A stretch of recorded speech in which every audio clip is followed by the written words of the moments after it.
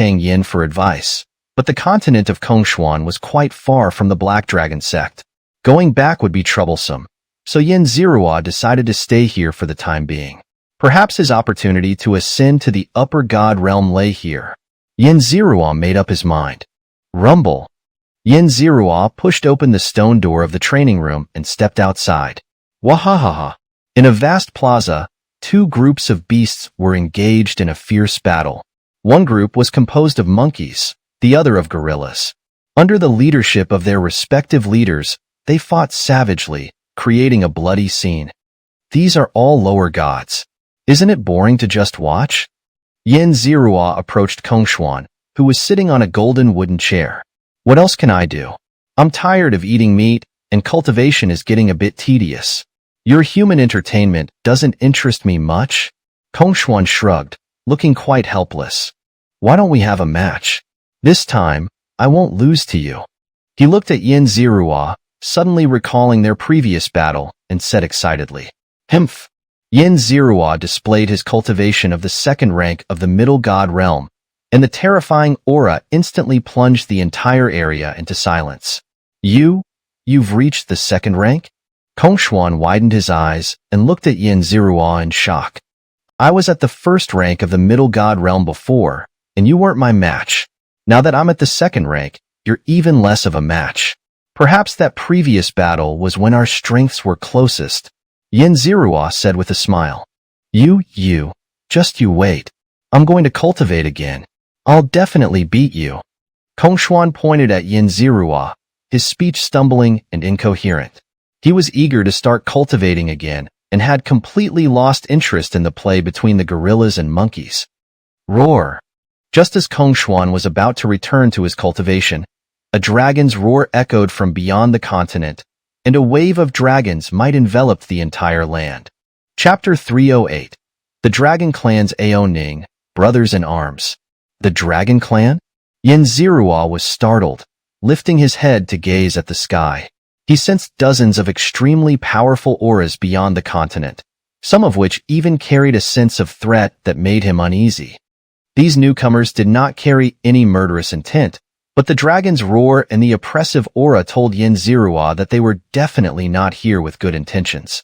Perhaps they were enemies of Kongshuan. Are they here for you? Yin Zirua turned to look at Kongshuan, who was walking inside. Roar! Kongshuan's face darkened as he heard Yin Zirua's words. He roared angrily to the sky, and an immense surge of power shot into the heavens. Roar! Roar! Roar! Countless divine beasts followed suit, their roars shaking the entire continent with terrifying divine pressure. The land quaked incessantly from the cacophony of divine roars. Yin Zirua watched with concern, wondering if the continent might shatter under the force of these divine beasts' roars. Haha, Kongshuan, my dear brother, you're truly enthusiastic. A hearty laugh echoed from beyond the sky, clearly reaching everyone's ears.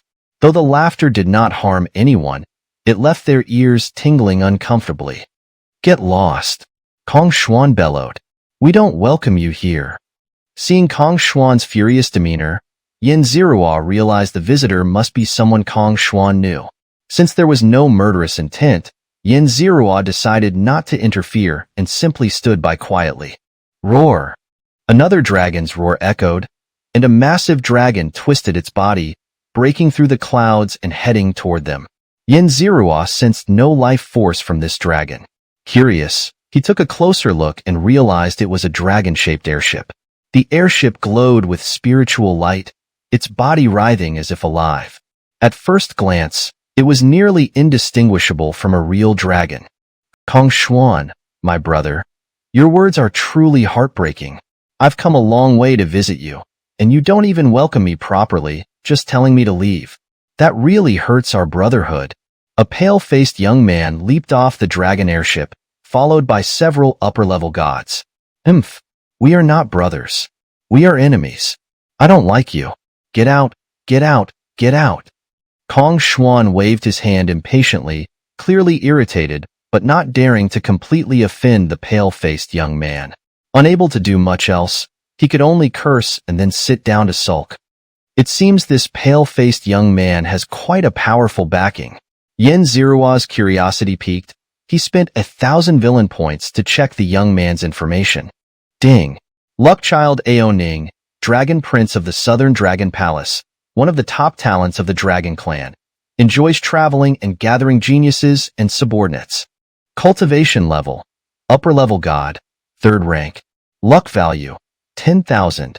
Possesses top-tier True God Domain, Flame Dragon Domain, True God Artifact, Flame Dragon Great Saber, True God Artifact, 7 Dragon Armor. Ding.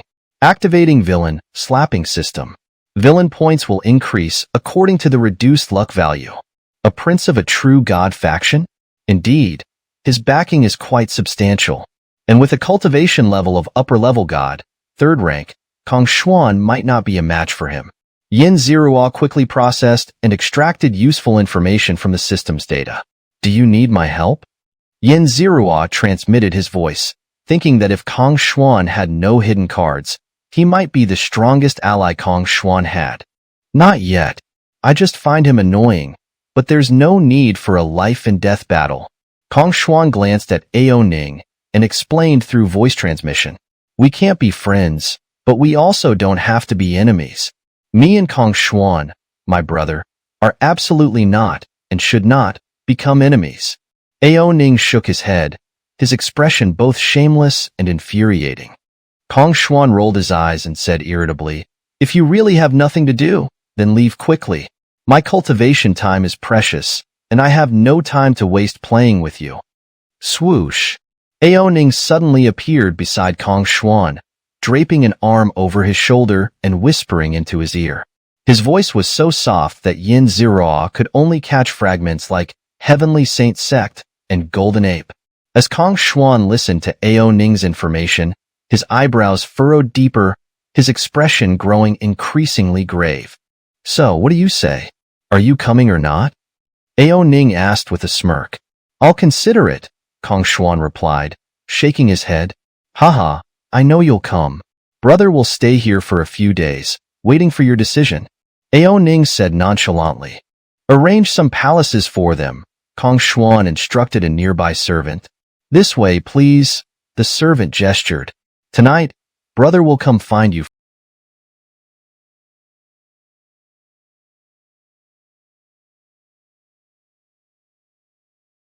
for a drink. Let's have a good time together, just the two of us. Aoning laughed heartily, waving his hand as he led his subordinates away with the servant. Seeing Aoning's retreating figure and Kong Xuan's still grave expression, Yin Zirua hesitated slightly before finally transmitting his voice. What's going on? Yin Zirua wasn't particularly interested in Kong Xuan's personal matters and had no intention of interfering. However, he had heard words like Heavenly Saint Sect and Golden Ape, which were somehow related to him. So, he decided to ask. You heard that, huh? That bastard. Kong Xuan glanced at Yin Zirua's expression and gritted his teeth. He's doing it on purpose, showing off, trying to force me into a decision, trying to make me owe him a favor. I heard something about the Heavenly Saint Sect and the Golden Ape. Funny enough, I just arrived in the upper realm and already encountered something related to them, Yin Zirua said. He was referring to the conch he obtained from the Bank of the Gods, the one hidden by Bahua. Inside the conch, he had seen a golden ape, which the members of the Heavenly Saint Sect claimed was a token of the Golden Ape. We apes have a large clan, and this clan established a treasure trove filled with extremely valuable items. Access to this treasure requires certain tokens, and this guy has one of them, a token he stole from the Heavenly Saint Sect. He wants to invite me to explore it, trying to make me owe him a favor. Kong Xuan explained. Golden Ape? Yin Zirua inquired. Yes, they are an incredibly powerful race, not only in terms of strength but also in their treasure-hunting abilities. Their treasure trove has accumulated countless treasures over the years, each more valuable than the last. For our ape clan, some of these treasures are enough to drive countless apes mad with desire, Kong Xuan elaborated. What does that token look like? Yin Zirua asked. It's a conch-like token.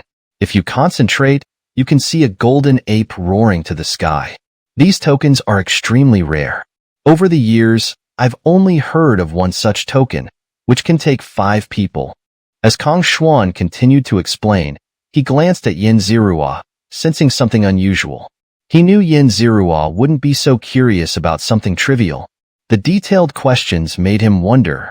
Chapter 309, Treasure Token, Ao Ning's Provocation.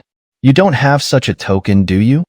Kong Xuan was almost certain that Yin Zirua possessed such a token, otherwise, she wouldn't be so nosy. Heh. Yin Zirua smiled calmly and produced a yellowish-white conch, handing it to Kong Xuan. He had held this conch for so long without discovering its secrets. Now that he had finally heard some information about it, how could he let it go? The treasure of a great clan that had been accumulated over countless years, and it was the most suitable treasure for him. Why would he hide it? As for whether Kong Xuan would keep all the benefits for himself, Yin Zirua didn't doubt it. If he really did, she would accept it. After all, Kong Xuan had saved her life several times, and a treasure was nothing to him. Is this the real token? Kong Xuan was incredulous. He took the conch from Yin Zirua and carefully sensed it, then tapped it with a special technique several times. A golden giant ape materialized and roared at the sky several times. Haha, it's the real deal. Kong Xuan jumped with joy, patting Yin Zirua on the shoulder. I will definitely help you get the best treasures in this treasure trove. Aren't you interested in these treasures? Yin Zirua asked curiously. Judging from Kong Xuan's reaction earlier when threatened by Ao Ning, these treasures should be very precious to him. Humph. He brought the token and invited me, so I can't refuse. Otherwise, those old fogies will keep nagging endlessly, which is really annoying. As for the treasures, I'm not desperate for them. Kong Xuan sneered. He tossed the yellowish-white conch back into Yin Zirua's lap and said, These tokens are still very important, especially for gods below the true god level. You must keep it well, and don't let anyone know about it. Seeing Kong Xuan's indifferent attitude, Yin Zirua knew he was telling the truth and genuinely didn't care about the treasures. She smiled faintly and put away the conch. With her system, what treasure could compare to it? After Ao Ning's interference, Kong Xuan lost his mood for further cultivation. He pulled Yin Zirua for a drinking session before letting her return to her cultivation. Dong dong dong. While cultivating, Yin Zirua suddenly heard a strange knocking sound. She frowned and stood up, her eyes radiating a killing intent. The defense of this cultivation chamber wasn't weak, plus her protective arrays. In theory, even if someone shouted loudly outside, she shouldn't hear a thing. Yet now, she heard some unusual noises, which clearly indicated someone was causing trouble. Boom. Since someone wanted to provoke her, how could Yin Zirua back down? She opened the door of the cultivation chamber and stepped outside. Are you the genius with the heavenly god domain? Ao Ning squinted at Yin Zirua, his expression cold, completely different from the playful demeanor he showed in front of Kong Xuan. Humph. It seems you have quite a few tricks up your sleeve.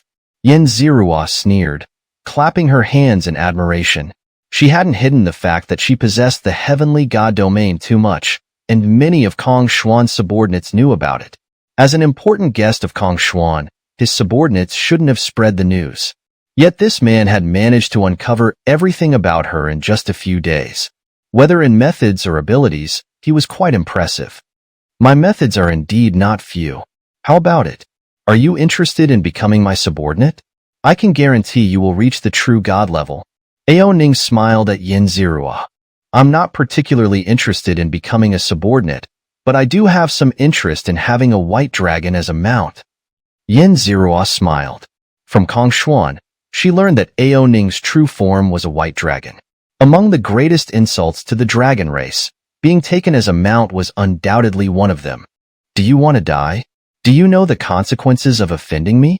Ao Ning narrowed his eyes and glared at Yin Zirua, a subtle aura laced with a trace of killing intent pressing down on her shoulders. The pressure intensified, as if intent on forcing her to her knees and submission. I don't know, but I do know what the consequences of offending me are. Yin Zirua's body glowed with divine light, and Ao Ning's pressure was reduced to nothingness. Not bad, some tricks. No wonder you were able to defeat Kong Xuan. Ao Ning clapped his hands and laughed. However, you, a vagrant cultivator from some remote corner, are ultimately just an ant without joining a major force. Do you see this guy behind me? A genius who ascended from a small world. A genius with the heavenly god domain, now serving me like a dog. Ao Ning pointed to a young man behind him dressed in animal skins, with a sword hanging from his waist. Xianxia glanced at the young man and found that he was completely indifferent to Ao Ning's insults. His blue eyes showed no ripple, as if Ao Ning wasn't talking about him.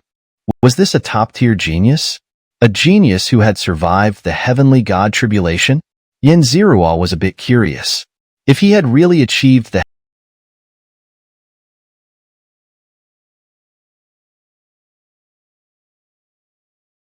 heavenly god domain by surviving the tribulation, that would be interesting. She knew how difficult it was to survive the heavenly god tribulation. Anyone who had done so would not remain indifferent to such insults. However, whatever this genius was thinking or planning to do to retaliate against Ao Ning had nothing to do with Xianxia. She glanced at him and then looked away. What's going on? Kong Xuan suddenly appeared beside Xianxia and asked, "He wants to recruit me as his subordinate." Xianxia raised her chin, pointing at Ao Ning with a faint sneer. "Ah, little brother, you're here." Ao Ning didn't care about Xianxia's disdain. He spread his hands and said to Kong Xuan, "Such a genius is wasted here. It's better for him to be my subordinate. I can even help him achieve the true god level." "Get lost," Kong Xuan roared, releasing a surge of aura that pressed down on Ao Ning. "Ah, Kong Xuan, little brother, that's not right. I came to offer you a chance, yet you repay me like this. I don't need your compensation. Just let this guy become my subordinate." Ao Ning said to Kong Xuan, "Get lost. I don't need your chance, nor do I need your token. Now, get out." Hearing Ao Ning's words, Kong Xuan became furious and shouted loudly. Now that he had Xianxia's token, he had confidence and no longer cared about Ao Ning's offerings. "What did you say?" Ao Ning said with a hint of anger, no longer pretending to be playful. He looked at Kong Xuan coldly and said, "You really don't need my token anymore? Aren't you afraid those old fogies will come looking for trouble?" "I'm not afraid. Get out now," Kong Xuan roared. His posture suddenly straightened, and divine energy surrounded him, with transparent divine beast shadows appearing around him, indicating an imminent battle. Crack! Many of Kong Xuan's subordinates behind him also drew their weapons. At a command from Kong Xuan, they were ready to fight Ao Ning and his men. Chapter 310. Quick Thinking and Confrontation with Jizong. Ao Ning couldn't understand why Kong Xuan had suddenly transformed into this state, but he knew something must have happened that he wasn't aware of. His brows furrowed, and his expression darkened as his eyes darted between the crowd and Kong Xuan, seemingly deep in thought. Phew. After a moment, Ao Ning quickly regained his normal expression and jokingly addressed Kong Xuan, "Brother, don't be angry. Since you don't need that token anymore, I won't force you. Get out. Don't ever come back here. I don't welcome you." Kong Xuan retorted sharply, stamping his foot forcefully. Rumble. The entire continent trembled, and streaks of light shot across the void, resembling auroras, beautiful yet ominous. Swish, swish, swish. Before Ao Ning could react, these streaks of light circled around him several times, as if collecting his aura. "My protective array has memorized your aura. Next time you come, you'll be an enemy," Kong Xuan said calmly. "No need for that. No need for that. Brother, it's not that serious." Ao Ning panicked. He still needed Kong Xuan to owe him a favor, and this situation was far from ideal. Hastily, he tried to appease. "Considering our years of brotherhood, you wouldn't really treat me as an enemy, would you? If you don't want to be an enemy, leave immediately. We don't welcome you here." Kong Xuan waved his hand dismissively. "This?" Ao Ning's eyes darted as he quickly added, "Actually, besides offering you a token slot, I also came to challenge you to a spar." Kong Xuan looked up at Ao Ning, intrigued by his new reason for visiting. While everyone knew this was an impromptu excuse, no one minded the prospect of a fight or spar. With Kong Xuan and Ao Ning's assurance, there was little chance of any serious mishap. A spar, free from mortal danger, was essentially a form of philosophical discourse. "You want to fight me?" Kong Xuan asked, his interest piqued. If it was just a spar, their levels might be comparable, offering ample combat experience and perhaps even a chance to teach this guy a lesson. No, no, no. We are so noble. How could we be seen fighting in front of these people? Of course, it should be the lowly underlings who face off. Ao Ning quickly declined. "Master, I am willing to fight." One of Ao Ning's subordinates, a talented genius from the divine realm, stepped forward with a sword in hand and bowed. "Good, good, good. Truly my loyal dog." Ao Ning praised, then looked at Kong Xuan and asked, "Who will you send out?" Kong Xuan eyed the young man with a slight frown. The youth was a first-rank upper god and possessed the divine realm, making him a formidable opponent. Many ordinary upper gods would only humiliate themselves by facing him. Kong Xuan hesitated, unsure who to send. "Kong Xuan, brother, it seems you don't have a suitable opponent. I have many powerful upper gods here. Would you like to choose one to face him?"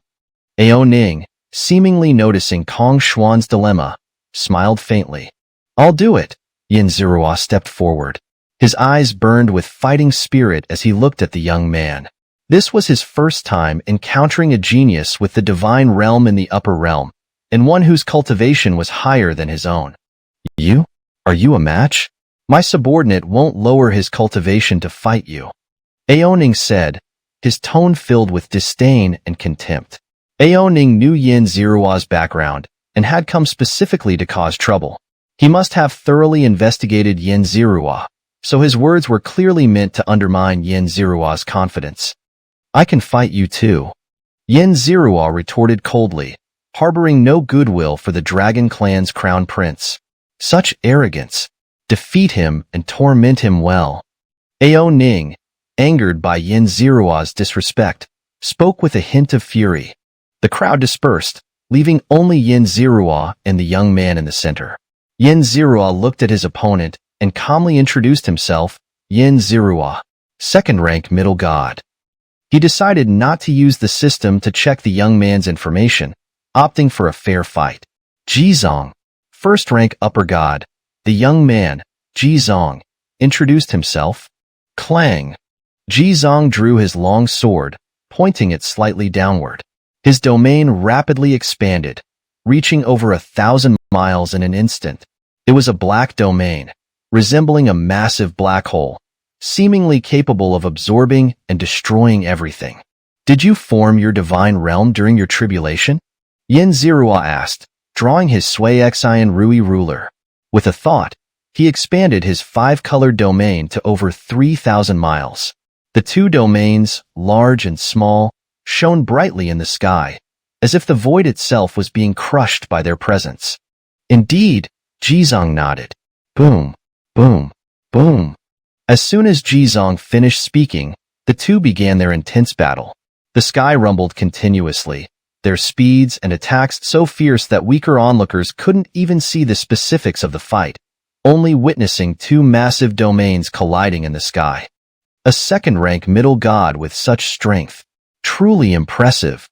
Jizong and Xianxia separated, hovering in the air as Jizong marveled at Xianxia's vast domain. "Your cultivation is also impressive. You're the strongest first-rank upper god I've ever encountered," Xianxia replied with a smile. Jizong's divine realm was akin to a realm of destruction, and his original divine domain had taken a hit in the clashes. "I'm about to use a divine technique. Be careful," Jizong warned, his domain spinning and contracting, shrinking to just dozens of miles. Though smaller, the destructive power had increased several times, and simply hovering there was enough to shatter the void. Blazing extreme. Seeing this, Xianxia grew serious and unleashed his true divine technique, the Yin AI divine technique. Kill. Both Xianxia and Jizong roared simultaneously, their domains colliding violently, like two massive planets crashing into each other, a cosmic tragedy of destruction and silence. Boom! The collision's intensity surpassed even the limits of upper gods, terrifying even weaker lower gods, causing some to lose their minds. Lower gods, do not watch.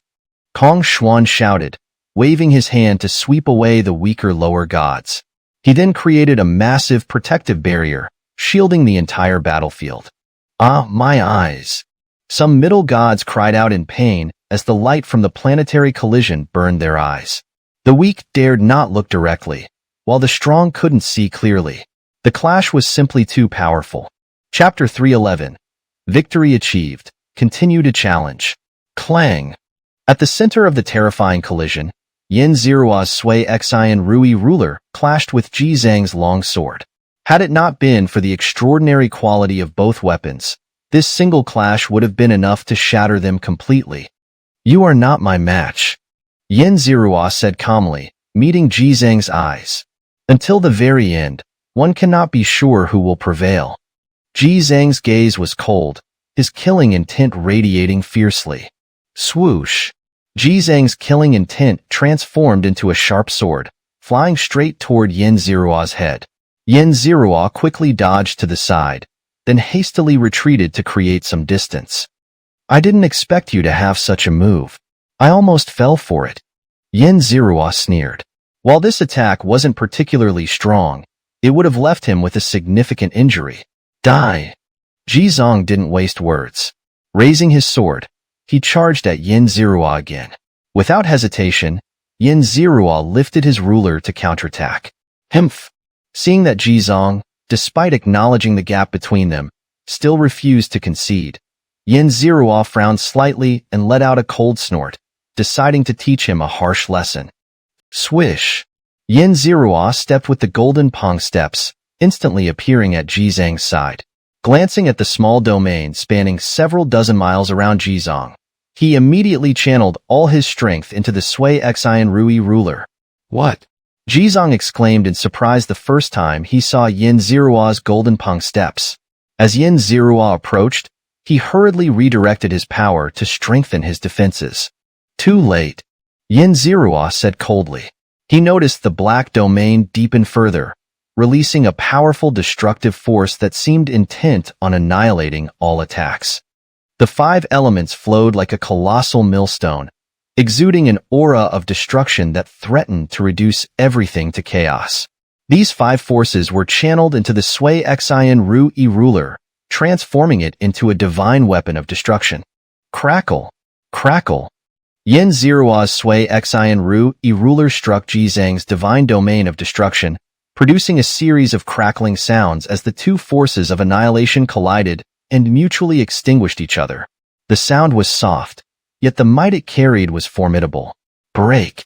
Yin Zirua shouted coldly, and the five-colored divine light on the Sui Xian Rui ruler flared brightly. Creak! Creak! Ji Zhang's domain emitted a grating sound of strain.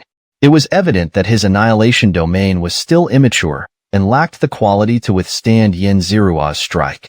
Boom! Under Yin Zirua's relentless assault, Ji Zhang's domain finally shattered. Yin Zirua raised his ruler and swung it toward Ji Zhang, who stood in the center of the domain, arms spread and eyes closed. Is he trying to commit suicide? Yin Zirua was momentarily puzzled, but he quickly realized what was happening. Slightly adjusting his swing, he struck Ji Zhang's shoulder, collarbone, and ribs, slashing a deep and severe wound from top to bottom. Why didn't you kill me? Ji Zhang opened his eyes, his gaze as calm as a deep, still pool, completely unbothered by his grievous injuries. I can kill you anytime I want. Yin Zirua smiled. He had left a significant amount of the five elements' power within the wound he inflicted on Ji Zhang. With just a thought, this dormant power would awaken and devour Ji Zhang's remaining life like the most ferocious beast. Kill me! Ji Zhang lowered his head, gazing at the massive wound that nearly split him in half, along with the five elements' power clinging to it. I don't know why you want to die, nor do I care. And I have no interest in helping you commit suicide. Yin Zirua shook his head. With a movement of his body, he returned to Kong Xuan's side. We won. Kong Xuan laughed, clearly delighted. He looked at Ao Ning and said with a grin, "You lost. You dog." Ao Ning cursed, glaring at Ji Zong, who remained in the center of the battlefield, his face darkening. "Do you still want to fight?" Yin Zirua asked calmly, indicating he was ready to continue. The gods behind Ao Ning exchanged glances, lowering their heads and avoiding Yin Zirua's gaze. It was already humiliating enough to bully someone with lower cultivation, and now, with no guarantee of victory, why bother further embarrassing themselves? Ao Ning felt his face fall as none of his subordinates dared to step forward for a challenge. His expression grew even darker, and his aura began to surge with suppressed anger. "Come on, brother. No need to take it so seriously. It's just a win or loss. Nothing to get worked up about." Kong Xuan patted Ao Ning's shoulder and laughed. "Let's go." Ao Ning's expression was a mix of emotions. This trip had yielded no gains, and with a wave of his hand, he decided to leave. "Where do you think you're going? I still want to challenge you." Yin Zirua called out loudly, looking at Ao Ning. Ao Ning was a third-rank upper god with a true god domain. While Yin Zirua didn't have absolute confidence in defeating him, letting this arrogant fellow leave without a fight would leave him with no way to settle the score for being disturbed during his cultivation. "You want to fight me?" Ao Ning suddenly turned back to look at Yin Zirua, his face nearly dripping with fury. "And what if I do?" Yin Zirua swung his Sui Xian Rui ruler toward Ao Ning, his eyes burning with battle intent. "You dog, who gave you the guts to challenge me?" Ao Ning growled, his voice accompanied by the roars of dragons. "Who's the dog here, Ao Ning? Watch your mouth." Kong Xuan said coldly, "I might not be able to beat you alone, but with my brother, we can definitely leave you crippled." "You." Ao Ning, hearing Kong Xuan's words, calmed down slightly. After a moment's thought, he looked at Yin Zirua and said coldly, "Fine. If you wish to be humiliated, then I shall grant you that disgrace. I'll make you understand that a top-tier true god descendant is not someone you trash can offend so easily.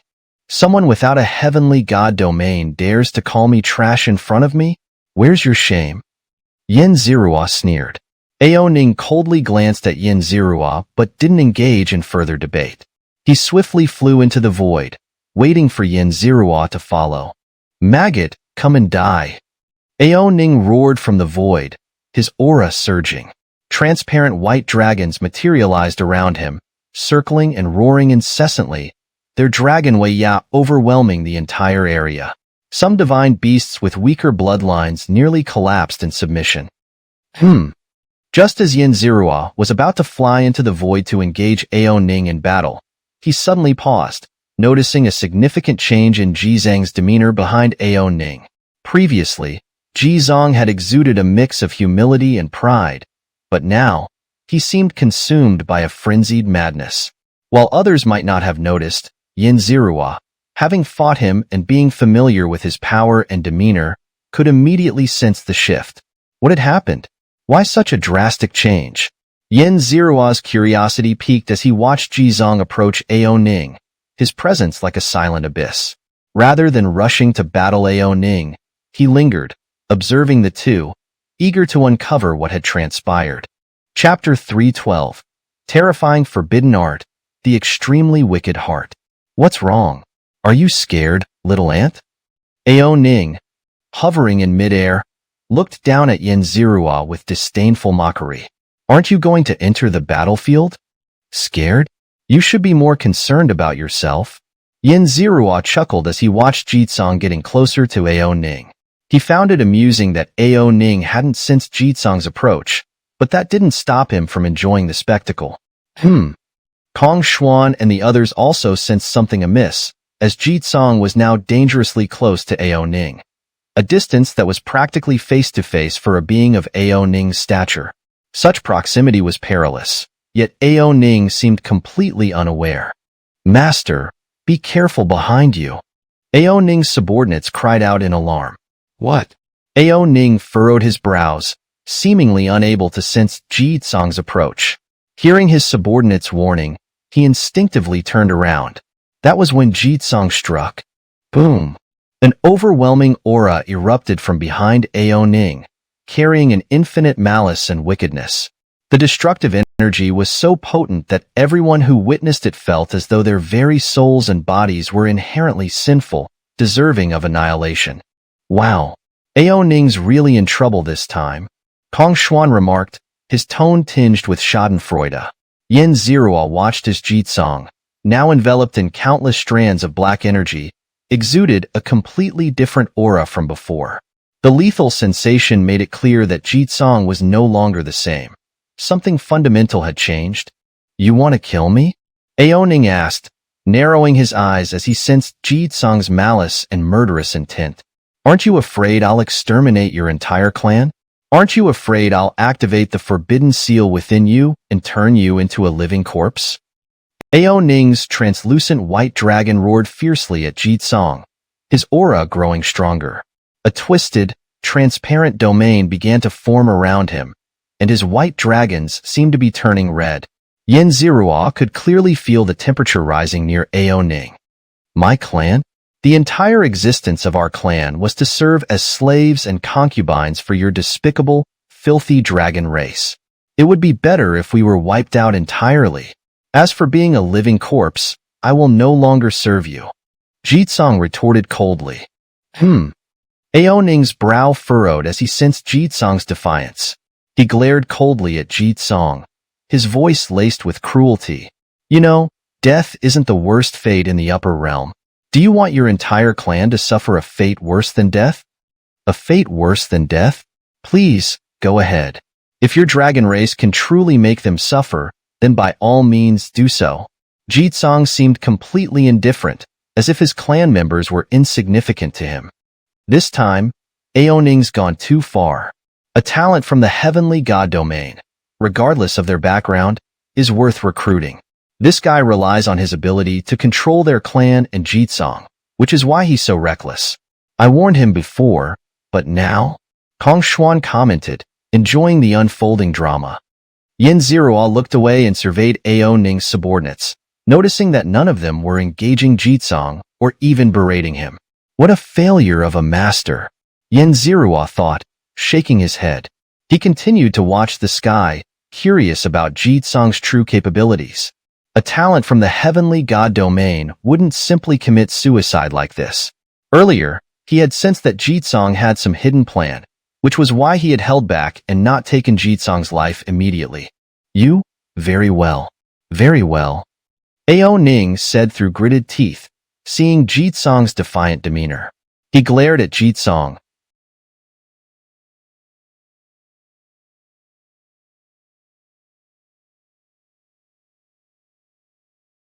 Then quickly began forming hand seals at an incredible speed, fearing that Jitsong might interrupt his incantation.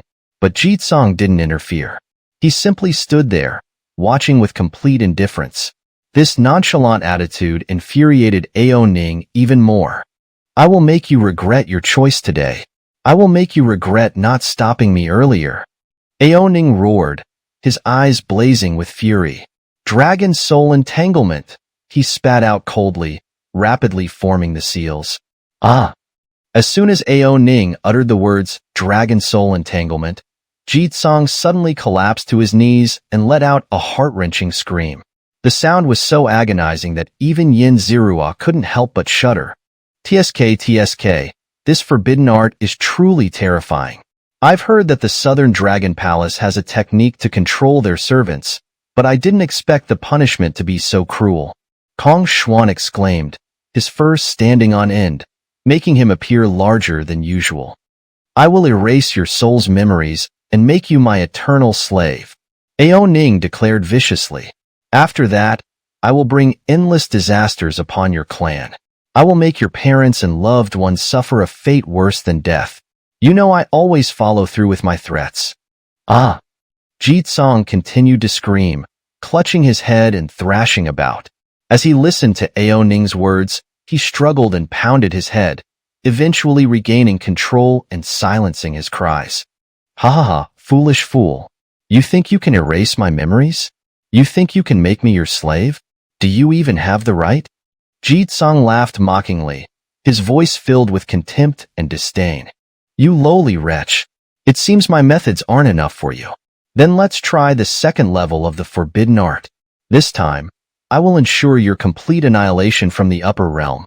Ao Ning continued forming even more complex and profound seals.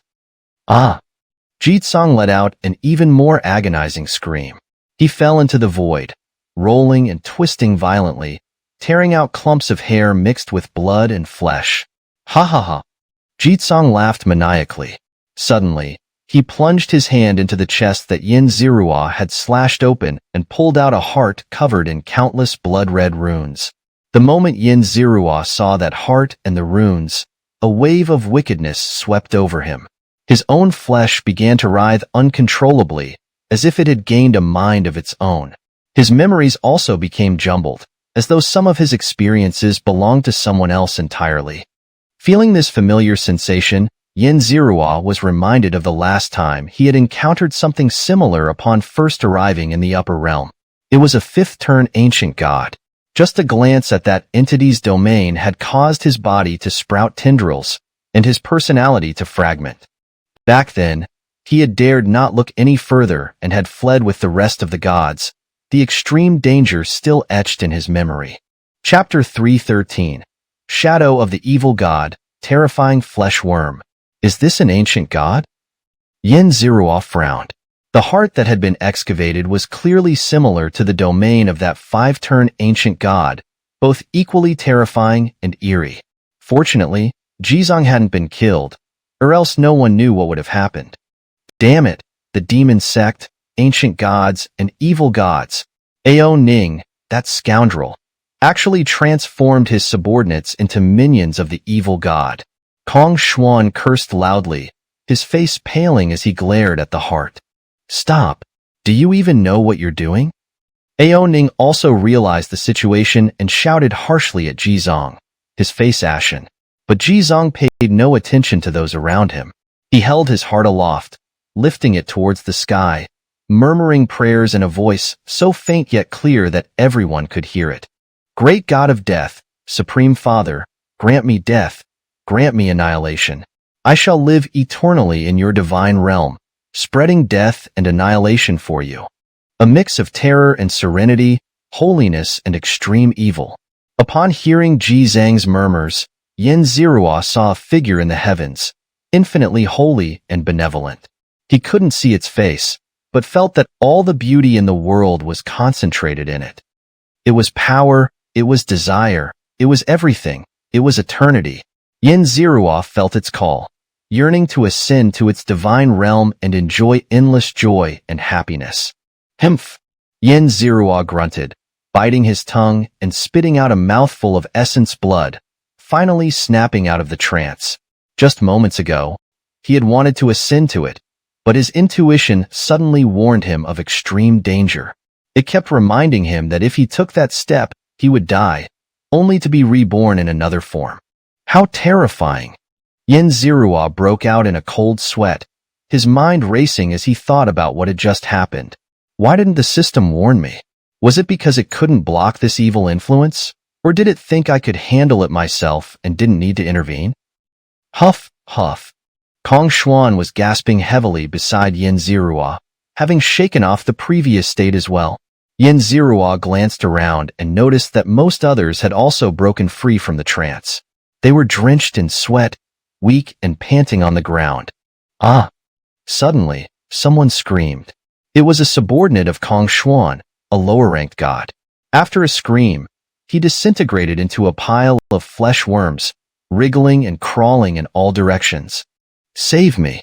Save me! Why won't you save me? Master, glorious Kong Xuan, please save me. I can't tell which one is my real body anymore. The flesh worms cried out for help, their voices identical to the unfortunate man's, making everyone's hair stand on end. What was most peculiar about these flesh worms wasn't their voices, but the runes on their bodies.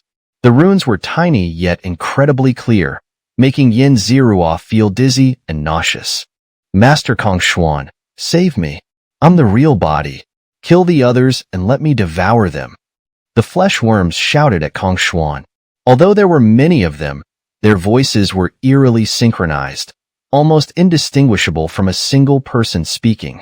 I'm the real body. I'm the real body. I'll devour all of you lowly worms. Seeing that Kong Xuan didn't respond immediately, they began to argue, their once unified voices turning chaotic. Ah! The flesh worms opened their mouths, filled with sharp teeth, biting and devouring each other, constantly splitting and multiplying. In the blink of an eye, their numbers had increased by nearly 30%. Shut up! Kong Xuan shouted angrily, his face dark. Hee, master, I'm so hungry. I'm really hungry. I want to eat you so badly. Upon hearing Kong Xuan's cold rebuke, the flesh worms resumed their unified voice, gathering into a single mass that revealed the face of the unfortunate man. The man's eyes were fixed on Kong Xuan, as if staring at a delicacy. Humph! Kong Xuan coldly snorted, snapping his fingers. A spark flew out and landed on the pile of flesh worms. With a whoosh, the entire mass burst into flames. Ah! Master! Master! Why are you burning me? Isn't my loyalty enough? You're burning me so painfully. Hee, you're burning me so good. Please join us, let's burn together. The flesh worms alternated between screams and laughter, their voices filled with frenzy and chaos. Puff! After a quarter of an hour, the flesh worms finally turned to ash. Kong Xuan waved his sleeve, collecting the ashes and storing them solemnly. Seeing Kong Xuan's serious expression, Xianxia didn't ask any questions. Instead, he looked towards Ao Ning and Jizong, the center of the scene. Huh. Xianxia looked up and saw only a white expanse, unable to spot Ao Ning or Jizong. Ah! Another scream echoed. Xianxia turned to see some people's bodies mutating, with chunks of flesh transforming into flesh worms crawling out. Seeing these emerging flesh worms, the others turned pale with fear, quickly killing the worms and looking at Kong Xuan with pleading eyes. It's fine. Stop looking at the sky. Close your eyes and meditate. Shut off your senses. Kong Xuan glanced around indifferently. Those weaker individuals quickly followed his advice, sitting cross-legged and shutting off their senses, using a layer of divine power to isolate themselves from the outside world. How terrifying! I can feel a slight disturbance in my muscles. Xianxia exclaimed, gazing at the white expanse in the sky. Despite not sensing much danger, he kept his eyes wide open to observe and experience the terror firsthand. Don't stare for too long. It can cause irreversible effects, Kong Xuan warned. Xianxia nodded, indicating he understood. With his system and keen intuition, he wasn't too afraid. Ao Ning's done for. Kong Xuan chuckled. What's going on with it? Xianxia asked, curious about the identity of the shadow, so he inquired with Kong Xuan. Of course, he had already erased all memory of the shadow, only remembering that such an event had occurred, with no recollection of the specifics. That's an evil god. It's connected to the secret of this universe's end. That's equivalent to the level of a heavenly god or ancestral god, top-tier existences. Don't get too close. Once you encounter it, you must immediately erase that part of your memory. Kong Xuan shared his knowledge with Xianxia and warned him to be extremely cautious when dealing with evil gods. Chapter 314. The Mutation of Ao Ning, Jizang's Challenge. In the center of the Kongshuan continent, Xianxia and a few others who were still standing, including Kongshuan, looked up at the white expanse of sky above them. Jizong and Ao Ning were both within that white void. Xianxia couldn't see either of them, though he might have been able to locate them if he activated his martial Dao heavenly eyes. However, he would never consider doing so, as it was far too dangerous. Gazing upon things one should not see could transform a person into a writhing mass of flesh in an instant. Ah! Just as Xianxia was growing impatient and about to look away, he suddenly heard a scream, Ao Ning's scream. It wasn't particularly shrill, more like a cry of pain after being stabbed, lacking the extreme terror one might expect. Ao Ning hadn't died? This puzzled Xianxia. Ao Ning was Jizang's most hated mortal enemy. After Jizang's corruption, he hadn't killed him. "Submit to me, become my mount." Ji Zhang's calm voice echoed, and upon hearing it, Yin Zirua felt an inexplicable sense of peace, his wariness dissipating by half. Yin Zirua quickly focused, steadying his mind and filtering the sounds and images he perceived through his divine power and domain. "Disperse." Ji Zhang's voice rang out once more. With 9 parts caution and 1 part curiosity, Yin Zirua turned his gaze to where Ao Ning and Ji Zong had originally been. SSS. Everyone who saw the 2 figures in the center couldn't help but gasp in shock. Ji Zong was enveloped in a layer of white light, and the first thought that came to Yin Zirua's mind was one of purity, a feeling that brought him great joy. Ji Zhang's appearance hadn't changed much, but under the white light, he seemed like a saint. As for Ao Ning, his transformation was drastic. He had reverted to his true form as a dragon, a 5-clawed white dragon. However, this dragon now had 2 extremely long arms protruding from its underside, hanging down in a manner that was eerily unsettling. The scales on the entire dragon's tail had disappeared, leaving only bare white bones and pink flesh. Upon closer inspection, that pink flesh wasn't flesh at all. It was writhing masses of flesh worms. At the dragon's head, a human-shaped head had grown, identical in appearance to the previous Ao Ning. This dragon now had 2 heads, one human, the other dragon. Roar! Roar! The dragon's head below let out mournful cries. Ha ha ha! The human head above laughed maniacally. This sight sent shivers down everyone's spines. Some of the more powerful gods quickly averted their gaze, sitting cross-legged and closing their eyes to meditate. "What a beast! Become my mount," Ji Zong said with a tone of pity. Roar! The human head and the dragon head roared to the heavens in unison, and no one could discern whether the roar expressed joy or sorrow. The white dragon then began to circle in the sky, emitting Jun Jun Long Yin. After several rotations, it obediently descended to Ji Zhang's feet, wagging its tail as if showing no sign of resistance. Excellent! Ji Zong smiled, sitting cross-legged on the dragon's back. He stroked the hair of the human head above, and the head, identical to Ao Ning, revealed a look of comfort, much like a cat or dog being petted.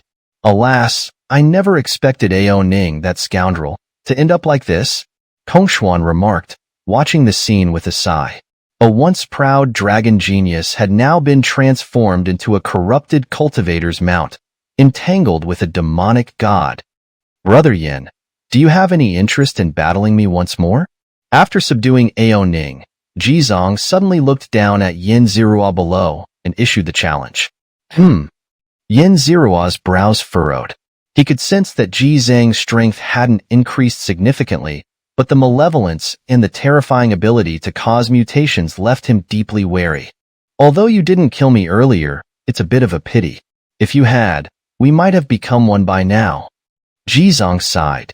Even though I'm unlikely to be a match for you, Brother Yin, I still wish to fight you once more. Click. Yin Zirua raised his Sui Xian Ru E scale toward Ji Zong. Although he was deeply wary of Ji Zhang's malevolence, he wasn't the type to back down. A battle was a battle. He had slain ancient demonic cultivators before. Ha ha ha, Brother Yin, you're indeed a straightforward man. Ji Zong laughed heartily. His demeanor was completely different from the servile figure he had been behind Ao Ning. Standing atop the dragon's head, he exuded the confidence and boldness of a young master from a top-tier faction. Ji Zong waved his hand, unfolding a heavenly divine domain that stretched over 1,000 miles. This domain was as black as the abyss, filled with destruction, but now adorned with many blood-red runes. Himph! Seeing this domain, Kongshuan let out a cold snort. Around him, numerous divine beast illusions appeared, and a powerful aura surged from him, directly targeting Ji Zong in the sky. Huff! Seeing Kongshuan take action, Yin Zirua exhaled and unfolded his own 5-colored divine domain, spanning over 3,000 miles.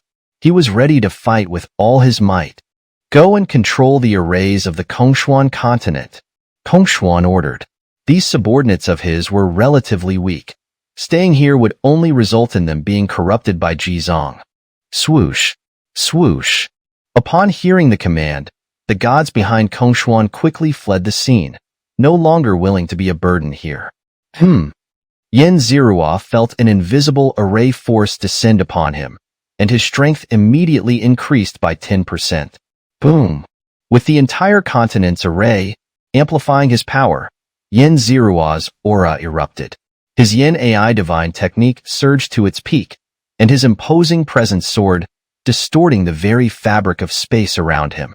Is this your full strength? It's quite impressive, far beyond mine. In that case, I won't hold back, Jizong said with a smile, looking at Yen Zirua. Hum. Jizang's domain began to rapidly rotate, and the blood-red runes grew even more vivid and sinister. I'm about to attack. Yen Zirua glanced at Kongshuan beside him, offering a warning. Just as both sides reached the peak of their auras, poised for an epic clash, a black shadow suddenly appeared behind Jizong. A streak of black light pierced through Jizang's domain, and then through his body. The black light was incredibly fast, and Jizong couldn't evade it. In an instant, he was gravely injured. Yet, he seemed completely unfazed by the mortal wound, still smiling at Yen Zirua, eager to see him unleash his strongest attack. Die, demon spawn. The black shadow behind Jizong cursed, launching a second black light, intending to utterly annihilate Jizang's soul and body. Chapter 315. Unable to kill, the invasion of the heavenly saint. Kill. The black shadow roared, unleashing his full power without restraint.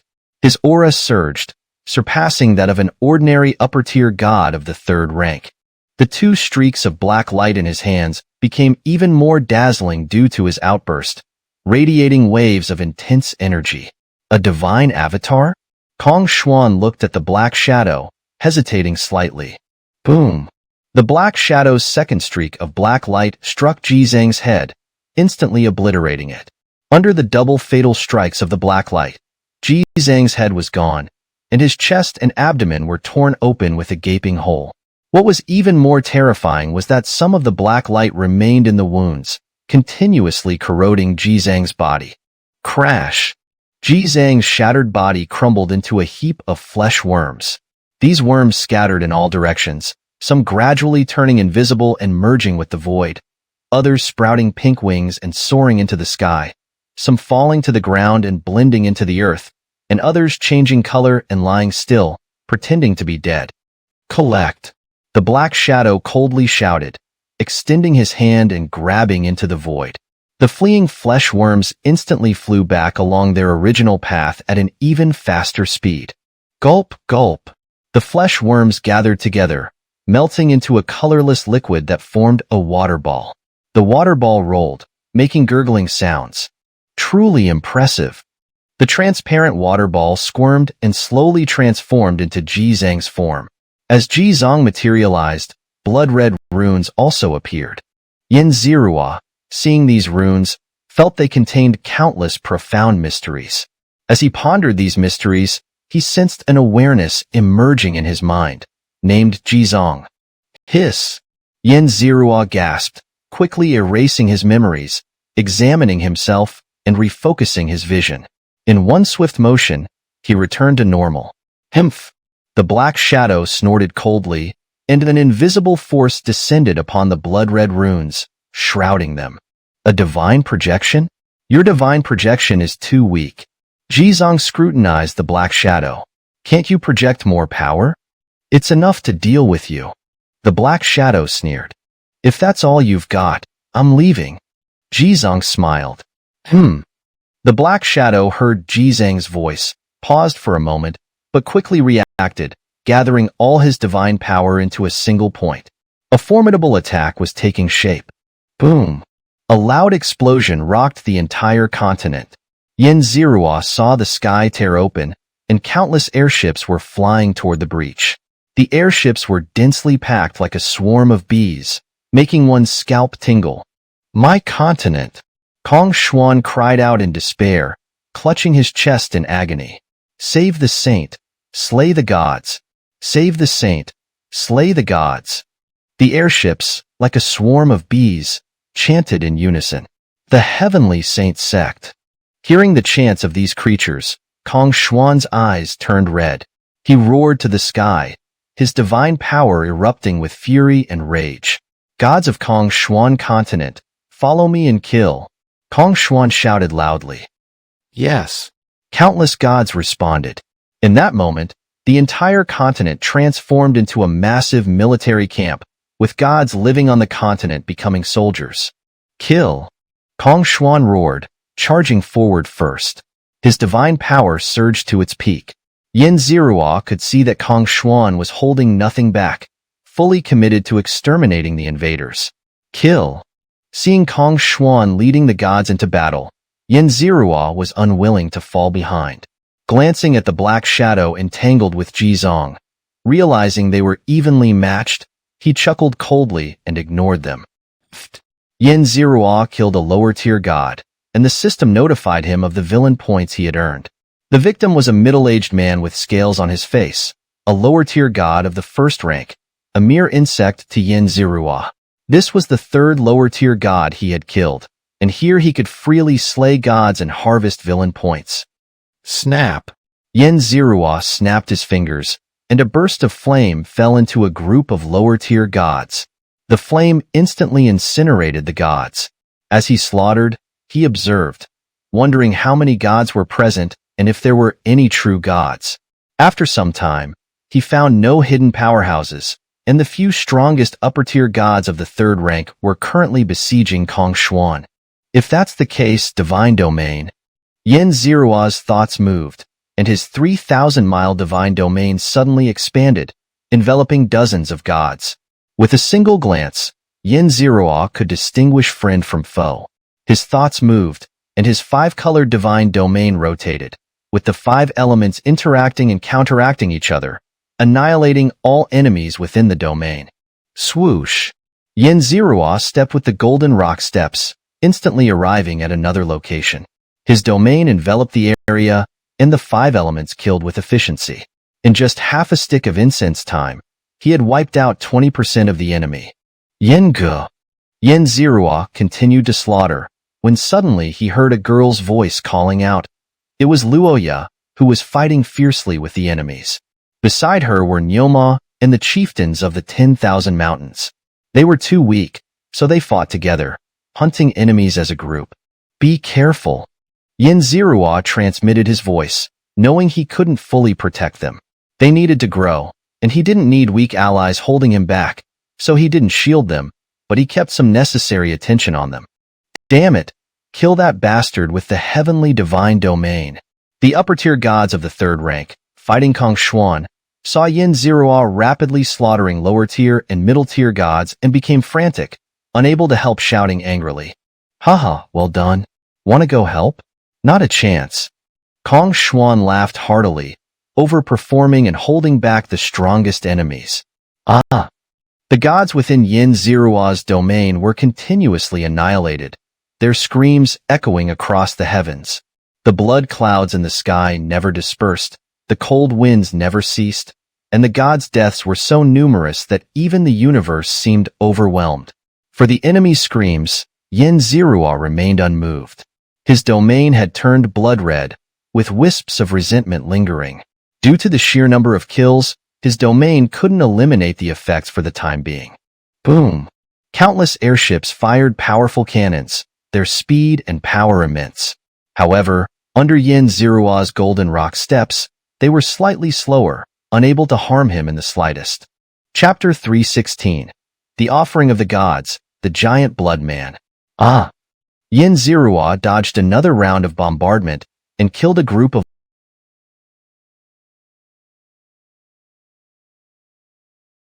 lesser gods. At this rate, he would have wiped out all the invaders within 15 minutes. The flying ship cannons couldn't lock onto Yin Zirua, and the upper-level gods couldn't kill him either. The invaders who had breached the Kuangguan continent were at a loss, watching helplessly as Yin Zirua slaughtered their comrades. Ah! You deserve to die. Seeing Yin Zirua continuously massacre the lesser gods, the number of invaders visibly dwindled. The upper-level gods of the third rank, who were besieging Kuingguan, were all red-eyed with rage. They roared to the heavens, cursing Yin Zirua in their fury. If curses worked, there would be no need for such arduous cultivation. Yin Zirua paid no heed to these foolish individuals and accelerated his killing spree. Damn it! Offer sacrifices to the great evil god. All of you, offer sacrifices to the great Father God. Finally, cornered and with no way out, the upper-level gods of the third rank bellowed their orders. The voice of this upper-level god echoed across the battlefield. Hearing his words, the lesser and middle-level gods fell silent. In an instant, the entire battlefield was so quiet that one could hear a pin drop. Kill. Those who fought alongside Kuingguan immediately reacted, taking advantage of the enemy's momentary distraction to kill many of them. Dozens more of the heavenly saint sect's gods perished. They exchanged glances and quickly retreated, gathering together. Encircle them. This was a golden opportunity. Kuingguan's subordinates seized it, quickly surrounding the enemies with a group of people, attacking from the outside with their divine power. Father God, Father God, Father God. Facing the encirclement, the members of the heavenly saint sect did not counterattack or defend. The strongest among them, the upper-level gods, leaped into the air, twisting and dancing in strange movements, murmuring maddening gibberish. Puff! These upper-level gods exploded like blood sacks, showering down countless droplets of blood. These eerie blood droplets seemed alive, crawling onto the bodies of the evil practitioners and forming strange runes. Retreat! Seeing this, Yin Zirua hastily shouted to Kuingguan's subordinates. The leaders among Kuingguan's forces heard Yin Zirua's warning and quickly led everyone away from the area. Many of these people had experienced the battles of Jizong and Aoning. They understood the eerie and terrifying nature of these runes. Seeing this scene, they hurriedly fled without needing Yin Zirua's instructions. No, please. After long-term brainwashing, the evil practitioners of the heavenly saint sect had accepted the descent of the Father God. But when the critical moment arrived, their instinct for survival made them recoil. They cried out for help, but no one paid them any attention. Do you want to die? Kuingguan saw them summoning the evil god and immediately shouted loudly. The evil practitioners, covered in the eerie blood, screamed and melted into puddles of blood. These blood puddles, with unmelted limbs, stood up and transformed into a giant. This was a giant made of blood, covered with arms, legs, and bones. Yin Zirua even saw eyes and heads swimming inside its body. As soon as it appeared, it instinctively devoured the corpses of the slain gods on the battlefield. After its feast, it grew larger, and its aura began to exceed that of an upper-level god. Roar! The blood giant roared to the sky, its voice carrying countless pieces of information.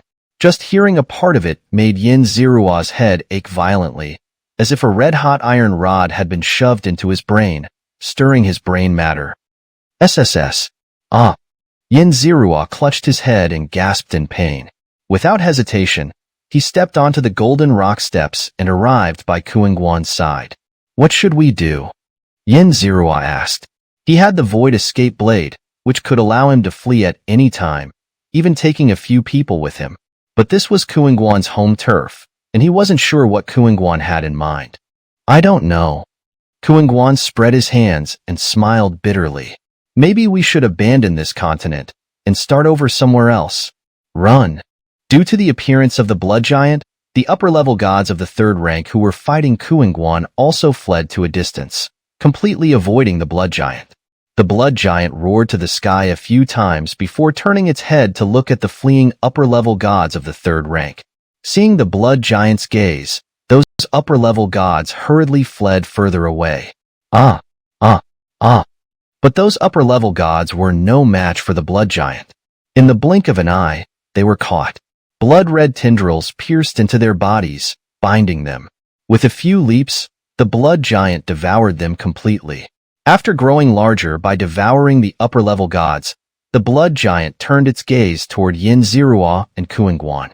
Its greedy desire made Yin Zirua's scalp tingle, and what was even more terrifying was that deep within him, he didn't feel repelled by the idea of being devoured by the blood giant. Damn it, we can't escape, Kongwen cursed, his eyes filled with endless pain and despair.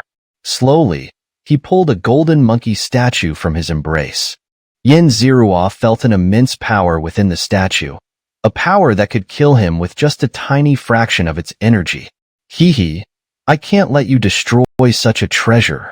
Just as Kuing-guan, in his despair, was about to use the statue to kill the blood giant, a voice rang out, Ji Zhang's voice. Boom! Hearing the voice, Yin Zirua and Kuing-guan didn't hesitate, immediately turning around and unleashing their strongest attacks toward the source of the sound. Ouch! Don't be so tense. Aren't we friends? We're all enemies of Ao Ning, so we're friends. Since we're friends, you shouldn't treat me like this. Ji Zhang floated in the air, holding a white dragon, his voice dripping with sweetness. Both Yin Zirua and Kuing-guan's faces darkened. Their previous attack hadn't even scratched Ji Zhang. This guy. Kuing-guan gritted his teeth. Yin Zirua looked at Ji Zhang in the distance. He didn't know what Ji Zhang had encountered with that black shadow, but now Ji Zhang was dressed in a bright red robe, his once firm and handsome face now somewhat coquettish, his voice carrying a hint of innocence. What a treasure! Ji Zhang floated above the blood giant, gently caressing it. The once violent blood giant now became calm, standing still and allowing Ji Zhang to stroke it. Such a good treasure, I won't be polite then, Ji Zhang said with a hint of coquetry. His bright red robe suddenly parted, forming a large mouth. Gulp! The large mouth swallowed the blood giant in one gulp, and Ji Zhang instantly grew several times larger. Chapter 317. Extreme Evil Fusion, True God Chaos. Close your senses, don't look, don't listen. Yin Zirua suddenly heard a voice in her ear. It was a voice she was very familiar with, the voice of the Black Shadow. Upon hearing the Black Shadow's voice, Yin Zirua didn't hesitate for a moment. She immediately closed her 5 senses and heightened her spiritual awareness to its peak, carefully sensing any potential dangers. SSS. It sounded like steam escaping from a vent. Yin Zirua sensed that 2 forces were slowly merging into one at the place where Ji Tsong had stood. This new entity formed by the fusion of 2 forces was incredibly powerful, with an extremely high level of energy. With just a single SS sound, this massive entity expelled countless impurities. These impurities were maddening, and Yin Zirua dared not sense them for even a moment longer. SSS. SS. 2 more sounds of steam escaping echoed. Without needing to see, Yin Zirua knew that the entity had expelled more impurities again. After waiting for a long time, there was no 4th expulsion of impurities. With her 5 senses closed and her spiritual awareness limited, she had no idea what was happening outside. All right, open your senses now. The Black Shadow's voice sounded again. First, Yin Zirua used her spiritual awareness to sense the outside world and found no immediate danger nearby. Then, she slowly opened her 5 senses. In the distance was a mass of blood-red mist, within which countless tiny runes were flickering and writhing. Just a glance at these runes made Yin Zirua feel a surge of chaos, her inner malice rising sharply. She had an overwhelming urge to find someone to kill, to slice open their body, and toy with their bones and flesh. At the same time, she involuntarily thought of her past enemies, such as Xiao Su, Xiona Duo, and Hao Hui, with whom she had fought to the death. A Mo Ming's surge of guilt overwhelmed her, and she felt an intense desire to atone for her sins by taking her own life. Calm down. The Black Shadow suddenly spoke, and Yin Zirua immediately snapped out of it. The Black Shadow waved its hand, enveloping Yin Zirua in a protective energy that greatly increased her resistance to the runes. With the help of the Black Shadow's energy, Yin Zirua saw the person in the center of the blood-red mist. It was a woman dressed in a crimson robe, and on her face, one could still faintly see the traces of Ji Tsong. Hee. The woman suddenly opened her eyes and looked at Yin Zirua, revealing a cute smile. Although the smile was adorable, Yin Zirua shivered violently and dared not look again. Why didn't you stop her earlier? Yin Zirua turned to the Black Shadow and asked. The Black Shadow should have had the ability to interrupt the entire fusion process, or at least make it less smooth. I wanted to. The problem is, this woman's emergence was backed by a top-tier powerhouse.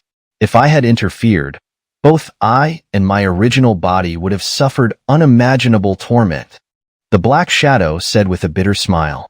Yin Zirua shrugged, unconvinced by the Black Shadow's explanation, but since it had saved her life, she didn't want to be too critical or question it. What do we do now? Kong Xuan asked with a gloomy face. The blood-red mist surrounding Jitsong was extremely evil and highly contaminating. It couldn't be left here. Otherwise, this entire universe would be ruined. The League of Gods will handle it, the Black Shadow said, gazing at the distant blood-red mist. May I ask how many top-tier powerhouses are involved in this? Kong Xuan hesitated for a moment before asking. It was clear that someone had turned this place into a breeding ground for Jitsong. If things went wrong, the entire Kong Xuan continent could be contaminated by the evil god, leading to the deaths of countless lives, including perhaps even himself. Some things are better left unknown, the Black Shadow said, giving Kong Xuan a deep look. Kong Xuan didn't respond, merely bowing slightly before falling silent. Seeing Kong Xuan's dejected appearance, Yin Zirua frowned. After all, Kong Xuan had once been so lively, but now he looked like an old monkey on the verge of death. Just as she was about to comfort him, she heard the Black Shadow speak. They're here. What's here? Yin Zirua quickly looked around, but apart from Jitsong still standing motionless in place, everything else seemed the same. Boom! A sudden thunderclap echoed in the clear sky, startling Yin Zirua so much that her heart trembled. Her spiritual awareness sensed an imminent great danger. Haha, this is mine. A joyful laugh came from beyond the heavens, and a giant hand reached out toward Jitsong. Get lost. A massive eagle claw descended from above, grabbing the giant hand. Kill. A third voice rang out, and boundless killing intent froze the entire universe. A true god war? Yin Zirua's face changed, and she quickly looked at the Black Shadow beside her, only to find that it had already vanished without a trace. Kong Xuan continent. Kong Xuan roared. Yin Zirua's face also changed. With so many true gods fighting near the Kong Xuan continent, it was highly likely to be destroyed, leaving nothing but dust. All the living beings on the continent would surely perish. To these true gods, the countless lives on the Kong Xuan continent were probably no more than a swarm of ants on the roadside, easily crushed with a single step. But to Yin Zirua and Kong Xuan, these lives were their friends and even family. Damn it! Kong Xuan's eyes turned red as he sprinted forward at full speed. Without hesitation, Yin Zirua activated her golden rock steps to their limit, grabbing Kong Xuan and running forward. Boom! A thunderous explosion echoed from behind.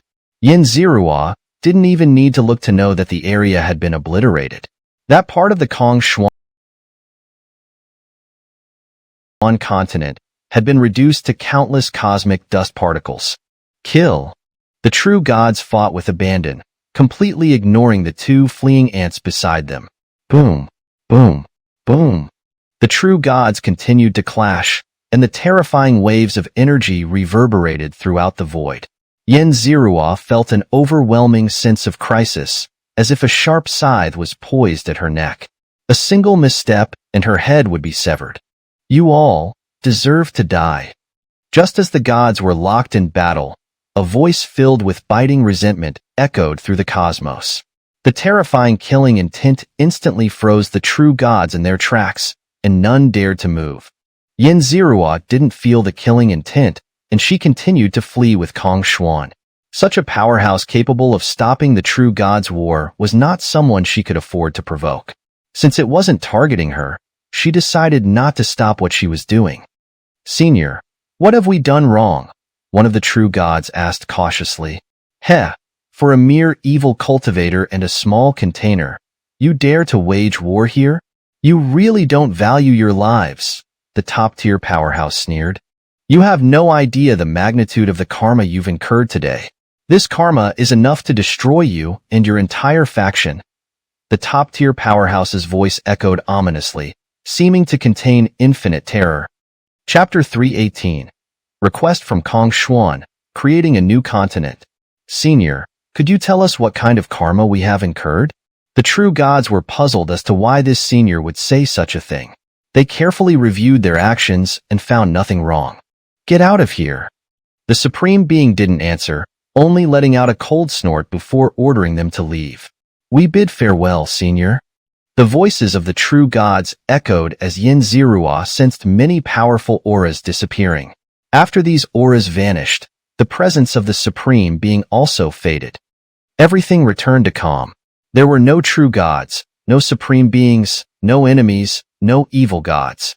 If not for the devastated landscape, Yin Zirua would have almost believed that everything that just happened was a nightmare. The battle had passed, and Yin Zirua checked his gains. He had killed many gods and acquired numerous treasures, but these were of little significance to him. What truly delighted him was the 500,000 villain points displayed by the system. Put me down, Kong Xuan said, feeling that the crisis had passed. What are you planning to do? Yin Zirua glanced at Kong Xuan and asked, what else? Get stronger and eliminate all those who were involved today. Kong Xuan sneered. Master! At that moment, Kong Xuan's subordinates arrived, bowing respectfully. Yin Ge, Luoya and Yoemo were among the group. Seeing that they were safe, Yin Zirua felt relieved. How many casualties did we have? Kong Xuan asked. Many familiar faces were missing, indicating their demise. 40% of the lesser gods, over 20% of the middle-tier gods, and more than 10 upper-tier gods have fallen. A thin, middle-aged scholar stepped forward to report. The losses are not too severe, Kong Xuan nodded. Master! The scholar hesitated, glancing at Kong Xuan with a conflicted expression. Speak honestly if you have something to say. Kong Xuan waved his hand. Yes, Master. The scholar bowed slightly and said clearly, Master, Kong Xuan continent has been shattered by about 30 to 40%, and many areas are still contaminated. Living beings in those areas may undergo mutations. We'll abandon Kong Xuan continent.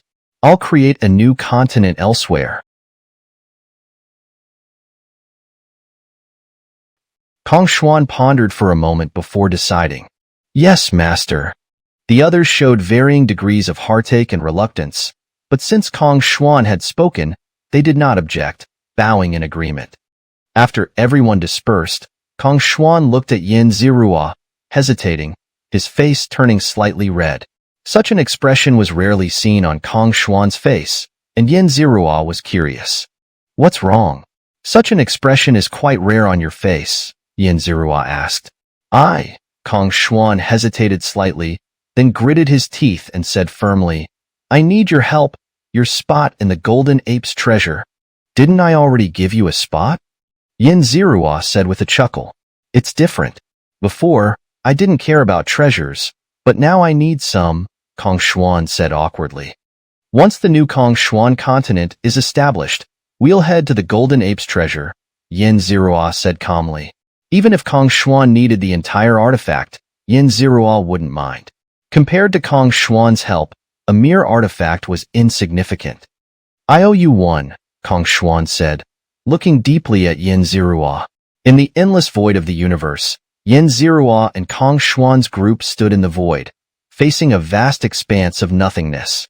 This area is quite good, with concentrated spiritual energy.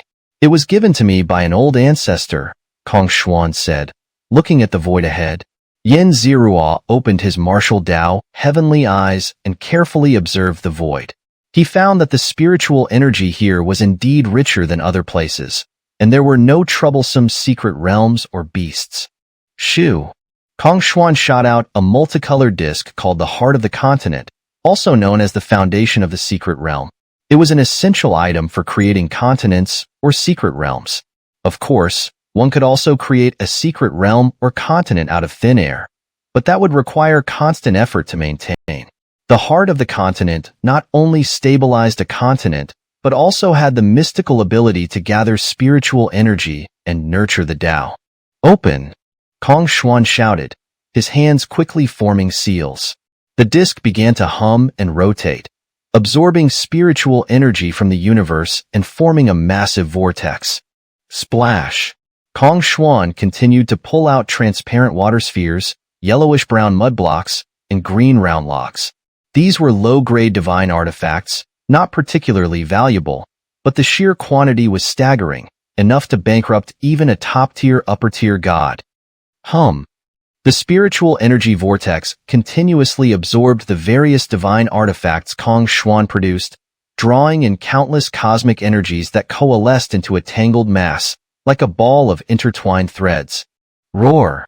A distant roar echoed, and Yin Zirua turned to see a green-scaled long snake with a leopard's head, roaring at the massive spiritual energy vortex. "Yin Miaozi, it's your turn," Kong Xuan said. "Follow me." Yin Zirua waved his hand, taking a group of middle-tier gods with him. They had anticipated that some beasts would be attracted by the disturbance of creating a new continent, and Kong Xuan had prepared accordingly. "Kill!" Yin Zirua raised the Sui Xian Rui scale and slashed down at the beast, instantly cutting it in half. The beast's strength was only at the middle-tier god level, quite weak, and it lacked intelligence. Unable to communicate, Yin Zirua had no choice but to kill it. Roar!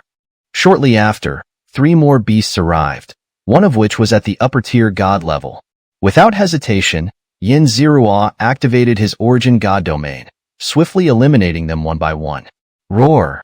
After the upper-tier god beast let out an unwilling roar, Yin Zirua punched it, turning it into a cloud of blood mist that became nourishment for the new continent, adding a bit of vitality. Not all beasts could be integrated into the new continent, however. Yin Zirua had researched all possible beasts beforehand and made sure not to make any mistakes. Roar! Some beasts, seeing how powerful Yin Zirua was, dared not approach, only roaring from a distance. Others, realizing it was the creation of a new continent, lost interest and slowly wandered away, disappearing into the void. These were beasts with some intelligence, and Yin Zirua did not attack them. Chapter 319. The Creation Calamity, Divine Blood Reward. Oh, someone is creating a continent. A large group of airships approached from the distance.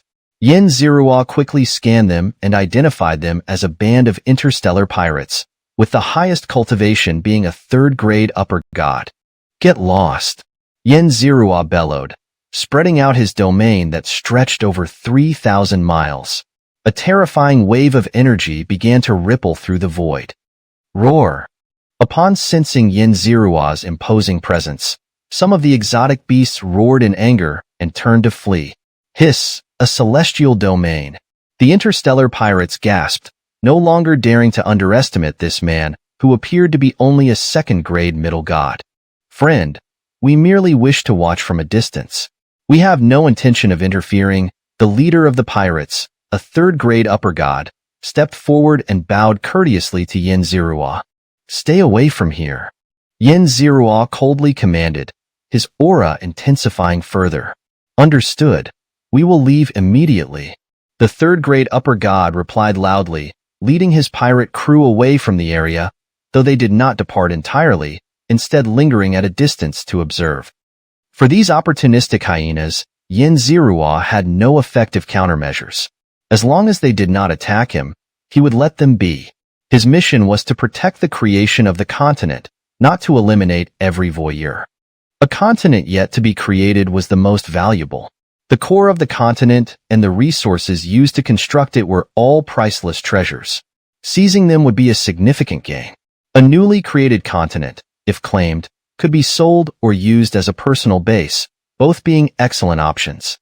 Moreover, newly created continents were sometimes blessed by the cosmic will, bestowing treasures that could range from insignificant trinkets to priceless artifacts coveted even by true gods. The exact nature of these treasures could only be known when they descended. Swoosh! Another pirate crew arrived, their strongest member being a first-grade upper god. Upon seeing Yin Zirua's domain, they hovered at a distance, cautiously observing. Xianxia scanned the area and noticed the arrival of numerous interstellar pirates. Some independent cultivators had also gathered in small groups at the outer perimeter. Additionally, there were some exotic beasts. The less intelligent ones had already been exterminated by Xianxia, leaving only the more cunning ones, who watched the creation of the continent from a distance. This is not good, Xianxia thought, slightly frowning. The continent being created this time was larger than usual, attracting many enemies. He might be overwhelmed soon. Boom! A thunderous roar echoed through the void. Xianxia turned to see a massive continent suspended in the cosmic emptiness. At its center, a gigantic vortex slowly absorbed spiritual energy, causing the newborn continent to slowly rotate with the vortex. The creation is almost complete, Xianxia muttered. If the treasure bestowed by the cosmos was not particularly valuable, then this creation would be considered a success. With his deterrence, the enemies dared not disrupt the formation of the continent. As for seizing it, even if successful, they risked being shattered by the enraged Xianxia and Kongshuan. Such an endeavor would be both arduous and unrewarding. No one would dare attempt it. The massive vortex began to accelerate, rapidly dispersing the gathered spiritual energy across the continent. Some formed clouds and skies, while others nourished the newly sprouted grass. As the spiritual vortex grew thinner, Xianxia knew the creation was nearing completion, and the most dangerous moment was approaching. Boom! A muffled thunderclap suddenly resonated in the silent cosmic void. At the center of the spiritual vortex, a drop of blood the size of a fist appeared. Gulp! Seeing this drop of blood, Xianxia couldn't help but swallow hard. It was incredibly alluring, his instincts craving it. He didn't know the exact name of this blood, but he knew trouble was about to ensue. Roar! Countless exotic beasts began to stir, roaring incessantly at the drop of blood. Divine blood of the ages, seize it! The interstellar pirates and independent cultivators, seeing the drop of blood, were overcome with greed, their eyes turning red as they brandished their weapons and charged toward Xianxia. Swoosh! Among the outsiders, Kongshuan was the fastest. He flashed to the side of the drop of blood, effortlessly picking it up, and without hesitation, swallowed it whole. Roar! Kongshuan let out a mighty roar, transforming into an enormous divine ape, pounding his chest as he stood atop the newborn continent. Quick! Kill him and extract the divine blood from his body. Although Kongshuan had swallowed the divine blood, its scent did not diminish. Instead, it grew even more potent. Seeing Kongshuan's ever-rising aura and the overwhelming fragrance, the crowd shouted in unison. Kill! Xianxia did not hesitate, unleashing his full might. His terrifying killing intent instantly sobered many of the overzealous beasts and pirates, who hesitated for a moment before retreating. Xianxia was extremely powerful, deterring most of the pirates. However, some were either unaffected or completely unafraid of him, directly approaching the newborn continent and coldly gazing at Kongshuan. Hand over the divine blood, or I will destroy this continent. One of the third-grade upper gods declared coldly. Roar! Kill! Kongshuan went berserk, his aura continuously rising, approaching the realm of true gods. The would-be robbers were momentarily stunned, but Kongshuan immediately appeared before them, his two massive, furry hands grabbing them. Splat! In an instant, Kongshuan killed several upper gods, their blood forming clouds above the newborn continent. The howling winds brought an eerie atmosphere to the continent. Roar! After dispatching those who sought to steal the divine blood, Kongshuan passed by Xianxia and roared, moving to the outer perimeter. He was not yet satisfied and intended to continue his killing spree. Run! The interstellar pirates, seeing the blood-soaked Kongshuan suddenly appear before them, screamed and scattered in all directions. Roar! The less intelligent exotic beasts, seeing Kongshuan, charged forward, attempting to tear off a piece of flesh, only to be pounded into paste by him. Beasts will always be beasts, Xianxia sighed, knowing that the creation of the continent had been successful. Roar! Kongshuan continued to roar, relentlessly killing the invaders who had sought to take advantage of the situation. After eliminating most of the opportunists, he finally relaxed, his aura steadily declining until it stabilized at the level of a newly ascended third-grade upper god. Consuming the divine blood had significantly boosted Kongshuan's strength, making it a valuable treasure for those below the true god realm. Chapter 320. Setting off to search for treasure, the old golden ape's request. Kongshian, having established a new continent, set up a defensive grand array on it. Once activated, the array released a cloud of white mist that enveloped the entire continent. When do you plan to go in search of the golden ape's treasure? Kongshian asked after handling all his affairs. In about half a month, Yin-Zero replied. What he needed most at the moment was a method and divine artifacts to enhance the quality of his domain when ascending to the upper god realm. Other than that, he wasn't particularly concerned. Of course, if the golden ape's treasure contained such divine artifacts, that would be even better. In the blink of an eye, half a month had passed. Yin-Zero and Kongshian stood in the void, accompanied by Luoya and Yoamo, as well as a young monkey who was a second-rank upper god. This monkey was the most talented prodigy under Kongshian's command. Let's begin. Kongshian glanced back at the newly formed continent and said, he had left many contingencies in the continent, so he wasn't worried about enemy invasions. Buzz, buzz, buzz. Yin-Zero took out a yellowish-white conch and infused it with divine power. Roar. A golden giant ape's phantom appeared, roaring to the sky. As Yin-Zero continued to pour divine power into the conch, the ape's figure became increasingly solid, almost indistinguishable from a real giant ape. Its roars also grew more realistic, as if a giant ape were roaring beside them. Roar! Roar! Kongshian and his subordinates were roused by the ape's roars, and they too roared toward the sky. Woo-ha-ha! The golden ape seemed to gain consciousness, lowering its head to glance at Kongshian and his subordinates, waving its hands and emitting the unique calls of apes. Woo-ha-ha! Kongshian and his subordinates responded in kind. Not bad. All of you are good children. The golden ape's eyes grew increasingly intelligent until it appeared as lifelike as a real creature. Its somewhat dim eyes carried a sense of profound age, gazing at Kongshian and his subordinates with a look of satisfaction.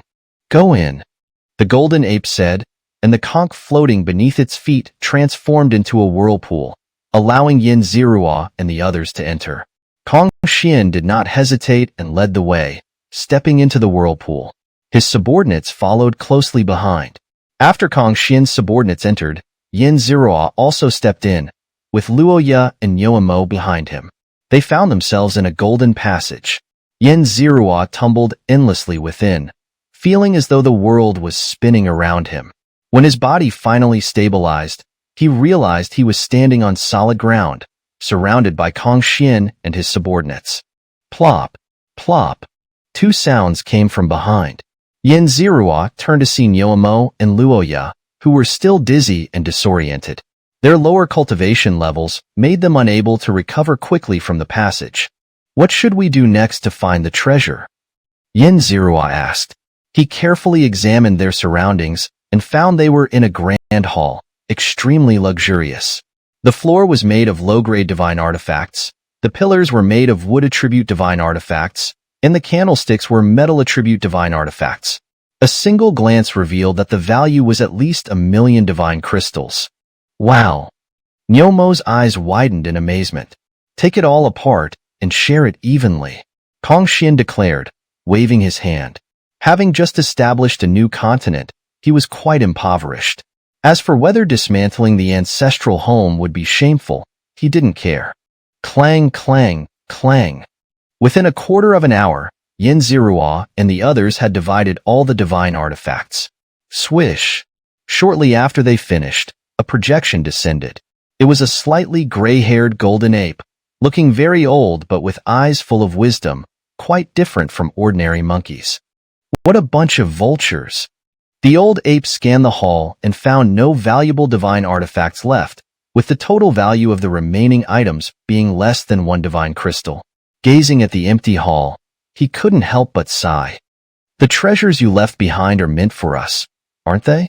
We took them, so what's the surprise? Kong Xian said boldly. Haha, it's monkeys like you who live long and thrive. The old ape wasn't angry at Kong Xian's words, but instead seemed quite pleased. Now, what treasures do you want? The old ape asked. Kong Xian needed some treasures to enhance his cultivation and insights on how to ascend to true God. As for Nyoamo and Luoya, they each had their own desires for treasures and divine techniques, which the old ape satisfied one by one. Finally, the old ape looked at Yin Zirua, who was the only one left without making a request. What do you want, young human? The old ape asked. I need a method and divine artifacts to enhance the quality of my divine domain, Yin Zirua replied. I have plenty of those. What kind of divine artifacts do you need? The old ape waved his hand, and numerous light spheres floated around him. Through the spheres, one could see miniature divine artifacts. I have a heaven divine domain and need unique divine artifacts. Moreover, I also need your guidance, Yin Zirua respectfully bowed. With a thought, he unfolded his heaven divine domain. The five-colored divine domain expanded, causing the grand hall to feel a bit cramped. The old ape reached out, compressing the domain into the size of a fist and floating it in Yin Zirua's palm. For this action by the old ape, Yin Zirua felt no discomfort, but instead gained some insights into the usage of divine domains. He felt that if he could fully comprehend it, his combat power might increase. Your divine domain is based on primordial divine artifacts? It seems to be primordial divine fire, the old ape said, stroking his chin as he examined Yin Zirua's domain. Indeed, as the elder said, Yin Zirua replied, not surprised that the old ape could see through the foundation of his domain. After a moment's hesitation, he roughly explained the process of constructing his domain. So, you want to follow the primordial path? The old ape asked. That's correct. I have already completed the 5 elements, but I don't have a clear method for the next step, which is why I came here to ask the elder for guidance, Yin Zirua said. Completing the 5 elements, your next step is to communicate with the primordial source. I have a method here, but I can't just give it to you like that, the old ape said. What? You're setting conditions? Didn't you say we could get any treasure here? My brother doesn't need treasures, just a piece or two of information, and you're still setting conditions? Before Yin Zirua could speak, Kong Xian grew anxious and loudly protested. Heh, this is personal information of mine, not within the scope of this treasure. The rules of the treasure can't bind me, the old ape said leisurely. Please, elder, give your instructions. Yin Zirua immediately bowed deeply and asked respectfully. Yin Zirua hadn't had high hopes for this journey, but to his surprise, there was indeed information on this matter.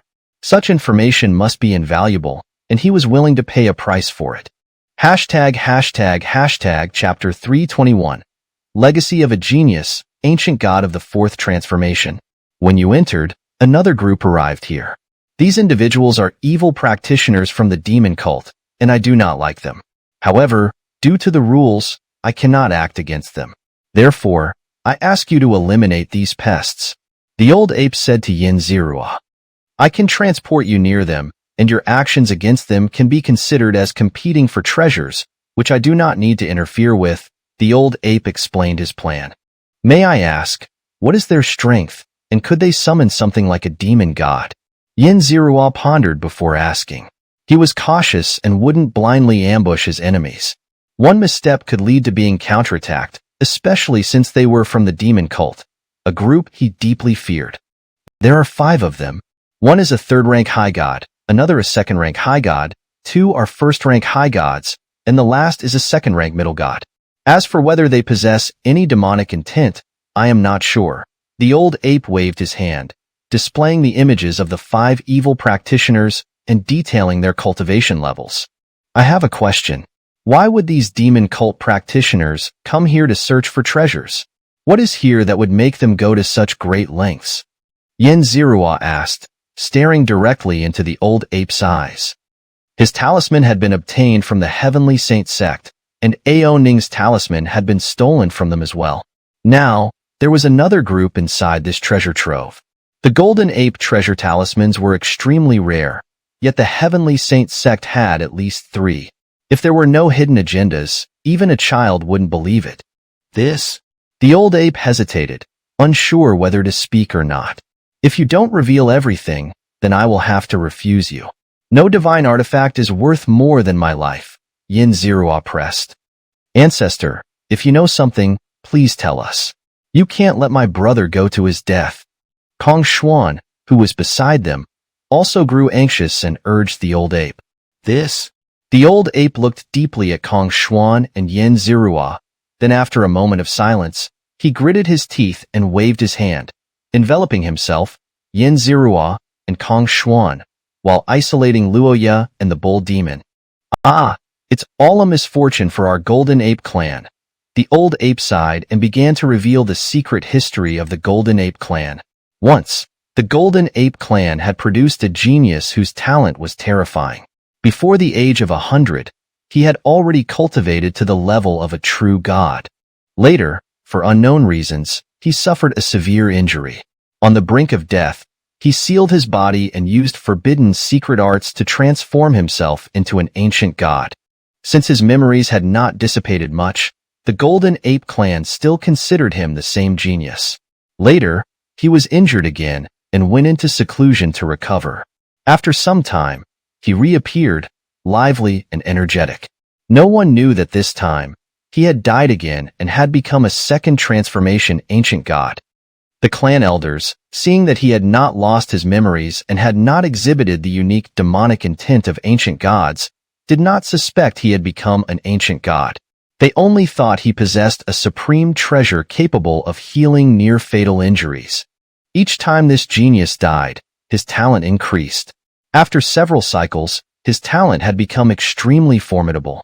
As he was about to ascend to the level of a heavenly god, the clan's high-ranking members, overjoyed, provided him with unlimited resources. Although he retained most of his memories with each resurrection, ancient gods were fundamentally different from their original selves. Despite his cleverness in avoiding others, over time, he was eventually discovered. The shocked elders investigated and found that this individual had become a 4th transformation ancient god, meaning he had died 4 times, yet his memories had not been significantly affected, and the typical aura and demonic intent of ancient gods had not surfaced. The clan's high-ranking members were greatly embarrassed to discover an ancient god within their ranks and immediately moved to suppress and kill him. Although he was only at the peak of true god level, his true combat power was comparable to that of an average heavenly god. With the influence of demonic intent, even the clan's heavenly gods were no match for him, forced to retreat repeatedly. It was only when the clan's ancient ancestor awakened that he was finally suppressed and killed. This battle caused heavy losses to the Golden Ape clan, and it took many years for them to recover. This incident became a stain on their history, rarely mentioned to outsiders. What does all this have to do with those demon cult practitioners? Kong Xuan asked. The connection is profound. If an ancient god who is reincarnated can retain their memories, the likelihood of going mad decreases, and they become easier to control. If one knows the secret behind this, they could mass-produce ancient gods. If there is any secret technique or treasure involved, even demon gods might take direct action, the old ape explained.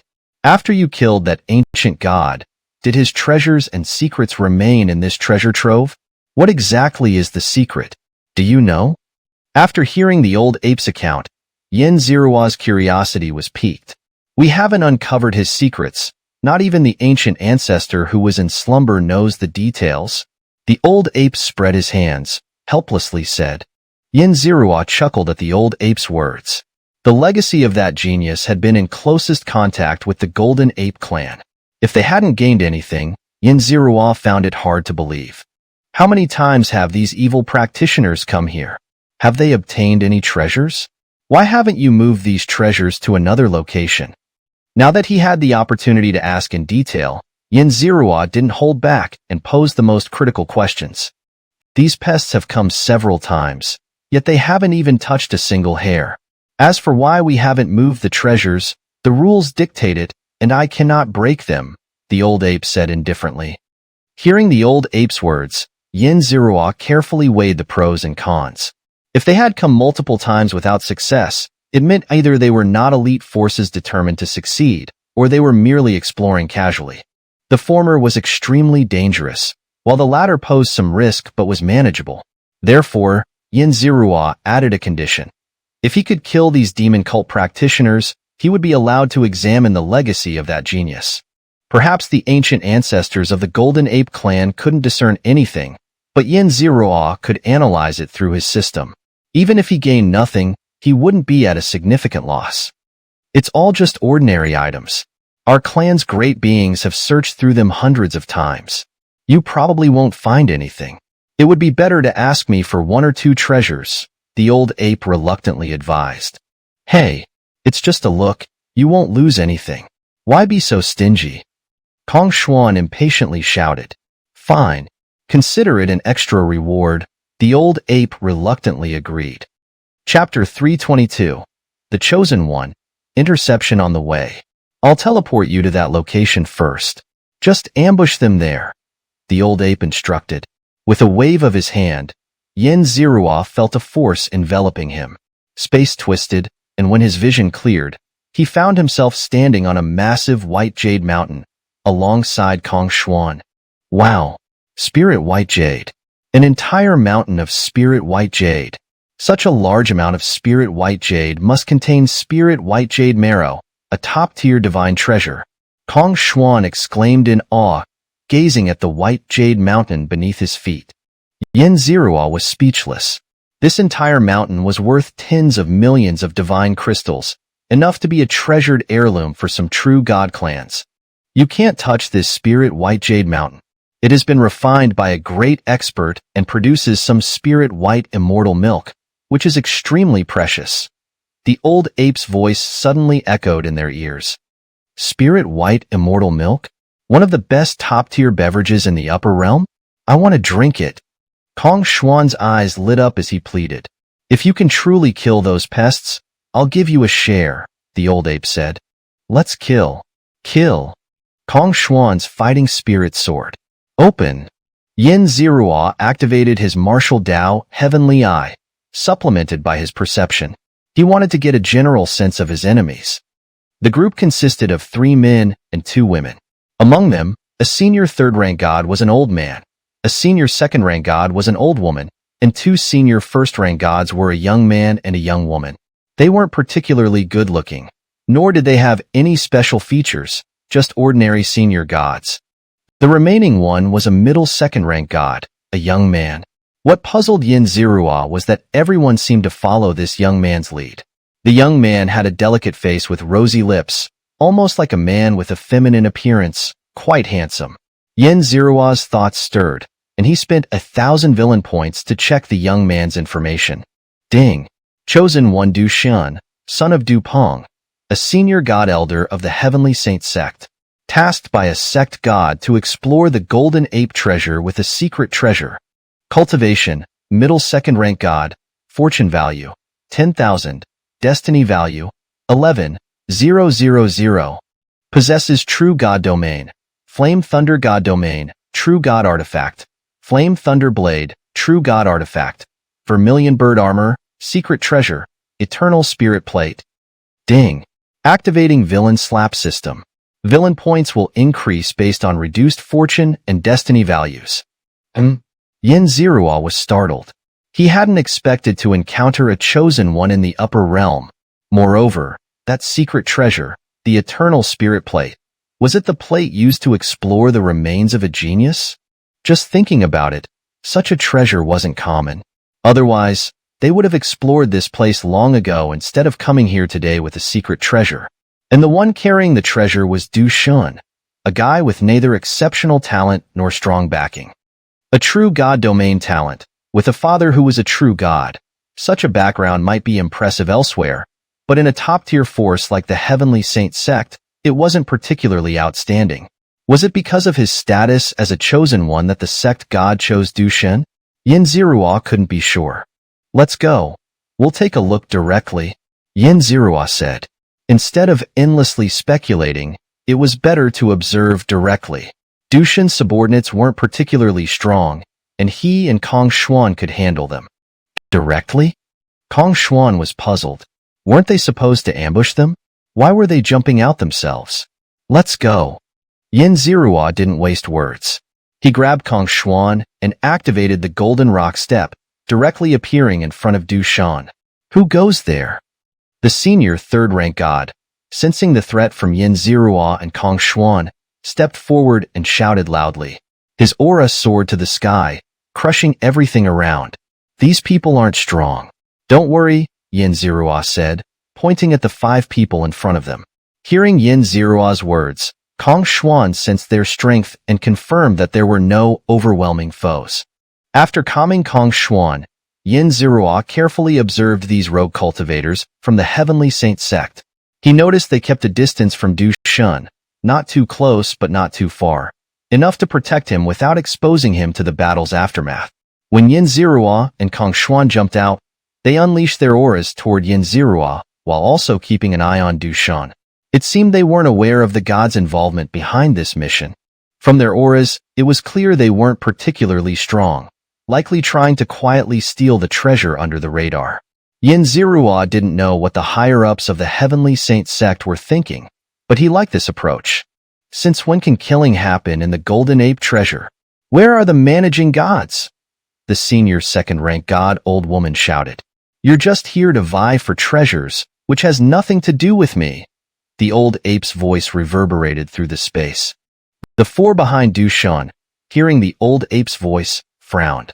They might be able to defeat Yin Zirua and Kong Xuan, but they would suffer significant losses, possibly losing 1 or 2 of their own. We have no treasures, nothing worth your taking. The old woman's face stiffened slightly as she said with a strained expression, I just enjoy hunting down demon sect members. I have a deep hatred for the Heavenly Saint sect. Yin Zirua said leisurely. Young master, we're just small fry in the Heavenly Saint sect. There are countless like us. Is it really worth your effort to kill us? I don't see any mortal enmity between you and our sect. Why block our way? The old woman scrutinized Yin Zirua and Kong Xuan. Enough of your nonsense. Someone sent us to kill you. Just obediently meet your end. Kong Xuan had no positive impression of the Heavenly Saint sect. Not long ago, he was forced to abandon his original lair, and it was likely that the Heavenly Saint sect had a hand in this. Roar! On Kong Xuan's side, transparent silhouettes of myriad beasts appeared, their divine forms roaring to the heavens, growing increasingly vivid and lifelike. Who sent you to kill us? The old woman was momentarily stunned but quickly reacted. She cried out bitterly to the sky, The Golden Ape Clan, you dare incite treasure hunters to kill each other. Aren't you afraid of the wrath of the Great Ones? I didn't, the old ape hurriedly replied and fell silent. Emph! The old woman snorted coldly and stopped arguing with the old ape. She turned to Kong Xuan and sneered. Little monkey, you're following the Golden Ape Clan's orders. Aren't you afraid of bringing them karma? Let me tell you, the Golden Ape Clan has collected many treasures. They once promised the Great Ones of the universe to share these treasures with all the gods of the upper realm, witnessed by top-tier Great Ones. Yin Zirua hadn't expected such a secret. The Golden Apes collected treasures, but couldn't keep them all for themselves. They had to share them. It seemed that without a strong fist, nothing could be done. Chapter 323. Revealing the Truth, the Arrival of a Heavenly Deity. To be honest, I have no interest in your lives. Everything I said about not letting you live was a lie. I can let you go, but I need the secret treasure on him. Yin Zirua pointed at Du Shun with the Sui Xian Rui ruler in his hand. Huh. The old woman and Du Shun's faces darkened instantly.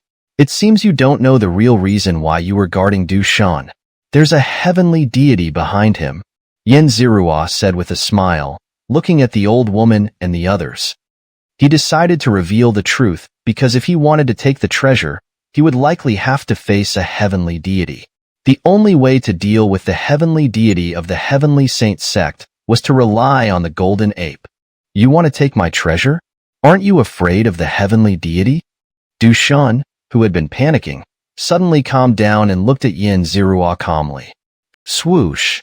The old ape suddenly appeared beside Yin Zirua, staring intently at him and Du Shan.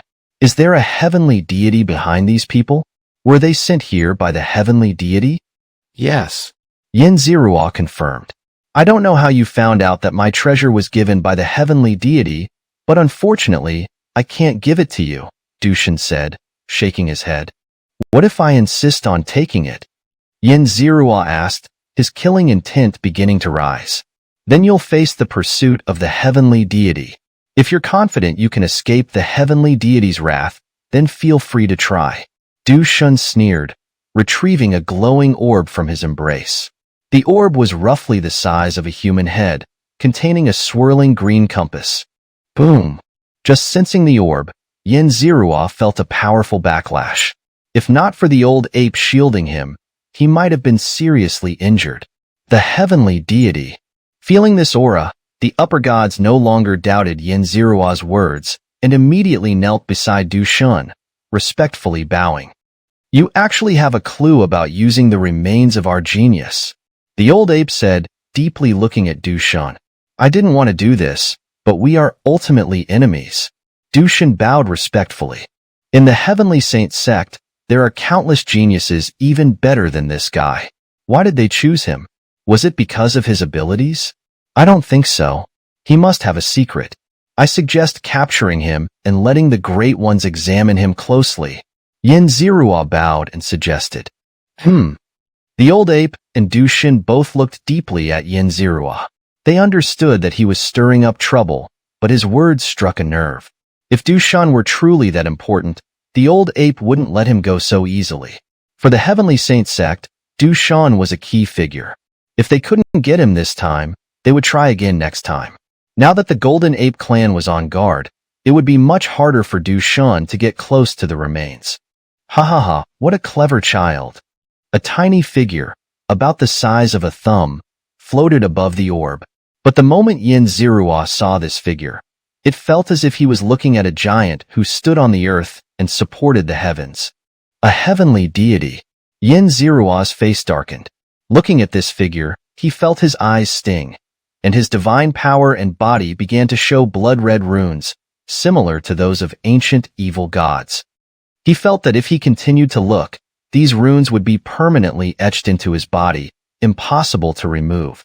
He wanted to move, but couldn't. What's the point of bullying a child? Ha, you're really losing your edge. A voice echoed in Yin Zirua's ears, filled with profound mysteries. This mystery instantly dispelled his stiffness, and he could move freely again. The blood-red runes inside his body disappeared without a trace. Humph! The heavenly deity in Du Shan's hand snorted coldly. Yin Zirua saw a flash of white light, and everything disappeared, leaving only Kong Xuan and the old ape beside him. Where did they go? Kong Xuan asked curiously.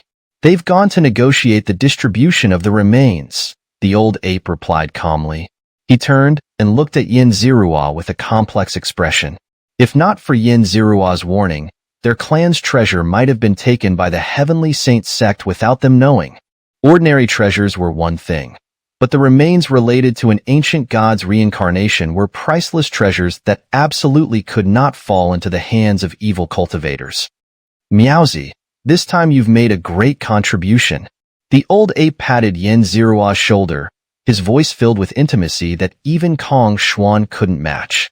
What's in it for me? Yin Zirua asked. Ha ha ha, I like you, Meowsy. The old ape laughed loudly, his hand sweeping across with a heroic air. Take whatever treasure you want here. I want that spirit white jade mountain. My newly formed continent needs a treasure to stabilize its energy. Kong Xuan immediately spoke up. That mountain can't be given to you. The old ape waved his hand, and a small piece of spirit white jade appeared in his palm. Yin Zirua could see that although it wasn't large, its value was undoubtedly high.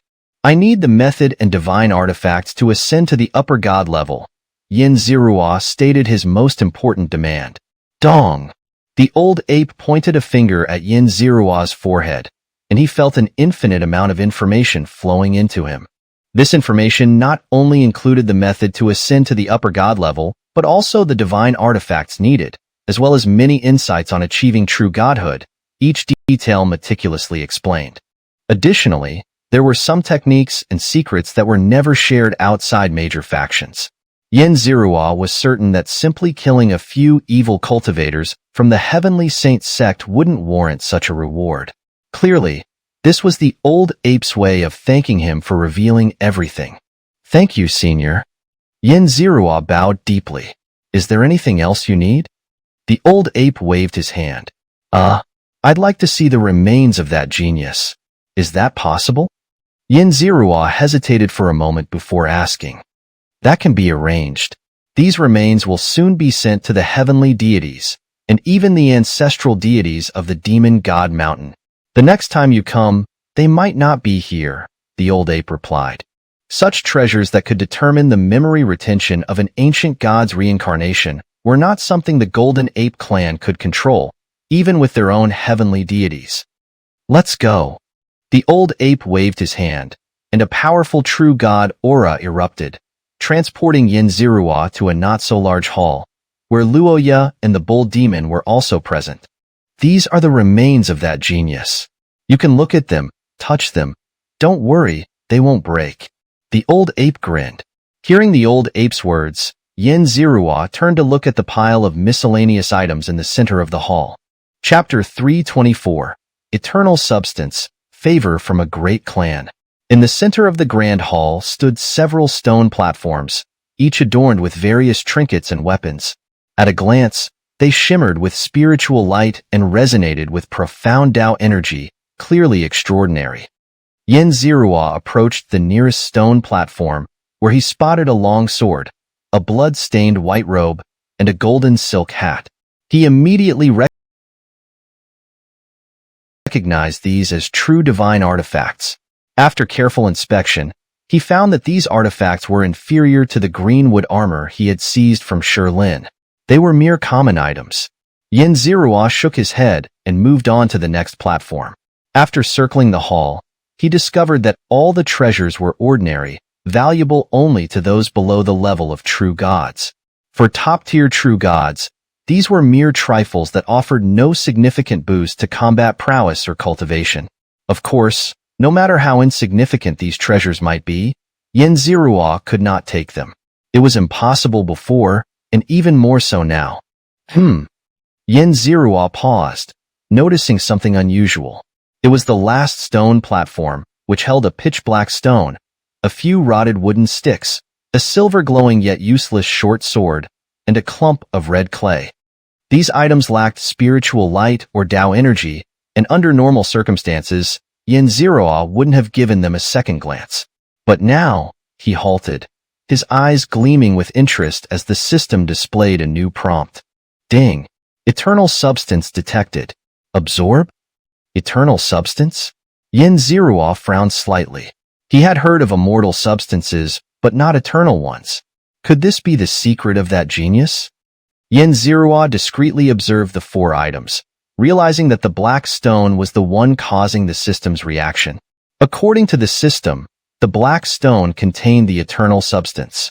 Senior, could you enlighten us about these treasures? Xianxia bowed respectfully to the old ape. You've made a discovery? The old ape's eyes lit up with curiosity. No, Xianxia shook his head. I'm merely curious about the origins of these items. Perhaps I might spot something unusual. The old ape chuckled and began to explain each item in detail. When he reached the black stone, he picked it up and said, If I'm not mistaken, this should be a soul-calming stone. What is a soul-calming stone? Wuxia asked with curiosity. Perfect. Xianxia silently praised her in his mind. These soul-calming stones are only found in one place in the upper realm. They have the effect of nourishing damaged souls, though their efficacy is limited, useful only to those below the level of true gods. The old ape explained casually. As the old ape spoke, Xianxia memorized the name, soul-calming stone, and made a mental note to visit the place where it was produced. After hearing the old ape's explanation, Xianxia glanced at the stone without drawing attention. He decided not to absorb the eternal substance within it. He had inquired with the system, and absorbing immortal substances would convert them into villain points, which he didn't currently lack. There was no need to take unnecessary risks. Although the Golden Ape clan had allowed them to freely examine and touch the items, Xianxia knew that there must be top-tier experts observing them. If the black stone showed any unusual changes after being touched by him, he would be unable to explain himself. "I see," the old ape said after a while, as if receiving some news. He bowed respectfully to the void. "Do you need any more treasures?" the old ape asked. Xianxia and Kong Xuan both shook their heads. For Xianxia, ordinary treasures held little meaning, and he wouldn't take anything too valuable. After all, he had already received a wealth of information and secret techniques. Being overly greedy would only sour his relationship with the Golden Ape clan. "Then I'll send you off now," the old ape said, his gaze lingering on Xianxia and the others. "Our clan owes you a great favor." "I dare not claim credit," Xianxia replied with a bow. The favor of a top-tier clan was not something that could be replaced by mere treasures. This favor was likely the second greatest gain of his journey, after the information and secret techniques. "Go!" With a sharp command from the old ape, Xianxia felt the space around him twist. When he reappeared, he found himself outside, near the newly formed continent created by Kong Xuan. "This time, you've angered the Heavenly Saint Sect's deities. Be careful," the old ape's voice suddenly echoed in his ears. "Senior, will I implicate Kong Xuan and the others?" Xianxia called out in his mind, not wanting to drag Kong Xuan into danger. If those deities descended upon this place, it would be a doomsday scenario for the inhabitants of Kong Xuan's continent. "No, this is our clan's territory. The Heavenly Saint Sect won't risk offending the Demon God Mountain over a minor matter," the old ape replied. "You can stay here as long as you like. No one will dare to touch you here. But once you leave, we can no longer protect you." Hearing this, Xianxia breathed a sigh of relief. As long as Kong Xuan and Luoya were safe, that was enough. As for himself, he wasn't worried. After spending over a month on the newly formed Kong Xuan continent, Xianxia informed Kong Xuan that he was about to set out in search of an opportunity to ascend to the level of a high god. "My accumulation and foundation are already sufficient.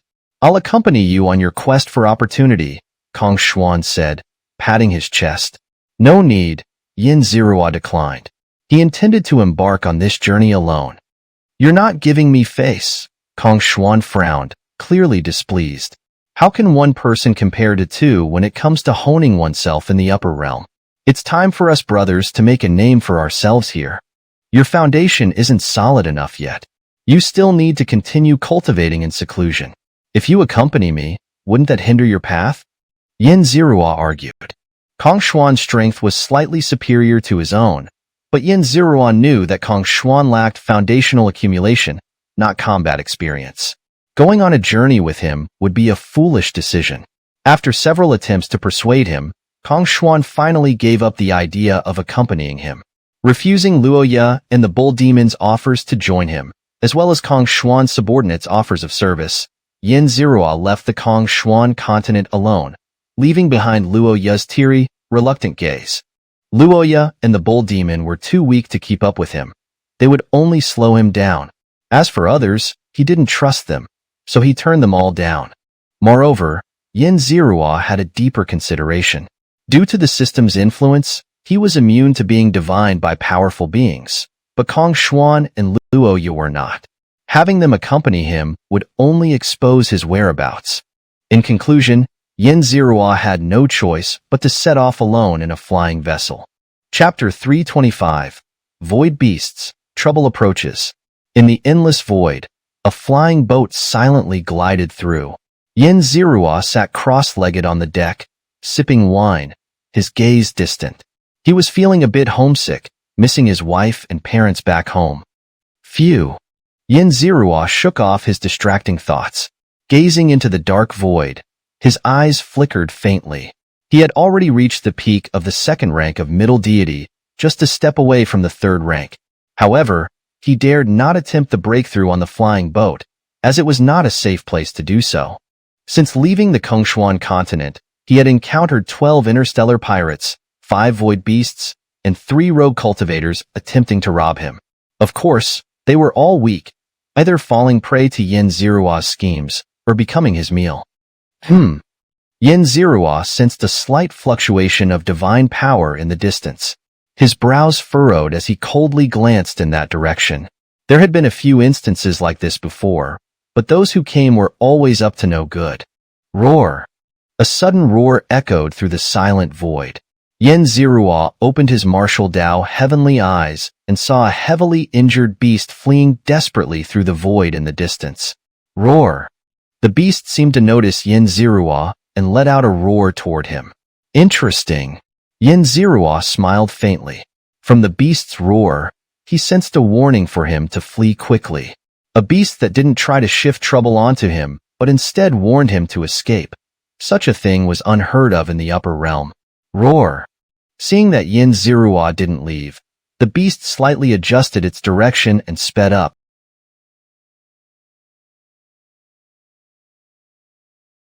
fleeing away from him. Not long after the beast passed by, Yin Zirua stood on the flying boat and looked into the distance. 3 upper deities were approaching, 2 of the second rank and 1 of the first rank, none of them particularly strong. May I ask this young noble, did you see a beast pass by here? One of the upper deities, a second-rank elder, approached Yin Zirua and inquired. The elder's skin was wrinkled like a shriveled crow, his gaze sharp and filled with killing intent. Upon seeing Yin Zirua, he subconsciously restrained his killing aura and put on a relatively amiable demeanor. In his hand, he held a blood-stained spear, the blood carrying the scent of the beast. I don't know. Yin Zirua shook his head slightly, then ignored them and steered the flying boat in another direction. You insolent brat! Another second-rank upper deity, a middle-aged man, glared angrily at Yin Zirua for his dismissive attitude, his momentum erupting with murderous intent spreading through the void. Silence! The elder coldly reprimanded, wiping out all the momentum and killing intent. He bowed deeply to Yin Zirua. My son is arrogant. Please do not take offense, young noble. Yin Zirua didn't respond and continued steering the flying boat away. He knew they harbored killing intent toward him, but were wise enough to suppress it. Seeing their sensible behavior, Yin Zirua had no intention of killing them. After all, he wasn't a maniac killer. As for their pursuit of the beast, what did it have to do with him? He wouldn't risk his life for a beast he merely found somewhat likable. The flying boat sliced through the void, passing by a massive meteor. The meteor was enormous, comparable to a planet. Such meteors were common in the void, and after sensing no danger, Yin Zirua quickly moved on. Huh! As he passed the meteor, Yin Zirua let out a soft exclamation. He sensed a faint life force within the meteor, extremely weak, barely noticeable without careful perception. What a clever concealment technique! I almost fell for it, Yin Zirua muttered, gazing at the seemingly ordinary meteor. Should he take a look at this concealment array? A thought suddenly crossed his mind. He was curious about the array that almost tricked him and wanted to investigate. Swoosh! Yin Zirua flicked his finger, sending out a minuscule strand of divine power. If this strike couldn't break the concealment array, he would leave immediately, no longer caring about what lay inside. In the upper realm, excessive curiosity wasn't a good thing. The box could contain treasure or a venomous snake. Opening it was akin to gambling with one's life, and Yin Zirua didn't enjoy gambling. Pop! A crisp sound echoed as Yin Zirua's divine power pierced the concealment array like a needle bursting a bubble, revealing what lay beyond. At the center of the massive meteor lay a pink pony, its body drenched in a pool of sacred pink blood glowing with holy light. The creature was unconscious, severely injured and on the brink of death. What a coincidence! Yin Zirua slapped his forehead. This was the same beast that had been pursued earlier, and also the most likable beast he had encountered. Seeing its severely injured state, Yin Zirua hesitated. Should he save it? Saving it would mean endless karma, but letting it die would be a bit of a pity for a creature he found somewhat endearing. Yin Zirua looked up and saw 3 upper deities approaching from the distance, the same ones who had been chasing the beast earlier. Guess I have no choice but to save it, Yin Zerua thought, drawing his heart-following ruler. These three upper deities would surely assume he intended to steal their beast. Given their nature, they would undoubtedly try to kill him. Since they were destined to be enemies, Yin Zerua had no reason to hold back. It's over here. Behind that meteor. The second-rank middle-aged man held a compass, excitedly pointing in their direction. The three upper deities turned a corner and arrived where Yin Zerua was. Their faces froze with joy, and the atmosphere turned tense. Gentlemen, do you believe this is just an accident? Yin Zerua spread his hands. You insolent brat. Are you trying to steal our beast? The middle-aged man frowned coldly. I have no interest in your beast and certainly no intention of stealing it, Yin Zerua retorted without hesitation. You. The middle-aged man's eyes burned with fury, wanting nothing more than to kill Yin Zerua. Silence. The elder coldly reprimanded. He bowed to Yin Zerua again. I apologize once more, young noble. I know you are not involved in this matter. You may leave as you please. I will not stand in your way. After saying this, the elder stepped aside, allowing Yin Zerua to leave. Father, he's just a lowly second-rank middle deity. Why are you so respectful to him? We're all upper deities. Seeing his father back down again, the middle-aged man was extremely dissatisfied, his voice cold. Chapter 326, Vengeance for the Sun, Saving the Beast. How dare you? Shut up! The elder bellowed coldly, a layer of cold sweat breaking out on his forehead. He abruptly turned and viciously slapped the middle-aged man across the face, sealing his mouth with a surge of divine power. Young master, my son has been disrespectful. This is my apology to you. The elder hastily bowed deeply, pushing out a storage ring with both hands. Yin Zerua glanced at it and knew that the storage ring contained 50,000 divine crystals, not a small amount, but not insignificant either. Very well, I shall take my leave now, Yin Zerua said. The elder was extremely courteous, both in manner and substance, clearly an old hand in the world. For someone like this, Yin Zerua saw no need to make things difficult and decided to leave directly. MMM. The middle-aged man glared at Yin Zerua with eyes blazing with fury, his mouth making muffled sounds. Yin Zerua ignored them, stepping back to reveal the beast. Just as he was about to turn and leave, the upper-rank god of the First Order spoke up. This figure was shrouded in a hooded black robe, making it impossible to discern their appearance. You cannot leave. Our hunt for this beast must remain a secret to anyone. The voice of the upper-rank god of the First Order sounded like that of a young boy, with a characteristic rasp and childish tone. Both Yin Zerua and the elder's expressions changed, especially the elder's, whose brows furrowed tightly. Didn't we agree that the entire hunt would be under my command? The elder demanded angrily, clearly irritated that a situation had arisen when it could have been avoided. I'll say it one more time. Our hunt for this beast must not be known to anyone. The consequences would be unimaginable if word got out. Anyone who witnesses our hunt must die. The boy's voice rang out, his aura erupting, and a murderous intent like a barrage of arrows piercing toward Yin Zerua. So, you intend to kill me? Yin Zerua sneered, gripping his Xianxia Ru Ichi tightly. Kill. The middle-aged man could no longer hold back. He unleashed a domain spanning 80 to 90 miles, brandishing a halberd as he charged toward Yin Zerua. Stop. Cease immediately, the elder shouted urgently, also deploying his own domain in an attempt to stop his son. However, their powers were evenly matched, and he could not prevent his son. Kill. The middle-aged man raised his halberd and swung it toward Yin Zerua. What an ignorant fool. Yin Zerua's gaze was cold, regarding the middle-aged man as if he were already a dead man. With a thought, Yin Zerua activated his heavenly god domain, enveloping the middle-aged man entirely. Within the heavenly god domain, the middle-aged man and his domain were like a tiny bubble trapped in amber, completely immobilized.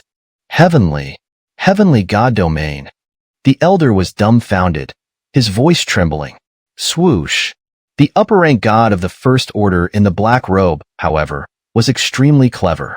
Upon seeing Yin Zirua's heavenly god domain, he did not hesitate and immediately fled.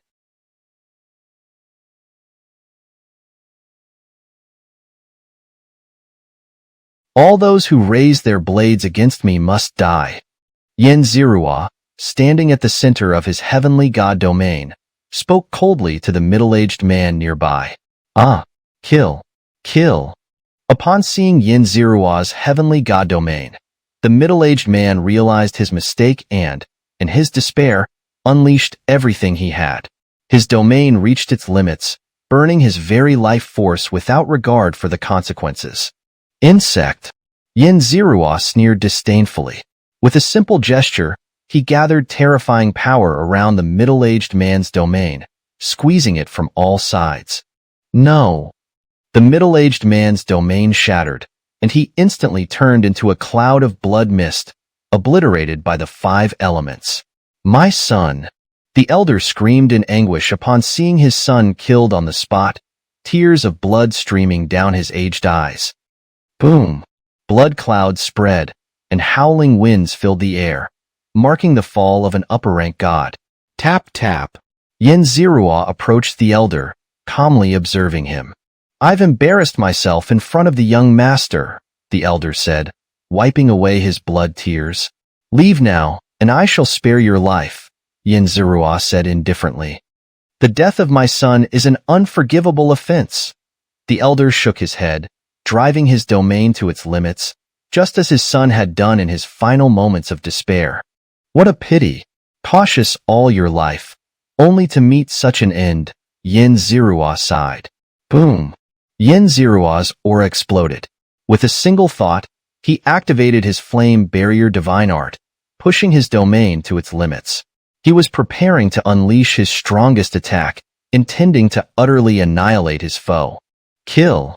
Both Yin Zirua and the elder roared simultaneously. A deafening explosion rang out, and the elder vanished, leaving only Yin Zirua standing in the void. Boom! Blood clouds spread, and howling winds raged, as if bidding farewell to the elder. Enough of that noise. Yin Zirua bellowed, unleashing all his power. With a swing of his fist, the blood clouds dispersed, and with a stomp of his foot, the void solidified, the winds stilled. After an unknown period, Yin Zirua gradually regained his senses, floating in the void. He turned his head to look at the figure in the black robe, who was fleeing for his life, and grinned. Tap! With a single step, Yin Zirua traversed the void like a massive golden pong, instantly appearing before the black-robed figure. Swish! Yin Zirua's hand shot out like a dragon, seizing the figure by the throat. Release me. Let me go. The black-robed figure struggled frantically, his hood falling to reveal a face marked with black patterns. The figure was a young boy, now roaring at Yin Zirua, his limbs flailing like a trapped insect. I don't like you. I've decided to send you to your death, Yin Zirua said calmly, looking at the boy. Do you know who I am? I am a disciple of a true god from the League of Gods. If you dare touch me, you will face the wrath of a true god. The boy, terrified by Yin Zirua's gaze as if he were a fragile piece of pottery, screamed in panic. Heh! Yin Zirua gave a disdainful snort, his hand tightening slightly. There was a crisp crack, and the pottery shattered. The boy was dead. Boom! Blood clouds and howling winds once again filled the air. Yin Zirua's eyes remained unmoved. With a flick of his hand, he sent the boy's corpse flying. As the corpse flew, it was corroded by a 5-colored force, gradually turning into nothingness, leaving no trace behind. Yin Zirua checked his system's villain points and found that he had killed 3 upper-rank gods, earning a total of 150,000 villain points. It wasn't a massive haul, but it was decent. Swoosh! Yin Zirua landed on the meteor, gazing at the beast lying in a pool of blood. Suddenly, a fragrant pill appeared in his hand. This pill costs 50,000 villain points. If you cannot provide 50,000 villain points, then you shall repay with your life. Chapter 327.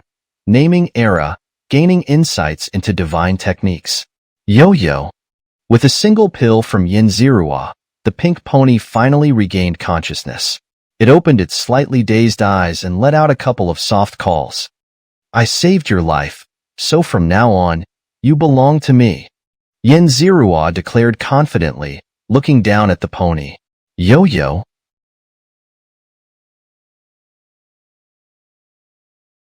The pink pony tilted its head and stared at Xianxia, clearly puzzled. It seemed to understand what Xianxia meant, which made it feel rather strange. I saved your life.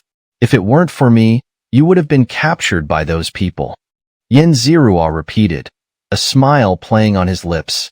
From now on, you're my beast. Your name will be Era. Era is a divine beast from my homeland, known for its incredible destructive power. Yo-yo. The pink pony protested loudly, clearly unhappy with the name and visibly angry. Is Era not a good name? In my homeland, Era is a very majestic divine beast, quite fitting for you. Xianxia seemed puzzled as to why the pony was so upset. Yo-yo. The pink pony shook its head vigorously, communicating its thoughts to Xianxia through its calls. You know the true meaning of Era? Xianxia was momentarily stunned, but showed no embarrassment. His eyes narrowed slightly as he asked, Can you sense my thoughts? Yo-yo. The pink pony nodded proudly, its head held high. Seeing its confident demeanor, Xianxia couldn't help but marvel at the extraordinary abilities of some beasts. He realized he needed to be more cautious in the future. Then what should I call you? Erguzi? But you look more like a horse. Xianxia was feeling a bit conflicted. Yo-yo. The pink beast called out twice, sending a mental message to Xianxia. You say your name is Xiaoming, given to you by your master? Xianxia carefully analyzed the message, understanding the information it wanted to convey. No. You'll be called Era from now on. Xianxia shook his head, adamant about his decision. Yo-yo. The pink pony became furious, trying to bite Xianxia despite having no teeth. Still, Xianxia could sense that being bitten by it would definitely not be pleasant. Smack. Xianxia slapped it away. Seeing that it couldn't overpower him, the pink pony lowered its head, reluctantly accepting the name. It alternated between whimpering and peeking at Xianxia with a pitiful expression. You're pretending to be pitiful now that you can't resist, just like my daughter. Fine, from now on, you'll be called Xiaoming. Seeing its pleading gaze, Xianxia was reminded of Yuan, and he couldn't help but give in. Yo-yo. The pink pony jumped with joy, its jubilant behavior mirroring Yuan's almost perfectly. NN. Xianxia patted its head and chuckled. With a wave of his hand, he brought Xiaoming back to his flying ship. Why were you captured by them? Who is your master? How do we find your master? As the ship set off, Xianxia sat cross-legged and interrogated the pony. Yo-yo. Xiaoming responded with 2 calls, transmitting a mental message to Xianxia. It only knew the identity of its master. In the message, Xianxia saw a blurred face of a woman, someone very close to Xiaoming. Xianxia felt that he could almost see the woman's features, but the moment he did, she would surely sense it. Instantly, he concluded that this woman was at least a true god, if not an extremely powerful one. Pure-hearted, with a master of great power, hunted by disciples of the true God's alliance. Xianxia watched Xiaoming happily munching on spirit fruits and herbs, his thoughts racing. It seemed this pink pony had quite a few secrets. Xianxia mused, though he wondered how much of it truly concerned him. With a light chuckle, Xianxia placed some of his precious spirit fruits and herbs on the ship and then retreated to the side to meditate. As he did, he suddenly felt a surge of pink energy enveloping him. Since he sensed no danger, he allowed it to remain.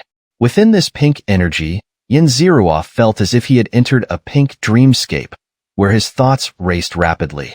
He began to consider angles he hadn't before, leading to a smoother and faster cultivation process. This energy enhances my comprehension, allowing me to cultivate faster? Xianxia's heart stirred as he seized the opportunity to delve into divine techniques and secret arts, exploring the mysteries of divine power. Huh. Yin Zirua opened his eyes, realizing that in just a short quarter of an hour, his gains were equivalent to what he would have achieved in 2 or 3 days. If this continued, the difference would be staggering. Having anti-hero points, Yin Zirua wasn't overly concerned about cultivation speed. His slow progress was due to his desire to fully experience the intricacies of each realm and level. If it were an ordinary person, they might have gone to any lengths to obtain a beast like Xiaoming. Just as Yin Zirua was about to thank Xiaoming, he noticed the little creature gasping for breath, utterly exhausted and lying limp on the ground. He frowned, realizing that such a brief period of assistance wasn't particularly significant for an ordinary person. Of course, it could also be due to its young age. After a moment's thought, Yin Zirua relaxed his brow, gently patted its head, and said softly, "You've worked hard. Go rest." Regardless of how much it had helped him, Yin Zirua felt he should still express his gratitude. Seeing it fall asleep, he crushed 3,000 divine crystals nearby, allowing it to absorb the energy. Yin Zirua and Xiaoming continued their slow journey through the void. Time passed quickly, and in the span of 7 or 8 days, Yin Zirua suddenly felt a faint ripple ahead. The ripple came from behind an asteroid and was a fluctuation of divine power, though it was well hidden. To Yin Zirua's senses, however, it was still too obvious. More interstellar pirates. Yin Zirua sneered. He rarely showed mercy to these space locusts, killing them whenever possible. Swoosh! Yin Zirua feigned ignorance and flew toward the asteroid. As he drew closer, he summoned his Theixin Ruyi Chi, prepared to unleash a devastating attack if these individuals were indeed lying in wait.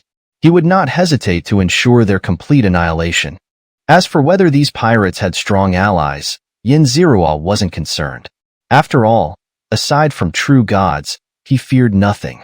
And true gods wouldn't hide behind such a small asteroid to ambush a mere mid-tier god at the second level. Indeed, Yin Zirua sneered as he sensed the divine power ahead beginning to stir. He was certain these pests were indeed ambushing him. If that was the case, he wouldn't hold back. Chapter 328. Space Pirates, Lu Shisan appears. Swoosh! Just as Yin Zirua was about to unleash his divine power and annihilate these insignificant beings, a second-grade upper deity suddenly leaped out. He prostrated himself before Yin Zirua, shouting loudly, "I surrender! I surrender! Don't kill me! Don't kill me!" Yin Zirua, seeing the second-grade upper deity kneeling before him, slowly raised a questioning eyebrow. He had no idea what was going on with this guy. After a moment of hesitation, he spoke. "Don't kneel. Stand up." The second-grade upper deity trembled as he rose to his feet. He was a pale young man, dressed in a tattered brown robe, his hair messy and dirty, as if he hadn't washed it in days. "What's your name? Why did you attack me? Do you know what the consequences of attacking me are?" Yin Zirua stood on his flying vessel, looking down at the young man as he interrogated him. These people were truly courting death, causing trouble right in front of him. "I am Lu Xianxia. I wasn't trying to attack you. I just saw your majestic presence and couldn't help but step forward to seek your audience. If you accept me, I will become your most loyal servant." The pale young man, Lu Xianxia, bowed and smiled ingratiatingly, quickly addressing Yin Zirua. Yin Zirua was slightly taken aback. He had clearly sensed their hostility earlier, but now it had completely vanished. Did they realize his power? However, this sense of danger was indeed extraordinary. Yin Zirua shook his head slightly. "I don't believe I have some kind of kingly aura that would make a second-grade upper deity bow down upon sight. So, what made you decide to surrender? If you dare to deceive me, you won't need to answer ever again." Yin Zirua looked at Lu Xianxia with a faint smile, questioning him. I've always had a special sense for danger since I was young. When I stepped forward, I felt a deadly threat looming over me, so I didn't hesitate to surrender." Lu Xianxia hesitated for a moment before explaining the reason. "Call your subordinates out?" Yin Zirua waved his hand. Yes. Lu Xianxia quickly agreed. He returned to the asteroid, deactivating the concealment array, revealing a flying vessel and a large group of space pirates. These pirates were not very strong. There were only 2 upper deities, both first grade. Boss, your kneeling posture just now was truly majestic. Among the space pirates, someone shouted loudly. Indeed, the most cowardly space pirate. A disgrace to pirates. Another person laughed loudly. Boss, my admiration for you is like a surging river, endless. Please teach your subordinate the essence of surrender. Another person earnestly requested, his face full of sincerity, without a trace of disdain. Xianxia watched this scene in great surprise. He had never seen space pirates like this before. Judging by their auras, they didn't exude the usual ferocity and malevolence of ordinary pirates. These people were more like the laborers from the lower realms who sold their strength for a living. Xianxia didn't resemble a pirate leader. He seemed more like a respected foreman among laborers. Seeing this group of rather interesting space pirates, Xianxia decided not to kill them. He smiled faintly and looked at Xianxia, saying, "Are these your subordinates?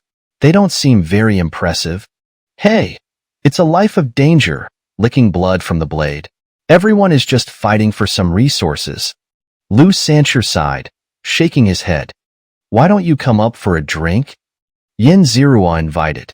Flying alone through the endless void was quite boring.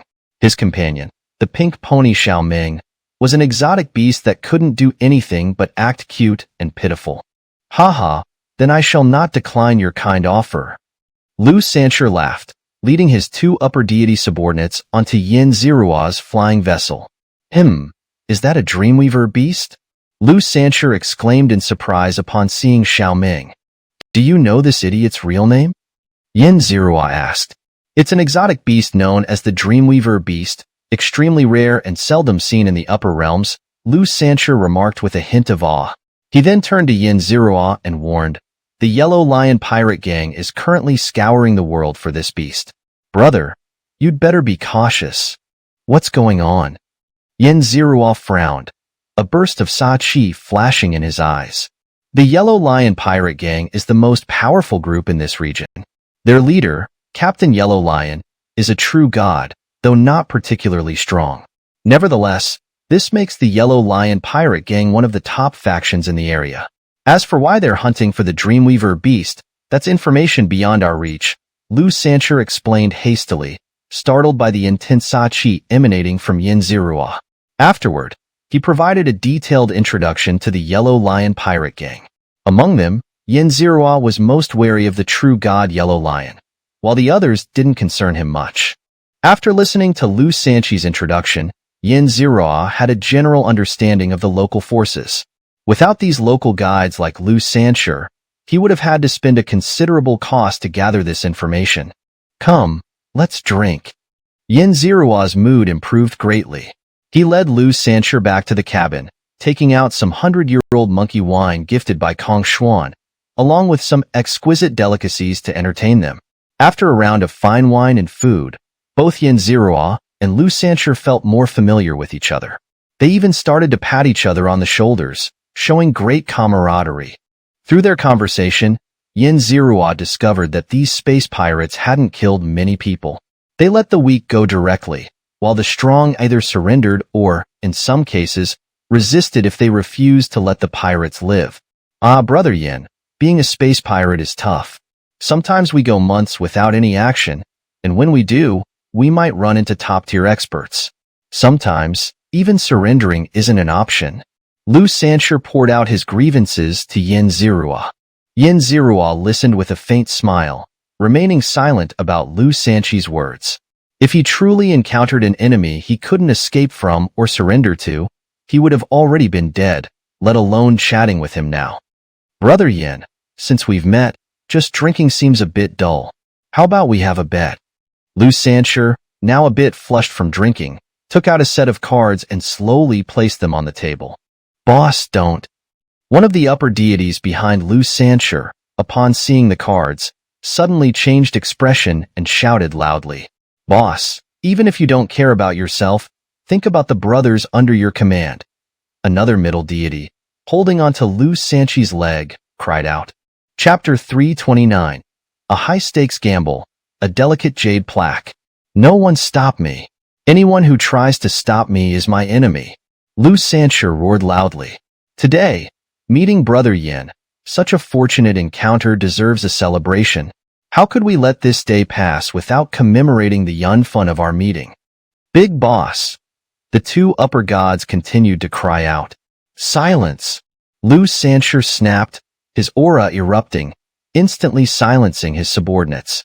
Feeling this aura, Yin Zirua narrowed his eyes slightly. The aura was not weak, even comparable to some of the strongest upper gods of the third rank.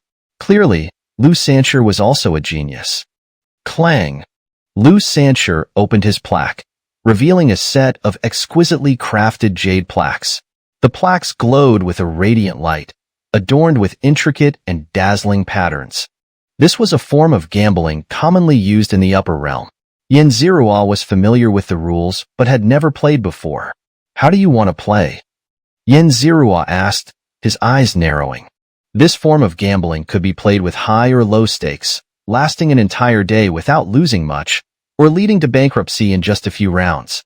It required strong calculation skills, and those with weaker cultivation couldn't even participate. 10 divine crystals to start, with the stakes gradually increasing. Lu Xianxia said. All right. Yin Zirua silently calculated his assets. As long as he didn't go overboard, he shouldn't risk bankruptcy. Half a day later, a mournful cry echoed from Yin Zirua's flying vessel. Brother Yin. I'll call you brother from now on. These are my last jade plaques, my favorite set. I really can't afford to lose them to you. Lu Xianxia, now clad only in a loincloth, clung to Yin Zirua's leg, sobbing. But you lost. Yin Zirua said with some helplessness.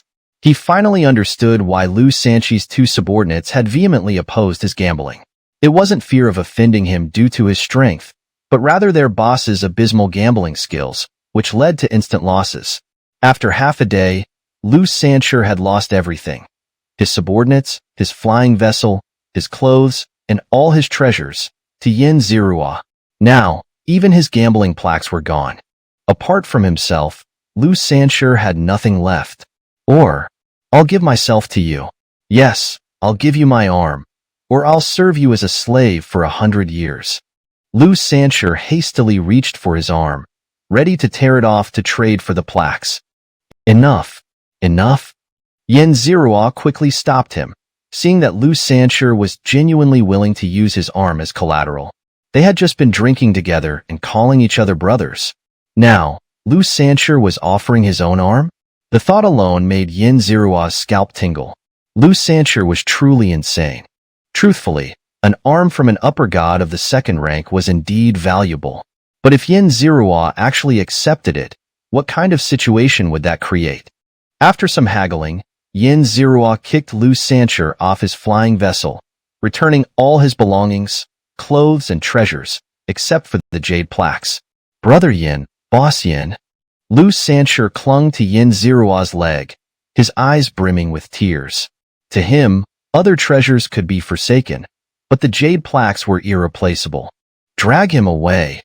Yin Zirua said to Lu Xianxi's subordinates, his face full of disgust. Brother Yin. Lu Xianxia wailed as his two upper god subordinates dragged him back to his vessel. Perhaps due to his disgraceful behavior, as soon as they entered the vessel, they quickly departed the area. Yin Zirua looked around the slightly disheveled vessel, then waved his hand to tidy it up. He turned to glance at the pink pony, Xiaoming, who was still asleep. It lay on its back, snoring contentedly, its hooves occasionally patting its belly. It seemed the pony had eaten too many spirit fruits, appearing somewhat drunk. Yin Zirua didn't understand why it would get drunk from eating fruits, nor why it slept so seductively. Wake up, we're leaving. Yin Zirua kicked its body and called out. They had now arrived near a transit continent, similar to the Sui continent, with numerous teleportation arrays, serving as a hub in the universe. After passing through the teleportation arrays here, Yin Zirua would head toward the location of the divine artifact provided by the Golden Ape clan, which would aid in his ascension to Upper God. There, he would begin preparing for his breakthrough. Yo-Yo. The pink pony, Xiaoming, opened its eyes to glance at Yin Zirua, then closed them again and went back to sleep.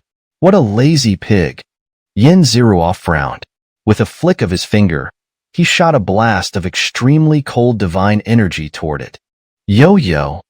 Startled by the sudden chill, Xiaoming jumped up, glaring at Yin Zirua with eyes burning with fury. Seems like you've got quite the morning temper. Yin Zirua smirked coldly. Gazing at the pink pony, a flash of killing intent flickered in his eyes. If you want to keep sleeping, I can let you sleep in my stomach. It's very warm there. As he spoke, Yin Zirua licked his lips, his eyes gleaming with a glint of hunger. Yo-Yo. Realizing the situation, the pony immediately stopped acting up, no longer daring to show any temper. Click. The vessel docked beside a continent. This landmass wasn't large, and there weren't many travelers, making it an underdeveloped hub. You're being watched. We need a disguise. Yin Zirua snapped his fingers, transforming the pink pony's appearance into that of an ordinary horse. Without special techniques or sufficient cultivation, it would be difficult to see through Yin Zirua's illusion. Let's go. Yin Zirua took the lead. Yo-Yo.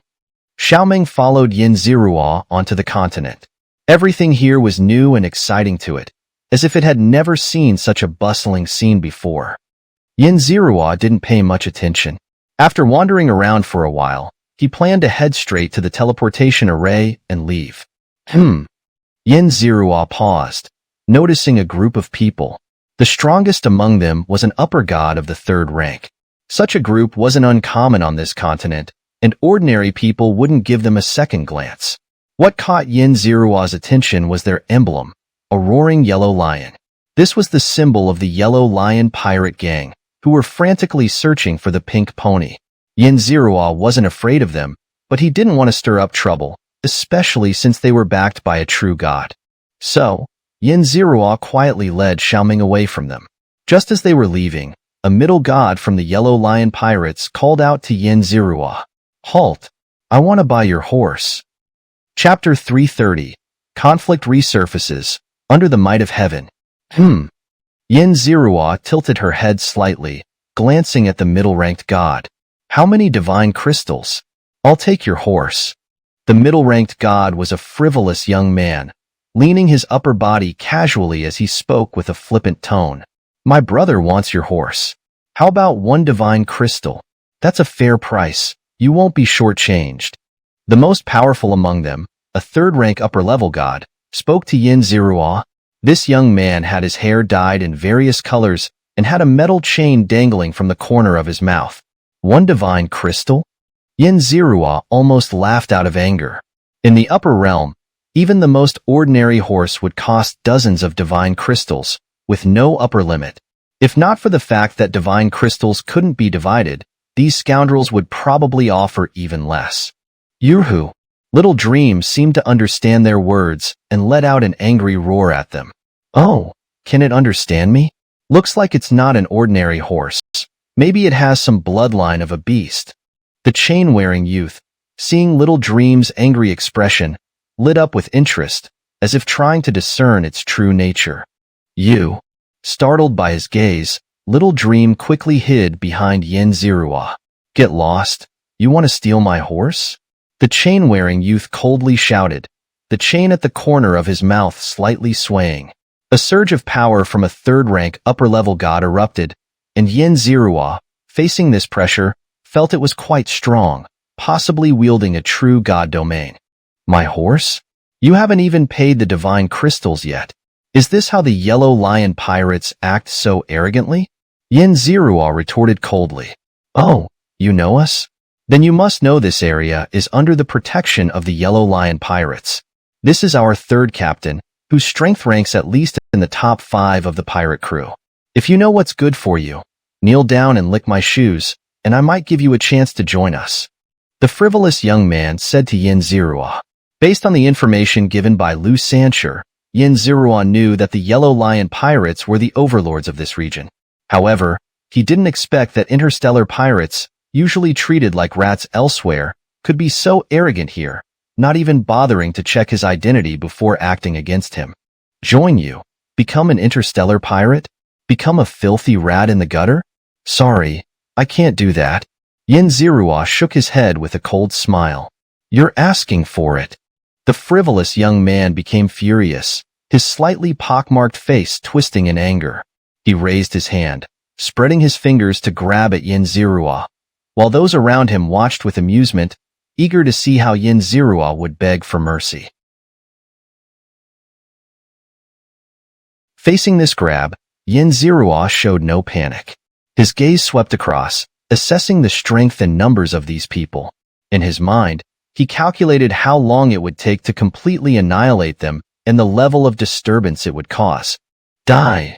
The frivolous young man snarled, his attack filled with viciousness, the divine power laced with a chilling aura. If an ordinary person faced this, even if they didn't die, they would suffer greatly. Just as the young man's attack was about to touch Yin-Zirua, he quickly glanced at the strongest chain-wearing youth, sizing him up as if searching for a fatal weakness. Be careful. The chain-wearing youth barely managed to speak before his third-rank upper-level god power hadn't fully erupted, and his domain hadn't even unfolded. Then came a thunderous boom, and everything went black as his body was sent flying wildly. Clang! Yin-Zirua stepped on the floor, his hand gripping the chain-wearing youth's neck. The metal chain at the corner of his mouth was nowhere to be seen, his mouth a bloody mess. He gasped for air, clearly in great pain. Using the peak of the golden rock steps, Yin-Zirua had completely subdued the youth before he even realized what was happening. A surge of divine power sealed off all the youth's strength. You! The chain-wearing youth tried to speak, but Yin-Zirua tightened his grip, silencing him instantly.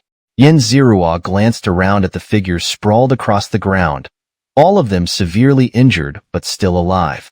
Killing them would cause celestial phenomena, and while he could disperse them, the disturbance caused by dispersing the phenomena would attract even more attention. Of course, he wasn't afraid of the celestial phenomena attracting others or of drawing the pursuit of true gods after killing them. He had no qualms about it. Yurhu! Seeing Yin-Zirua turn to look at her, the pink little horse, Little Dream, let out a few calls. You're not afraid? There's a true god behind this. When the battle starts, I might not be able to protect you, and you could perish. Understanding Little Dream's calls, Yin-Zirua smiled faintly. Yurhu! Little Dream stomped her hoof, shattering a piece of the floor, and a powerful aura erupted, as if she were a charging warhorse, fearless of any enemy.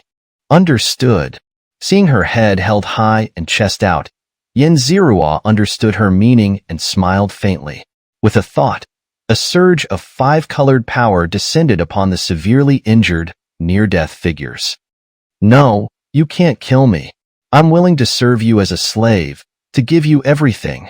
The chain-wearing youth, seeing the boundless killing intent in Yin-Zirua's eyes, panicked and hastily shouted. Crack!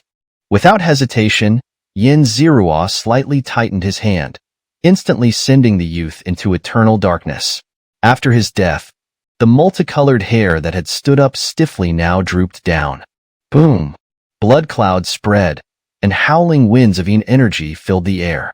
The deaths of many gods, including a third-rank upper-level god, caused terrifying blood clouds that filled anyone who saw them with a sense of sorrow. Let's go! Leading the way, Yin-Zirua dashed out. Although he wasn't afraid of the Yellow Lion pirates, he didn't want to stand blatantly at the scene of the crime, waiting for the pirates to come for revenge. After running a distance, Yin-Zirua noticed that Little Dream hadn't followed. He found it strange, as Little Dream's speed wasn't slow and shouldn't have fallen far behind. Turning back, he saw, under the blood clouds and amidst the howling winds, a pink little horse lying on the ground, seemingly paralyzed with fear by the awe-inspiring power of the heavens, unable to move. Yin-Zirua frowned, immediately turning back, his heart filled with confusion. Little Dream, being such a unique beast, shouldn't be affected by such celestial might. Yet, here she was, cowering under it, which greatly surprised him. What's going on? With a flash of his figure, Yin Zirua appeared beside Little Dream, carefully examining her condition. Yuhu. Little Dream looked up at Yin Zirua with misty eyes, letting out a few pitiful calls. Chapter 331. Useless Exotic Beast, True God's Lair. Yin Zirua felt the chaotic thoughts transmitted by Xiaoming and couldn't make sense of them. It seemed that under the influence of the heavenly might, even speaking clearly had become difficult. Strange. Yin Zirua carefully examined Xiaoming's body and found nothing wrong. Everything appeared normal. He then activated his martial Dao, Heavenly Eyes, to observe further, but still couldn't find the issue. You're not scared by this phenomenon, are you? After searching for a long time without finding a real reason, Yin Zirua concluded that Xiaoming was fine except for being limp and unable to move, as if frightened. Yo-yo. Perhaps because Yin Zirua was by its side, Xiaoming mustered a bit of courage, tidied up its thoughts, and conveyed its current feelings to him. You really are scared? Scared by this heavenly phenomenon? You weren't afraid of the true God earlier, but now a small heavenly phenomenon has you paralyzed? Understanding Xiaoming's meaning, Yin Zirua chuckled and teased the little pink horse. He carefully observed the small horse. Though it looked like a foal, its aura and strength were formidable.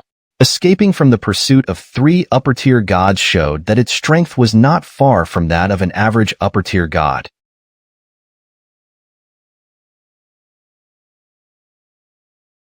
Yet, such a powerful exotic beast was now frightened by the heavenly phenomenon of gods falling. Yin Zirua recalled how, even as a great emperor in the lower realm, he had dared to slay gods and face heavenly phenomena head-on. Yo-yo. Xiaoming expressed its displeasure at Yin Zirua's mockery with a few angry cries. Boom, boom, boom. Several upper-tier god auras erupted in the distance. Those who had learned of the fallen gods wanted to investigate the scene. What a useless exotic beast. Yin Zirua lightly mocked. He picked up the Tanran de Xiaoma and, employing his golden rock step, vanished from the scene in a flash. Who killed my yellow lion pirate crew members? Shortly after Yin Zirua left, a thunderous roar echoed through the area. I don't care who you are, but anyone who dares to kill my yellow lion pirate crew members will die.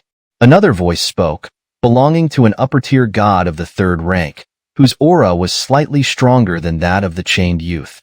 Ignoring the furious roars behind him, Yin Zirua returned to the crowd with Xiaoming, observing the crime scene. Karma. The yellow lion pirates finally bit off more than they could chew. Someone in the crowd whispered with a smirk. Shuo, be quiet. Do you want to die? A friend quickly pulled him back. Realizing his mistake, the man glanced around, relieved to find no one paying attention. He lowered his head and hurried away with his friend. Listening closely, Yin Zirua noticed that most people were gleeful, though they didn't dare show it openly. The excitement and smirks on their faces were quite evident. It seemed the yellow lion pirates weren't very popular in this area. Yin Zirua thought, then quickly headed towards the teleportation array, wanting to see if the pirates had sealed it off. As expected, the teleportation array was sealed. From a distance, Yin Zirua saw many people gathered outside, discussing and protesting. Despite the explanations from the array's staff, who were mere servants with no real authority, the crowd remained dissatisfied but didn't take any drastic actions. Additionally, Yin Zirua sensed 4 or 5 shadowy auras, each at least of upper-tier god level. Clearly, they were lying in wait for him, and everyone present might be under their surveillance. But I'm not planning to leave just yet, Yin Zirua thought, deciding to leave the continent instead. Last time, a transfer continent called Sui had sealed the teleportation array, and he had nearly died. This time, he wanted to leave as soon as possible. Moreover, Yin Zirua knew that the chained youth was a captain of the Yellow Lion Pirates, ranking among the top 5 in strength. The death of such a figure would surely draw the attention of the pirates' true god. If he were to meet them, it wouldn't be pleasant. Yin Zirua and Xiaoming entered the void, where he took out a flying ship. Gazing into the vast emptiness, he suddenly didn't know where to go. Without using the teleportation array, flying directly would take an unknown amount of time. Yo-yo. Xiaoming suddenly tugged at Yin Zirua's sleeve, crying out as if wondering why they had left the continent and didn't continue exploring. "It's all because of you," Yin Zirua said irritably. "Yo-yo." Xiaoming kept calling, wanting to continue exploring, and demanded that Yin Zirua find a way. "Shut up." Yin Zirua slapped Xiaoming on the head, but a new idea suddenly popped into his mind. According to Lu Sanshi's intelligence, the Yellow Lion Pirate's lair was far from here, and even a true god would need time to travel back and forth. The true god had always stayed in the lair. If he took advantage of the true god's absence to investigate and sneaked into their lair, Yin Zirua was shocked by his own idea but didn't hesitate. He tossed 100,000 divine crystals into the flying ship, determined to fly straight to the Yellow Lion's lair. Due to his disregard for the ship's wear and tear, Yin Zirua quickly arrived near the Yellow Lion's lair. Gazing at the distant secret realm, he felt an overwhelming pressure, like an abyss or a vast ocean, suppressing the entire void and deterring all ill-intentioned intruders. This was true god pressure. Yin Zirua, having dealt with true gods before, recognized the source of this pressure immediately upon approaching. The Yellow Lion is still here. Yin Zirua realized he might have been too hasty. He stood on a distant asteroid, observing the secret realm, searching for a path.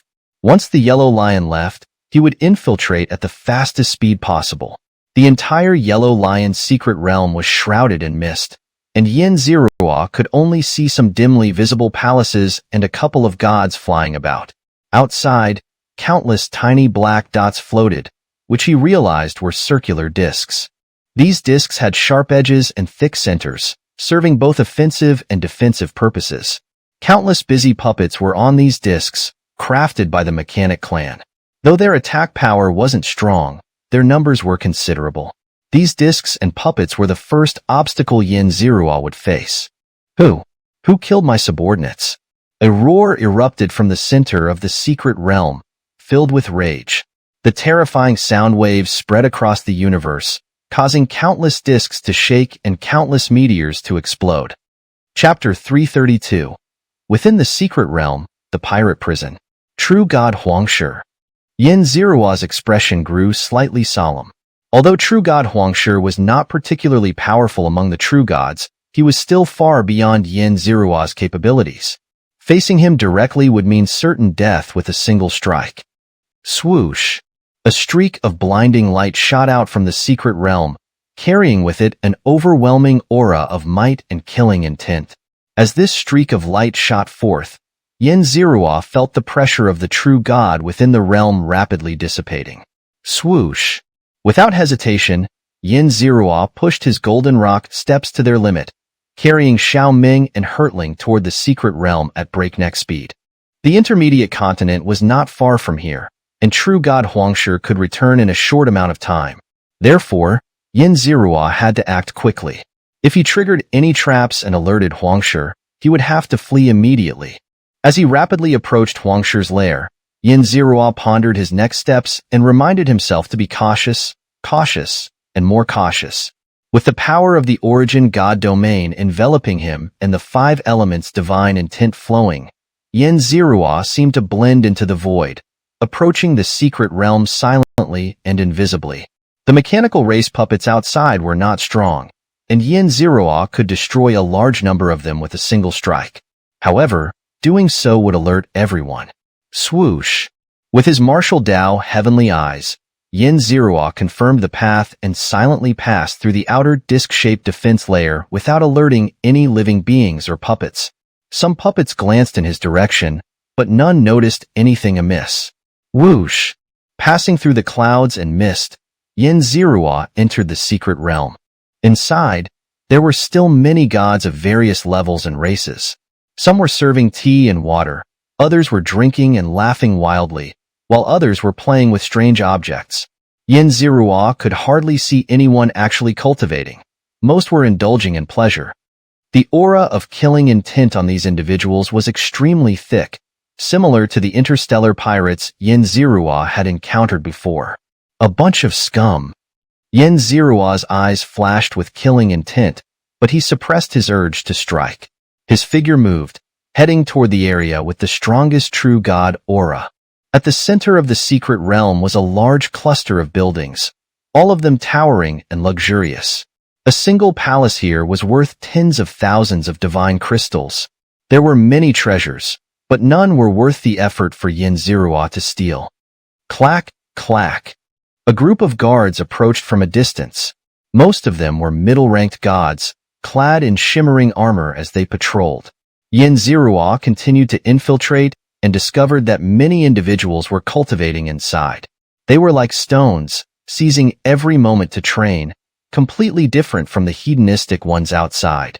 These must be the elite of the Xianxia pirate gang, Xianxia thought, his gaze flickering as he continued to advance.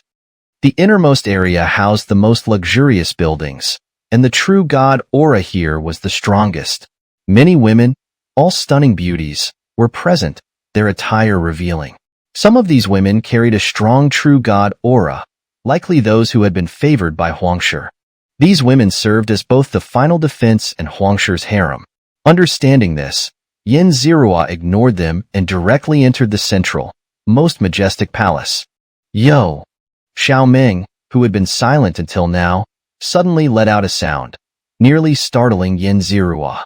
Earlier, Xianxia had explained his plan to Xiaoming, who had agreed, which was why he had brought it along. But now, Xiaoming's sudden noise made Xianxia regret his decision. Yo! Xiaoming pointed at a painting in front of them and let out a soft call. It seemed to be intimidated by the true god's aura and dared not act cute or playful. Xianxia looked at the painting in front of him. The painting hung above a golden throne and depicted a golden lion, looking quite ordinary. Initially, Xianxia had thought the same, but after Xiaoming's reminder, he activated his martial Dao heavenly eyes to examine the painting. Under his gaze, the painting transformed. It was no longer just a painting. Xianxia saw a lion leisurely napping within. The lion was extremely majestic, exuding a terrifying aura. Xianxia felt its strength might even rival that of a third-rank upper god. It possessed a living vitality but no life force at all, either a secret treasure or a peculiar creature. Xianxia realized this must be Huangxi's final defensive measure. If one wasn't careful, it could alert everyone. Haha, bringing you along was the right choice. After this, you can pick the treasures first. Xianxia chuckled, completely forgetting his earlier annoyance at Xiaoming's scare. Yo! Yo! Xiaoming's eyes lit up, and it quickly pointed in a direction, exclaiming excitedly. Without hesitation, Xianxia followed Xiaoming's direction at high speed, encountering various valuable treasures worth nearly 1,000,000 divine crystals. Xianxia and Xiaoming split them equally. These were all treasures from the exquisite treasury, insignificant to a true god. Xianxia continued following Xiaoming's guidance until they reached a shimmering wall. Yo, yo, yo! Xiaoming pointed at the wall and called out excitedly, its expression so animated that Xianxia couldn't quite understand what it was trying to convey. Dong! Xiaoming raised its hoof and gently tapped the shimmering wall, triggering a pink energy that enveloped the wall. Click! The wall opened, revealing a long corridor. The corridor was crisscrossed with countless beams of light, forming a hidden array. I didn't expect you to have such abilities. Xianxia was quite surprised. He praised Xiaoming and then proceeded into the corridor. Although the beams of light were dense, they posed no challenge to Xianxia. Activating his martial Dao heavenly eyes and wielding his domain power, he leaped lightly, exploiting the array's weaknesses as he advanced rapidly. Dong dong dong. Ah, woo woo woo. As he passed through the long corridor, Xianxia suddenly heard countless voices. He glanced around and realized he had arrived in a prison, filled with numerous gods. Upon seeing Xianxia, they all began shouting and making noise, trying to draw his attention. What treasures are here? Xianxia completely ignored these desperate souls pleading for help and looked at Xiaoming. These individuals had already been searched by true god Huangxia, and anything valuable would have been taken. What remained was unlikely to be found by Xianxia.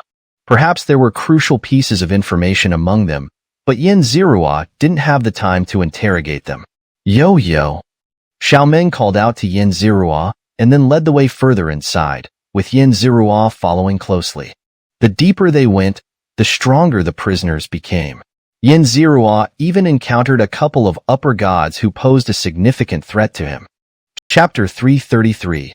The old horse possesses, anger strikes the true god. As Yin Zirua ventured further inside, he felt a pink energy permeating the entire space. This energy was similar to the one that Xiaoming had infused into him, allowing him to cultivate faster. Yo-yo! Xiaoming was extremely excited, so much so that it even wanted to ram into the walls of the prison. Wait! Yin Zirua quickly stopped it. He wasn't sure if Xiaoming's action would draw attention from the guards outside or trigger the defensive formations of the prison. Yo-yo! Xiaoming glared at Yin Zirua discontentedly. Its hooves were raised, and its mouth opened as if it wanted to bite him. Stupid creature! Seeing Xiaoming's angry expression, Yin Zirua cursed and slapped it away. After subduing the impulsive pink horse, Yin Zirua looked up at what was being held captive inside the prison.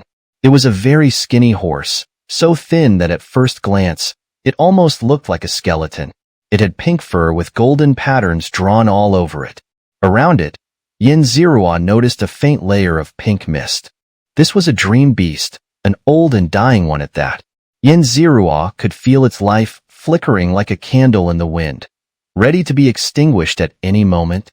He didn't know why it had ended up here, but he knew its time was almost up. No wonder the Yellow Lion pirates were frantically searching for dream beasts. It turned out they had an old, dying one in their prison. Yin Zirua now understood the situation. Yo-yo! Xiaoming struggled, but it couldn't break free from Yin Zirua's grasp no matter how hard it tried. Young deity, release it, the elderly dream beast suddenly spoke. It stood up, looking very thin but also very tall. It looked down at Yin Zirua and Xiaoming, like an old man trying to straighten his back, filled with wisdom and the weight of years. Yin Zirua carefully observed the creature, sensing no danger. After a moment's hesitation, he let go of Xiaoming and said seriously, Xiaoming is quite reckless. I'm afraid it might alert the true god here. I understand, the elderly dream beast acknowledged. It glanced at Xiaoming, and the little horse immediately fell into a deep sleep. Xiaoming trusts you quite a bit, and I feel reassured leaving it in your care. It's preparing to receive my legacy. Once the transmission begins, the energy fluctuations will be extremely intense. The true god has already left this place, but he will return soon.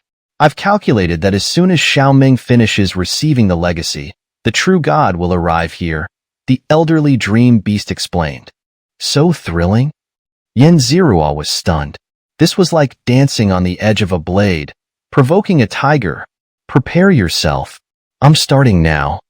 Without waiting for Yin Zirua's response, the elderly dream beast began its legacy transmission ritual. I'm sorry. I started the ritual without your consent, it said to Yin Zirua. Meeting a young successor before the end of my life makes my existence complete. To thank you, I will gift you a treasure when I succeed. Boom. With a loud crash, the old dream beast transformed.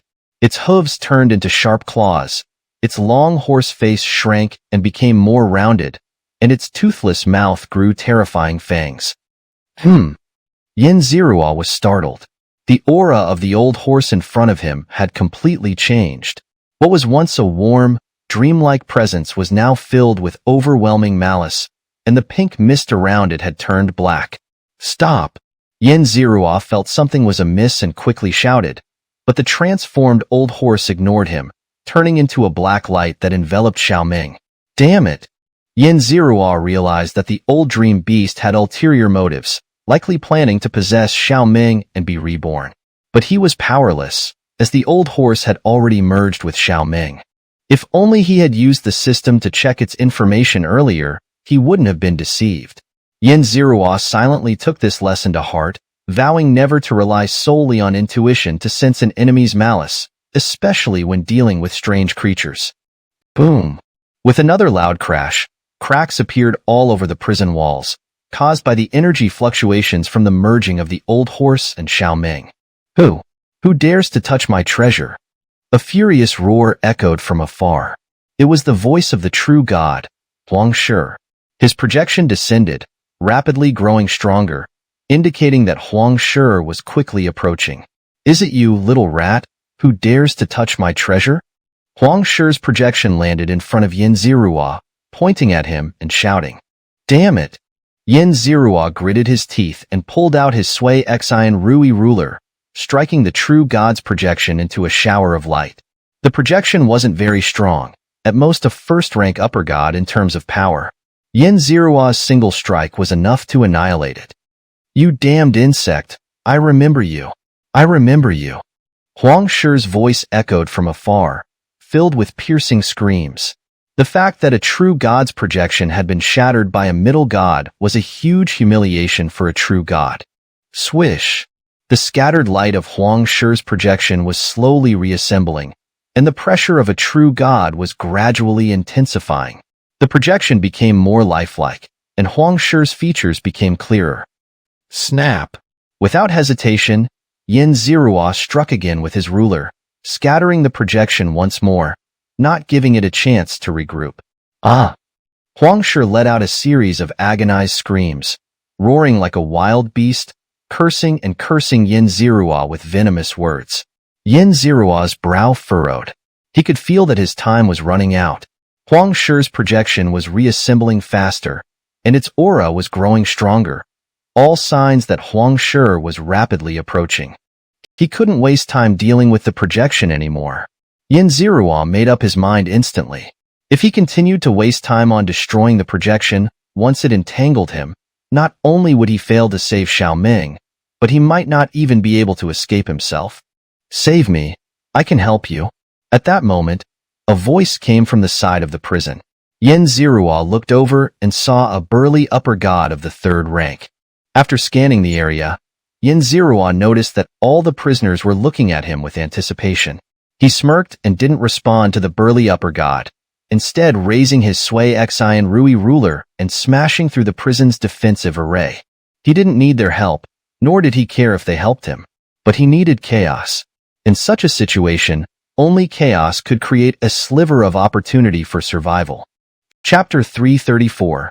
The Arrival of the Yellow Lion. The Descent of the Divine Emperor. With a thunderous roar, the flawless true god formation shuddered, its energy flow faltering momentarily, and countless runes disintegrated in an instant. How dare you! The projection of the yellow lion bellowed at Xianxia, his aura intensifying, now approaching the peak of a high-ranking god. Xianxia felt immense pressure, but without hesitation, he unleashed several powerful strikes at the ground and the surroundings. The prison's formation was shattered, its integrity reduced to ruins. The imprisoned gods, seizing the opportunity, unleashed their own formidable energies within the confined space, causing chaos to erupt. Damn it all! The yellow lion roared in fury, his overwhelming presence obliterating the already crumbling prison entirely. Kill! The freed captives shouted to the heavens, charging in all directions. Apart from a few distant gestures of gratitude, not a single one approached him to express their thanks in person. With the imminent arrival of a true god, the scene descended into utter chaos. Some fled in panic, others seized the chance to loot treasures, and a few even launched casual attacks at the yellow lion's projection. Seeing the pandemonium among the gods, Xianxia knew it was time to leave. Staying any longer would mean being trapped here forever. Glancing at Xiaoming, who was being possessed by the elderly Dreamweaver beast, Xianxia decided not to take it with him. The possessed Xiaoming was no longer the real one.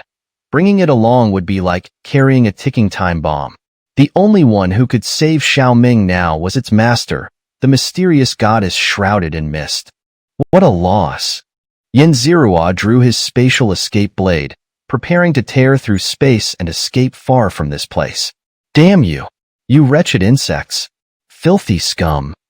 As Xianxia was about to leave, he suddenly heard the yellow lion's projection spewing vile curses, their content utterly despicable. Turning his head, He saw that the projection had grown extremely faint, as if a single strike could disperse it entirely. Someone actually reduced the projection to this state? Why aren't they fleeing? Curiosity piqued, Yin Zirua glanced at the group attacking the Yellow Lion's projection. They were a group of high-ranking gods, their eyes burning with hatred as they unleashed countless life-draining, potential exhausting attacks on the projection, as if their lives were worthless. They must have known that attacking the projection would do little harm to the Yellow Lion, yet they persisted in their reckless assault. They were madmen. Yin Zirua couldn't fathom what the Yellow Lion had done to drive them to such madness. He glanced briefly, then turned away, uninterested in their feud with the Yellow Lion. Ah! The Yellow Lion's projection let out a final scream before being obliterated once more. Very well. You are indeed very well. A chilling voice reached Yin Zirua's ears, freezing his soul and body in an instant. It was the Yellow Lion's voice, but not from the projection. It came from beyond the heavens. Roar! The Yellow Lion's roar echoed, freezing the entire secret realm, immobilizing everyone.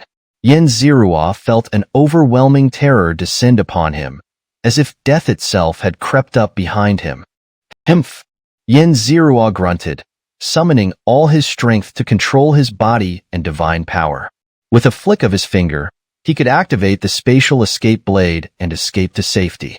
Just as he prepared to flee, a desperate scream pierced the air. It was the elderly Dreamweaver beast, its voice filled with despair and fear. No, please, forgive me. I know I was wrong. Spare my life. Turning his head, Yin Zirua saw a black aura writhing on Xiaoming's head, the source of the pleading voice. Focusing his gaze, he saw a pink elderly mare suspended within the black aura, its paws raised in supplication, like a lowly servant begging for mercy. The elderly Dreamweaver beast that tried to possess Xiaoming has been forced out? Yin Zirua was momentarily stunned. The mare, enveloped in the black aura, was bound by an invisible force. This force reduced the Yellow Lion's pressure on Yin Zirua to a minimum, allowing him to move freely. Though he didn't understand the reason, he wouldn't let this opportunity pass. He quickly approached Xiaoming, intending to drive away the mare and take Xiaoming with him. Yo-yo! Xiaoming opened its eyes, looking at Yin Zirua with a confused gaze, as if unaware of what had just transpired. What a fool! Yin Zirua sighed, raising his hand to finish off the elderly Dreamweaver beast bound by the mysterious force. Crack! Before he could act, the force binding the mare suddenly surged, obliterating the would-be possessor in an instant. Esteemed one! Upon witnessing the power unleashed by the force binding the mare, Yin Zirua recognized its might. It was far beyond what an ordinary true god could wield, and its nature was entirely different from that of the Dreamweaver beast. The only explanation was that Xiaoming's mysterious master had intervened, the woman hidden in the mist. Though he didn't know if she was aware of the events here, Yin Zirua bowed respectfully nonetheless. You all shall die. The Yellow Lion's enraged roar echoed from outside, followed by a thunderous crash. Yin Zirua felt the surrounding structures disintegrate, a devastating force crashing into him, as if he were a tiny boulder in a tempestuous sea. The Yellow Lion, the bastard, destroyed his own lair to annihilate all enemies, sacrificing both his subordinates and foes? Yin Zirua was too stunned to react, hastily deploying his domain to protect himself. At that moment, an invisible force enveloped Yin Zirua, shielding him from the Yellow Lion's influence. Recognizing this power, Yin Zirua knew it must be Xiaoming's master's doing. The Yellow Lion's voice of surprise echoed from a distance. In an instant, he appeared before Yin Zirua, a figure with a Yellow Lion's head. Who are you, and why do you protect this man? The Yellow Lion spoke, pointing at Yin Zirua with a tone of caution and wariness. Clearly, he recognized the immense power protecting Yin Zirua, one he dared not provoke. Yo-yo! A glow emerged from Xiaoming, coalescing into a humanoid figure. This silhouette exuded the majesty of a divine emperor, gazing down upon all beings from the heavens. Chapter 335. Killing the Lion, the reward of a great being. This, Xianxia furrowed his brows slightly. The figure before him reminded him of the feeling he had when he first faced the chaotic ancient Emperor Xianxia, back when he was still weak. It wasn't a matter of overwhelming cultivation or a difference in life essence, but rather a sense of power, of authority that loomed above all, a feeling of absolute control and dominance. This great being must be the top leader of some extremely powerful force, perhaps even the divine emperor of a certain divine court. Otherwise, such a demeanor could not be cultivated. Xianxia focused his mind, thoughts racing. The great being, like a divine emperor from the heavens, did not respond. Instead, it calmly extended its hand toward the lion, as if capturing a playful kitten. "You, how dare you?" The lion was stunned for a moment, followed by an explosion of rage. Its aura erupted like a volcano, its terrifying true god pressure crushing the surrounding void. This pressure was several times stronger than before. Clearly, the lion was now fighting with everything it had. Die! The lion, eyes bloodshot, unleashed its most powerful attack. It had no intention of fleeing, fully committed to a life-or-death battle with this projection or avatar of the great being. Boom! No matter how the lion erupted, the hand continued to approach at a slow, steady pace, rendering the lion's attacks laughable, like a child's play. I will never surrender. Die! The lion, furious beyond measure, pushed its divine power to the brink of madness, as if preparing to self-destruct. At that moment, the great being's hand flipped, and an invisible wave calmed the lion's divine power. The lion immediately softened, completely drained of strength. No. Please spare me. Senior, please spare my life. I am willing to serve you as a slave. Realizing its dire situation, the lion, once consumed by rage, suddenly snapped back to clarity, frantically begging for mercy. Crack! The master of Xiaoming, the great being, seemed to have no interest in the lion as a slave. With a simple squeeze of its hand, the lion's pleas were cut short, turning into countless specks of dust. Boom! The cosmic phenomenon of a true god's fall began to spread across the universe, but the great being simply waved its hand, and the phenomenon vanished without a trace. Xianxia, watching from the side, dared not utter a word. True, he had saved Xiaoming's life, but that wasn't a significant favor, especially not to a great being known for their unpredictable moods. Chirp chirp. Everything had happened within the span of a cup of tea. Xiaoming, the fool, finally reacted, excitedly chirping at the great being. The enigmatic great being gently stroked Xiaoming's head. Then, it opened its hand, releasing a pink mist that flew toward Xiaoming and merged with it. Upon contact with the mist, Xiaoming instantly fell into a deep sleep. Xianxia understood that this was the legacy of the elderly dreamweaver beast. Senior. The surroundings fell silent. The great being turned its gaze toward Xianxia. Under that piercing gaze, Xianxia quickly lowered his head, not daring to meet its eyes. That gaze could see through his very soul. After an unknown period, Xianxia felt the presence in front of him dissipate. Only then did he slowly raise his head, letting out a sigh of relief. Facing such an overwhelmingly powerful being was simply too much pressure. Phew! Xianxia glanced at the void and found it devoid of any life, a desolate wasteland. Who could have imagined that just a short while ago, this place was a bustling, prosperous secret realm? The universe was silent, stretching into endless nothingness. Planets, small worlds, secret realms, and even asteroids were minuscule in comparison to the vast expanse. If the upper realm had once been as prosperous and lively as that secret realm, only to be reduced to its current state after countless great beings clashed in battle, Xianxia suddenly had such a thought, a rather absurd one. Hiss! Xianxia took a sharp breath, not daring to dwell on it further. The truth behind such matters was not something a mere middle-ranked god like him was meant to know. Treading too close to such secrets could mean instant death. Just as Xianxia was pondering the essence and origins of the universe, he suddenly felt a force descend upon him, as if intending to transport him to another place. Since the force belonged to the great being from earlier, Xianxia didn't resist, allowing himself to be carried through space. The master of Xiaoming, the enigmatic goddess who could kill a true god as easily as crushing an ant, had no need to go through such trouble if she wanted to deal with him. A mere flick of her finger could have ended Xianxia's existence. After traversing endless space, Xianxia appeared atop a meteor, a pink stone suddenly materializing in his hand. After sensing it, he discovered that the stone was a secret treasure, refined from the elderly Dreamweaver beast.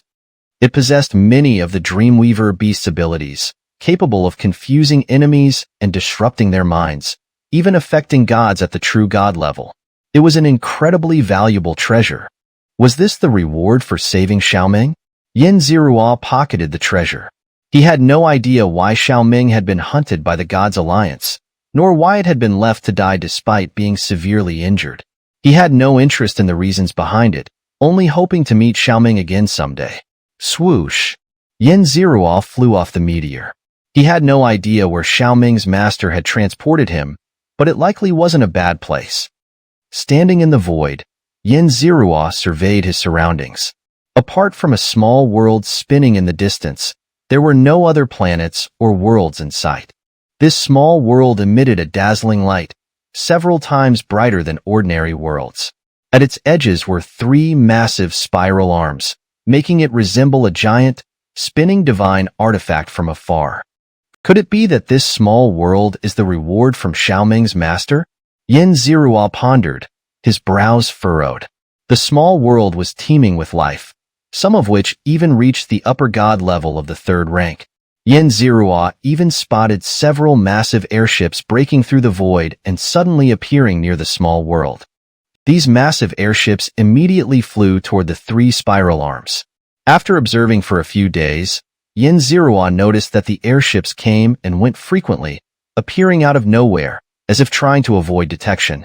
Clearly, this was a small world with an owner, and it had significant connections with the outside world, constantly receiving materials from it. Feeling the numerous upper god auras, Xianxia knew that the small world's backer was far from simple. He had no idea why Xiaoming's master had sent him here, nor what secrets this place held. For now, he decided to investigate further. Chapter 336, Ascension in Strength, The Researchers. Boom! In the silent void, a powerful aura erupted and then instantly subsided into nothingness. At the center of this burst of energy, a massive meteorite floated, and within its core, Xianxia was cultivating. Here, Xianxia had set up some formidable protective arrays that could even stall an attack from a true god for a while.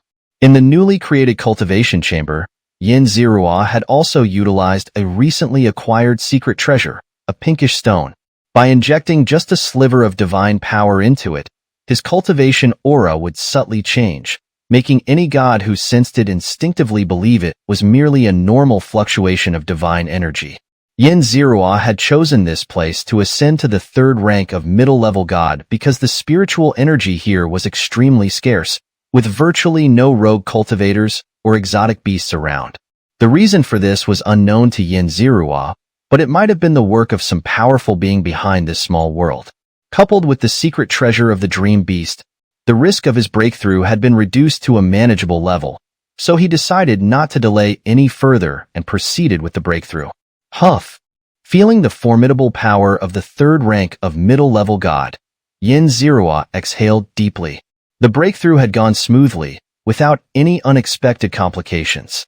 He retracted the arrays and flew away from the meteorite, heading toward the small world. With his newfound strength at the third rank of middle-level god, he no longer feared any god below true god level, and even against the top-tier high-level gods, he could hold his own without defeat. Xianxia stepped onto the golden rock steps, swiftly approaching the small world with its three spiral arms. From afar, he saw countless people bustling about, all wearing the same uniforms, with varying levels of strength. Perhaps due to the scarcity of life in this void, the outer defenses were extremely weak, allowing Xianxia to infiltrate the world with ease. Only when he entered did he realize what these uniformed individuals were busy with. At a glance, Xianxia saw that most of them were researchers, each diligently working on their own projects.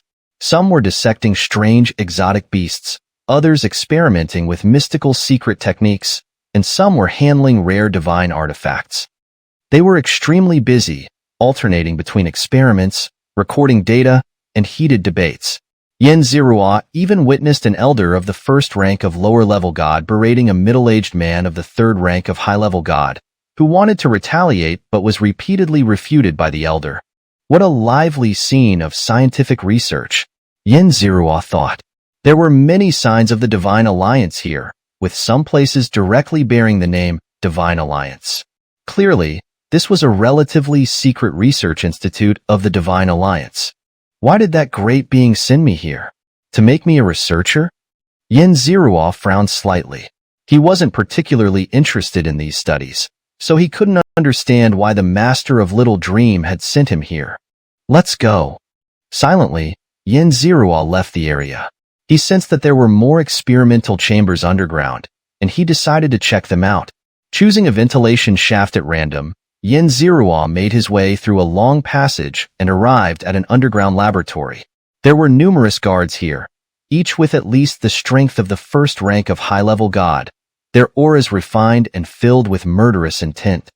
Clearly, these were battle-hardened experts who had survived countless battles, vastly different from the researchers outside who possessed mere cultivation but lacked combat prowess. Seeing these guards, Xianxia realized he had reached the core of this small world, though he wasn't sure what kind of treasures this place might hold. Hiss! Xianxia gasped as he saw an extremely powerful puppet standing by the side of the passage. Its appearance was that of an ordinary human middle-aged man. Its aura was incredibly strong, comparable to a half-step true god, making it far beyond the reach of an ordinary third rank of high-level god. Seeing this puppet, Xianxia had no interest in engaging it in battle. He quietly took another path and continued deeper. After advancing about 400 or 500 miles, he came across two very ordinary-looking large stones. These stones were, in fact, quite ordinary, and Xianxia initially didn't pay much attention to them, as there were too many miscellaneous items on the way. However, as he approached them, he realized that these two were puppets, extremely powerful ones with their auras well hidden. Xianxia activated his martial Dao, Heavenly Eyes, and saw invisible threads connecting these puppets. Are these hidden sentries? Xianxia silently avoided them. In just a short time inside, he had encountered 3 puppets comparable to half-step true gods. These puppets were incredibly valuable, with the resources used to create them being enough to cultivate a lower-level god to a half-step true god, and with good fortune, even to the level of a true god. What a grand gesture! Xianxia grew excited, looking forward even more to the treasures ahead. As Xianxia continued his exploration, he heard a series of agonized screams. Xianxia frowned and changed direction, heading toward the source of the screams. Another prison? More prisoners? Xianxia was speechless. Why did he keep encountering these imprisoned individuals? Using the secret treasure of the dream beast, Xianxia observed from a distance. He saw that most of the prisoners had physical deformities, some even wrapped in bloody bandages. The wounds on these prisoners were all different, and their conditions varied. Some had grown colorful scales, others muttered to themselves, and some had spawned flesh worms that kept emerging and burrowing back in. Demon gods? Heretical sect? Xianxia felt a chill run down his spine. He hated seeing flesh worms the most. Those that had emerged in the empty shackle continent still haunted his memory. The researchers here must be conducting experiments on demon gods. Watching these flesh worms and sensing the peculiar malevolence within them, Xianxia could almost immediately guess what the researchers were doing. As part of the Divine Alliance, combating demon gods and heretical sects was their duty, and studying demon gods was understandable. However, they shouldn't be using ordinary gods as test subjects. That was a taboo. Indeed, most of these prisoners were ordinary gods, their auras and murderous intent not particularly strong, indicating they didn't often kill. The Divine Alliance using ordinary gods for experiments? This was a huge deal. Could it be that the Master of Little Dream wanted me to investigate this place? Yin Zirua speculated. He had long heard that some gods in the upper realm liked to capture gods as experimental subjects, but he hadn't expected it to be this rampant. Even the Divine Alliance was involved. Chapter 337. Meeting Shirlin again, threatening for information. Yin Zirua scanned the prisoners and noticed two familiar faces among them. One was Shirlin, whom he had robbed of a true god artifact, and the other was Chu Liuha. Shirlin looked dispirited. Having had his true god artifact stolen and his fortune depleted, he had fallen from being a prodigy to his current state. At least a significant part of this downfall could be attributed to Yin Zirua. As for Chu Liuha, he didn't seem to be in dire straits. He had sustained some injuries, lost an arm, but his spirit remained relatively strong. Perhaps due to his many experiences, he hadn't given up yet and was quietly cultivating. Meeting an old acquaintance in a foreign land, Yin Zirua felt a surge of excitement, but he wisely suppressed it. He had no confidence in escaping with Chu Liuha, and using his spatial dagger would be a huge waste. Yin Zirua was startled when he sensed a peculiar divine energy fluctuation coming from Shirlin. Although divine energy fluctuations were common in this prison, most were chaotic and angry. Shirlin's, however, was unusually calm, devoid of the despair typical of prisoners. Interesting. Yin Zirua decided to observe discreetly for now. Clang. Someone arrived to select experimental subjects. This was a third-rank high god, clad in armor that obscured his features. He led 5 or 6 second-rank high gods, all exuding formidable auras. Their divine energy faintly carried a blood-red hue, and their eyes showed no trace of humanity, appearing more like killing machines. You. The third-rank high god pointed at a few prisoners, his voice devoid of emotion, as if indifferent to the fact that his command could result in a god's demise. No, I won't go. The selected gods silently stood up and slowly flew out, but the last one suddenly shouted, his aura erupting, showing signs of breaking through from second-rank middle god to third rank. The others glanced at this outlier. Some sneered and turned away, others stood up, coldly watching the guards, while a few showed pity, shaking their heads and sighing softly before returning to their own tasks. Newcomer? The third-rank high god asked, his tone more certain than questioning. Snap. The high god snapped his fingers, and a small domain enveloped the unfortunate one still in place. A few flashes of lightning later, the unlucky prisoner turned into a pile of charcoal. Pour some life water on him. Stuff a couple of divine pills into his mouth.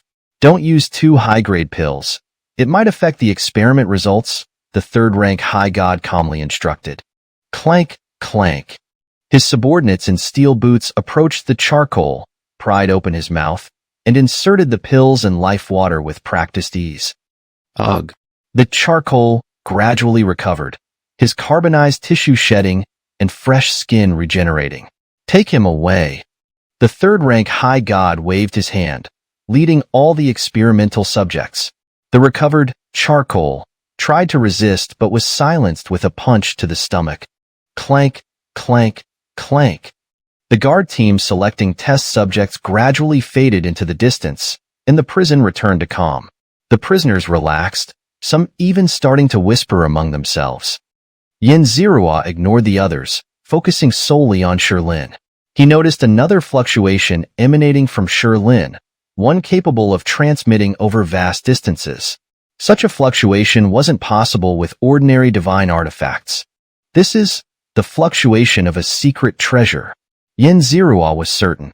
Apart from secret treasures, nothing in the upper realm could transmit information to the outside world from here. Having a top-tier secret treasure himself, he was familiar with such fluctuations. Was this transmitting information? To where? Was Shirlin a mole? Yin Zirua pondered these questions. He observed Shirlin more closely and noticed that despite his gloomy expression, his eyes still shone brightly. As Yin Zirua observed Shirlin, Shirlin observed the outside world, his eyes filled with hatred and murderous intent, as he watched the guards passing by. Lin must be a mole, Yin Zirua concluded. If so, then the information he possessed would be quite detailed, more so than what Yin Zirua knew about the entire research facility. Lin. Yin Zirua's mind raced, and he transmitted his voice directly into Lin's ear, wanting to extract information from him. Lin suddenly looked around, like a panicked mouse. Lin, I'm looking for you. I need the information you've gathered. I know your background. One of the Black Dragon sect's disciples. Oh, though you might not be one anymore.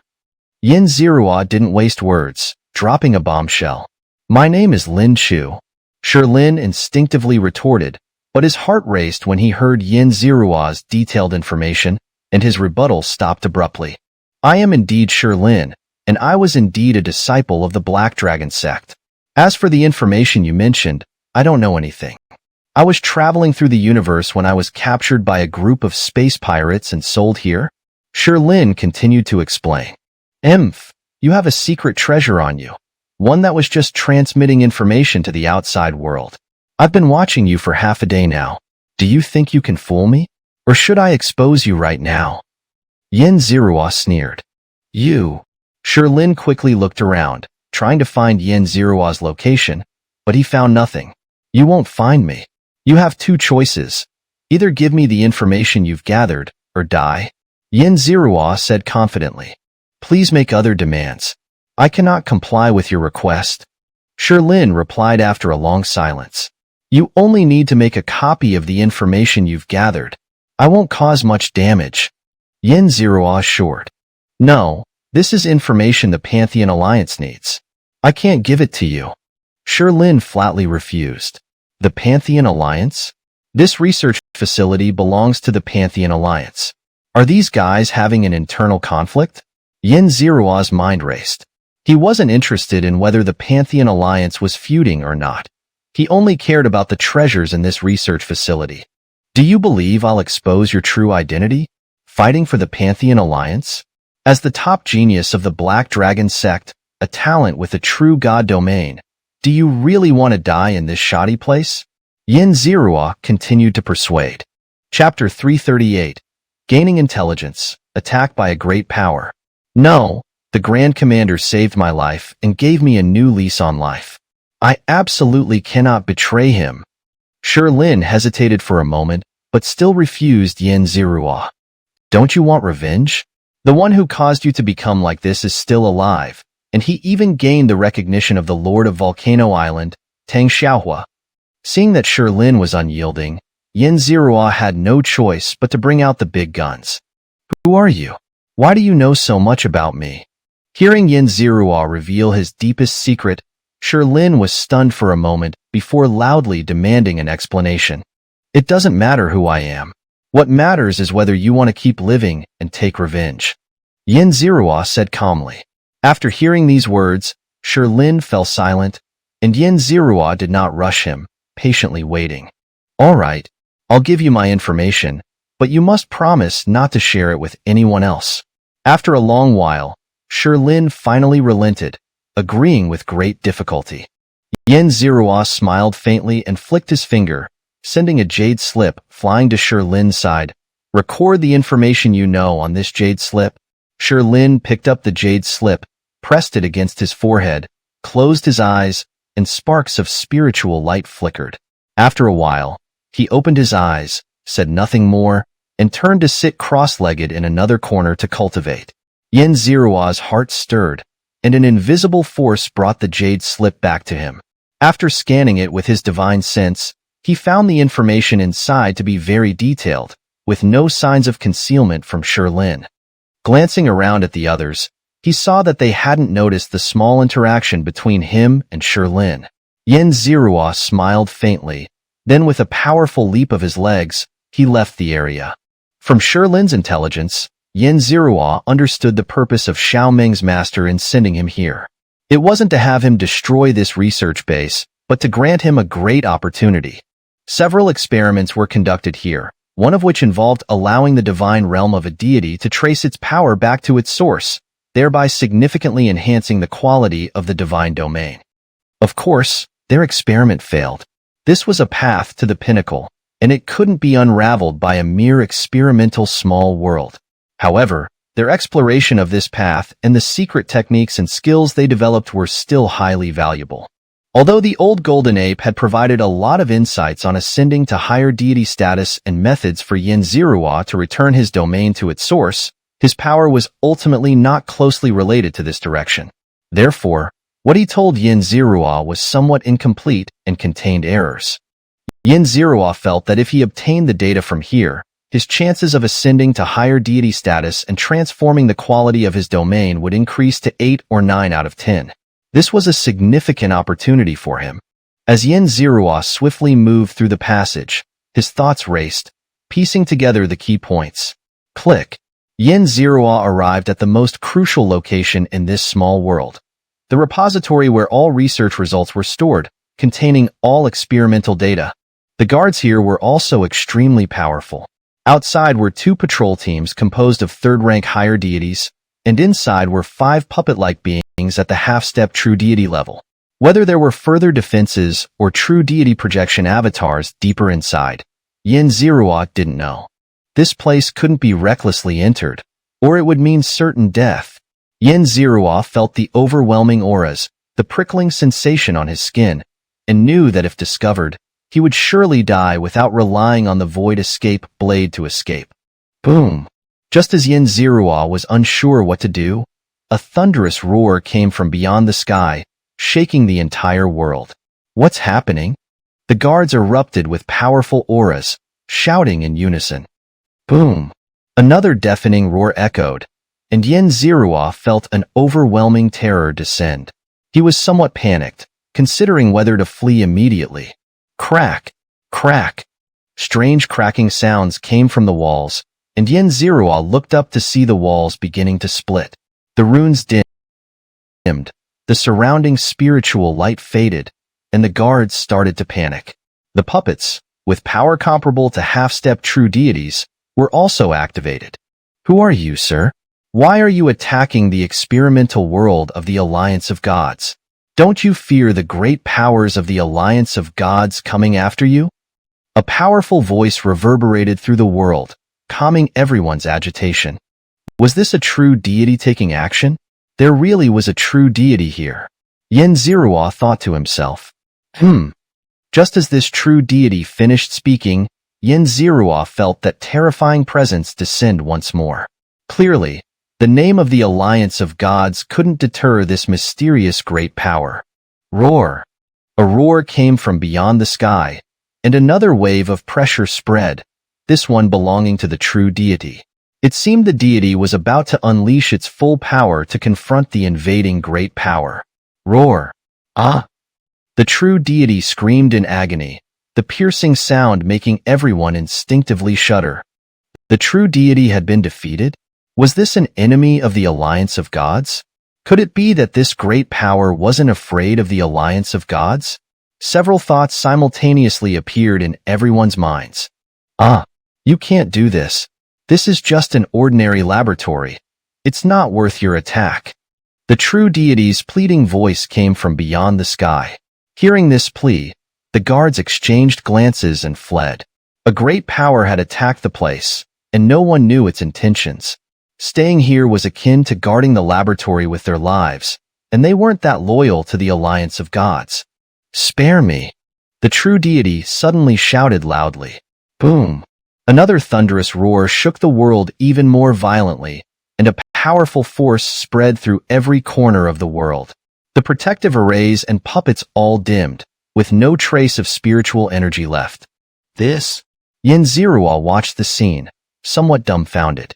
Just moments ago, he didn't know how to infiltrate the data repository, but now the repository was wide open, allowing him to enter without a care, with almost no guards.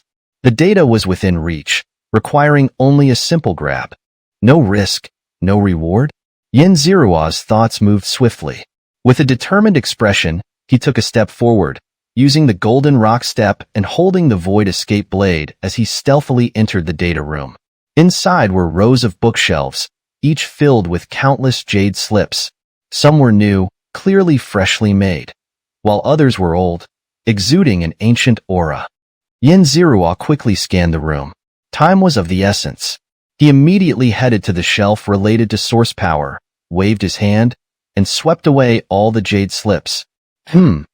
Just as Yin Zirua collected the jade slips, he sensed several people approaching the data room. The auras were mixed, suggesting they weren't part of the same group. Chapter 339. Defeating Enemies, Reunion with Old Friends. Were they here to take advantage of the chaos? Indeed, daring individuals could be found everywhere.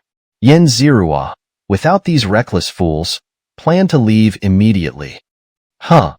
As Yin Zirua passed by these newcomers, one of the burly men suddenly turned towards him with a look of surprise. Without hesitation, the burly man unleashed a powerful attack directly towards Yin Zirua. Boom! Yin Zirua was blasted out by this unexpected strike. He frowned, looking at the burly man, his eyes filled with killing intent that seemed to freeze the very air. This burly man was one of the guards, clad in a spirit-infused armor, his aura of killing intent extremely strong. His combat prowess was formidable, and even Yin Zirua felt a significant threat. Why did you attack me? We don't have any major grievances, do we? Yin Zirua asked coldly. Time was of the essence, and he had no patience to waste on this fool. Hand over the item you stole from the data room. It's a treasure of the Pantheon Alliance. You can't take it with you? The burly man demanded gruffly. Aren't you here to steal the data and secret techniques yourself? Yin Zirua sneered. I'm here to guard the data room. As for these guys, they were invited by me to help guard. They all want to contribute to the Pantheon Alliance. The burly man declared with righteous indignation. That's right. We're all here to protect this place. Hand over the stolen treasure, or we won't be polite. The crowd behind the burly man chimed in. Himph! Yin Zirua was angered by these shameless individuals. He didn't respond. Instead, his aura erupted as he prepared to deliver a devastating blow to these meddlesome fools and then escape. Swoosh! Yin Zirua's figure disappeared. He moved with incredible speed using the golden rock steps, appearing behind the group. He activated his domain, ready to deliver a fatal strike to these busybodies. Just as Yin Zirua was about to unleash his attack, the burly man suddenly turned around, grinning maliciously at him. Boom! The attack was already in motion. Without hesitation, Yin Zirua condensed all his strength into a massive fist strike, smashing towards the burly man. With a loud explosion, the burly man staggered back several steps, blocking the attack with a shield. Yin Zirua leaped to the side, his expression grave as he looked at the burly man. His golden rock steps had never been seen through before, yet now someone had discerned his movement.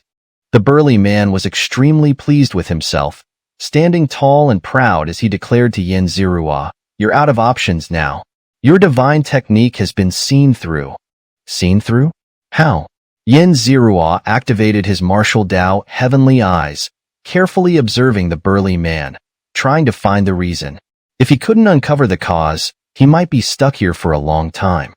The burly man alone wasn't a match for him, but with the group of opportunists behind him, they could definitely hold him back for a considerable time. Yin Zirua suddenly noticed something unusual about the burly man's right eye. The eyeball was crystal clear, but lacked the natural liveliness of a living being. Upon closer inspection, he saw tiny runes floating within the pupil of the right eye. This must be the reason he could see through his golden rock steps. Yin Zirua immediately deduced. "I like your right eye," Yin Zirua said with a smile. "You figured it out?" the burly man sneered. "Then come and take it." The burly man raised his hand, unleashing a powerful attack, while those behind him also launched their own strikes towards Yin Zirua. Knowing that his golden rock steps had been seen through, Yin Zirua no longer held back, unleashing his full power. A massive heavenly god domain expanded, freezing all the attacks in an instant. "This?" the burly man gasped, his eyes filled with fear and despair. "Kill." Yin Zirua ignored the crowd, channeling the power of the 5 elements and enhancing it with the flame barrier divine technique. A terrifying surge of heat erupted, and many of the gods attacking him screamed before turning into ashes. "Spare! Spare me!" the burly man stammered, pleading for mercy. Yin Zerua ignored him, raising the heart-wishing, mind-following ruler and striking down, splitting the man in half. "Ah!" the burly man screamed, gathering all his remaining strength into his right eye, trying to destroy it before his life ended. Swish! But Yin Zerua wouldn't let him succeed. With the sound of the heart-wishing, mind-following ruler slicing through the air, the massive ruler impaled the burly man's head, instantly cutting off his power. Yin Zerua then reached out, pulling out a thumb-sized eyeball. Boom! Blood clouds spread, and the wailing of the wind filled the air as the gods here were utterly annihilated. 20,000 villain points? Not bad. Yin Zerua glanced at the system interface, smiled faintly, and quickly left with the newly acquired eyeball. "Friend, you've gone too far." A calm voice suddenly echoed in Yin Zerua's ears as he raced through the laboratory. The voice was deep and warm, giving a sense of comfort. However, the powerful figure who had attacked the place remained silent, as if vanished. Yin Zerua didn't know what had happened, only hearing a soft chuckle before the warm voice spoke again. "Come out?" Yin Zerua felt the world spin around him, and in the blink of an eye, he appeared outside, surrounded by many others. Researchers, test subjects, and guards from that small world. Scanning the crowd, Yin Zerua quickly spotted Shirlin and Chu Liuha. Taking advantage of the chaos, he approached Chu Liuha. "Chu Elder." Yin Zerua softly called out from behind Chu Liuha. "You are Yin Miaozi? How did you end up here?" Chu Liuha was stunned. Turning around, he saw Yin Zerua, and the excitement of meeting an old acquaintance in a foreign land overwhelmed him. He quickly asked urgently, "It's a long story." Yin Zerua briefly recounted his experiences, explaining that he too had been imprisoned here due to space pirates. "Quiet!" A gentle voice echoed from mid-air. The voice was filled with healing energy, instantly soothing all the restlessness, and the previously noisy scene became quiet in an instant. Yin Zerua looked up to see three deities shrouded in mist floating in the air. The one in the middle was the largest, with the other two slightly smaller. Their auras were deep as the ocean, and even facing them, Yin Zerua felt a sense of suffocation. "In a moment, I will send you all out." The deity on the far right spoke softly. It was the same voice that had calmed the crowd earlier. Chapter 340. The Battle of Supremes, Successful Escape.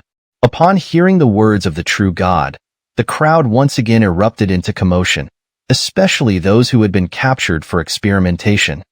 "After causing such a huge incident, aren't you going to explain yourselves, the Pantheon Alliance?" someone shouted, and Yin Zerua recognized the man. His body was imbued with various elemental powers, and strange wounds that had yet to heal covered his body. Clearly, he was one of the lab rats who had been captured. The true God was about to speak when an overwhelming terror descended upon them. The supreme being who had attacked earlier had returned. Everyone felt as though they were frozen insects, unable to move, enveloped by an endless chill. "You dare return?" The largest true God in the center chuckled softly. His voice was deep and gentle. Yin Zerua saw him shift his form, and in an instant, he vanished. Swish! After his disappearance, the true God on the far right also vanished, leaving only the silent true God still standing in place. Boom! A tremendous explosion echoed from a distance, and the terrifying divine fluctuations spread across the void. Everyone trembled, instinctively wanting to turn and flee. "You've stolen quite a bit from the data room, haven't you?" At that moment, the silent true God spoke, his voice hoarse as he stared intently at Yin Zerua. "Huh." Yin Zerua's eyes nearly popped out of his head. His hair stood on end, as if he were a mouse seeing a cat. "Damn it!" Yin Zerua cursed, instinctively reaching for his spatial blade to escape. "How dare you!" Just as Yin Zerua was about to flee, a loud shout came from the distance. He felt an immense energy surge toward him. "Ah!" The true God who had questioned Yin Zerua suddenly cried out in surprise. The attack wasn't aimed at Yin Zirua, but at him. The sheer force of the attack had distorted Yin Zirua's perception, making him think it was directed at him. Damn it! The true god roared, his terrifying pressure crushing the entire area. His aura erupted violently as he mustered all his strength to withstand the attack. Aya! The true god screamed, desperately trying to block the attack, but was still sent flying far away. An opportunity. Yin Zirua quickly pulled out his spatial blade, ready to escape. But at that moment, he felt a surge of power descend upon him. A power similar to the one that had brought him here, presumably belonging to the master of Xiaoming. Was the supreme being who attacked here the master of Xiaoming? Yin Zirua was shocked but didn't resist. He reached out and grabbed Chulioha, who was nearby. Swish! The void twisted, and both Yin Zirua and Chulioha were teleported away. Is this the one you want to save? Yin Zirua heard a deep and gentle voice in the spatial tunnel, the strongest true god of the Pantheon Alliance. Puff! Accompanying the true god's words was an immense force that immediately blasted Yin Zirua out of the spatial tunnel. Damn it! Yin Zirua gritted his teeth. He was hit by the force and sent hurtling out of the tunnel, unable to rely on it to escape quickly anymore. Even worse, the attack had separated him from Chulioha. With no other choice, he split some of his power to protect Chulioha. Cough! The spatial tunnel created by Xiaoming's master shattered completely, and Yin Zirua emerged outside, crashing into the void and coughing up a mouthful of blood. Huff, huff. Yin Zirua gasped, his body drenched in cold sweat, sticking uncomfortably to his clothes. I remember you. Yin Zirua muttered through gritted teeth as he assessed his injuries. Once he ascended to true godhood, he would have the power to seek vengeance against the Pantheon Alliance for what they had done to him today. Yin Zirua looked around, unsure of his location, but he knew he was safe. He took out a flying vessel, sat on it, and began to tend to his injuries. From now on, the karma between you and Xiaoming is settled. As Yin Zirua closed his eyes to heal, he suddenly heard Xiaoming's master's voice. This was the first time he had heard Xiaoming's master speak. The voice was domineering, leaving no room for doubt. In that moment, Yin Zirua could almost see an unparalleled divine emperor, clad in luxurious divine robes, towering above the 9 heavens. Humph! Yin Zirua sneered and ignored it. While being commanded in such a high-handed manner left him slightly displeased, he didn't argue. He would simply seek revenge later. He was confident that he would reach such heights in the near future. As for the karma between him and Xiaoming, that was between them, and no one else could interfere. Huff! Yin Zirua exhaled deeply. He looked into the distant void, now 3 days removed from that small world. These past 3 days had been calm. No supreme beings had descended, no frenzied pursuit from the Pantheon Alliance, and he hadn't encountered any interstellar pirates or beasts. Everything was peaceful. Yin Zirua took out the eyeball he had obtained from the burly man and, after refining it, discovered it was a true divine artifact, a rare auxiliary type. It could detect all living beings within a radius of 10,000 miles, analyze their cultivation levels, and even discern the workings of divine techniques. If used properly, it could even replicate others' divine techniques. Replicate divine techniques? Yin Zirua was momentarily stunned, then chuckled. That was impossible. Such a feat would require an artifact at least as powerful as a top-tier true divine artifact or a heavenly divine artifact. Certainly not this seemingly ordinary item. Yin Zirua activated the eyeball to test its functions and found that it could indeed see through divine techniques, but only up to middle-tier divine techniques. The higher the quality of the technique, the more blurred the vision. At the level of true divine techniques, it could only trace the trajectory of the technique's movement. Not bad. From now on, you'll be called the Tracking Eye. Yin Zirua nodded in satisfaction and put away the eyeball. In the center of the Tracking Eye was a cluster of runes that Yin Zirua couldn't decipher. Since they didn't affect its functionality, he decided not to worry about them. Click. As Yin Zirua's flying vessel cut through the void, he saw a massive floating city in the distance.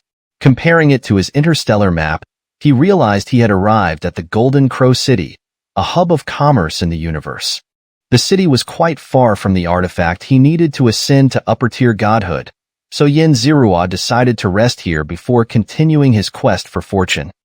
Ha ha ha, the shame of the interstellar pirates has arrived. Just as Xianxia set foot in Golden Crow City, he suddenly heard someone laughing loudly. Following the sound, he saw a large group of familiar faces. Chapter 341. Reunion with Xianxia, the street-side tavern.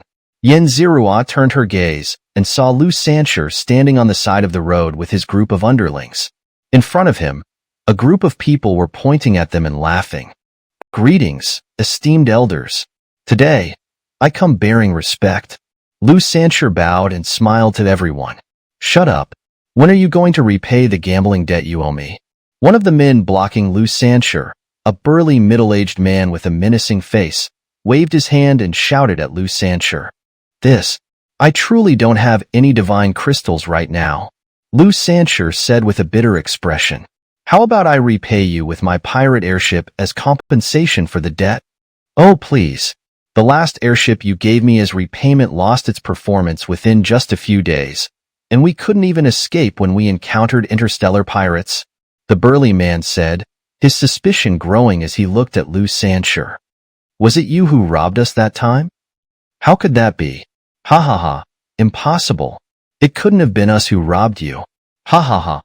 Xianxia was momentarily stunned, then awkwardly patted the man's shoulder and laughed. It couldn't have been you? The burly man sneered. Do you think I'm a fool? Do I look like one? How dare you deceive me like this? Boom. As the middle-aged man spoke, his face twisted with rage, and a powerful aura erupted, shooting into the sky. It really wasn't me. Xianxia quickly stepped back, his face full of distress as he tried to explain. But the burly man didn't listen to him. He stretched out his hand and grabbed at Xianxia. Swoosh. Facing the attack, Xianxia didn't counter or defend. Instead, he crouched down and darted away to the side at high speed. His underlings, sensing the tension earlier, had already distanced themselves from him. By the time the burly man made his move, they had scattered like birds and beasts. In just a few blinks of an eye, Xianxia and his men disappeared without a trace. The burly man stood in front of the now empty space, stunned for a moment. Xianxia. The burly man roared to the heavens, his upper-tier God Level 3 aura erupting to its limits, slicing through the void with powerful divine energy. The onlookers watching the spectacle couldn't help but laugh at the man's stupidity. Hearing the laughter, the burly man's face turned red, and he stormed off in one direction, determined not to rest until he found Xianxia. Xianxia also smiled faintly, watching the direction Xianxia had fled. With a flicker of her figure, she disappeared as well. Huff huff.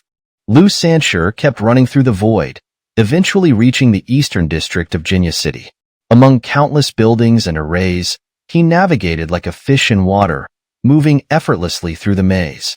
Xianxia didn't know how many arrays Xianxia had passed through or how many turns he had taken. She only saw him skillfully and swiftly evading pursuit until he finally stopped in front of a small house, catching his breath. Phew. Xianxia exhaled deeply, calming his turbulent divine energy.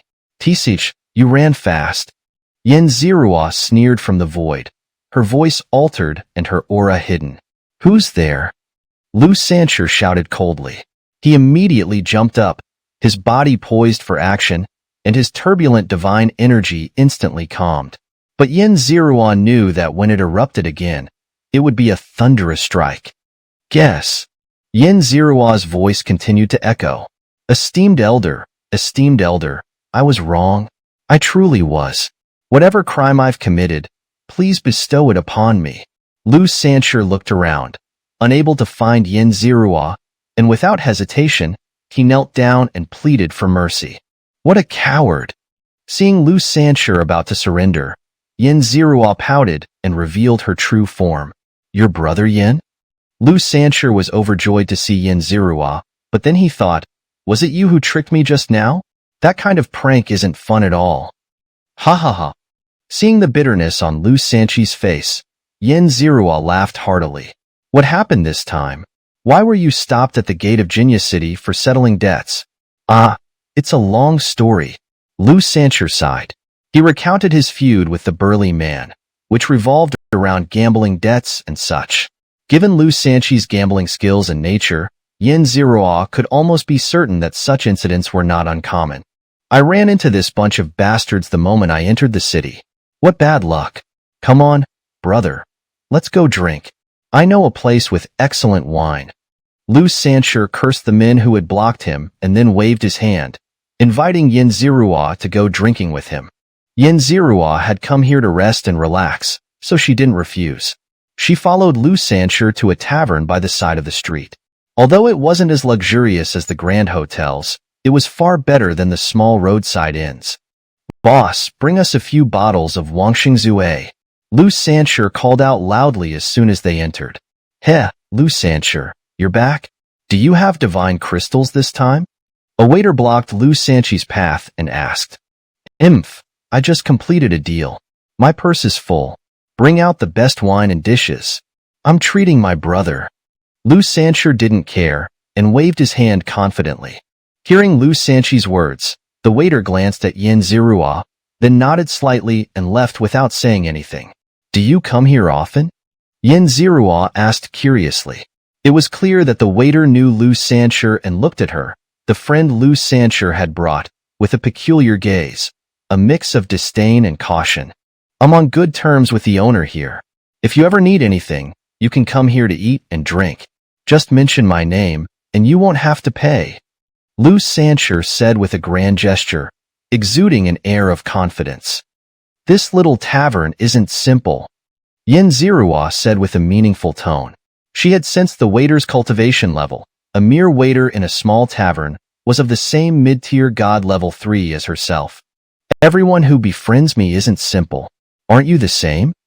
Lu Sanchi looked at Yin Zirua with a smug smile, his gaze seemingly carrying a deeper meaning. True enough. Yin Zirua was momentarily stunned, but then laughed heartily. Initially, Yin Zirua had thought Lu Sanchi was just an upper-tier god with strong intuition. Later, finding him amusing, she befriended him. After some drinks and meals together, she genuinely considered him a friend. Now, it seemed this friend wasn't as simple as she had thought. Of course, whether her friend was simple or not didn't matter to Yin Zirua. She made friends based on her mood, not their background. Chapter 342. Eternal Bliss Wine, Graceful Maid. Yin Zirua and Lu Sanchi took a seat in a private room. Shortly after, the attendant who had the same cultivation level as Yin Zirua entered, carrying 3 porcelain bottles. These white porcelain bottles glowed with a soft, ethereal light, exuding a gentle spiritual aura, clearly indicating their preciousness. The attendant placed the 3 bottles on the table and left without a word, his face expressionless, not even glancing at Yin Zirua and Lu Sanchi. His service was abysmal. Come, let's drink. This is the one and only exquisite wine in this realm. You won't find it anywhere else. Lu Sanchi was completely unfazed by the attendant's attitude and immediately urged Yin Zirua. Clink. With the cork removed, a delicate fragrance began to fill the air. Yin Zirua took a deep breath, finding it incredibly aromatic, reminiscent of many fine wines he had tasted before. This is Eternal Bliss Wine, a legendary brew said to evoke memories of one's past life. It's only available here in this realm. Lu Sanchi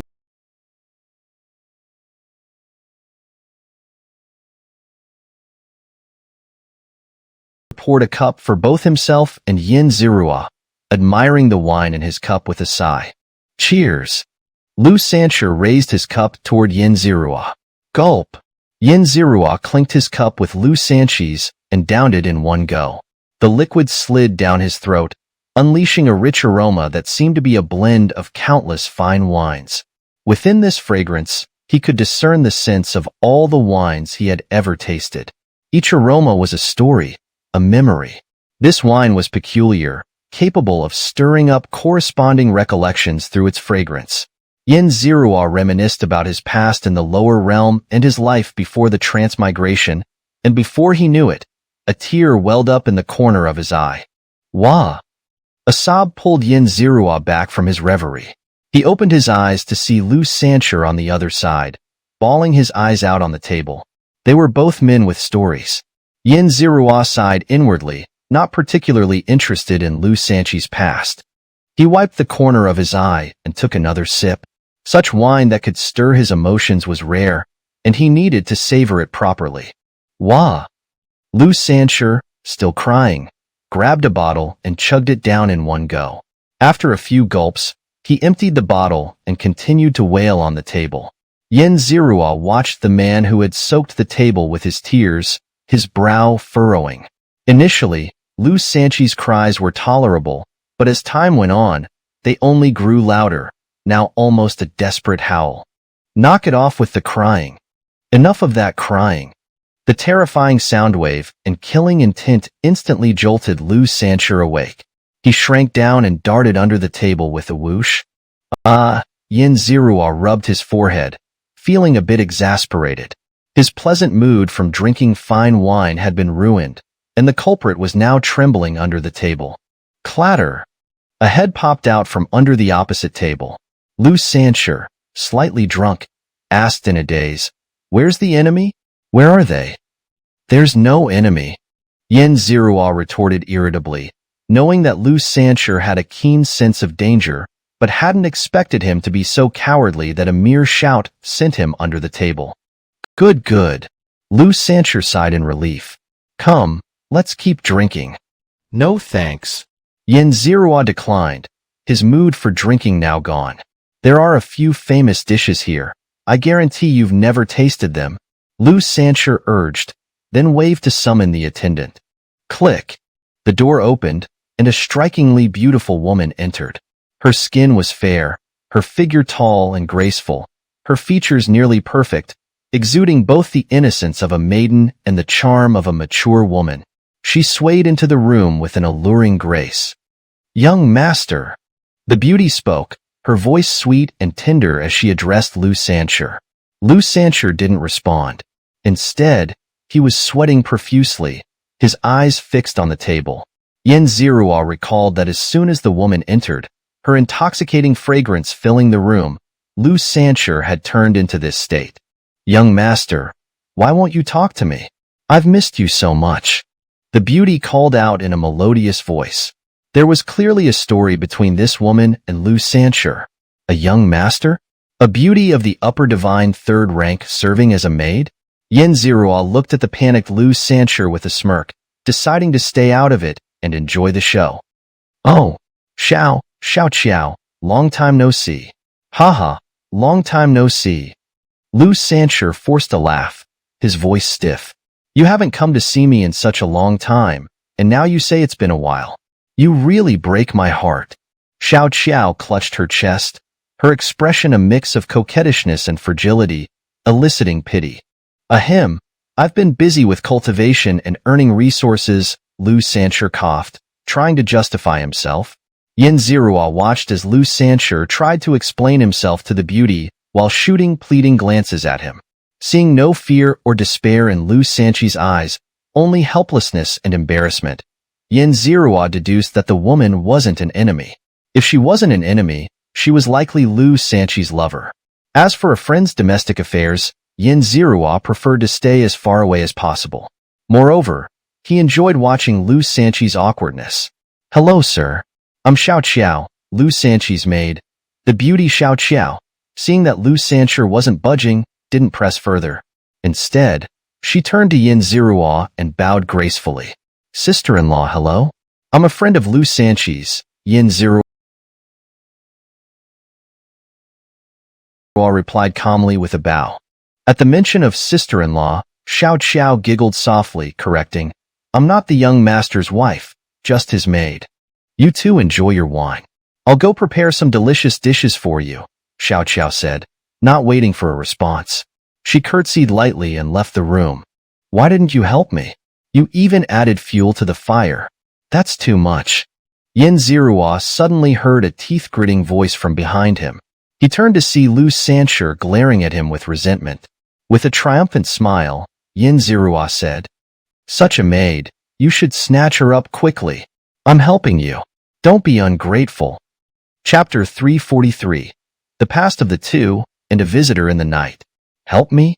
Is this how you help? I needed to avoid her, not be pushed towards her by you. Lu Xianxia said with intense emotion. Such a charming maidservant. Why not seize the opportunity now? And you didn't seem to dislike the idea either. Yin Zirua said innocently. Seize her? No, I can't. Lu Xianxia quickly shook his head. Although she's nominally my maidservant, I've always treated her like my sister. Humph. Yin Zirua looked at him with a cold smile. Maidservant? Sister? Who would believe that? Just now, they were so close. It was like they were a very intimate couple. Ah. Seeing Yin Zirua's skeptical expression, Lu Xianxia wanted to explain something, but he trailed off and sighed, unable to find the words. He tried to say something to Yin Zirua, but found himself speechless. Why so glum? Come, drink. A good drink can solve 1,000 sorrows. Yin Zirua, seeing Lu Xianxia's genuine distress, raised a porcelain bottle towards him. Lu Xianxia drank an entire bottle of wine, his face showing a hint of drunkenness as he looked at Yin Zirua. The bitterness on his face grew deeper, and finally, he sighed and drank another bottle. Click. The door opened again, and the maid Xianxia entered with a tray, the aroma of delicious food filling the entire room. The smell was so enticing that even Yin Zirua's appetite was stirred. Feeling Xiaoqiao's arrival, Lu Xianxia remained silent, continuing to drink in silence. Xiaoqiao placed the food down, gave a slight bow to Yin Zirua, and then left the room. After the meal and more drinking, Lu Xianxia was completely drunk, and even Yin Zirua felt a bit dizzy. Lu Xianxia, in his drunken state, had revealed most of his story with Xiaoqiao. It turned out that Lu Xianxia couldn't stand life in his family, so he left with his maidservant to venture out into the world. Later, for some reason, Lu Xianxia left Xiaoqiao and became a space pirate, gathering a group of underlings. His life was quite miserable.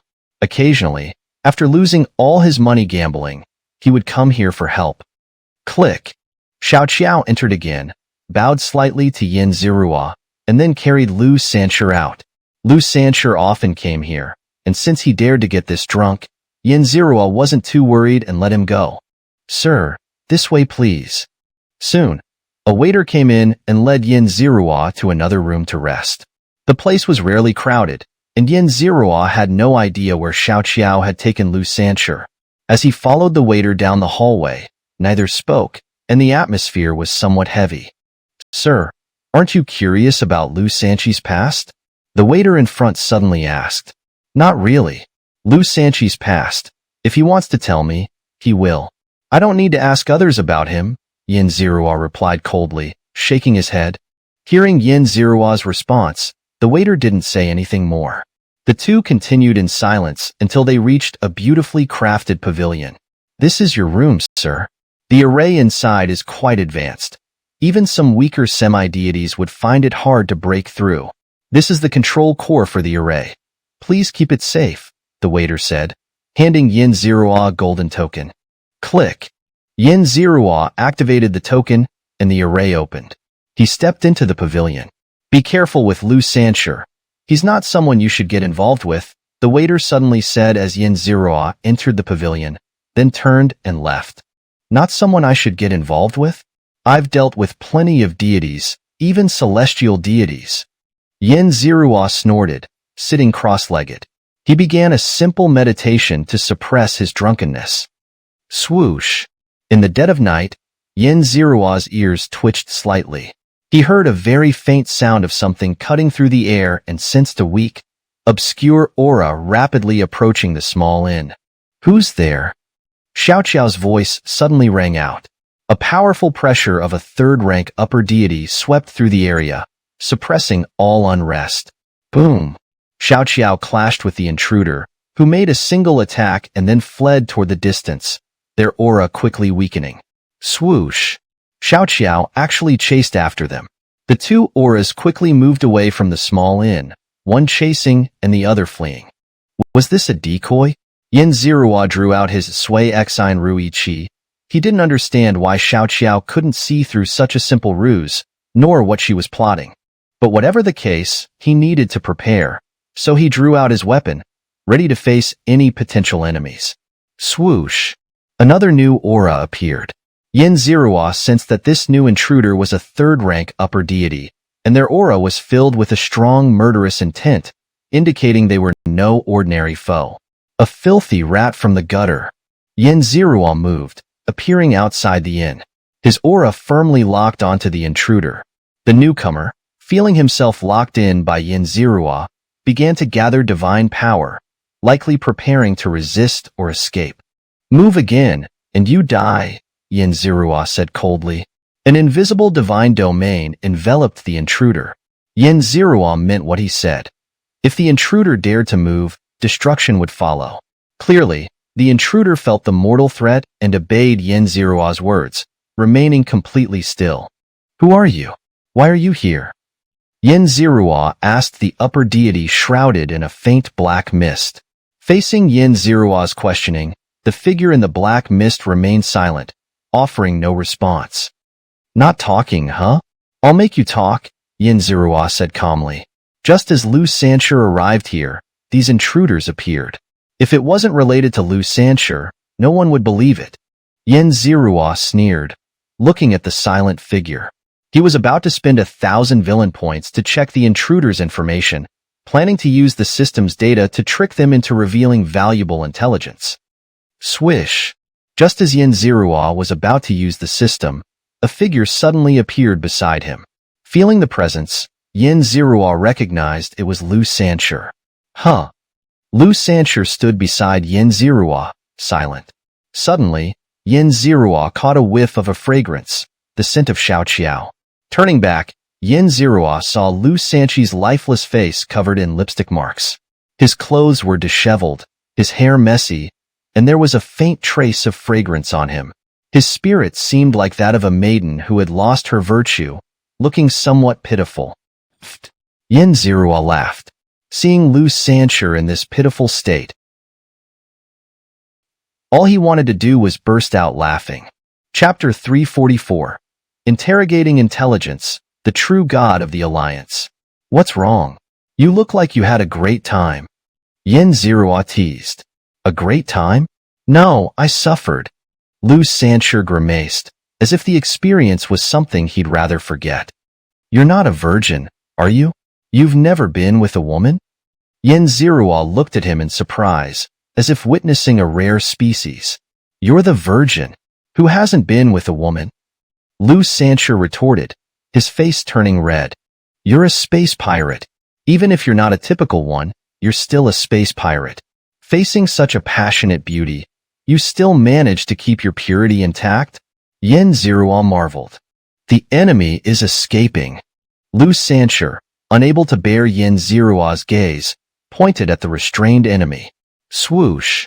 The enemy, shrouded in a black mist, swayed and turned into a wisp of smoke, drifting away. You won't escape. Yin Zirua sneered. Though the smoke was swift, it was still too slow for him. In an instant, he expanded his domain, enveloping the smoke within it. The 5 elements flowed, and under the grinding force of 5 colors, the smoke let out a scream before reverting to its original form, a figure enveloped in black mist. Cough, cough. The assailant looked at Yin Zirua and Lu Sanshur, then glanced at the surrounding 5-colored domain. After a moment of silence, he revealed a look of despair and collapsed to the ground. This must be an upper-level god cultivated by a major power. He's definitely not experienced in battle. Those who have survived countless battles wouldn't give up so easily. Yin Zirua chuckled at Lu Sanshur. Who are you? Why are you here? If you tell us everything, I might spare your life. Lu Sanshur addressed the assailant. The assailant lay on the ground in despair, his eyes lifeless. Only when Lu Sanshur mentioned the possibility of sparing his life did his eyes flicker with a faint glimmer of hope. However, after glancing at Lu Sanshur and Yin Zirua, he hesitated for a long time before lowering his head again, resigned to his fate. You don't want to give up information but still expect to live? Do you think such a good deal grows on trees? Xianxia sneered. With a mere thought, he spent 1,000 villain points to probe the assailant's information. Ding! The luck child Guiling, a genius from the Xianxia world under the jurisdiction of true god elder Deng Chao of the Pantheon Alliance, was sent by Deng Chao to assassinate Xianxia. Rank: upper-level god, 3rd grade. Luck value: 11,000. Possesses true god domain, ghost sand domain, upper-level god technique, smoke escape technique. Ding! Activating the villain face-slapping system. Villain points will increase based on the reduction in luck value. Another member of the Pantheon Alliance? Xianxia actually has enemies at the true god level? Xianxia glanced at Xianxia, who was busy wiping lipstick marks off his face. What's wrong? Why are you looking at me like that? It's making me feel uneasy. Xianxia asked. Do you know Elder Deng Chao of the Pantheon Alliance? Xianxia asked with a light smile. No, I've never heard of this true god. Xianxia shook his head. I left the Pantheon Alliance when I was very young. I don't know much about its higher-ups. Xianxia was already accustomed to Xianxia's occasional revelations about his past. He knew Xianxia had many secrets, but since he didn't volunteer the information, Xianxia didn't pry. Hearing Xianxia's words, Xianxia pondered. This true god named Deng Chao must be targeting Xianxia's background, which is why he was involved. Otherwise, a true god wouldn't waste any effort on an ordinary space pirate. What about you? Do you know Elder Deng Chao? Do you know why he sent you to assassinate Xianxia? Xianxia turned to Guiling, who was sitting nearby, and asked with a smile. How do you know that? Guiling, who had been silent until now, finally spoke. His face filled with shock as he looked at Xianxia as if seeing a demon. So, do you know? The genius of the Xianxia world. Xianxia smiled, revealing a set of white teeth that seemed almost devilish. His eyes seemed to pierce through everything. Guiling quickly retreated a few steps, trying to put as much distance between himself and Xianxia as possible. Seeing Guiling's fear, Xianxia didn't rush.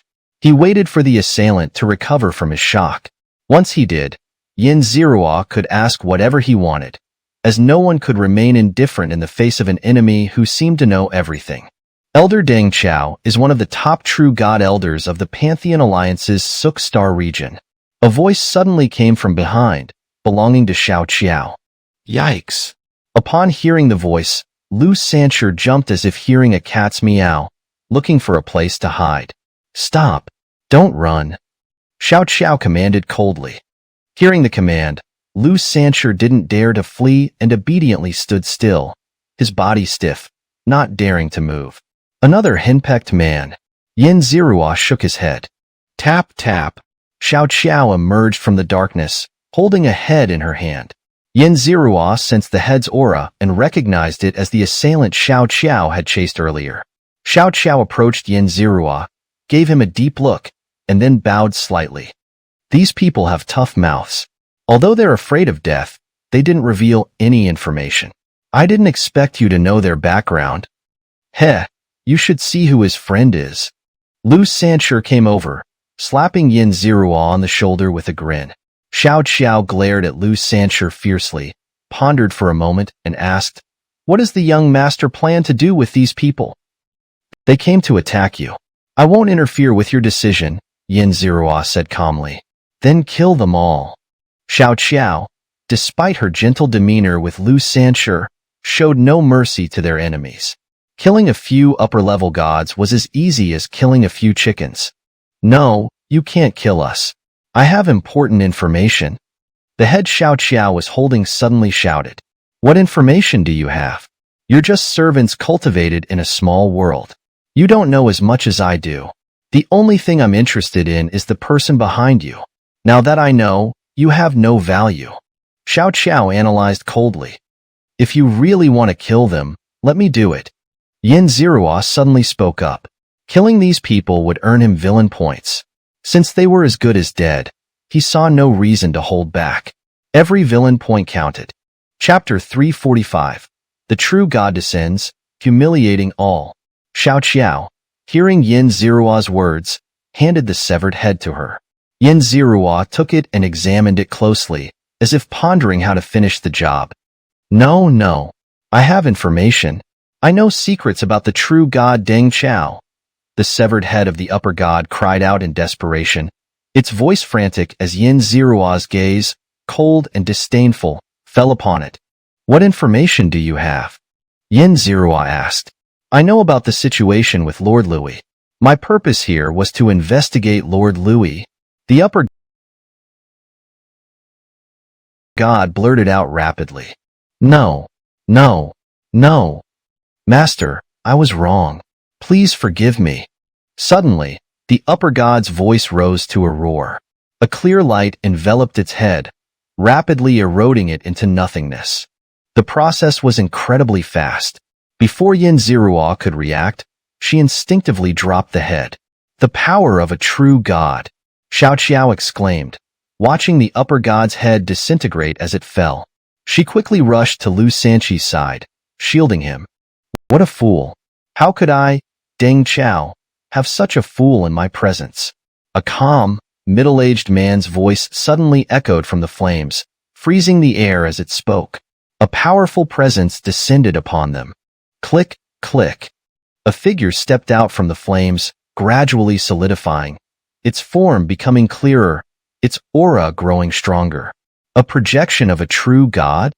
Yin Zirua said, her expression grave as she stared at the figure. Woo. Blood clouds spread, and howling winds filled the air, marking the death of the upper god. Boom! An immense pressure crushed the void, shooting into the sky and dispersing all the omens.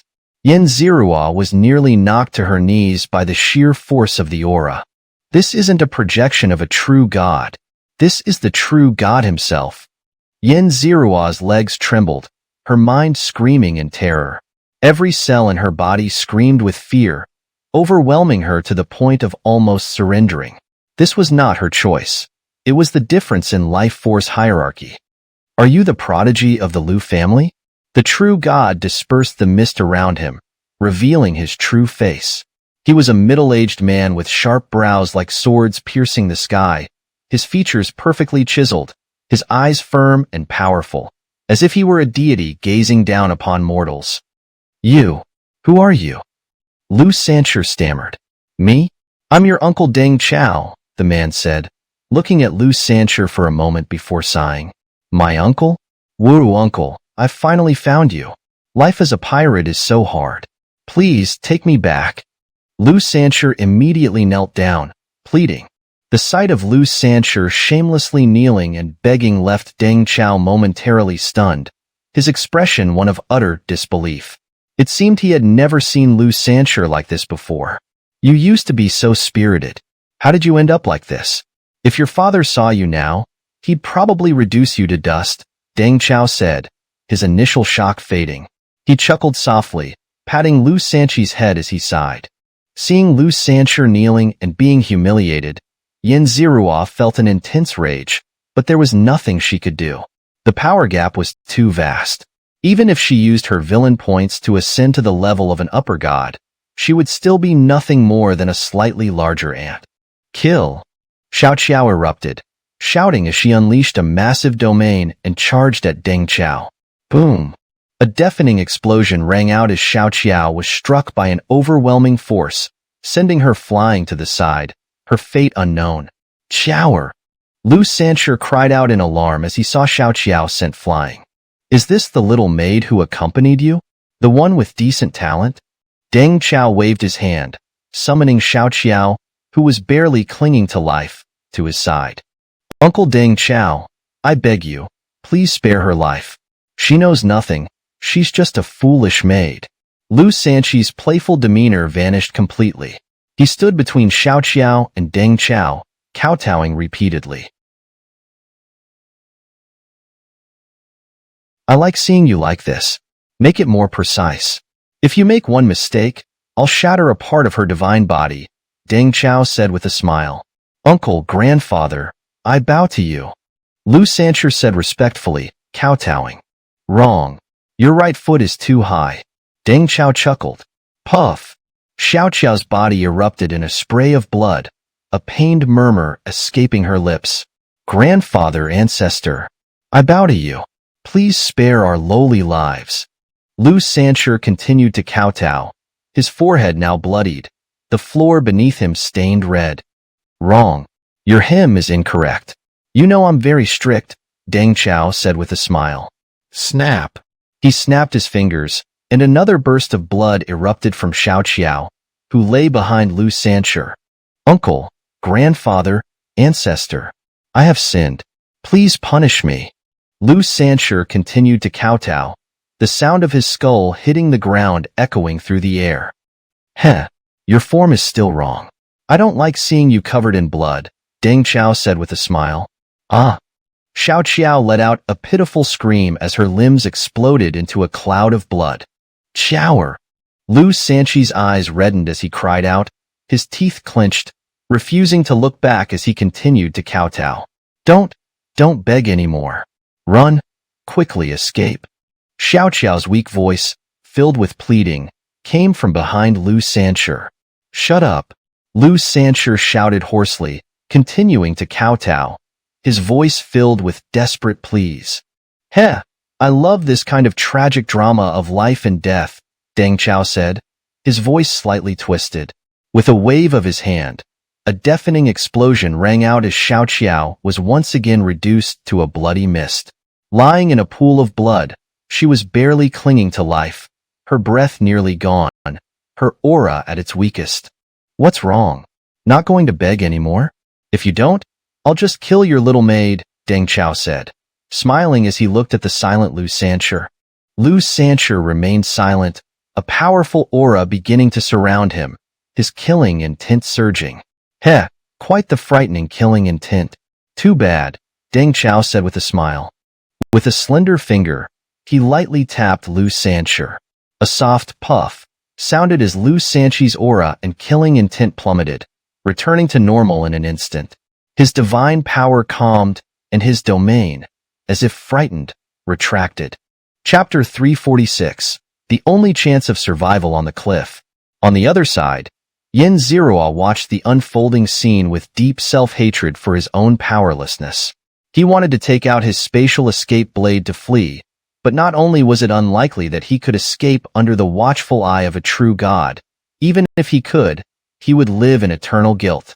If he truly abandoned Lu Sancher and the other two and fled, Yin Zirua might very well develop a heart demon, and his path of cultivation could be terminated right then and there. What to do? This was a true god. A bona fide true god, not a projection, not a clone, not injured, in perfect condition. He was no match. Charging directly would only add another corpse, not even causing a ripple. In an instant, Yin Zirua understood everything. He had to outsmart or borrow strength. But he was merely a mid-tier god of the third rank, a mere ant. No matter how clever he was, he couldn't kill a true god. The gap in strength was too vast. As for borrowing strength, he knew many powerful beings and true gods, but his relationships with them weren't particularly deep. Even if they were willing to come, by the time they arrived, he and Lu Sancher would have long since vanished. External assistance was impossible. The only option was internal strength, the system. Yin Zirua's thoughts raced, and eventually, his gaze shifted to the system's store. A single glance revealed many treasures capable of killing a true god, but few were suitable for his current situation.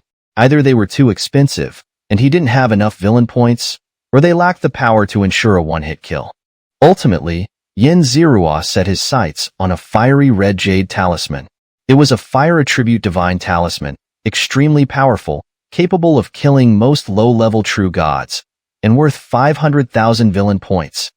Yin Zirua checked his villain points, and with a thought, a large portion of them vanished from the system. His hand grew slightly heavy as a warm, soft jade talisman appeared in his grasp. Another burst of blood erupted from Xiaoqiao in the distance. Yin Zirua could even see the white of her bones now. He could barely sense her life force. If this continued, perhaps the next moment, Xiaoqiao would be forever extinguished. I must act quickly. Yin Zirua thought to himself. Your posture is incorrect. Try again. Deng Zhao looked down at Lu Sancher, who was kneeling on the ground, his face cold, like a strict teacher. Huh. Deng Zhao, who was reprimanding Lu Sancher, suddenly paused. He abruptly looked towards Yin Zirua. Crap. Yin Zirua's heart skipped a beat. He knew this true god had sensed danger. If he didn't act now, he would never get the chance. This was the only opportunity, and he couldn't afford to miss it. Swish. Yin Zirua pushed his golden pong steps to the limit. In an instant, he leapt into the sky, hurtling towards Deng Zhao. Huh? You, this insignificant ant, dare to challenge a dragon? How laughable. Even more laughable is that I actually feel a not insignificant threat. Deng Zhao looked at Yin Zirua with interest, examining his divine technique. Your divine technique is quite interesting, somewhat resembling the Golden Pong clan's ancestral technique. Not bad. Not bad at all. Deng Zhao praised, but his hands didn't hesitate. With a wave of his hand, divine energy surged, ready to unleash a powerful attack to obliterate Yin Zirua, this insignificant ant, in one strike. Deng Zhao had fought countless battles in the upper realms. How could he not understand the principle of using full strength against even the weakest opponent? So, before Yin Zirua could get close, he unleashed a devastating attack, intending to kill the ant in one strike. Now, Yin Zirua's heart tightened. Divine energy surged, and the fire talisman in his hand was instantly activated. Without hesitation, he threw the blazing fireball towards Deng Zhao. You dare? Before the talisman was activated, the threat was minimal. But once activated, the threat skyrocketed. The lethal danger made Deng Zhao jump into the air, shouting at Yin Zirua. Boom! The terrifying true god's pressure crushed Yin Zirua. Without even attacking, just the pressure alone severely injured him. Yin Zirua spat out a mouthful of blood. His body was in chaos, severely injured. The power of a true god's full force was simply too terrifying. But at this moment, he had no time to worry about his injuries. He stared intently at the fireball he had thrown, hoping with all his heart that it would hit. Swish! Deng Zhao frantically dodged the fireball Yin Zirua had thrown, but the fireball seemed to have a target-locking ability. No matter how he dodged, his figure split into several, but the fireball always found the real body. Roar! Deng Zhao roared at the sky, no longer caring about the humiliation of being forced into this state by a mid-tier god ant. He unleashed all his power, frantically running divine techniques, trying to find a chance of survival under this attack. Deng Zhao dodged and blocked frantically, but he couldn't stop the fireball's advance. There was only a soft peefed sound as the fireball hit Deng Zhao's body. There was no earth-shattering explosion, no dazzling light. It was just like an ordinary little fireball hitting a true god, causing no damage at all. Huh. Deng Zhao was stunned. He looked down and saw a baby fist-sized red flame slowly burning on his chest. The flame gently swayed, looking even a bit cute. Is that all? Both Yin Zirua and Deng Zhao thought this at the same time, but one was despairing, and the other was relieved. Hee, you almost scared me to death, brat. If my friends knew about this, they'd laugh themselves to death. Deng Zhao looked at Yin Zirua with a sinister smile, his eyes devoid of any mirth, only endless, icy killing intent. Yin Zirua frowned deeply and quickly checked the system. He no longer had enough villain points to buy a treasure that could definitely kill this true god. And even if he could, with Deng Zhao now on guard, it would be difficult to hit him. Damn it! Yin Zirua cursed inwardly. Out of tricks, huh? Deng Zhao said with a smile. He slowly raised his hand, ready to give Yin Zirua a cruel and painful death. Puffed. At that moment, Yin Zirua's ears twitched. He heard two sounds, like farts, very faint, but he could hear them clearly. The moment he heard them, he knew his fire talisman had finished gathering the enemy's aura and was about to activate for the second time. Huh? Second activation? Yin Zirua was stunned. He looked up and saw the flame on Deng Zhao's chest still burning, with no significant change. What are you looking at? Seeing Yin Zirua staring at his chest, Deng Zhao was puzzled and quickly looked down. His face changed dramatically. Why is it still burning? I can't extinguish it. How is that possible? Chapter 347. Divine Talisman Erupts, Saving Xianxia. Boom! A muffled explosion rang out as the small flame attached to Deng Zhao's chest suddenly detonated, scattering into countless sparks that engulfed him. Ah! The extreme mortal danger drove Deng Zhao into a frenzy, his hair standing on end as his terrifying aura erupted, causing his body to swell dramatically. Swish! Surrounded by numerous sparks, Deng Zhao's figure blurred and faded, vanishing in an instant, leaving only the sparks quietly burning in the void. What's going on? Yin Zirua heard a shocked and angry shout from behind her and quickly turned around. In the distance, Deng Zhao was suspended in midair, his face filled with fear and panic. The sparks around him hadn't disappeared. Instead, their number had increased. Whoosh!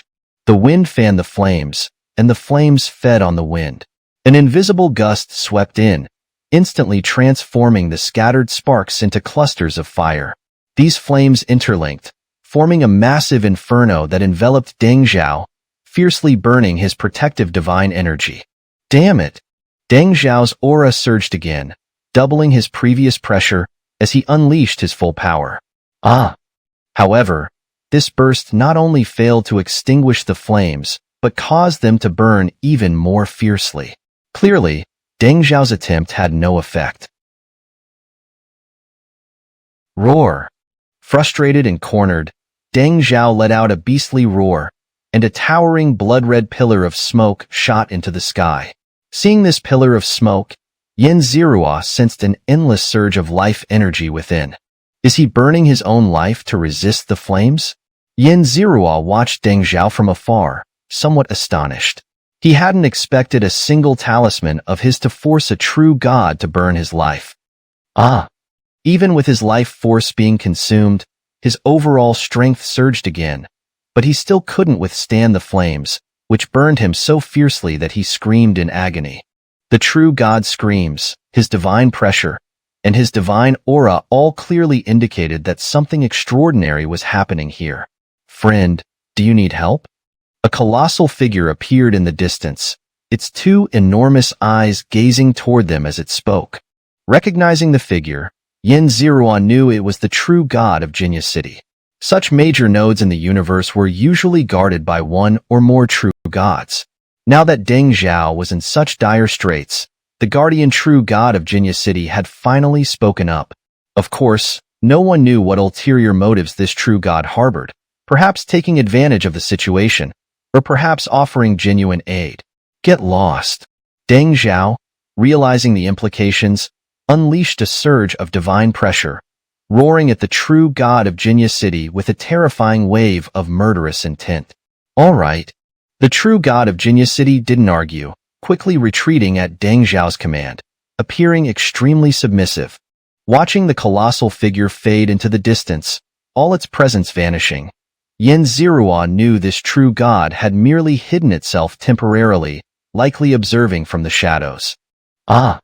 It seemed that the roar aimed at the true god of Xianxia City had drained Deng Zhao's last bit of strength. Unable to resist the flames any longer, they instantly touched his divine body. The flames spread wildly upon contact, and Deng Zhao screamed in agony as they burned him. Shower! At that moment, Lu Sanchi's panicked cry rang out beside Yin Zirua, filled with desperation.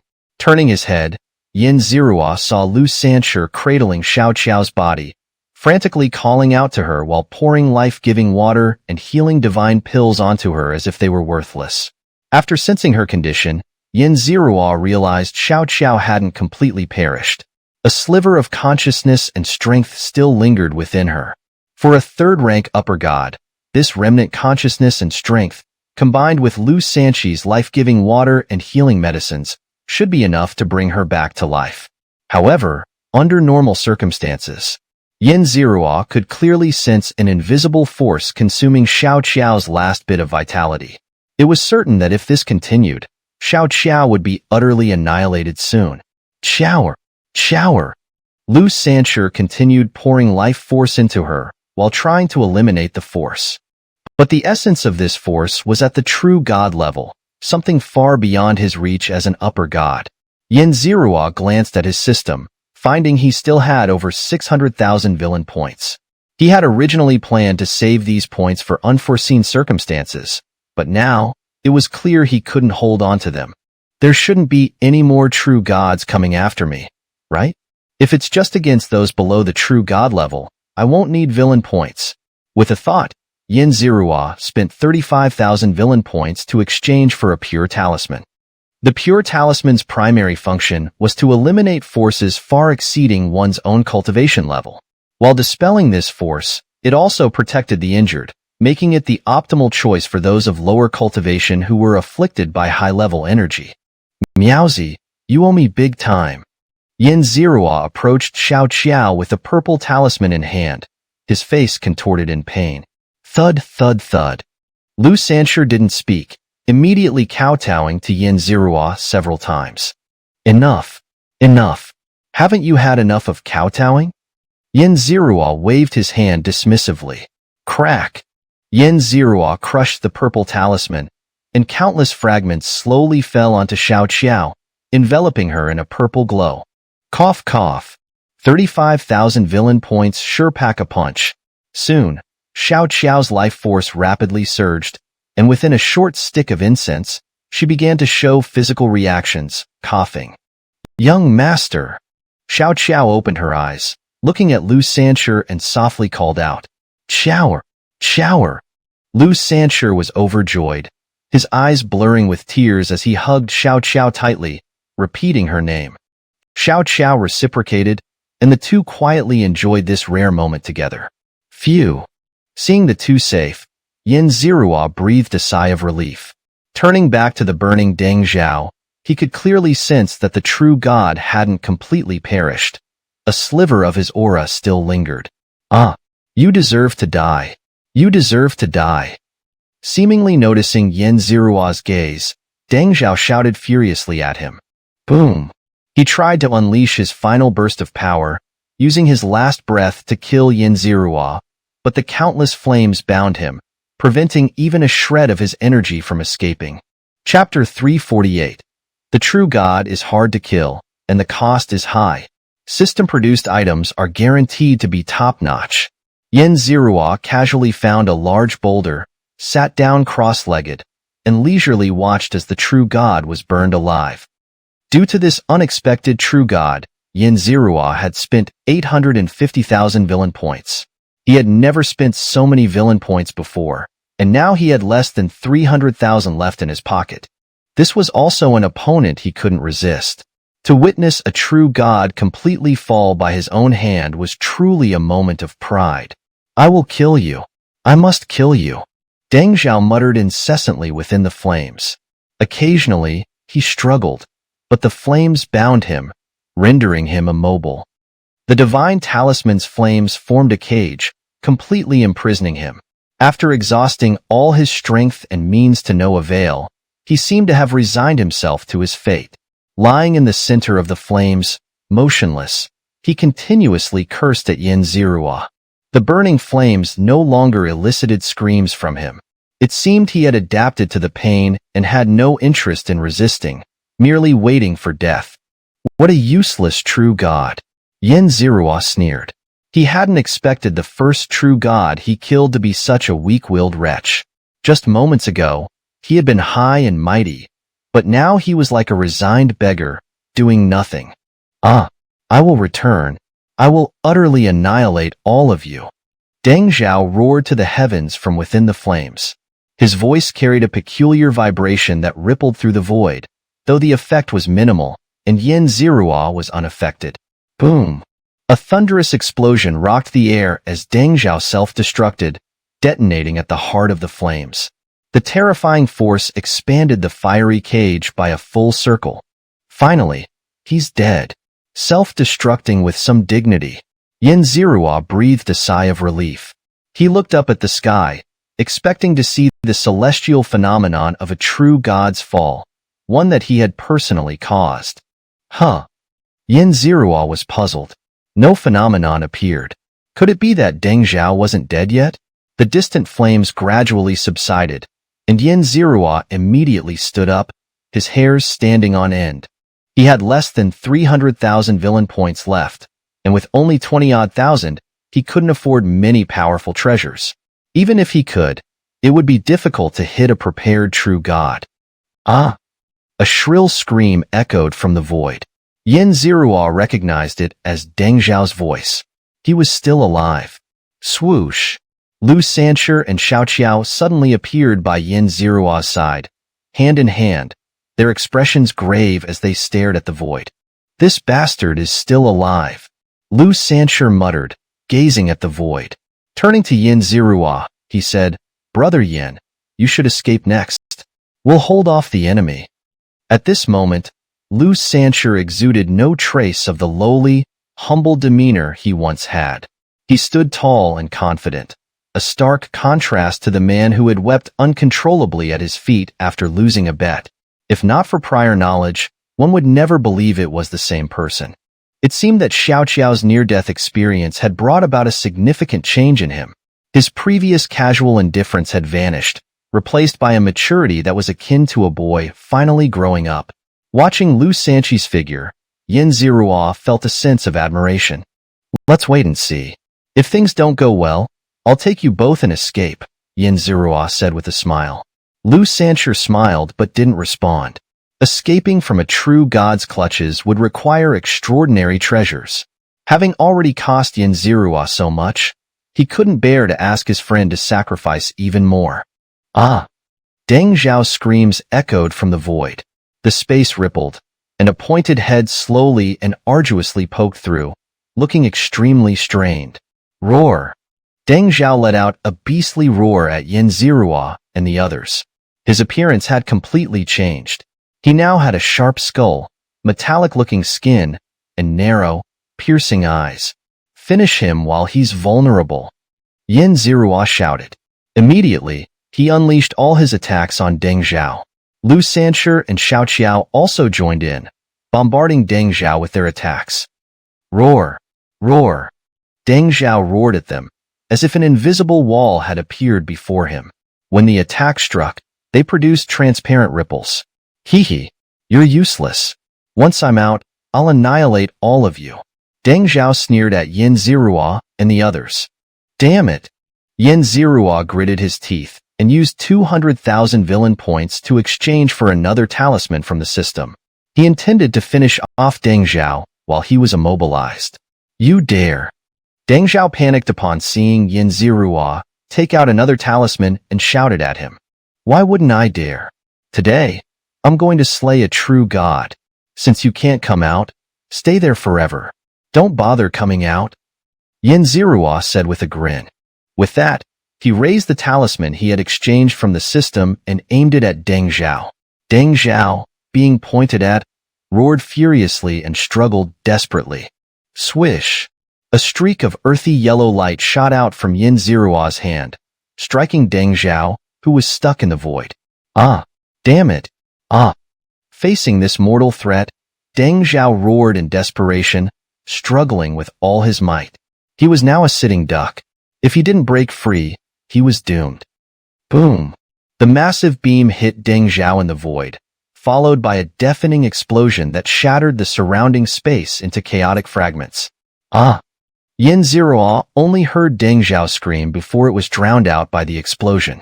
This attack was far more dramatic than the previous fiery assault, but Yin Zirua knew its power was inferior to the flame talisman.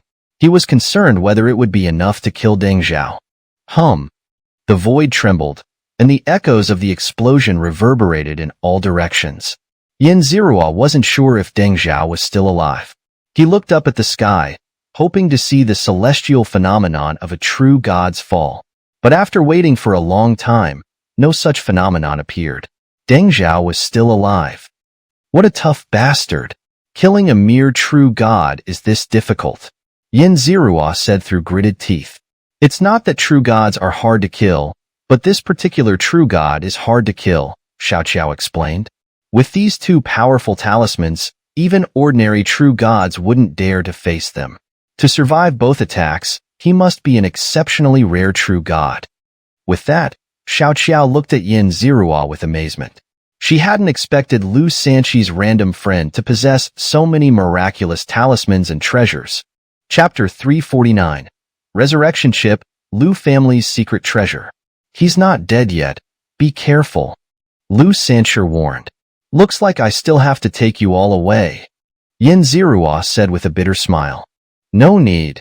Brother Yin, you've done so much, now it's my turn. If I can't kill an enemy who's been injured to this extent by you, then I don't deserve to be called your friend. Lu Sanqia shook his head. Yin Zirua didn't understand why Lu Sanqia was so confident, but before he could ask, he felt a powerful aura begin to erupt. Ah, damn you, you filthy scum. How dare you treat me like this? Deng Chao's voice, filled with shock and anger, rang out. Yin Zirua quickly turned to look. Deng Chao was now only half his original self, with his lower body completely gone. His upper body was entirely made of metal, resembling a metallic monster. Hanging from his chest were several metallic strands that looked like intestines. Deng Chao hadn't died, but he had transformed into a metallic monster. From the way he had emerged earlier, Yin Zirua knew that Deng Chao's resurrection after being killed by Yin Zirua's extremely powerful fire talisman came at a cost. A resurrection chip from the mechanical clan. Xiao said gravely, looking at the metallic monster. Seeing both Yin Zirua and Lu Sanqia looking at her, she quickly explained. This is a special technology of the mechanical clan, allowing a deceased god to be resurrected in the form of a metal puppet. This resurrection technology is called the resurrection chip. The value of a resurrection chip is extremely high. Even the cheapest ones are on par with true divine artifacts. They are also incredibly rare. I never expected him to possess one. Xiao's gaze was filled with a mix of emotions as she looked at the metallic monster in the distance. It seems he hasn't fully resurrected yet, or perhaps he hasn't resurrected in his perfect form. That last attack was crucial.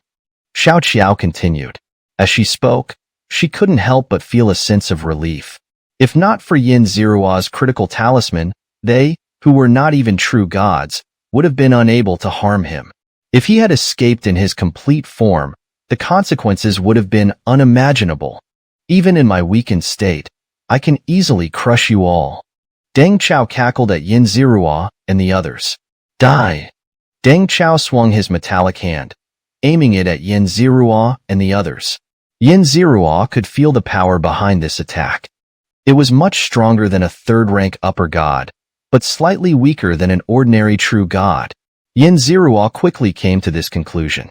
Although it was weaker, it was still far beyond what Yin Zirua and Lu Sanqia could handle. Should they flee? Yin Zirua reached into his robe and pulled out a spatial blade, glancing at Lu Sanqia and Xiao. He should be able to whisk them away from this dangerous spot. I said, leave it to me. Seeing Yin Zirua pull out another secret treasure, Lu Sanqi's mouth twitched. He pressed down on Yin Zirua's spatial blade and said, Huh. Yin Zirua looked at Lu Sanqia, seeing only determination and confidence in his eyes. You came here for me, so let me end you and put an end to this once and for all. Lu Sanqia muttered to himself, staring at Deng Chao. Boom. Deng Chao's palm strike came crashing down like a mountain, aimed at Yin Zirua and the others. Facing this attack, Lu Sanqia stepped forward, pulling out a dagger from somewhere. The dagger's handle had a yellow skull, which was very eye-catching. The moment one saw the dagger, they couldn't help but be drawn to it. The entire dagger was a brown color, with a thick layer of patina, clearly indicating its great age and frequent use. Just as Yin Zirua was curious why Lu Sanqia would pull out a dagger in such a dire situation, Lu Sanqia didn't hesitate at all. He plunged the dagger straight into his own heart. Ah! Ha! Lu Sanqia let out a painful cry, his eyes staring blankly at the sky, his mouth gasping for air. The skull on the dagger began to absorb Lu Sanqi's blood, with countless streams of blood flowing from the blade to the handle, into the skull. The two hollow eye sockets of the skull suddenly glowed red, and a strange fluctuation emanated from it. Yin Zirua clearly saw the skull turn slightly, as if those hollow eye sockets were gazing directly at him. Roar! Lu Xianxia let out a roar like a wild beast, his aura suddenly surging, erupting with a terrifying presence. Yin Zirua felt that this aura was not much weaker than Deng Chao's. Boom! Lu Xianxia raised his fist and shattered Deng Chao's metallic palm, strike into countless fragments.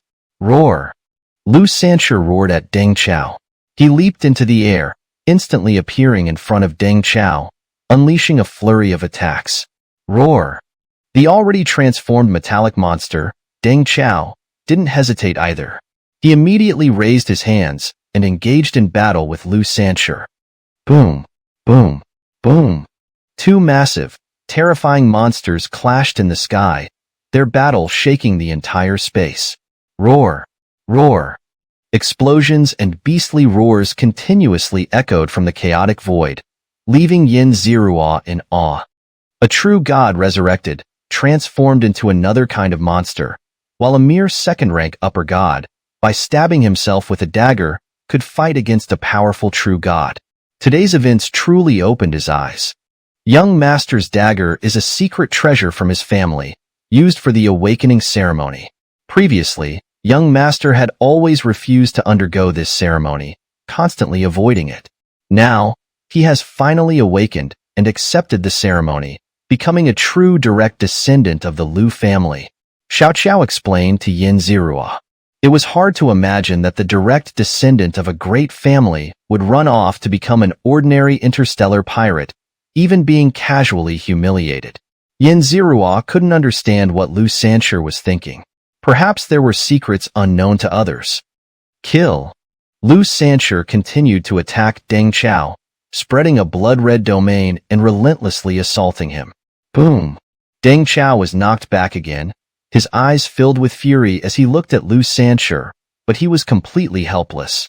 The awakened Lu Xianxia was simply too strong, forcing this true god to retreat repeatedly. Don't push me too far, Deng Chao said coldly, his eyes filled with murderous intent, as if he wanted to devour this insignificant creature. But Lu Xianxia paid no attention, continuing his relentless attacks, one after another, seemingly on the verge of completely defeating and killing Deng Chao. Leave him to me. I want to kill him myself. At that moment, Yin Zirua suddenly shouted. Today, he had spent 850,000 villain points, almost emptying his system. He urgently needed to kill a true god to replenish his resources. Chapter 350. The Fall of Deng Chao, Ancient God's Flesh. Ah, damn you, insignificant insects, how dare you underestimate me so? Deng Chao roared in fury upon hearing Yin Zirua's call, directing his anger at both Yin Zirua and Lu Xianxia. Kill! Lu Xianxia bellowed, seizing the opportunity when Deng Chao's focus wavered. With a surge of ferocity, he launched an all-out assault on Deng Chao.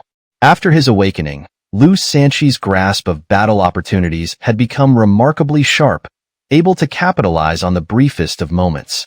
Boom! A thunderous crash echoed as Lu Xianxia and Deng Chao separated, each retreating a distance.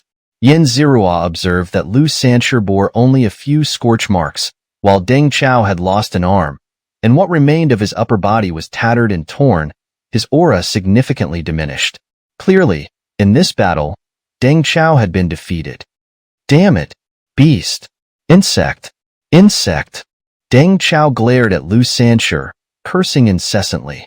Heh, uncle, shall I send you on your way? Lu Xianxia sneered at Deng Chao. Send me on my way? How could I fall here? Kill! Deng Chao roared, unleashing his divine power once more and charging toward Lu Xianxia. Foolhardy! Lu Xianxia scoffed, his lips curling in disdain. Boom! Boom! Boom! The two clashed again, but this time, Deng Chao was forced into a steady retreat. Initially, Yin Zirua had sensed that Deng Chao's movements were somewhat stiff, as if he were not fully accustomed to his puppet-like body, which had allowed Lu Xianxia to hold his own.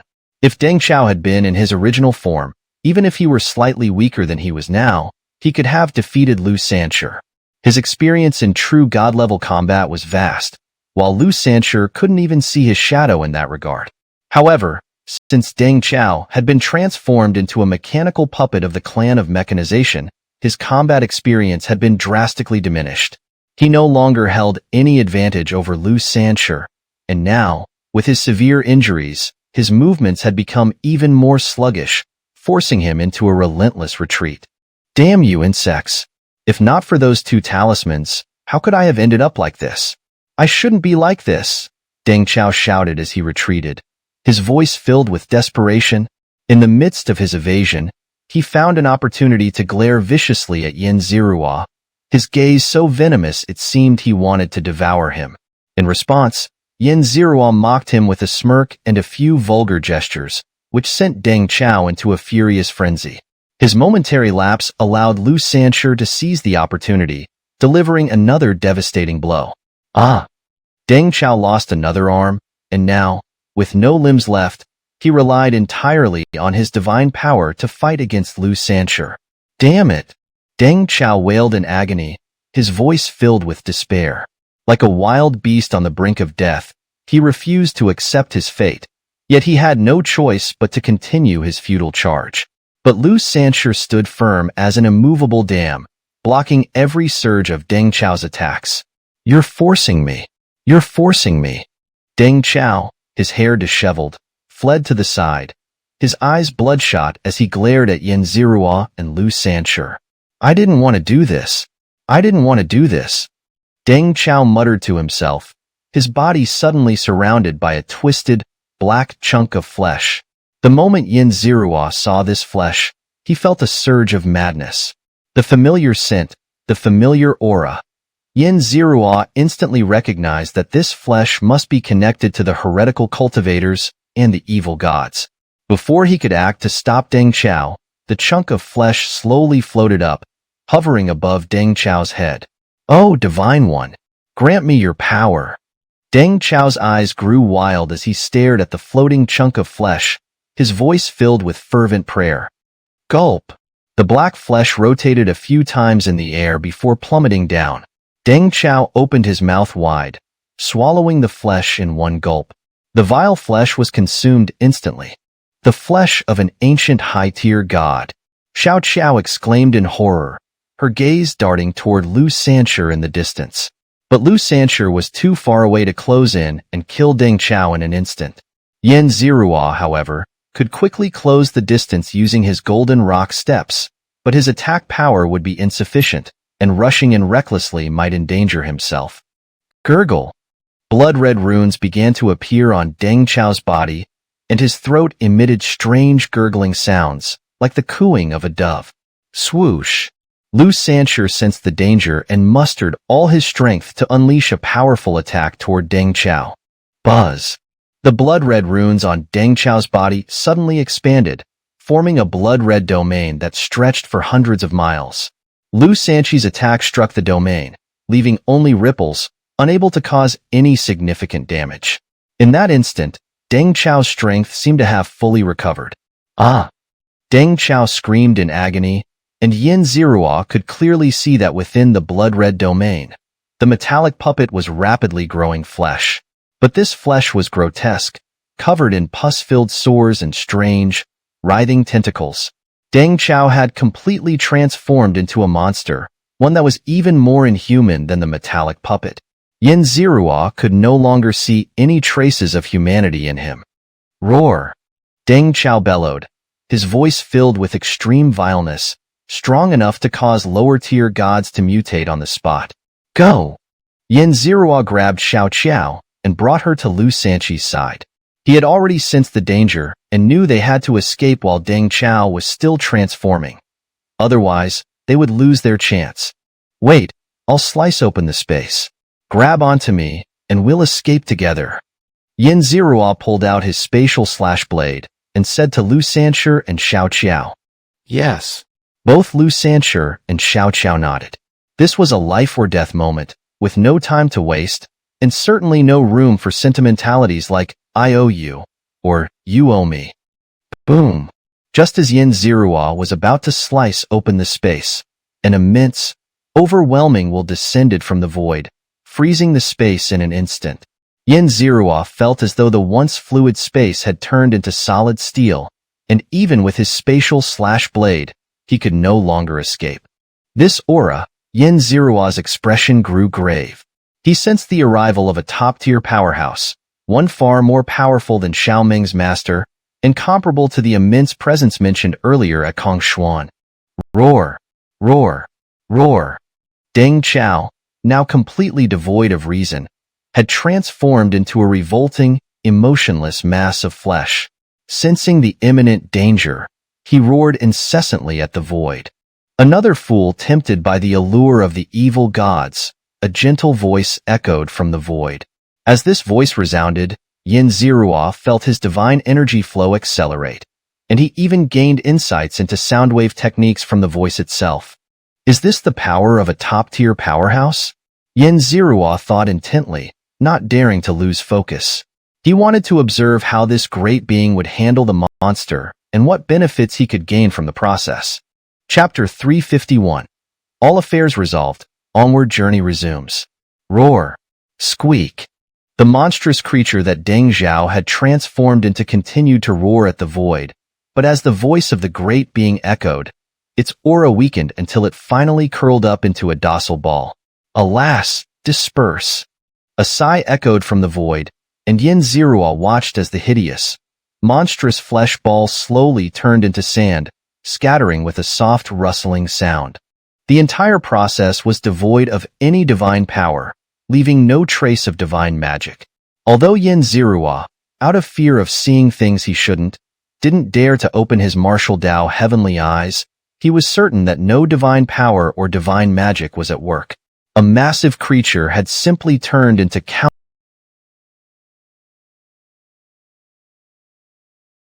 countless grains of sand. Whoosh! A gust of wind swept through, stirring up a cloud of dust and sand. The void returned to its ordinary state, and the majestic, overwhelming aura had vanished without a trace. The Supreme Being had left. What a fool, daring to consume the flesh of a high-ranking ancient god as a true god of the Pantheon Alliance. Xiao sneered coldly, looking down at the sand beneath her feet.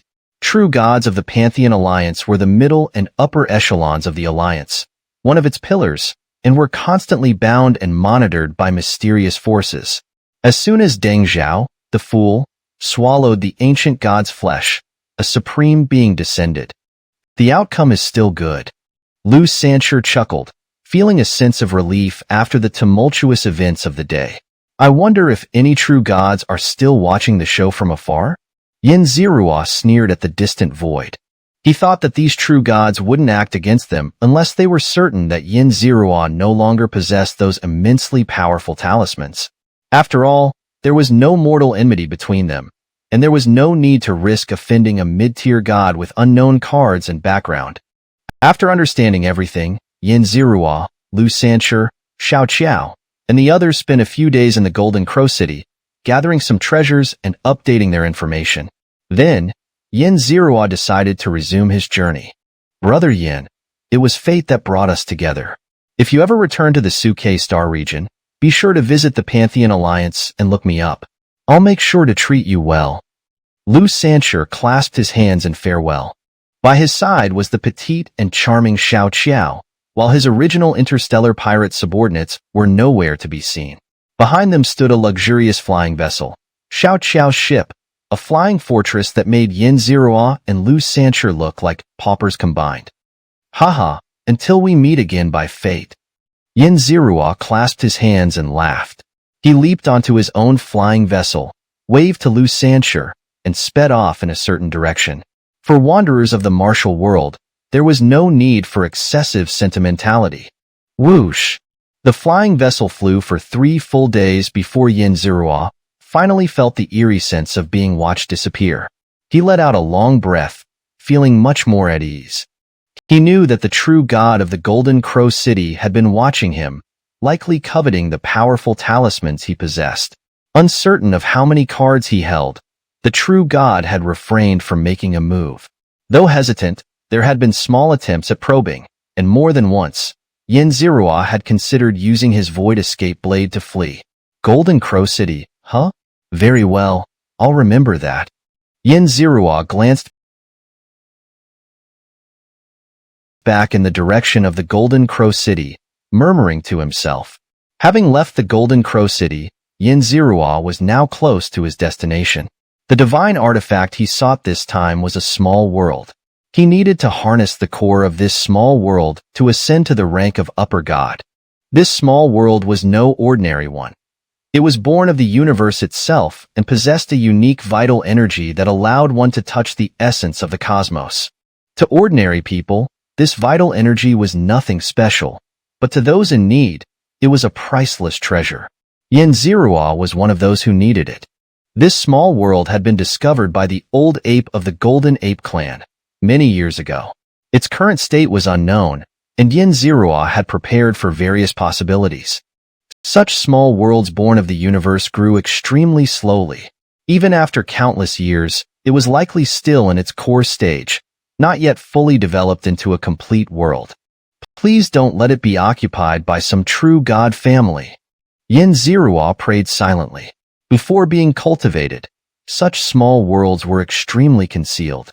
Moreover, a cultivated small world was often inferior to one personally created, as the latter could be shaped at will, while a naturally growing world was entirely at the mercy of fate. Therefore, apart from those with specific needs, most people wouldn't care about such small worlds. After another 3 days of travel, Yin Zirua saw a massive planet looming in the distance. The planet was enormous, with a yellowish hue and a thin protective barrier surrounding it, likely the planet's defensive grand array. At first glance, Yin Zirua didn't feel any oppressive aura from the planet, which suggested there was no true god presiding over it. If a true god were present, their aura would have influenced the planet, making it feel much heavier. Outside the planet, countless figures moved in and out. Although most of them were not upper gods, their bustling presence created a lively scene. Seeing this, Yin Zirua's heart sank. This planet wasn't mentioned in the information provided by the old ape, and its sudden appearance made him suspect that someone had discovered the newly born small world and was using the planet to obscure it. If that were the case, it would be a big problem. Yin Zirua thought.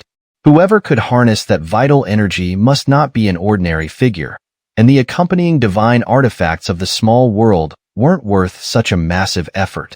I'll go take a look first, Yin Zirua decided. With a thought, he used a subtle technique to lower his cultivation to that of an ordinary third-rank mid-tier god. This level wouldn't be too strong to draw attention, but not too weak to hinder his actions. Swish! Yin Zirua's flying vessel charged forward, scattering a crowd and arriving at the entrance of the planet. The planet was enveloped by a weak grand array, which Yin Zirua could easily pierce with a light touch. However, he still followed the rules and queued up to enter. Rustle, rustle. The crowd expressed their displeasure at Yin Zirua's reckless charge, but a cold snort from him, accompanied by the burst of his third-rank mid-tier god aura, silenced them instantly. The strongest here was a third-rank mid-tier god, and upper gods were not something they could casually encounter. Feeling Yin Zirua's aura, the surrounding mid-tier and lower-tier gods immediately parted, making way for him to pass. Swish! Yin Zirua didn't bother with modesty, directly driving his flying vessel to the entrance of the Grand Array. Chapter 352, Planet Mingyuan, Initial Information. Your Excellency. The guard was a third-rank sub-god. Upon seeing Yin Zirua's arrival, he quickly bowed deeply to him. Yin Zirua responded indifferently. He tossed a bag of divine crystals to the guard and asked, I am a space traveler. I just saw this planet and am curious about its true situation. Can you provide some information? The guard took the bag of divine crystals, felt the amount inside, and immediately smiled, bowing even lower. Of course. Of course. The guard's attire was not a single piece of divine artifact, and even his weapon was barely a third-rank sub-god artifact, the lowest quality among them, barely qualifying as such. This was a very impoverished sub-god. Judging by his equipment and clothing, Yin Zirua surmised that the power behind this planet was likely not strong, at least not on the surface. Who are the most powerful forces here? Yin Zirua inquired. If someone had truly set their sights on that wisp of vital energy, then the most influential factions on this planet must be linked to the mastermind behind it. There are 3 upper god families here, the Zhongs, the Lins, and the Zhaos. Each family's patriarch is a first-rank upper god, and they have ruled this place for countless years. The guard did not suspect Yin Zirua's question, as it was a normal thing to ask about the strongest figures when arriving in a new place. First-rank upper gods? Yin Zirua was momentarily surprised. For a newly formed world, the divine treasures it produced would be highly coveted by these upper god families. Moreover, a planet like this could easily support 3 upper god families. Although this planet seemed quite ordinary to Yin Zirua, it was still a coveted territory for some less affluent upper gods. Could it be that these families are not connected to the mysterious Muho Changjura? Yin Zirua speculated silently. He then calmly asked the guard, "I've been wandering in the void for years and have grown weary of this nomadic life. Now that I've finally found a planet, I wish to stay here for a while. Do you have any suggestions?" "Your Excellency, are you looking to settle here?" The guard's eyes lit up as he quickly explained the requirements. To settle here, you must pay 1,000 divine crystals and an additional 100 divine crystals every year. As long as you pay the required amount, you can go anywhere except the territories of the 3 great families. That's too expensive. Yin Zirua frowned. Over 1,000 divine crystals wasn't cheap for an average middle-rank god, though it wasn't an amount that couldn't be afforded. The guard quickly argued that it wasn't expensive. After some haggling, Yin Zirua finally obtained the right to enter the planet. Yin Zirua stowed away his dilapidated flying vessel and soared toward the planet's interior. Just before departing, he suddenly asked, "What is this planet's name?" "Mingyuan Planet." Mingyuan Planet? Yin Zirua pondered the name, finding it increasingly intriguing. Mingyuan Planet, the origin of the unseen? Yin Zirua smirked coldly. He knew that there must be a powerful figure behind this, someone competing with him for that wisp of vital energy. He was unsure whether the 3 major families were connected to the Muho Juran. If they were, then eliminating them all would pose no issue. Yin Zirua smiled calmly and swiftly descended toward the planet's interior. The entire planet had only one major city, which was home to the Zhong, Lin, and Zhao families. Almost all outsiders arriving here would first visit this city. Swoosh!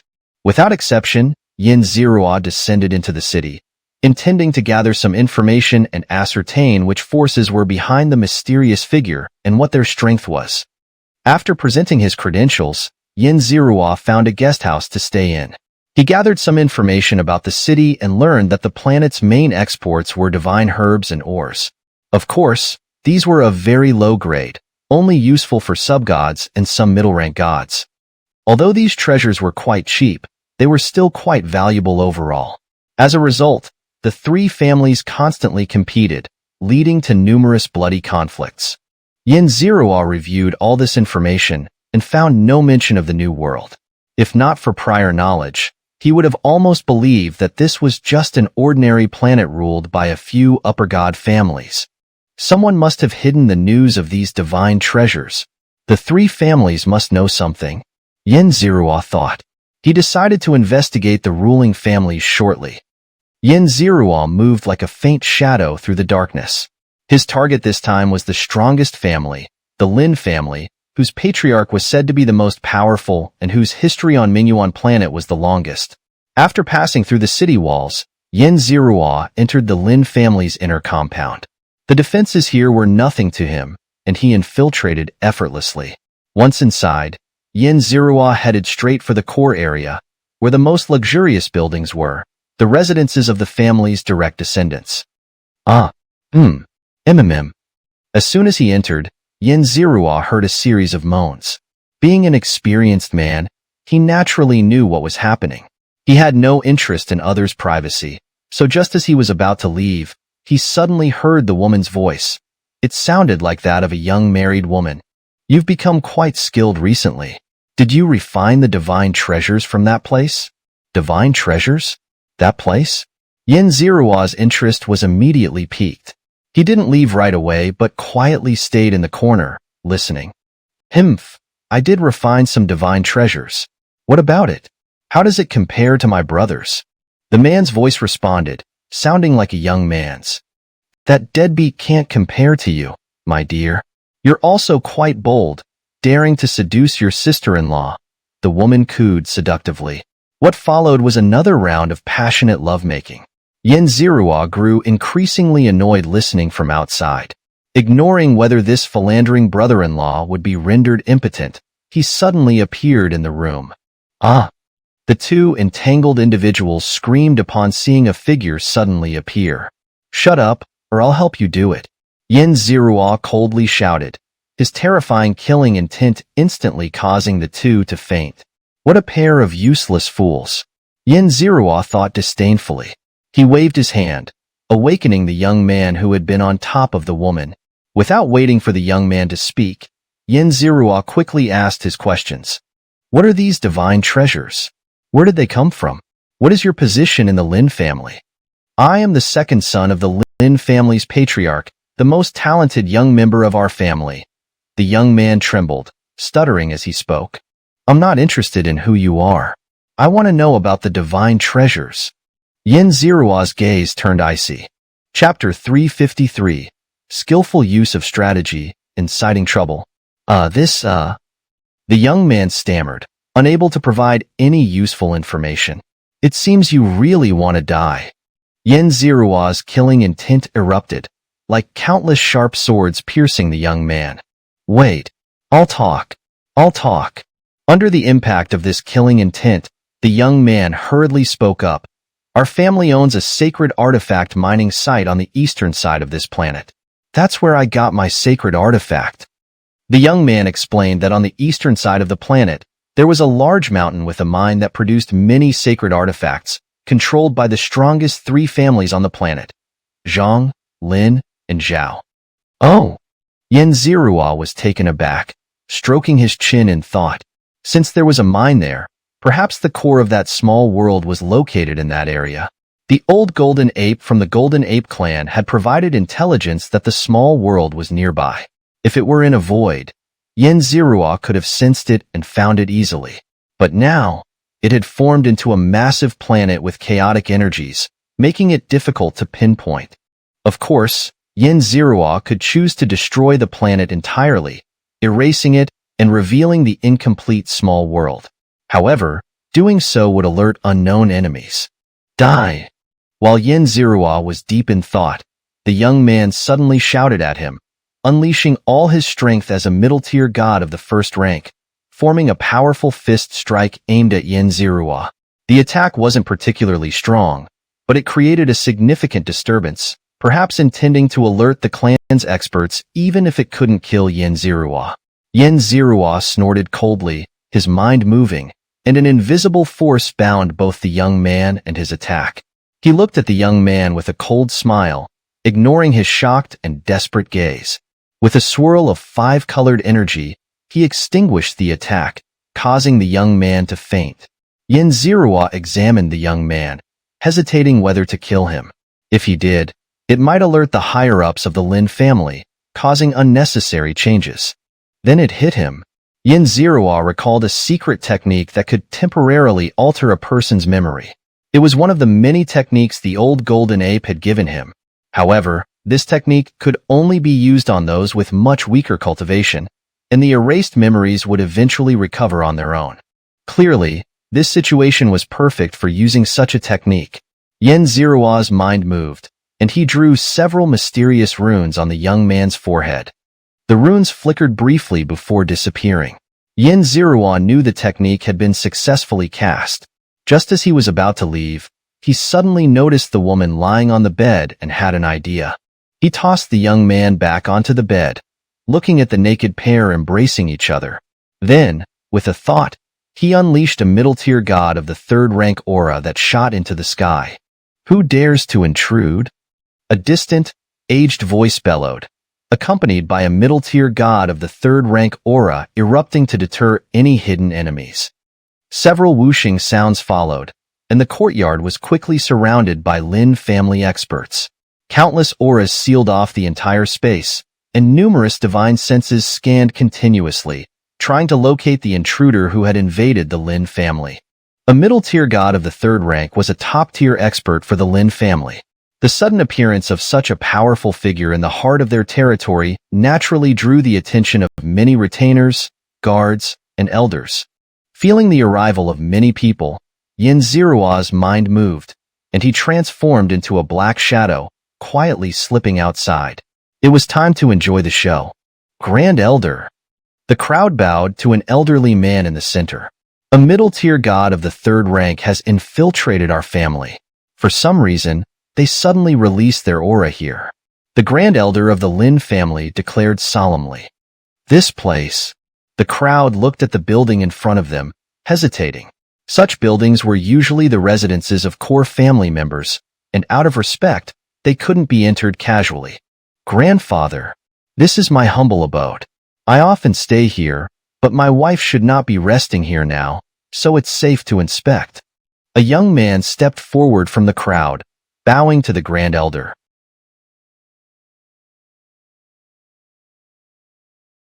Ah, the Zhang girl? You, me, and the third elder will go in together. The Grand Elder stroked his long white beard. The young man bowed in agreement and led the Grand Elder and another elder inside, leaving the door open. If there truly was a powerful figure inside, keeping the door open would be advantageous for either escape or counterattack. Everyone outside, including Xianxia, craned their necks to see inside, eager to catch a glimpse of the powerful figure. However, they could only see some of the furnishings. The inner chambers remained out of sight. What's going on? What are you doing? Soon after the three entered, the young man's enraged shout echoed. Big brother? Why are you here? Big brother. Big brother. Please listen to me. Please listen to me. The young man's dazed voice responded, quickly turning frantic. Husband, please listen to me. My brother and I are innocent. We're innocent. The woman's sobbing voice followed. Oh. The crowd outside was practically straining their necks to see the most explosive scandal in Lin family history. No one had expected that while searching for an intruder, they would uncover an adulterous couple. Innocent? Explain that. The young man's voice was filled with seething rage. His aura erupted violently, and with a thunderous crash, the entire building collapsed under the force. Stop. Calm down. The Grand Elder hastily shouted, attempting to protect the building but was too late. He could only shield the central figures with his power. Phew. Someone blew away the dust, revealing the dramatic scene inside. The Grand Elder and the other elders stood helplessly to the side. While the young man's face was ashen, his fury mixed with a hint of regret. The two main characters hid themselves under the blankets. Everyone eagerly stretched their necks, eager to catch a glimpse of the scandal involving the family head's youngest son and the eldest son's wife. Some even extended their divine senses to see more clearly. There's no enemy here. Disperse everyone. Go patrol other areas. The Grand Elder quickly ordered upon seeing the situation. Hearing this, the crowd knew there was no more excitement to be had and bowed before dispersing. As they left, they exchanged whispers through divine senses, their curiosity burning with gossip. Chapter 354. Stirring the grass, the serpent is about to emerge. You acted impulsively, the Grand Elder said to the young man. Impulsive? I've never been so humiliated in my life, Grand Elder. You say I acted impulsively? The young man's eyes were bloodshot, and his face was ashen. Alas, the Grand Elder sighed, his face full of helplessness. He clearly hadn't expected such a mess to unfold. Humph! The young man snorted coldly and stormed out. Seeing the young man leave, the Grand Elder turned his gaze to the two people under the blankets on the bed, who were too ashamed to show their faces. His expression darkened, and he said coldly, Come out. Go kneel in the ancestral hall. Without my command, you are not to rise. Fifth son has always been too indulgent with you, and this is the result.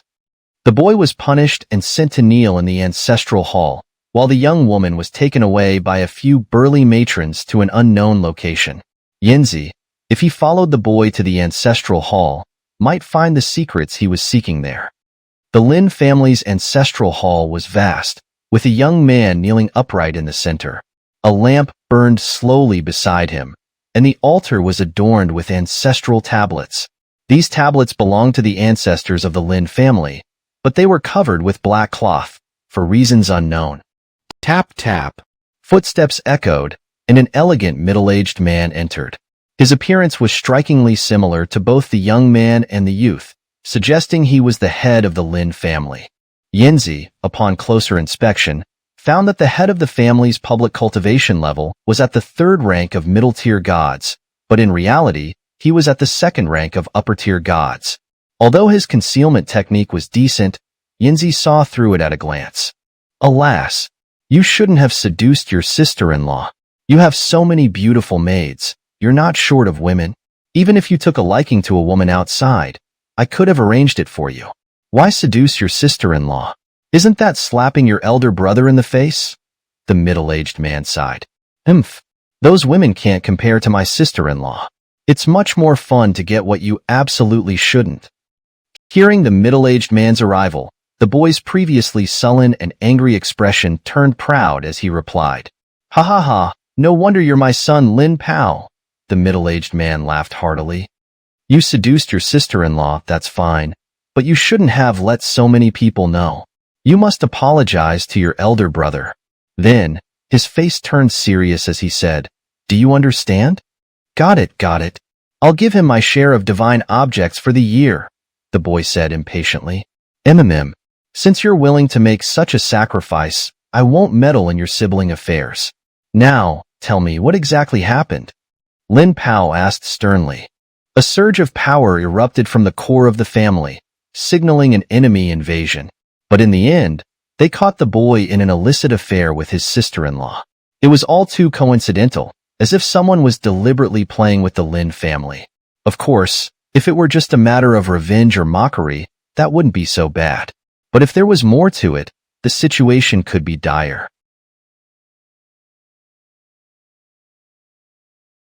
I was with my sister-in-law, enjoying ourselves, when suddenly a figure appeared. The boy recounted his experience. Didn't he ask you any strange questions? Lin Pao inquired.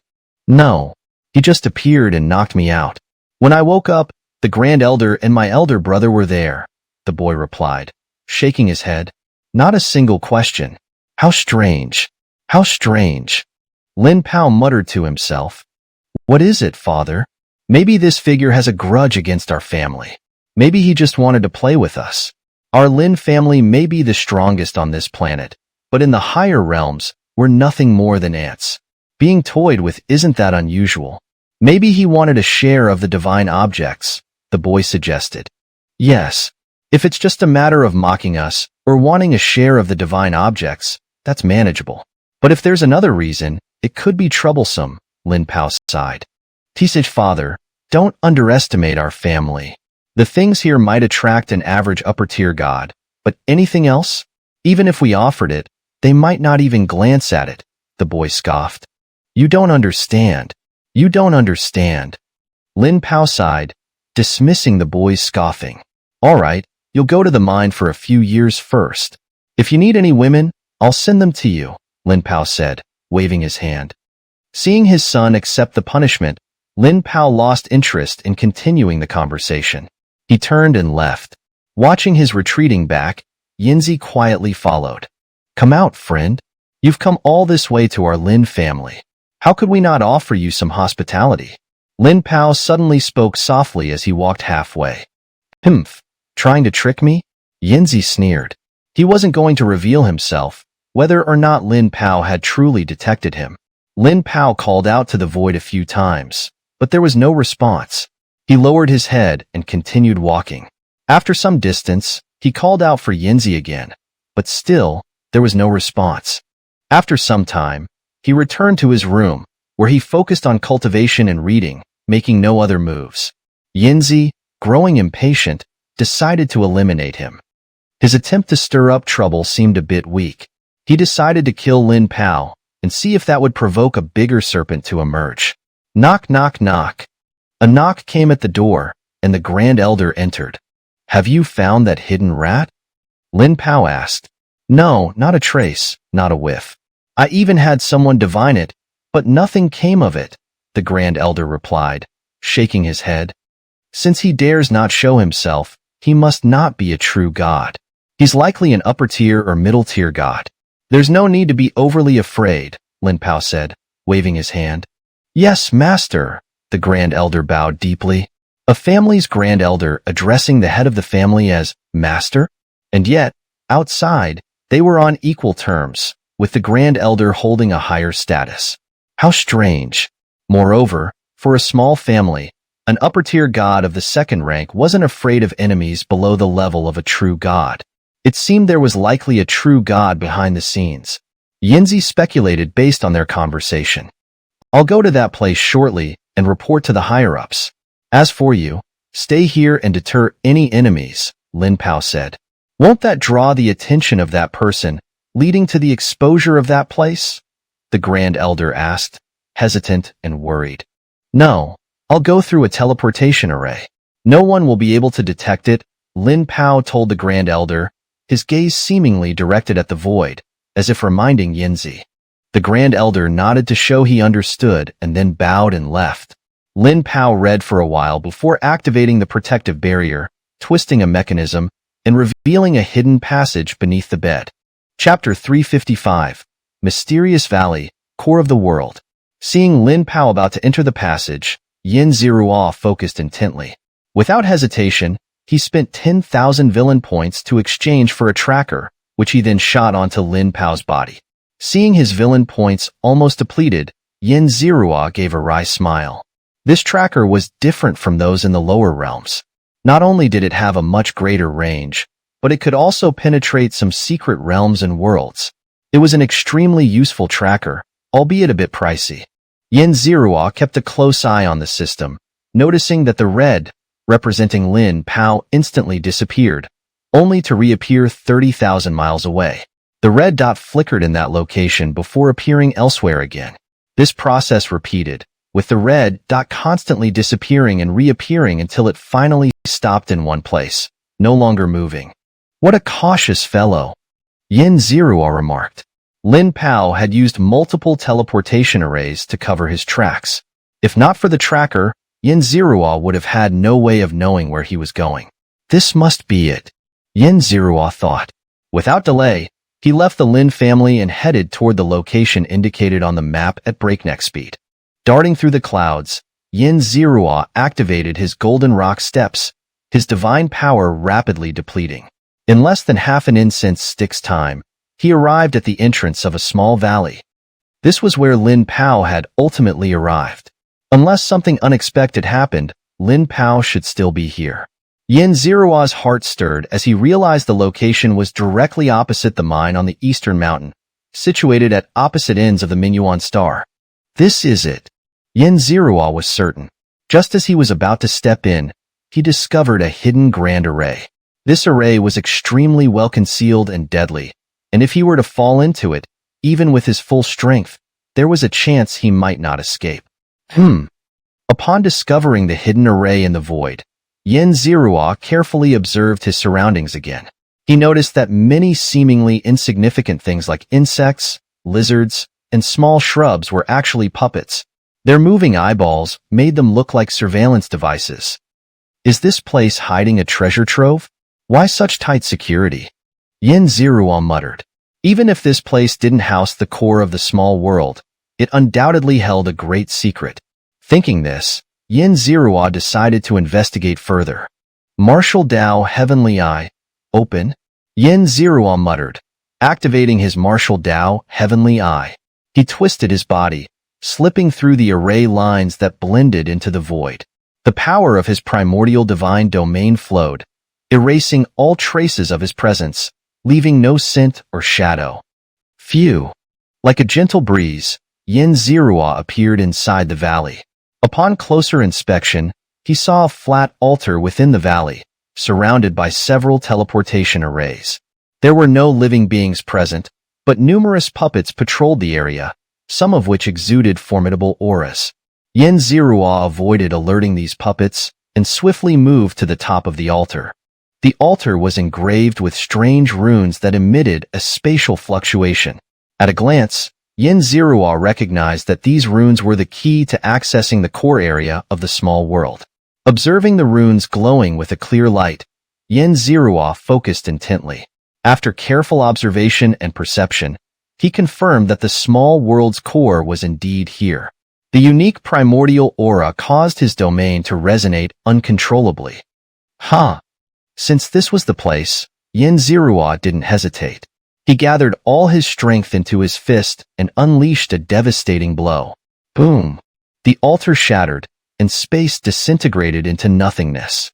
With a large stride, Yin Zerua crossed the chaotic space, guided by his domain, and arrived in a void. As soon as he appeared, Yin Zerua felt his domain calling out and rejoicing. The 5 forces within his domain began to merge, showing signs of transforming into chaos. The entire area was filled with chaotic, primordial energy, and countless substances were silently forming. A quick scan revealed that the core of this small world was even larger than ordinary small worlds, far surpassing the newly created Kungsun continent. Truly an extraordinary primordial core of the universe, Yin Zerua exclaimed, his surroundings adorned with dazzling 5-colored ribbons. These ribbons might be the essence of a secret treasure or a high-quality divine artifact. Who are you? A cold voice suddenly echoed from a distant swirling mist. It belonged to an old woman, her voice hoarse and unpleasant, like a crow cawing. Upon hearing this voice, Yin Zerua immediately sensed the area and found no presence of a true god, which instantly relieved him. Is it you who has been following me? To think you actually dare to come here. How reckless! Lin Pao's voice rang out, his killing intent sharp and his aura formidable. Yin Zerua looked up and saw several figures standing above the mist. They were all upper gods, but only 4 or 5 were at the 3rd rank of upper god, while the rest were 2nd or 1st rank. Most of them could be killed with a single slap. Do you have a true god backing you? It seems your true god doesn't care much about this place, sending only a few of you. I could wipe you all out in a few moves. Yin Zerua sneered coldly, looking down at them without answering their question. What arrogant words! You're merely a 3rd-rank middle god, yet you dare speak to us like this. You must be a genius. Are you here for this energy? The old woman who spoke first said. She was one of the 5 3rd-rank upper gods, and the most imposing among them. Yes. Wouldn't you mind giving it to me? Yin Zerua smiled. If it were something else, I might have let you have it, not wanting to offend a top-tier genius. But this thing is out of the question. The old woman shook her head. If you won't give it to me, then I'll take it by force. As long as a true god doesn't intervene, I'm not afraid of anyone. Yin Zerua said coldly, unleashing his entire domain, causing the void to tremble with his terrifying aura. A heavenly god domain, and one of extremely high quality and power. Those with knowledge gasped in shock, their eyes filled with both fear and envy as they looked at Yin Zerua. Are you using this energy to ascend to upper god? The old woman asked, her face filled with bitterness. Hearing this, everyone knew that this matter couldn't be resolved peacefully. Yes, if you step aside, I might spare your lives. Yin Zerua said. His top priority was to ascend to upper god, and he didn't want to engage in battle. However, if these people insisted on standing in his way, he wouldn't mind adding a few more villain points to his system. Chapter 356, The Gathering Assault, Puppet Masters. No. If you absorb this strand of energy, this small world will collapse entirely, reverting back to nothingness and chaos. The old woman declared, shaking her head. In that case, I'll just have to kill all of you. Yin Zerua retorted, drawing her Sui Xian Rui Qi. Boom. With a thought, Yin Zerua activated her primordial divine domain, stirring up terrifying power that threatened to tear apart this void. The very core of the world seemed on the verge of collapse. Stop! Do you want to destroy everything here? The old woman shouted urgently. Die! Yin Zerua disregarded her warning, brandishing her Thixin Ruyi Chi and advancing with her golden Pong steps, instantly closing the distance to a first-rank high god.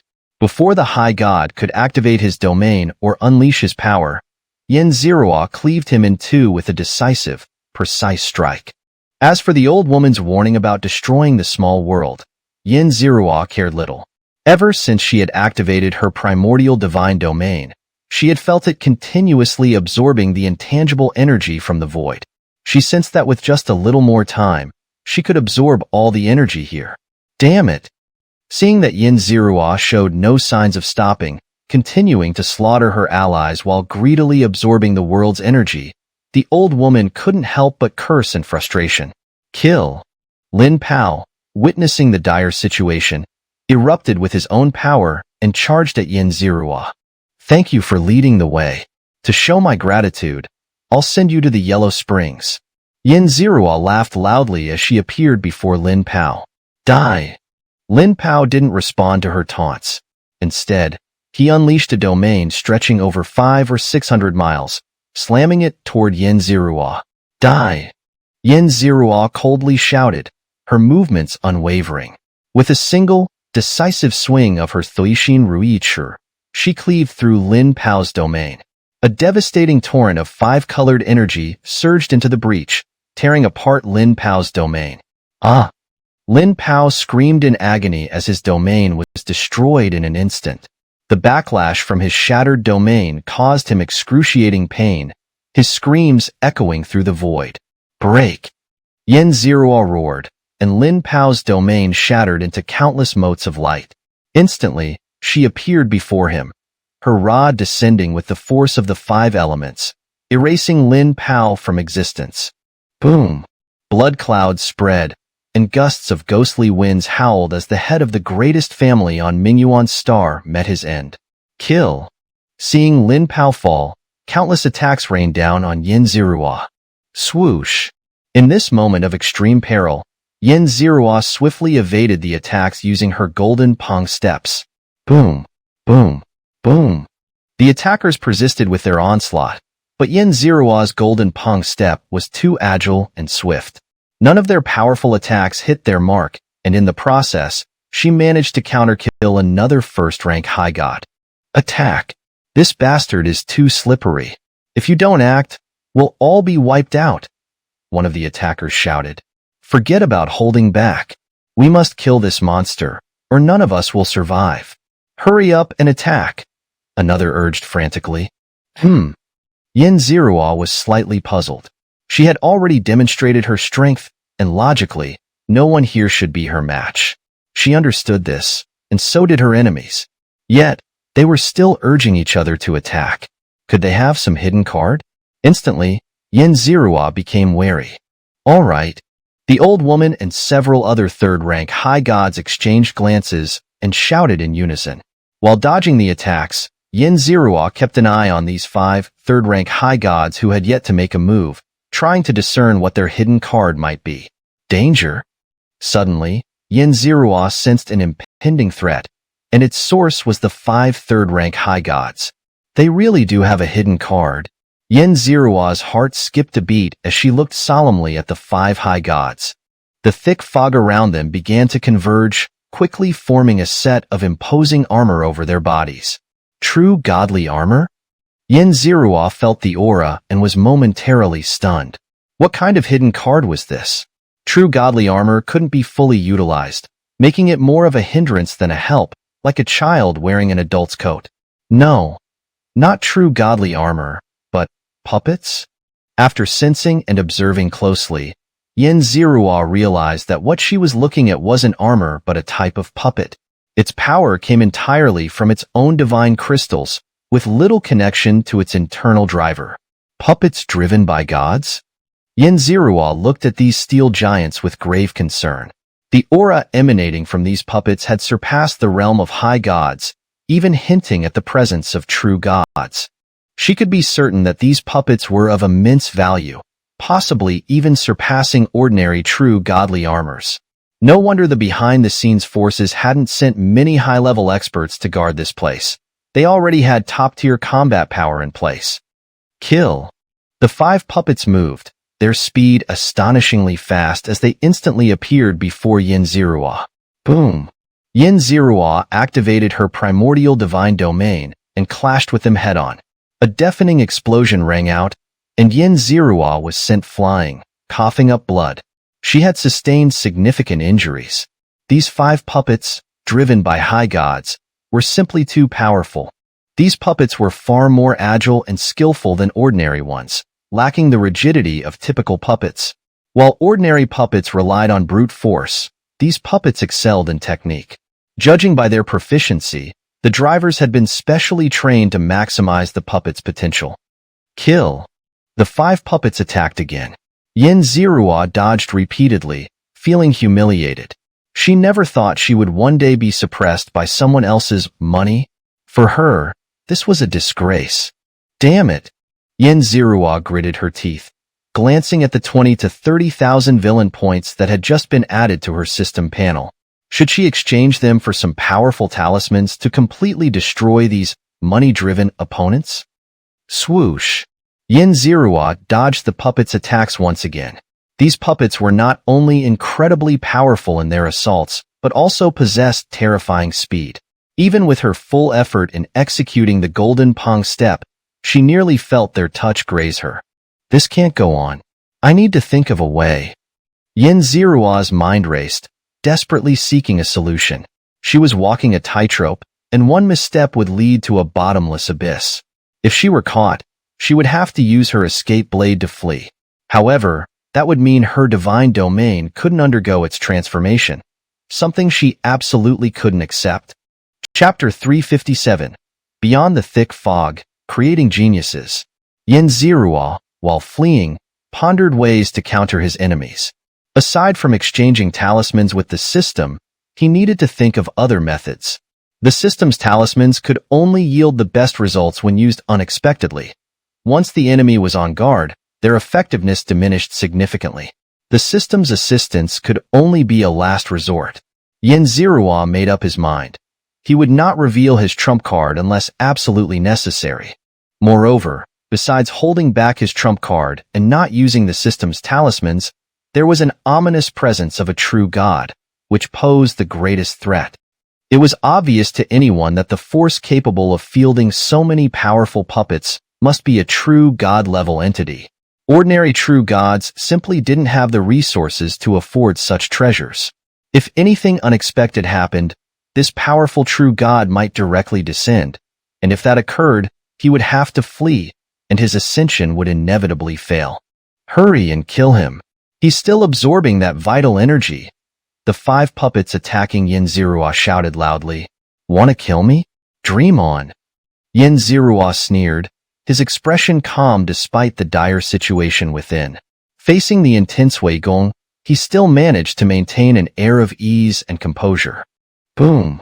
With a loud crash, Yin Zerua dodged another attack, but this one grazed his back, leaving his robe scorched. Quick!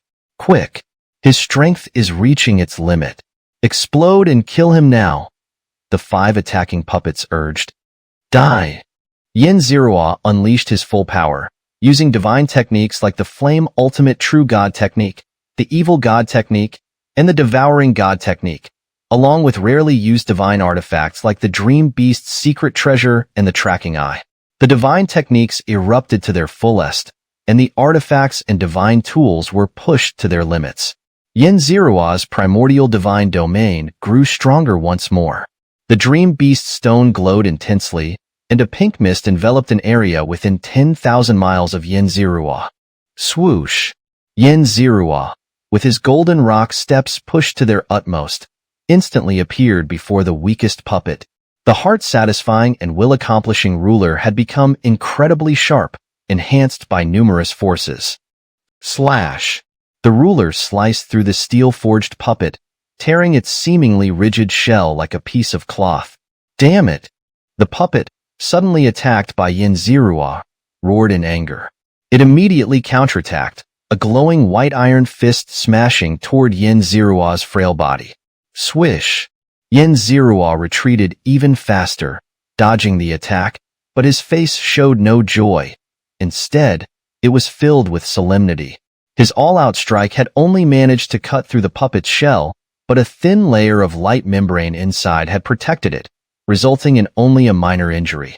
Do I really have to flee? Yin-Zerua's heart sank. Facing this situation, he felt that even with the system's help, his chances of victory were no more than 50%.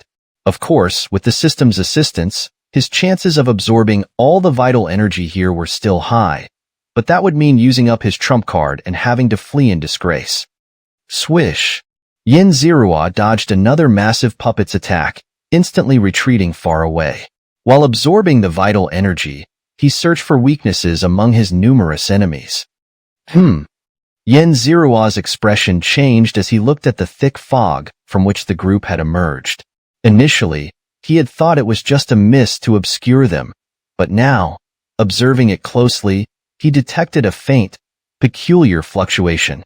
This fluctuation was weak and strange. Yin-Zerua's heart stirred. He dodged another attack and, using his golden rock steps, arrived above the fog. With a wave of his hand, a force flew toward the fog, intending to disperse it. Stop! You dare! No! The 5 puppets saw Yin-Zerua's move and shouted to stop him. Seeing that he didn't halt, they frantically attacked him, but these attacks were far weaker than before and deliberately avoided the fog. So there's something fishy? Yin-Zerua coldly smiled, increasing his strength to disperse the fog. Whoosh! The fog cleared, revealing what lay within. Lying there were heavily pregnant women, some of whom were pure humans, while others had different appearances, some with large builds, some covered in black scales, and some even with furry tails. Despite their varying appearances, all their bellies were swollen. Yin-Zerua clearly sensed a different life force within those bellies, separate from the women themselves. Were these all pregnant women? Such a large number of them was truly rare. Yin-Zerua's heart stirred slightly as he processed the information. And were these guys here to take care of the pregnant women? Taking care of pregnant women required so many experts and such a massive investment? First, creating a planet, then using extremely expensive puppets. Yin-Zerua was baffled. Judging by the weak cultivation of these women, they couldn't possibly be the wives of important figures, so they couldn't be the reason for such heavy protection. Don't harm them. The fetuses in their wombs are the future saints and gods of many great powers, geniuses nurtured at great cost. If you damage them, you'll offend countless powers. The strongest puppet in the center said, its voice that of an old woman. Hearing the old woman's voice, Yin-Zerua understood everything. He looked coldly at the hundreds of pregnant women lying there and sneered, "Are these your geniuses? Using this special vital energy to cultivate one genius after another? You're like farmers. These fetuses are the vegetables. The pregnant women are the fields, and those great powers are the customers? What a chilling supply chain." He had long heard that many great powers in the upper realm use divine objects to cultivate fetuses, enabling them to be born with exceptional talents and divine domains. What took countless trials and tribulations to achieve in the lower realm, like a true god domain or heavenly god domain, could be obtained in the upper realm with just some divine objects. Clearly, these individuals' purpose was to use this vital energy to cultivate astonishingly talented geniuses, providing fresh blood for those great powers. They were in the business of selling geniuses. These pregnant women and fetuses were cultivated by those great powers using resources. There probably wasn't any major figure's bloodline involved, either because the technique had flaws or because those major figures didn't trust this group. Saints? Gods? They were just slightly more talented pawns. From birth, these fetuses' fates were already decided. Yin-Zerua gazed coldly at the hundreds of pregnant women in their slumber. Chapter 358. Critical moment. Options reappear. Are you trying to offend us with such words? The forces behind us are not something you can afford to provoke, young man. The old lady advises you to cherish your life and not meddle in matters that do not concern you. The old woman spoke slowly, her voice chilling the very air around them. And what if I insist on meddling? Yin-Zerua retorted with a cold smile, gripping his Sui Xian Rui ruler. Without the help of the system, His only chance of defeating this group was to use the pregnant women as leverage. Only by leveraging these seemingly invaluable women could he force these enemies to hold back, to hesitate and restrict their own actions. Hearing Yin Zirua's words, the old woman and the 4 puppets beside her fell silent. A terrifying aura began to brew, and it was easy to imagine the sheer destructive force that would erupt once it was unleashed.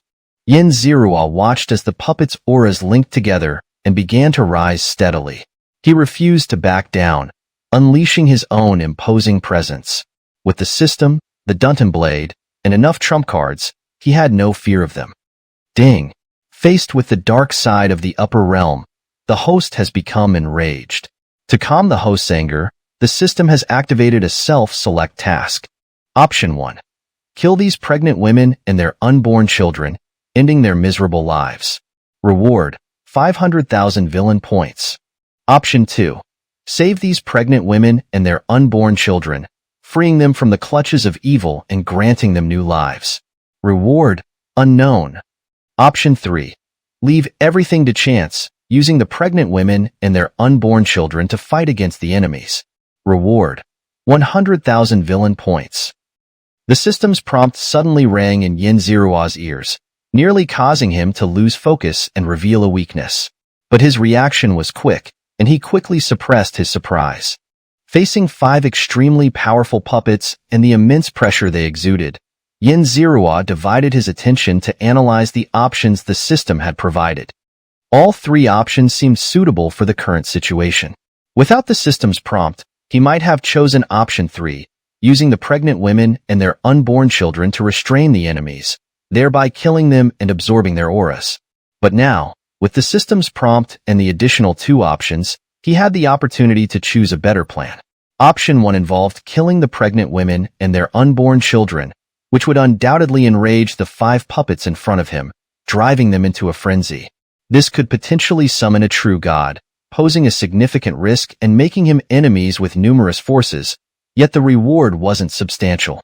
However, by doing this, he could gain 500,000 villain points, enough to exchange for sufficient talismans to deal with these enemies.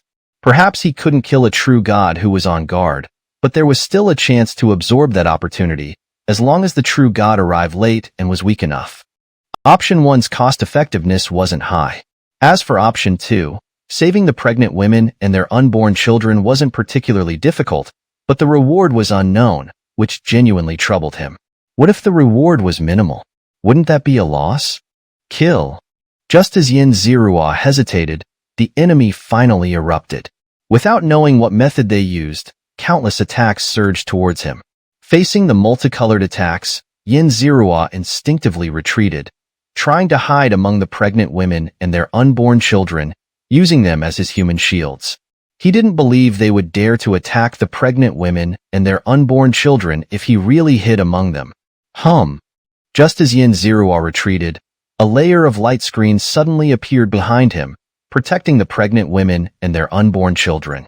The light screen wasn't strong, but it would take some time to break through. Swoosh! Obviously, there was no time to break through the light screen, so Yin Zirua had no choice but to dodge the attack using his golden rock steps. Kill!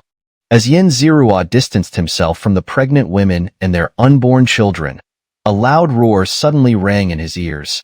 The 5 puppets charged towards him at an astonishing speed. Their exterior shells turned red with heat, and steam continuously escaped from them. Clearly, Yin Zirua's use of the pregnant women and their unborn children had made them desperate. They drove the puppets without regard for their limits, unleashing their full power to kill Yin Zirua. Boom! Facing this deadly encirclement, Yin Zirua did not back down. He fully activated his origin divine domain, unleashing a terrifying aura. Boom! With a loud explosion, Yin Zirua was sent flying by the combined attack, severely injured, and his origin divine domain was left in tatters. Cough, cough. Yin Zirua coughed several times, spitting out a large mouthful of blood. His cultivation was still too weak.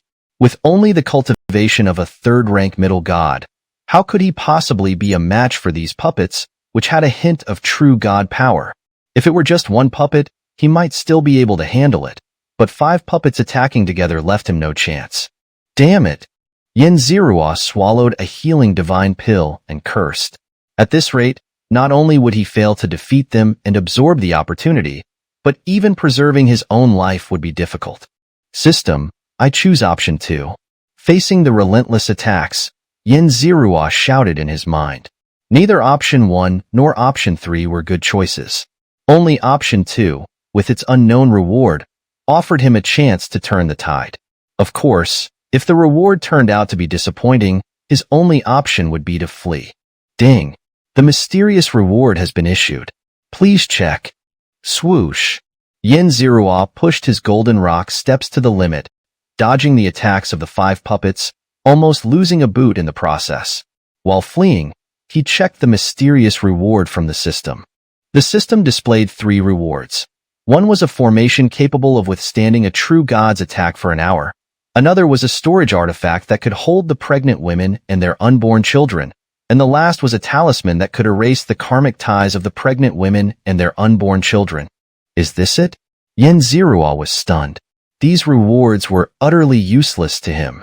Moreover, both the formation and the talisman were grayed out, with only the storage artifact available for exchange. Boom! Xianxia dodged the 5 puppets' attacks once again, his thoughts racing as he looked at the system's rewards. According to the status of these rewards, Xianxia could only extract the formation and the talisman after saving all the pregnant women and their unborn children. The karmic talisman was of no use to him, but the formation capable of withstanding a true god's attack was the treasure he needed the most. Based on his current speed of absorbing the world's mysterious opportunity, he could definitely absorb all the opportunity within an hour. With this in mind, Xianxia almost instantly decided to save the pregnant women and their unborn children. Only by doing so, and by leveraging the formation provided by the system, could he achieve his goal without worrying about enemy attacks. Chapter 359. The encirclement closes, a sliver of hope. Damn it! He's too fast. We have to hold him back. The 5 puppets attacking Xianxia shouted loudly. Facing Xianxia's constant evasion of their attacks, although they were confident they could eventually kill him over time, the longer the fight dragged on, the more uncertain the outcome became. Stop him! The old crone among the 5 puppets commanded. She was ordering the surrounding high god-level cultivators, those of the first and second realms. After Xianxia's earlier massacre, there were still quite a few who had survived. They had been keeping their distance from the battle between Xianxia and the 5 puppets, afraid of being caught in the crossfire. Now, the old crone ordered them to block Xianxia, intending to use their lives to halt him for just a moment. A single moment was all they needed to capture him. Once captured, they could kill him. The group of high gods glanced at each other, clearly reluctant to comply. There were simply too few puppets, leaving too many gaps in the encirclement, making it far too easy for Xianxia to escape. To address these flaws, the old crone demanded they sacrifice their lives to fill the gaps and block him. While they might not necessarily face Xianxia directly, the risk was still too great. The potential consequences were death, and no one was willing to throw their life away for these bastards. So, they all pretended not to hear her. If you don't act, the punishment from the true God is not something you can bear. Remember, your duty is to guard these goods. Now that these goods are under threat, and you're just standing around watching, the old crone sneered. Hearing her words, the group's expressions turned bitter. Reluctantly, they moved to the center of the battlefield, each spreading their domains to encircle Xianxia. Xianxia might not be able to defeat the old crone and the puppets, but dealing with a group of weaklings like them was effortless. The old hag had hidden herself within the puppets, completely unconcerned about Xianxia's attacks, while they had to risk their lives to block him. Each of them couldn't help but curse inwardly. Seeing the new arrivals on the battlefield and their bitter expressions, Xianxia immediately understood their thoughts. However, he didn't believe they truly wouldn't dare to stop him. If he charged toward them and they actually managed to block him, he would be doomed.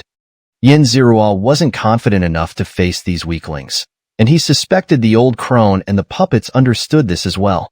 They didn't need these weaklings to actually stop him. Their mere presence was enough to trap him. There was no way he could keep running. He would inevitably face the combined assault of many powerful enemies, suffer grievous injuries, and possibly even die. Xianxia's mind raced, and he quickly realized this was the most likely outcome.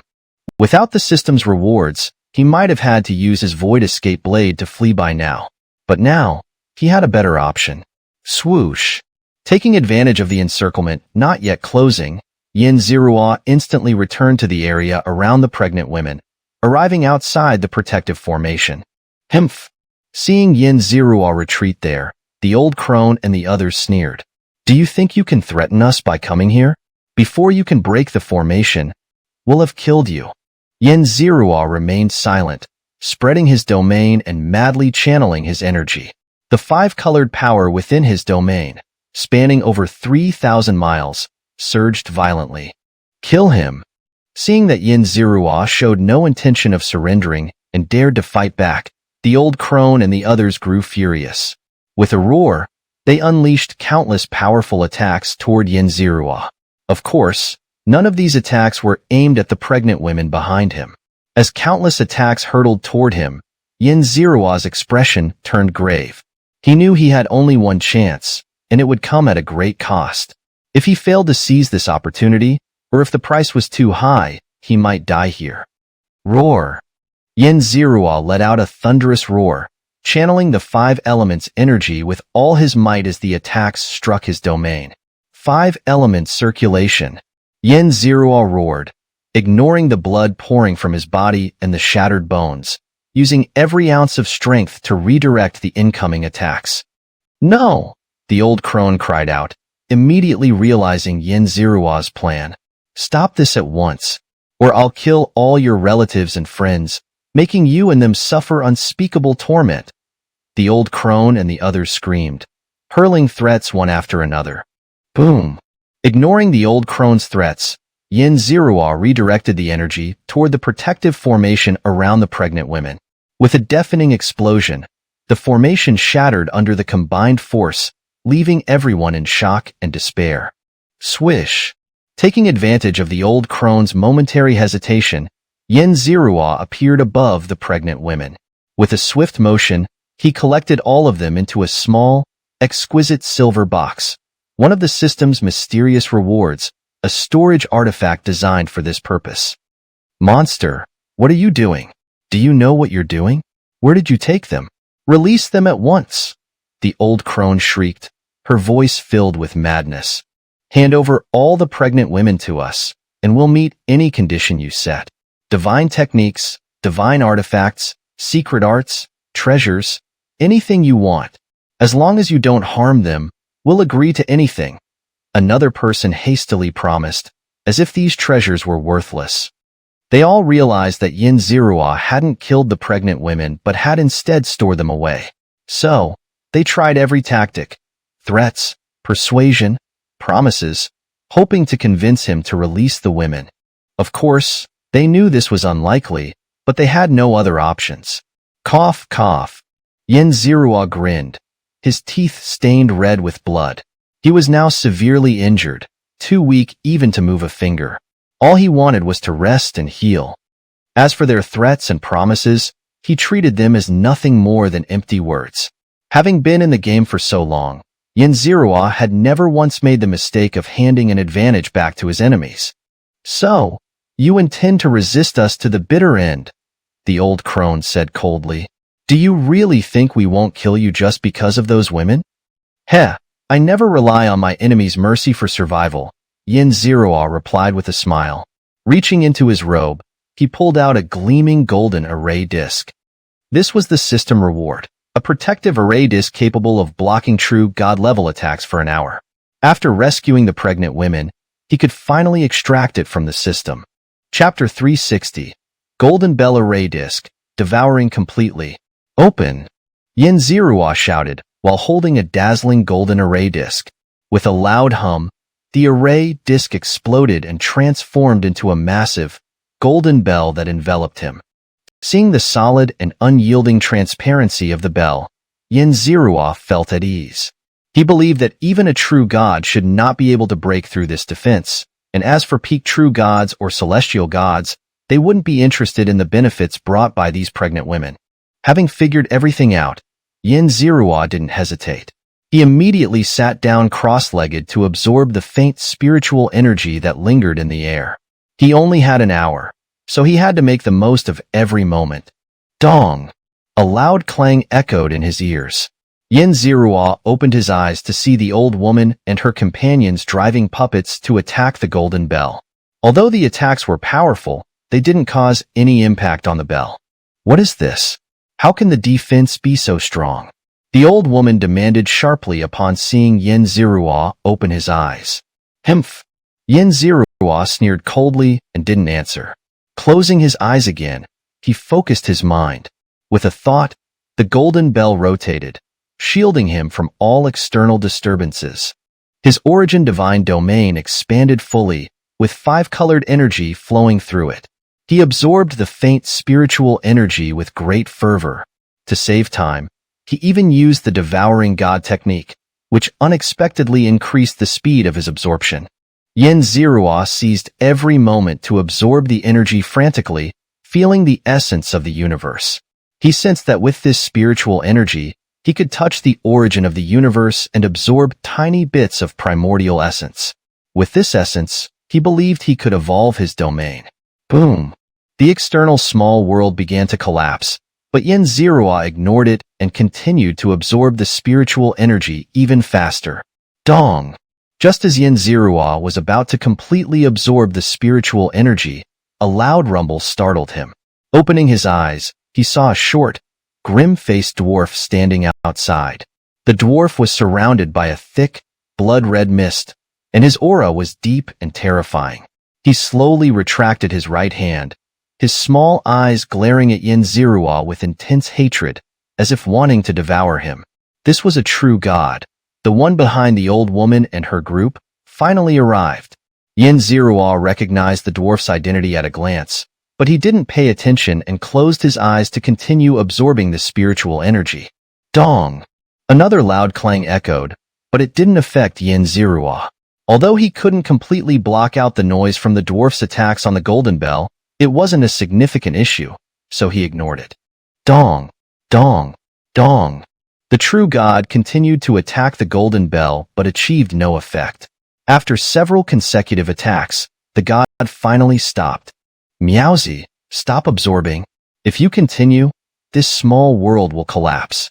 For such a rare opportunity, we should use it wisely and wait for it to recover. We can't just drain it like you are doing. This was a telepathic message from the true god, but after being filtered by the golden bell, it lost the god's unique rhythm and power. However, Xianxia still felt a tingling sensation in his ears, a sign of malicious telepathic communication even with the protection of the array. Xianxia ignored it. The collapse of the small world was of no concern to him. If he didn't absorb all the spiritual energy, his domain wouldn't evolve. Without the full energy, he might not even touch the origin of the universe. Such a crucial opportunity for future achievement couldn't be absorbed slowly over time. Not only was he unsure if he could preserve the energy for long, but the risk of complications was also unacceptable. Meowsy, if you continue like this, aren't you afraid of offending us? Don't think that you're about to ascend to a higher god. Even ordinary true gods wouldn't dare to provoke our faction. Are you sure you want to persist? The dwarf true god threatened angrily as he saw Xianxia not stopping but absorbing even faster. Would I be afraid of your faction? Xianxia sneered at the threat, still unconcerned. He wasn't afraid of offending the heavenly Saint Church, so how could he fear this small faction of true gods? Dong! Dong! Dong! Dong! Seeing that Xianxia still ignored him, the dwarf true god knew his intentions and stopped threatening. Instead, he intensified his attacks, trying with all his might to break the golden bell. Humph! Finally, under the true god's relentless attacks, Xianxia absorbed the last bit of spiritual energy. He felt as if he were filled to the brim, his body swelling uncomfortably. A slight misstep and he might overflow. The feeling was incredibly uncomfortable, and he couldn't help but grunt involuntarily. Boom! With a loud explosion, the small world outside collapsed. Xianxia opened his eyes to see the once stable world now turned into chaos and void, with fragments of divine objects flying chaotically in the turbulent chaos. Meowsy. Very well. I remember you. I remember you. The dwarf glared at Xianxia with gritted teeth. Come and kill me if you dare. Xianxia pulled out his spatial void blade, looking at the dwarf with disdain. Meowsy. You deserve to die. You deserve to die. Xianxia's disdain instantly enraged the dwarf, who roared at him repeatedly, his terrifying aura shaking the entire space. Thud. A muffled sound echoed as the core space of the small world shattered. With a loud boom, the massive planet surrounding the small world also exploded. Divine objects? Grab them.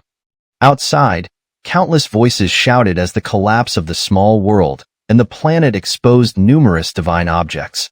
The weaker gods, seeing these treasures, began a frenzied scramble. Shut up. The dwarf true god's cold command silenced the chaos.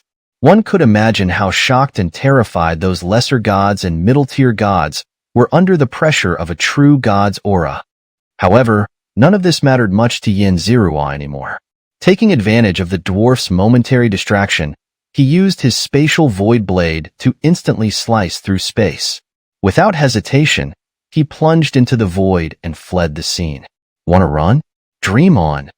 The dwarf noticed Xianxia's attempt and immediately shouted, sending an attack into the void. If Xianxia passed through the outer void, the attack would surely affect him, and if possible, even kill him.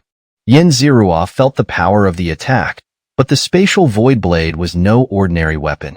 The path it created wasn't something an ordinary true god could break or influence. Chapter 361. Cosmic Essence, Attention of the Great Beings. Cough. Xianxia stumbled out of the void, slightly injured. The attacks of the dwarf were indeed formidable, managing to inflict minor injuries on him. It was unclear whether it was due to the dwarf's attacks or the emotional turmoil from escaping the true god's pursuit again, but the thread of energy within his domain began to stir violently. Even his primordial divine realm was having trouble containing it. Feeling the pressure in his divine realm, Xianxia scanned his surroundings and quickly made a decision. He needed to find a place nearby to seclude himself and ascend to the rank of upper god without delay. So, Xianxia chose a desolate planet at random. He set up concealment and protective arrays on the planet. Only after ensuring everything was in order did he sit cross-legged and begin to digest the thread of energy. Boom! Xianxia felt a loud explosion. His consciousness merged with the thread of energy. Under its influence, he almost believed himself to be a newly born world, quietly observing the rise and fall of countless lives on him. Ding! Detected that the host is being assimilated by the aura of the new world. Soul protection has been activated. Xianxia was startled awake by the system's prompt. He opened his eyes, looking around in slight confusion. The human consciousness within him was quickly regaining clarity. Almost. If not for the system, I would have turned into a small world. No wonder almost no one uses this energy to evolve their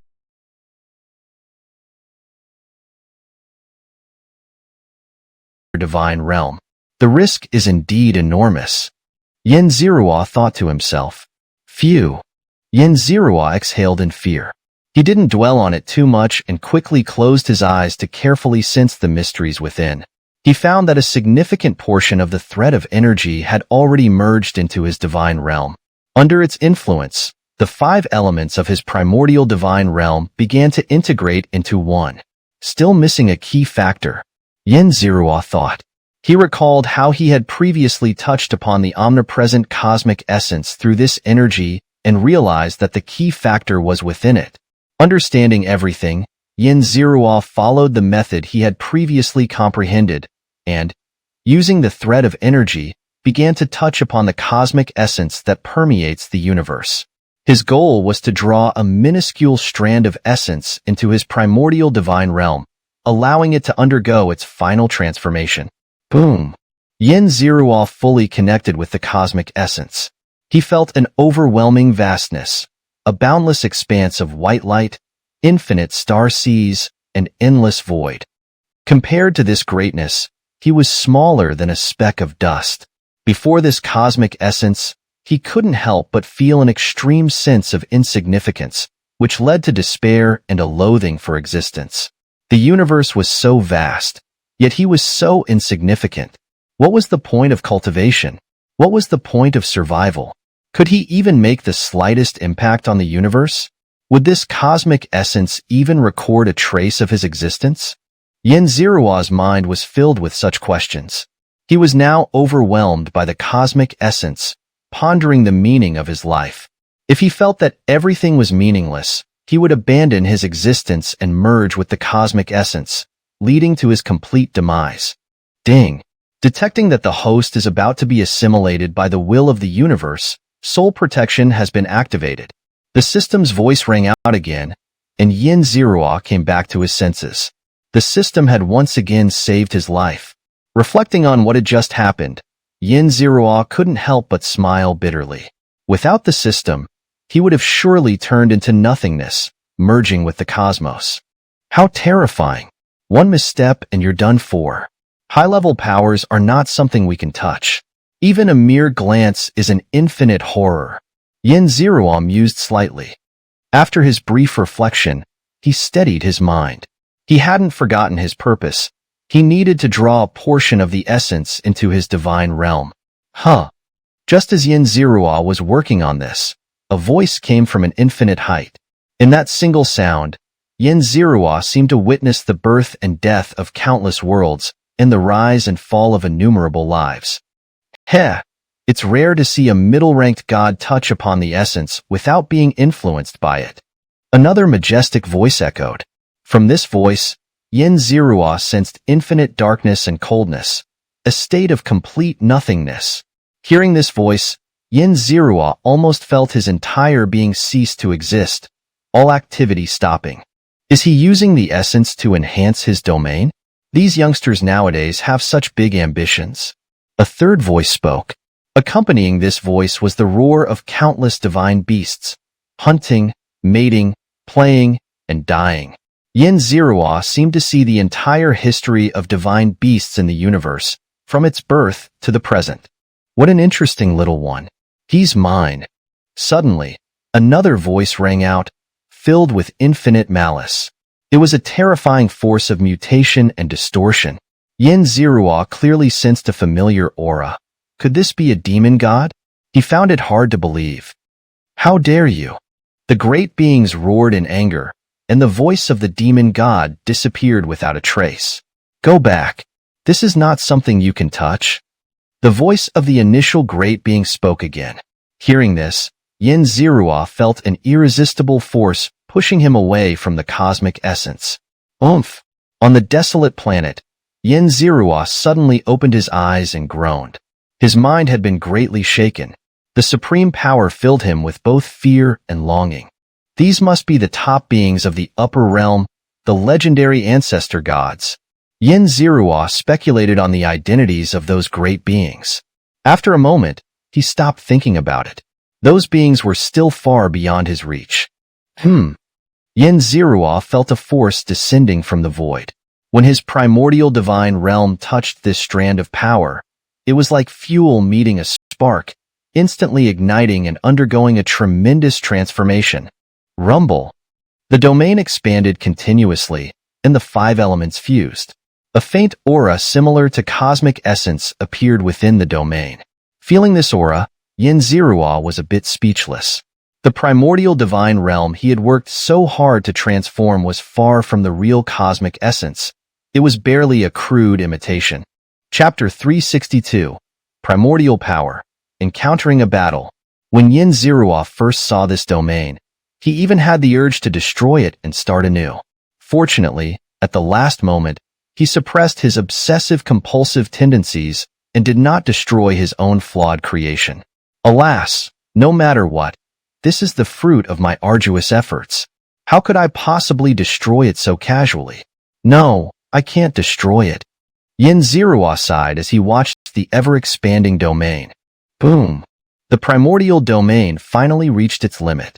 Xianxia noticed that his primordial domain had extended to a length of 9,999 miles, just short of breaking through the 10,000-mile mark. He felt that 10,000 miles was a threshold, and crossing it would trigger an unknown transformation. Well, if it's not 10,000 miles, then it's not. There's no need to force it, Xianxia thought. He knew that relying on that wisp of spiritual energy could only bring him to over 9,000 miles. Reaching 10,000 miles would require something more extraordinary, though he had no idea what that might be. Phew! Feeling the immense power within him, Xianxia let out a sigh of relief. He was now a first-rank high god, which, in the upper realms, made him a slightly larger speck among the masses. Primordial domain. Primordial. Haha, primordial. Xianxia laughed triumphantly, though he was slightly dissatisfied with his primordial domain. Still, he could sense its immense power. 5 elements. Instantly, his 5-colored primordial domain transformed into 5 distinct hues, with the 5 elements circulating within. A terrifying force began to radiate from it. Yin-yang.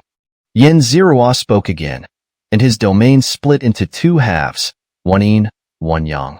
From extreme heat to extreme cold, he could feel that just this yin-yang balance alone would cause any enemy trapped within his domain to experience 2 opposing forces of ultimate extremes. For those weaker, these forces could even tear them apart. World. Xianxia said once more, and his domain gave birth to countless forces, a power akin to the birth of a new world. It was so immersive that anyone caught within would be irresistibly drawn in, merging and assimilating with it. Primordial. Xianxia uttered the final 2 words, and his domain transformed into nothingness once again, exuding an aura of cosmic primordial energy. If one's will was not strong enough, facing Xianxia's domain would invoke the same desire to abandon everything and merge with the cosmic primordial source that Xianxia himself had once experienced. Boom! Xianxia's heart stirred again, and he began to vibrate his domain at a certain frequency. He felt his domain resonate with the primordial energy of the universe, allowing him to harness a minuscule fraction of that primordial power. It was an infinitely terrifying force, one that, if used against an enemy, Xianxia spat out a large mouthful of blood, instantly sustaining serious injuries, and his domain showed signs of shattering. The power of the primordial source was too terrifying for him to handle at his current level. Just attempting to draw upon it had nearly caused his domain to collapse, leading to his immediate demise. That's impressive. Xianxia wiped the blood from the corner of his mouth and sighed. He felt that there were still many mysteries within his domain that remained unexplored. If he could fully comprehend some of these intricacies, Xianxia might even be able to develop several extremely powerful divine techniques. Swish! A flying boat sliced through the void, and Xianxia sat aboard it, leisurely sipping wine. A month had passed since his ascension to High God, and his meditation on the spiritual energy, his contact with the primordial source, and the transformation of his domain had taken him half a year. Although it felt like only a moment to him, 6 months had actually passed. This made him sigh at how quickly time flew during cultivation. Now that he had ascended to High God, he had no urgent matters to attend to. Ascending to true God could wait. He needed to consolidate his foundation first. Perhaps he would visit the Black Dragon sect to repay some debts of gratitude, or return to the lower realms to bring his parents and family to the upper realms, or even join a more powerful faction. Xianxia leisurely planned his next steps aboard the flying boat. There was no rush with his cultivation. There were many other things he could focus on. Boom! A sudden explosion echoed from a distance, and Xianxia curiously turned his gaze toward the source of the noise. Now that he was a high god, he felt he had little to fear except for true gods. Perhaps he could even challenge a weaker true god. Kill! A young man's shout rang out from the distance, followed by the emergence of a golden dragon that roared and twisted as it charged forward. Xianxia could instantly tell that the golden dragon was the result of a divine technique, not particularly powerful. He felt he could easily crush it with a single hand. Yin Yang, you've become so weak. How could you have fallen so far? Another young man's voice echoed, accompanied by a massive palm that appeared and grabbed the golden dragon. With a slight pause, the dragon shattered into countless specks of light. Humph! The first young man snorted coldly, and a domain stretching over 100 miles unfolded, radiating a terrifying aura that surged toward the heavens. Seeing the battle between these two young men, Yin Zirua smiled faintly. Both appeared to be quite young and were third-rank high gods, each possessing a true god domain. Judging by their demeanor, it didn't seem like a life-and-death struggle, but rather a friendly competition. Was this a contest between the younger generation of major factions? Yin Zirua glanced at them briefly before losing interest. These so-called geniuses were no more than slightly larger specks to him. One slap would be enough to eliminate them. His true enemies were true gods, and only they could force him to take things seriously. Kill. The two fought furiously, unleashing a barrage of colorful, dazzling divine techniques at each other as if they were free. In an instant, divine energy rippled through the void, and battle cries echoed across the star region. If an ordinary deity were to witness this battle, they would likely be terrified out of their wits. But to Yin Zirua, all he felt was annoyance at the noise. Their battle seemed as trivial as children playing, ruining his good mood with their incessant shouting. For Yin Zirua, these two geniuses, fighting like clowns, were utterly contemptible. He had no intention of interfering and simply adjusted the course of his flying boat, planning to steer clear of the area in another direction. Just as Yin Zirua was about to leave, he suddenly sensed an attack heading toward him. He knew it wasn't intentional, merely a stray attack from their battle, but it still left him deeply displeased. It was like two children playing in the mud, accidentally splashing some mud at him. If he didn't teach them a lesson, they would never know their place. That is, just as Yin Zirua was about to retaliate, he suddenly sensed a patch of mist nearby, near the battle of the two young men. This mist emitted a subtle, cryptic aura, the aura of a true god. Chapter 363, Gathering of True Gods, Meeting the Black Dragon Again. True Gods. Yin Zirua stared intently at the swirling mist. He realized that the mist contained not just one, but multiple true god auras. As he focused, more and more true god auras revealed themselves, growing stronger by the moment. The intensity of these auras even caused a slight prickling sensation on his skin, a natural reaction to danger. Humph! Without backing down, Yin Zirua unleashed his own aura. A terrifying pressure, far beyond that of an ordinary high god, filled the entire space, causing it to tremble incessantly. Interesting. It's been many years since I've seen such a powerful and talented high god. An old voice echoed through the dark void. Upon hearing it, the two young men who had been fighting stopped and turned their attention toward Yin Zirua. Miaozi, why don't you come over for a chat? Another voice, slightly deeper and more mature, spoke up. This was also a true god. Thank you for the invitation. Yin Zirua bowed respectfully and then flew toward the mist. He wasn't afraid of these true gods because he didn't sense any killing intent from them. Even if they intended to attack him, he was confident he could find an opportunity to escape using his Dunkongda. As for the bow, regardless of the circumstances, these were true gods, and some basic courtesy was necessary. This Miaozi is quite bold, not afraid of us at all. I wonder if it's courage, or if we're being underestimated. The true gods chuckled upon seeing Yin Zirua actually accept the invitation. Is that you, Miaozi? Your aura has changed so much that I didn't recognize you. As Yin Zirua walked, he suddenly heard a surprised voice. Although he had only heard it once before, he immediately recognized the owner of the voice. It was the Black Dragon, the master of the Black Dragon sect, and a friend of Tang Xiaohua's father, Tang Yin. In a way, he was also Yin Zirua's sect master, and Yin Zirua still owed him a true god. Greetings, sect master. Yin Zirua bowed toward the mist, feeling slightly relieved. From his previous interactions, this sect master wasn't the type to act on whims or indulge in senseless killing. Plus, since he was friends with Tang Yin, he would likely protect Yin Zerua rather than harm him, especially without any conflicting interests. Black Dragon, is this your man? When did the Black Dragon sect produce such a talent? I didn't know. You'll have to drink a few more cups later. Ho ho, soon the Black Dragon sect will have another true god, and a very powerful one at that. Voices echoed throughout the space. Yin Zerua realized that these were all true gods speaking. Was this a gathering of true gods? With a thought, Yin Zerua quickly flew into the mist. As he approached, the mist dispersed, revealing the scene within. It was a small continent, with several towering figures standing on it. These figures were shrouded in mist, making it impossible to see their true forms. Miaozi, over here. A true god in the middle of the group, enveloped in black mist, waved at Yin Zerua. His figure was tall and robust, with a faint black dragon coiling within the mist. Yin Zerua bowed again and quickly made his way toward him. This was the master of the Black Dragon sect. Beside him stood several young high gods, including Tang Xiaohua, sect master, island master. Yin Zerua bowed to the Black Dragon sect master and Tang Xiaohua. Haha, not bad, Miaozi.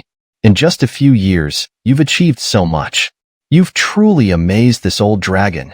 The Black Dragon sect master laughed heartily, his voice shaking the void.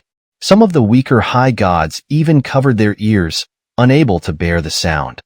I've had some fortunate encounters, Yin Zerua nodded with a smile. His posture showed no trace of the usual subservience a high god might display before a true god. Black Dragon, introduce us to your talented disciple. Another deep, mature voice spoke, belonging to the true god who had invited Yin Zerua here. Yin Zerua took a closer look at the true gods present. Including the Black Dragon sect master, there were a total of 5 true gods. One was wrapped in yellow mist, another in white mist, a third in green mist, and the fourth in a faint red mist. Among them, the old man's aura was the strongest, followed by the Black Dragon sect master. The other 3 true gods didn't seem particularly powerful, and Yin Zerua felt confident he could escape from them if needed. Of course, this was under the assumption that they weren't hiding their true strength. Heh, this is a talent we acquired some time ago. After training in the Black Dragon sect for a while, he left to seek his own fortunes. I don't know much about him. If you want to ask anything, you'll have to do it yourself. The Black Dragon sect master chuckled. Upon hearing his words, the true god's eyes lit up, and the entire void seemed to brighten. The young true god in red mist spoke first. Miaozi, would you like to join our 3 Mountains Alliance? While we're not particularly strong, if you join, you'll be our 4th leader. The other 3 true gods didn't speak, but smiled faintly, sipping their tea and waiting for Yin Zerua's response. Thank you for your kind offer, but I currently have no intention of leaving the Black Dragon sect, Yin Zerua replied respectfully, bowing to the young true god. The young true god wasn't particularly strong, and his faction only had 3 true gods, forming an alliance. This suggested the other 2 true gods weren't much stronger than him. Such a faction was too weak for Yin Zerua's liking. Moreover, as a disciple of the Black Dragon sect, joining another faction in front of the sect master would be a severe insult to the Black Dragon sect master. Not only would it sour his relationship with the sect master, but it would also leave a bad impression on the other true gods. Upon hearing his response, the other true gods nodded slightly, and even the Black Dragon sect master laughed heartily. The young true god in red mist, however, seemed displeased. His red mist darkened slightly, and a faint pressure pressed toward Yin Zerua. The Black Dragon sect master let out a soft hum, and the pressure on Yin Zerua instantly disappeared. The young true god glanced at the Black Dragon sect master, then turned away, silently raising his cup to drink. This Miaozi has a bit of a narrow mind. Be careful. The Black Dragon sect master's voice suddenly echoed in Yin Zerua's ear, warning him about the young true god. Yin Zerua glanced at the Black Dragon sect master and nodded, signaling that he had taken note. He was already strong enough that, when fully unleashed, he could withstand a few moments of an ordinary true god's attack. During those moments, He could choose to escape or counterattack as he pleased. Chapter 364. Inciting Battle, True God Interference. Haha, congratulations to Black Dragon for gaining another genius. Let's drink. Drink. The true gods laughed heartily.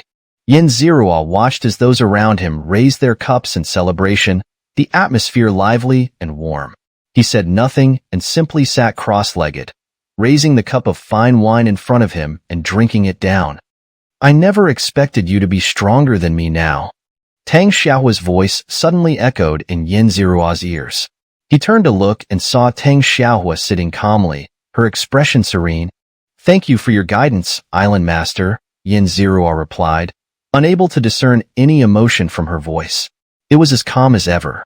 This is the result of your own efforts. No need to thank me, Xianxia continued.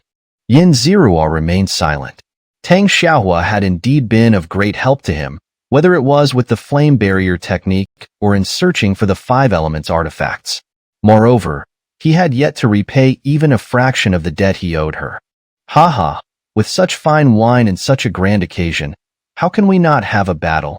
A young man enveloped in green mist laughed loudly. He had been relatively quiet before, but now, with wine in his veins, his expression was filled with excitement, his fighting spirit soaring. Master, if you wish to see a fight, how about I battle third brother for your entertainment? A scruffy young man beside the true god bowed and requested. You? Go, go, go. I'm tired of your monkey tricks. I want something fresh. The true god waved him off dismissively. The scruffy youth, undeterred by his master's disdain, chuckled and bowed again before retreating. Speaking of which, is there anything new to watch? The battles of those other little ones are just so dull. The young true god, his eyes glazed with intoxication, stared at Xianxia with a smile. He dared not directly challenge Xianxia to a duel, likely out of fear of offending the Black Dragon sect master. Yes, yes.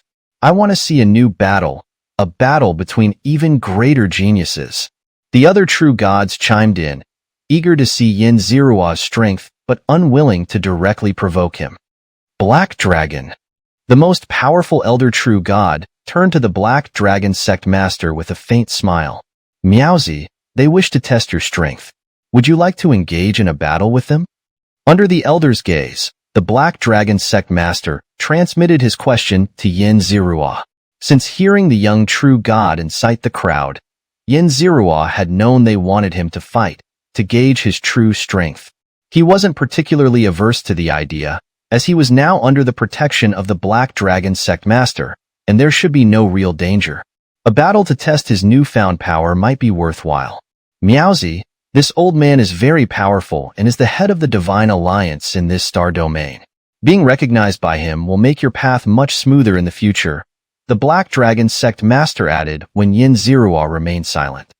Xianxia looked up and found the elder true god's gaze meeting his.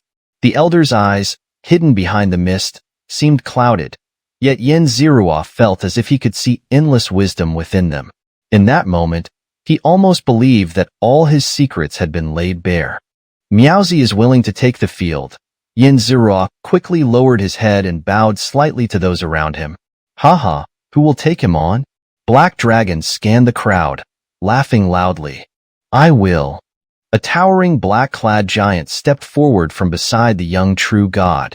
Standing at 5 zhang tall, with the cultivation of a third-rank upper god, he wielded a massive spiked club and was enveloped in swirling black killing aura. Listening closely, one could hear the anguished cries of countless lives within that sinister aura. Ho, quite an impressive upper god. Meowsy, are you willing to face him? The young true god feigned surprise, almost as if he were hoping to stir up trouble. Can I kill him? Xianxia grinned, revealing his white teeth. No one spoke. All eyes turned to the young true god, who had been quietly drinking. Faced with the crowd's attention, the young true god let out a cold laugh. If you can kill him, then do so. Even if you do, I promise I won't make things difficult for you. Faced with the cold tone of a true god from the previous conflict, he was certain that this true god would target him. If that was the case, he saw no harm in making their enmity even deeper. Yin Zerua and the giant flew out into the void, facing each other from afar. He looked at the towering figure before him and slowly spoke. I won't use my domain. If I can't kill you within 15 minutes, I'll consider myself the loser. Yin Zerua's calm voice echoed across the void. The gods below the true god level gasped in shock, while the true god's eyes lit up. They wanted to see whether this Miaozi was the real deal or just a braggart. Arrogant. Die! The giant roared in anger, erupting with power and launching a 900-mile domain attack towards Yin Zerua. Facing the giant's assault, Yin Zerua smiled calmly, surrounding himself with a thin layer of divine energy. Since things had come to this, he intended to thoroughly humiliate the young true god and showcase his talents to the fullest. Boom, boom, boom. Thunderous sounds rang out as the giant charged forward. Die! Seeing the giant's attack, Yin Zerua shouted lightly, stepping forward and instantly appearing at the edge of the giant's domain.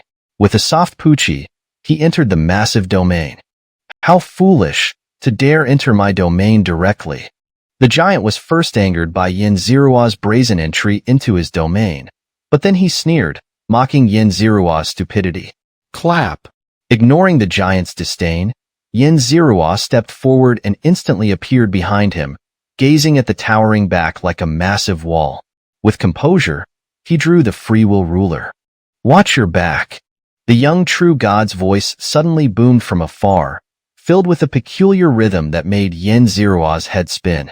Hearing the young true god's warning, the giant immediately lunged forward, rolling through the void a few times before quickly moving away, rapidly increasing the distance between them. As he fled, he mustered all his strength to attack Yin Zerua. Humph! Faced with this unfavorable situation, Yin Zerua's mind stirred. His thick divine energy burst forth, instantly erasing all the power of the giant's domain. Seeing the giant's retreating figure, Yin Zerua sneered, took a step forward, and pursued him with the free and willing ruler in hand. Chapter 365. Bold Provocation, Wrath of a True God. Boom! Just as Yin Zerua was pursuing his target while contending with the giant man's domain, a terrifying aura suddenly erupted from the nearby continent where the true gods were gathered. The overwhelming presence instantly froze the void, causing Yin Zerua's hair to stand on end. Instinctively, he pulled out his spatial escape blade and fled. Black Dragon, what are you doing? The young true god's voice rang out, filled with shock and anger, as a much weaker aura erupted from him. If you wish to die, just speak up, and I will fulfill your request, the Black Dragon Patriarch said coldly, his voice no longer magnanimous, but filled with an icy sigh. In that instant, Yin Zerua felt as if his soul was on the verge of freezing. You want to kill me? Come at me. Let's see who kills who. The young true god, provoked by the Black Dragon Patriarch's disdain, retorted without hesitation. Humph! The Black Dragon Patriarch snorted in anger, and his terrifying aura intensified further, pressing down on the void as if it might collapse under the pressure. Enough! There's no need to lose your temper over these two youngsters. Yin, this time, it's your fault. Stop now. An elderly voice interjected, belonging to an elder true god from the League of Gods. As the elderly voice echoed, the auras of both the Black Dragon Patriarch and the young true god were calmed simultaneously. The young true god let out a cold snort, returned to his original position, and resumed drinking. The Black Dragon Patriarch, after giving the young true god a deep look, also said nothing more and flicked his sleeve as he returned. The invisible clash between the true gods thus dissipated. Yin Zerua watched the young true god with a cold smile, silently remembering everything that had transpired today. You won't get another chance.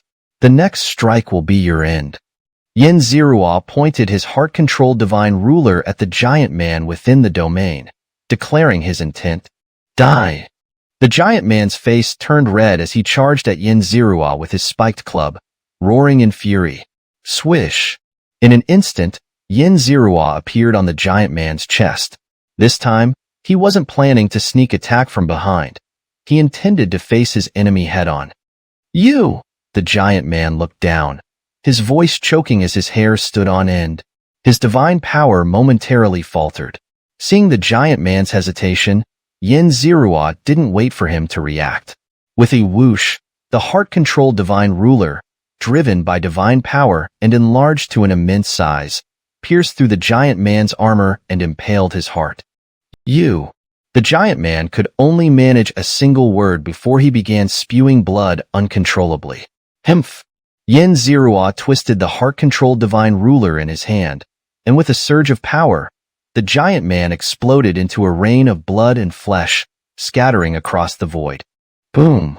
The blood cloud spread, and the wind howled in fury as the giant man fell. Swish!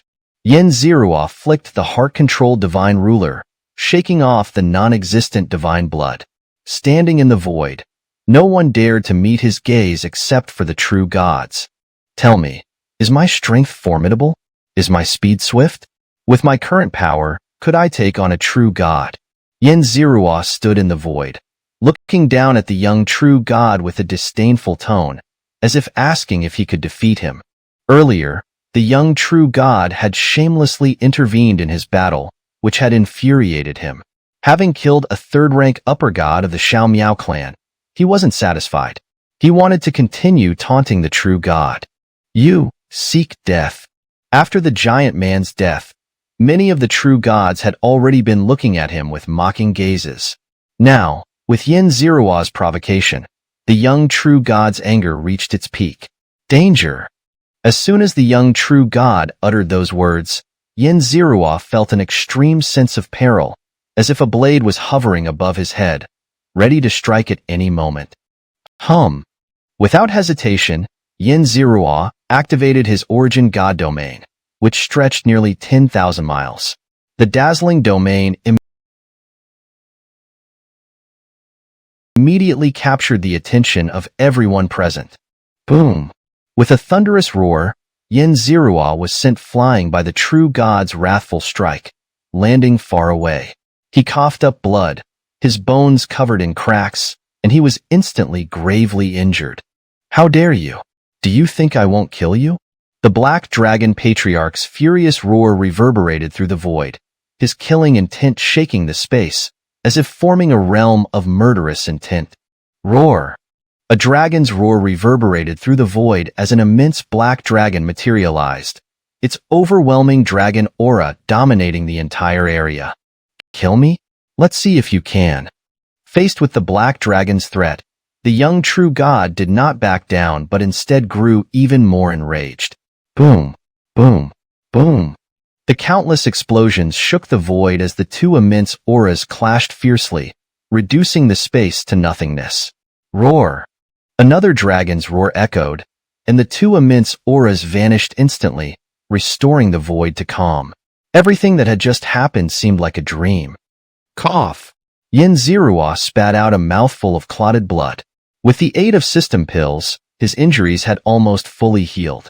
He glanced at the distant Xiaomiao continent, and with a thought, he flew towards it.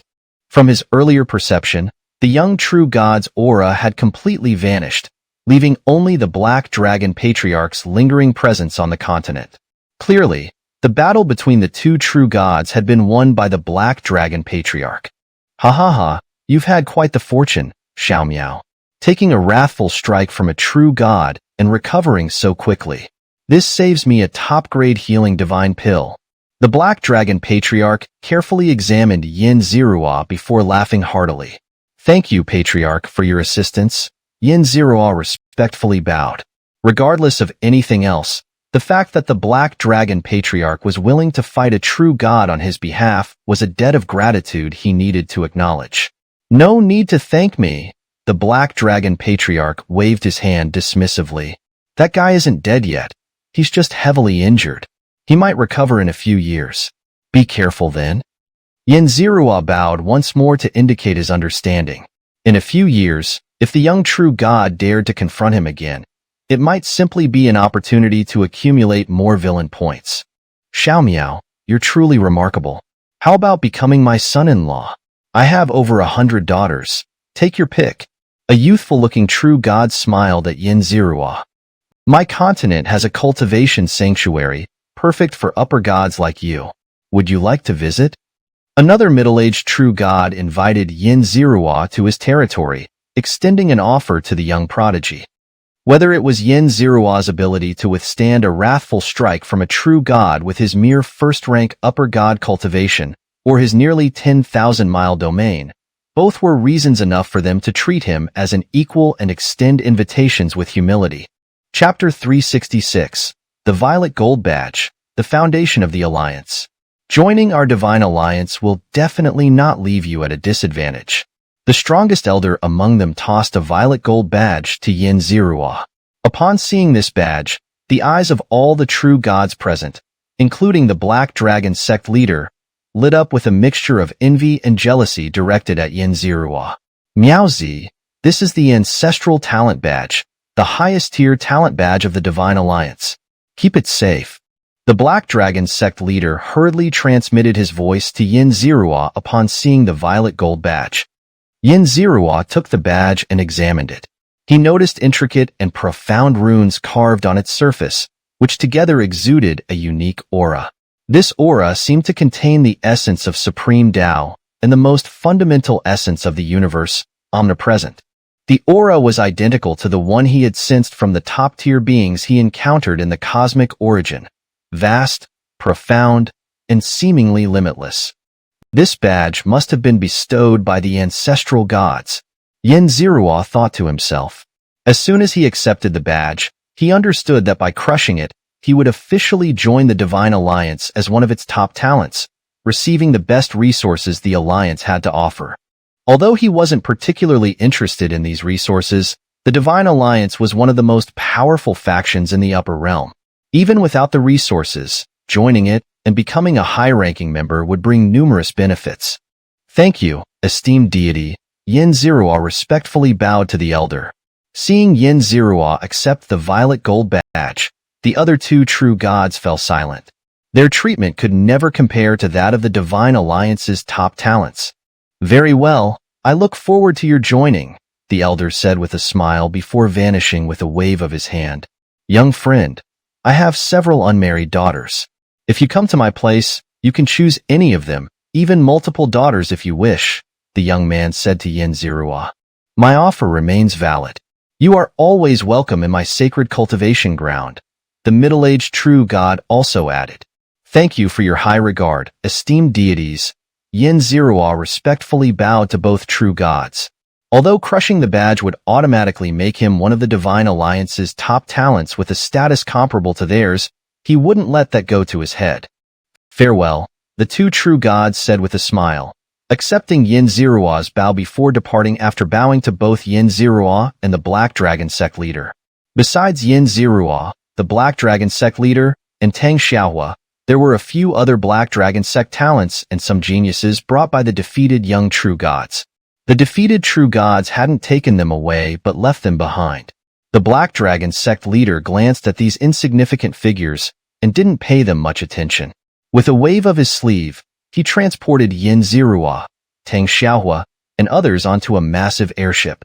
Seeing Xianxia standing with their sect leader and other top talents, the Black Dragon sect's geniuses bowed respectfully and retreated.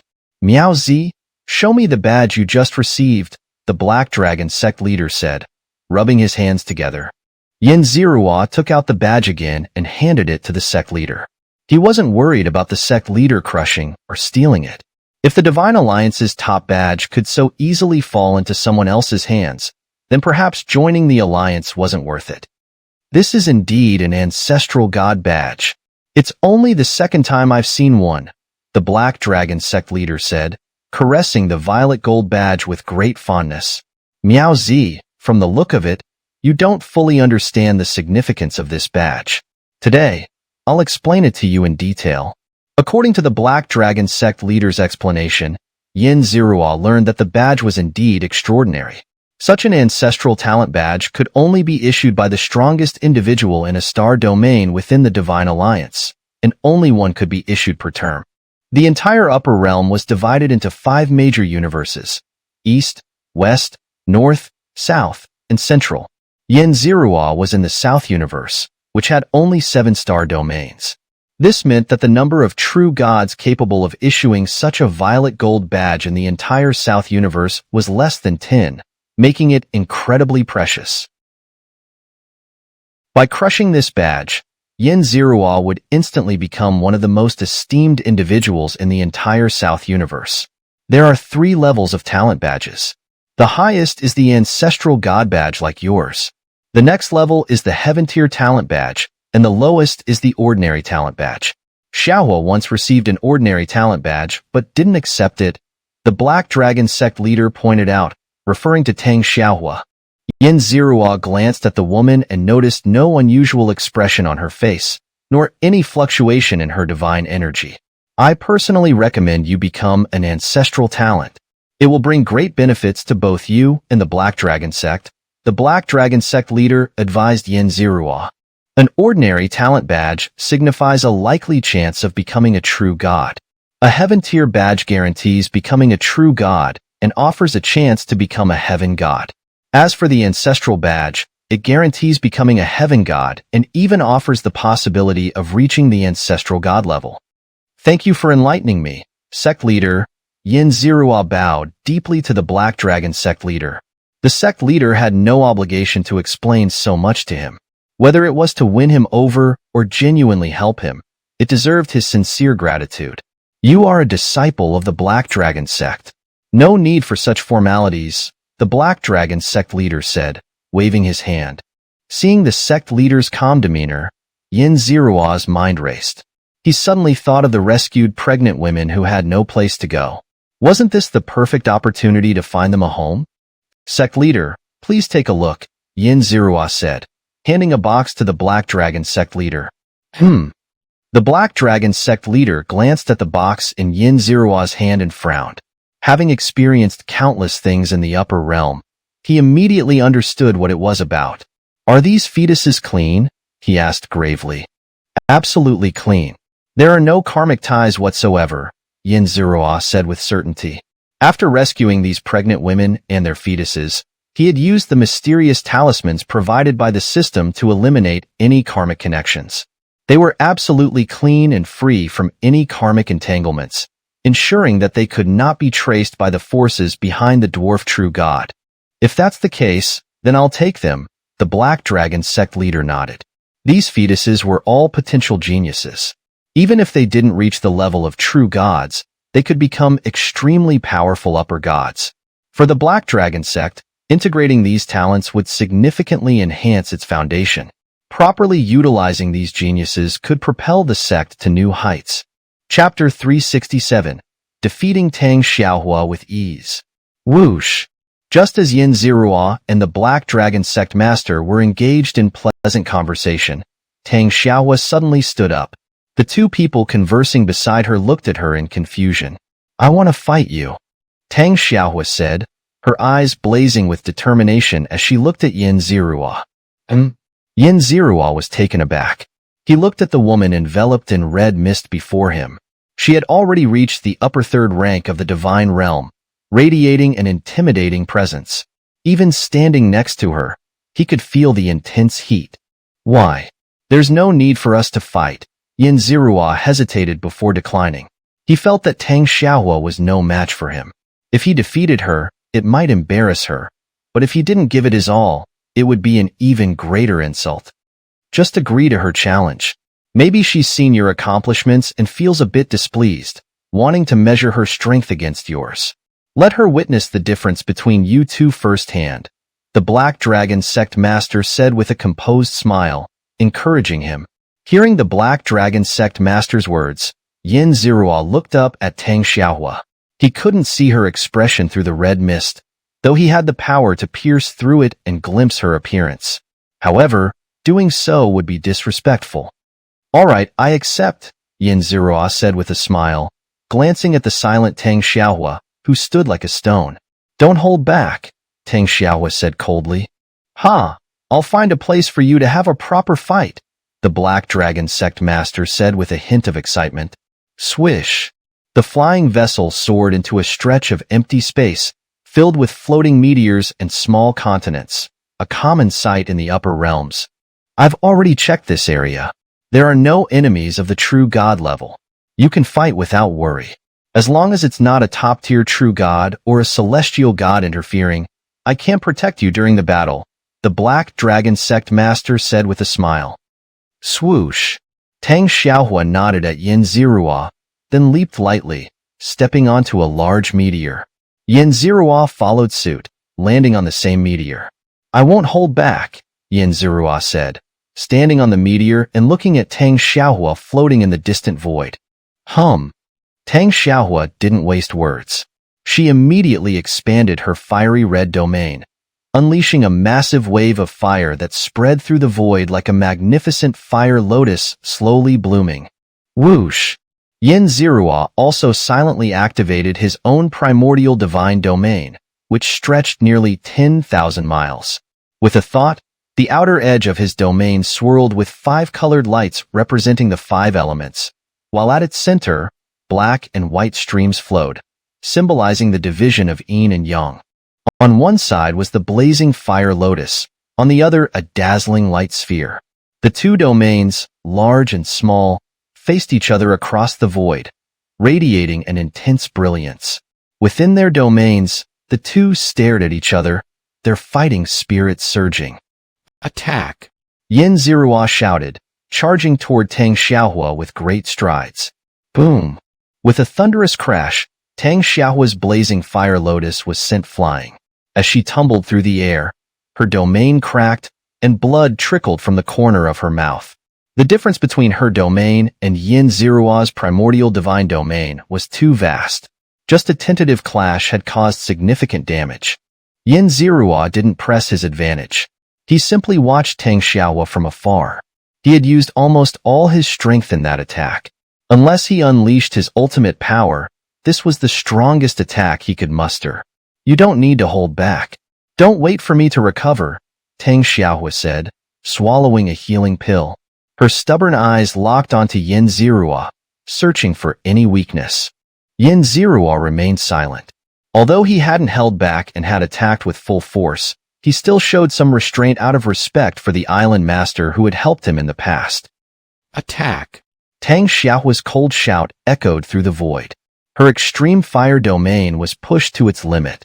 Yin Zirua could immediately tell that she had activated the Flame Barrier God technique, instantly doubling her momentum. With the Flame Barrier technique enhancing her extreme fire domain and her upper third rank divine realm cultivation, Tang Xiaohua transformed into a massive battering ram, slamming against the unshakable mountain that was Yin Zirua. Facing Tang Xiaohua's assault, Yin Zirua focused his mind. He clenched his fist, channeling all his strength. With a powerful punch, a massive fist imprint rippled with a peculiar vibration, resonating with the primordial essence of the universe. Boom, boom, boom. The colossal fist imprint expanded and intensified with the backing of the universe's primordial essence. Yin Zirua could feel the Black Dragon Sect Master's tension, poised to step in and rescue Tang Xiaohua should the need arise. Attack! Facing the collapsing mountain of a fist imprint, Tang Xiaohua didn't retreat in the slightest. With a fierce shout, she unleashed all her power, her eyes turning fiery red as her entire body seemed to ignite. Boom! Tang Xiaohua's extreme fire domain collided with Yin Zirua's massive fist imprint. A deafening explosion echoed, and terrifying fiery shockwaves spread from the center of the clash, destroying everything in their path. The explosion was like the birth of the universe, filled with destruction yet seemingly containing infinite life. Huff! Yin Zirua slowly exhaled. In that final strike, he had held back some of his strength, so he believed Tang Xiaohua wouldn't be too severely injured. Well done, Miaozi. Very well done. The Black Dragon Sect Master's voice echoed in his ears, tinged with relief. In its view, if Yin Zirua hadn't held back, that strike could have seriously injured or even killed Tang Xiaohua. Swish! Yin Zirua stepped forward using his golden rock steps, arriving before Tang Xiaohua. Her domain had been shattered by Yin Zirua, and her aura had plummeted significantly. The red mist surrounding her had darkened, as if on the verge of dissipating, but she didn't appear to have suffered any serious injuries. You lost, Yin Zirua said coldly, holding his Theixin Ruyichi, a weapon name that should remain in Chinese for authenticity, his tone distant, as if addressing a challenger who had overestimated their strength and failed. Tang Xiaohua, who had been looking down, didn't respond. Instead, the Black Dragon sect master couldn't help but comment, "Miao Zi, all your wives and concubines were taken by force, weren't they? Is this how you treat a girl?" Yin Zirua didn't respond to the Black Dragon sect master's remark. He just quietly watched Tang Xiaohua. She had clearly witnessed his battle with the giant man earlier and knew his strength, yet she still chose to challenge him. Whether she was willing or unwilling, Yin Zirua had fought at full strength, and she had lost. She had to accept defeat. Resentment and unwillingness to admit defeat were double-edged swords in the path of cultivation, easily cutting oneself. Chapter 368. The Secret Technique of Annihilation and Burning, setting off again. Tang Xiaohua had been silent, her head lowered, when suddenly a buzzing sound resonated through the void, as if a force was shaking the very fabric of space. Yin Zirua looked up, searching for the source of this force. Her gaze fell upon Tang Xiaohua, who remained silent and still. The force was significant, and she wondered why Tang Xiaohua hadn't used it earlier. The Secret Technique of Annihilation and Burning. Feeling the disturbance, Yin Zirua was puzzled, but the Black Dragon sect master's face turned pale. A terrifyingly powerful force enveloped Tang Xiaohua, as if trying to interrupt her secret technique.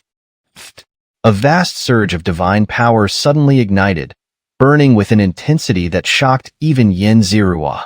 The quality of this divine power was exceptionally high, yet it burned fiercely. What kind of technique was this, and why was it so powerful? Yin Zirua's eyes nearly popped out at the sight. Quick, Miao Zi, stop her. This technique is an extremely powerful one, capable of burning everything to unleash one's own strength. It transforms everything into a destructive flame that consumes all, a flame so vicious that I cannot stop it without harming her. The Black Dragon sect master spoke urgently, summarizing what he knew. Boom! The flames, slowly burning on the divine power, suddenly erupted into a ferocious black blaze. This black flame seemed capable of destroying everything, and even Yin Zirua felt a chill at the sight. How should I stop her? Yin Zirua asked, feeling a bit puzzled. If even the mighty Black Dragon sect master couldn't do it, why would he be able to? Primordial Essence. Use your primordial essence to block her. The Black Dragon sect master unleashed his full strength, temporarily suppressing Tang Xiaohua with his overwhelming divine power to halt the technique. All right. Yin Zirua nodded. He wasn't surprised that the Black Dragon sect master recognized his domain. If it could help Tang Xiaohua, he had no reason to hesitate. He quickly sat down cross-legged, focusing his mind to sense the omnipresent cosmic primordial essence. Yin Zirua's body emitted a subtle vibration, gradually resonating with the surrounding void. In that moment, he suddenly felt a force ahead that was continuously burning and destroying. He tried to touch the source of this power, but was repelled. This force was like a ferocious beast, refusing to let anyone approach it, not even Yin Zirua, whose source of power was similar to its own. Damn it! Yin Zirua cursed under his breath. With a thought, he pushed all his strength forward, using every ounce of power he could muster to confront this vicious force. As he suppressed it, his primordial essence gradually transformed into a similar form to the destructive force. Pop! Despite the technique's destructive and vicious nature, Yin Zirua's primordial essence was of much higher quality and shared similarities with it. Combined with his substantial reserves, he managed to break through the outer layer of power and penetrate Tang Xiaohua's core. This was Tang Xiaohua's soul space, containing all her memories and her most vital divine soul. As soon as Yin Zirua entered, he glimpsed fragments of Tang Xiaohua's past.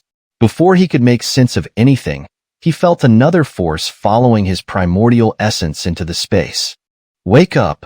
The voice belonged to the Black Dragon sect master, cold and commanding.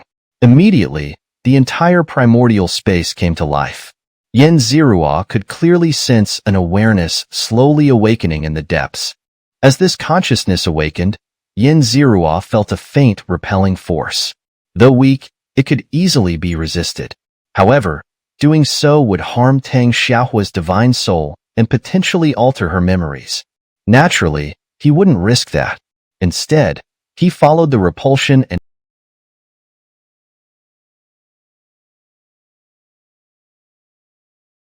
exited Tang Xiaohua's soul space. Yin Zirua slowly opened his eyes just as Tang Xiaohua began to awaken. Her gaze was stunning, like the purest red gemstone. The fog of confusion in her eyes upon waking captivated everyone, drawing them in as if inviting deeper exploration. "Do you know how dangerous you were just now?" The Black Dragon sect master scolded loudly. "I am sorry, Uncle Black Dragon. I was wrong." Tang Xiaohua stammered, her voice filled with shame and guilt. It was the first time Yin Zirua had heard such clear emotion in her tone. "Sigh, you'd better take care of yourself. There won't be a Yin Miao Z to help you next time." Seeing Tang Xiaohua's remorseful expression, the Black Dragon sect master sighed. With a flick of his sleeve, he brought Yin Zirua and Tang Xiaohua back into the flying vessel. The competition had reached this point, and no one had the heart to continue. Back on the vessel, Tang Xiaohua prepared to apologize and leave. The Black Dragon sect master glanced at her and sighed again, saying, "Xiaohua, you care too much about your successes and failures. Some things you don't have to carry alone. You have your Uncle Black Dragon and that old man at home to rely on." After a moment of silence, Tang Xiaohua deeply bowed to the Black Dragon sect master, then straightened her back. Yin Zirua felt that the usual Tang Xiaohua had returned. "Thank you," Tang Xiaohua said, bowing to Yin Zirua before leaving. "You're welcome, sect master," Yin Zirua replied, returning the gesture. "Sigh, Xiaohua is so stubborn. She can't accept even minor failures. She carries too much," the Black Dragon sect master lamented, watching Tang Xiaohua's retreating figure. Yin Zirua stood silently by, listening to the Black Dragon sect master's words. "Where do you plan to go next?" the Black Dragon sect master asked, turning to Yin Zirua.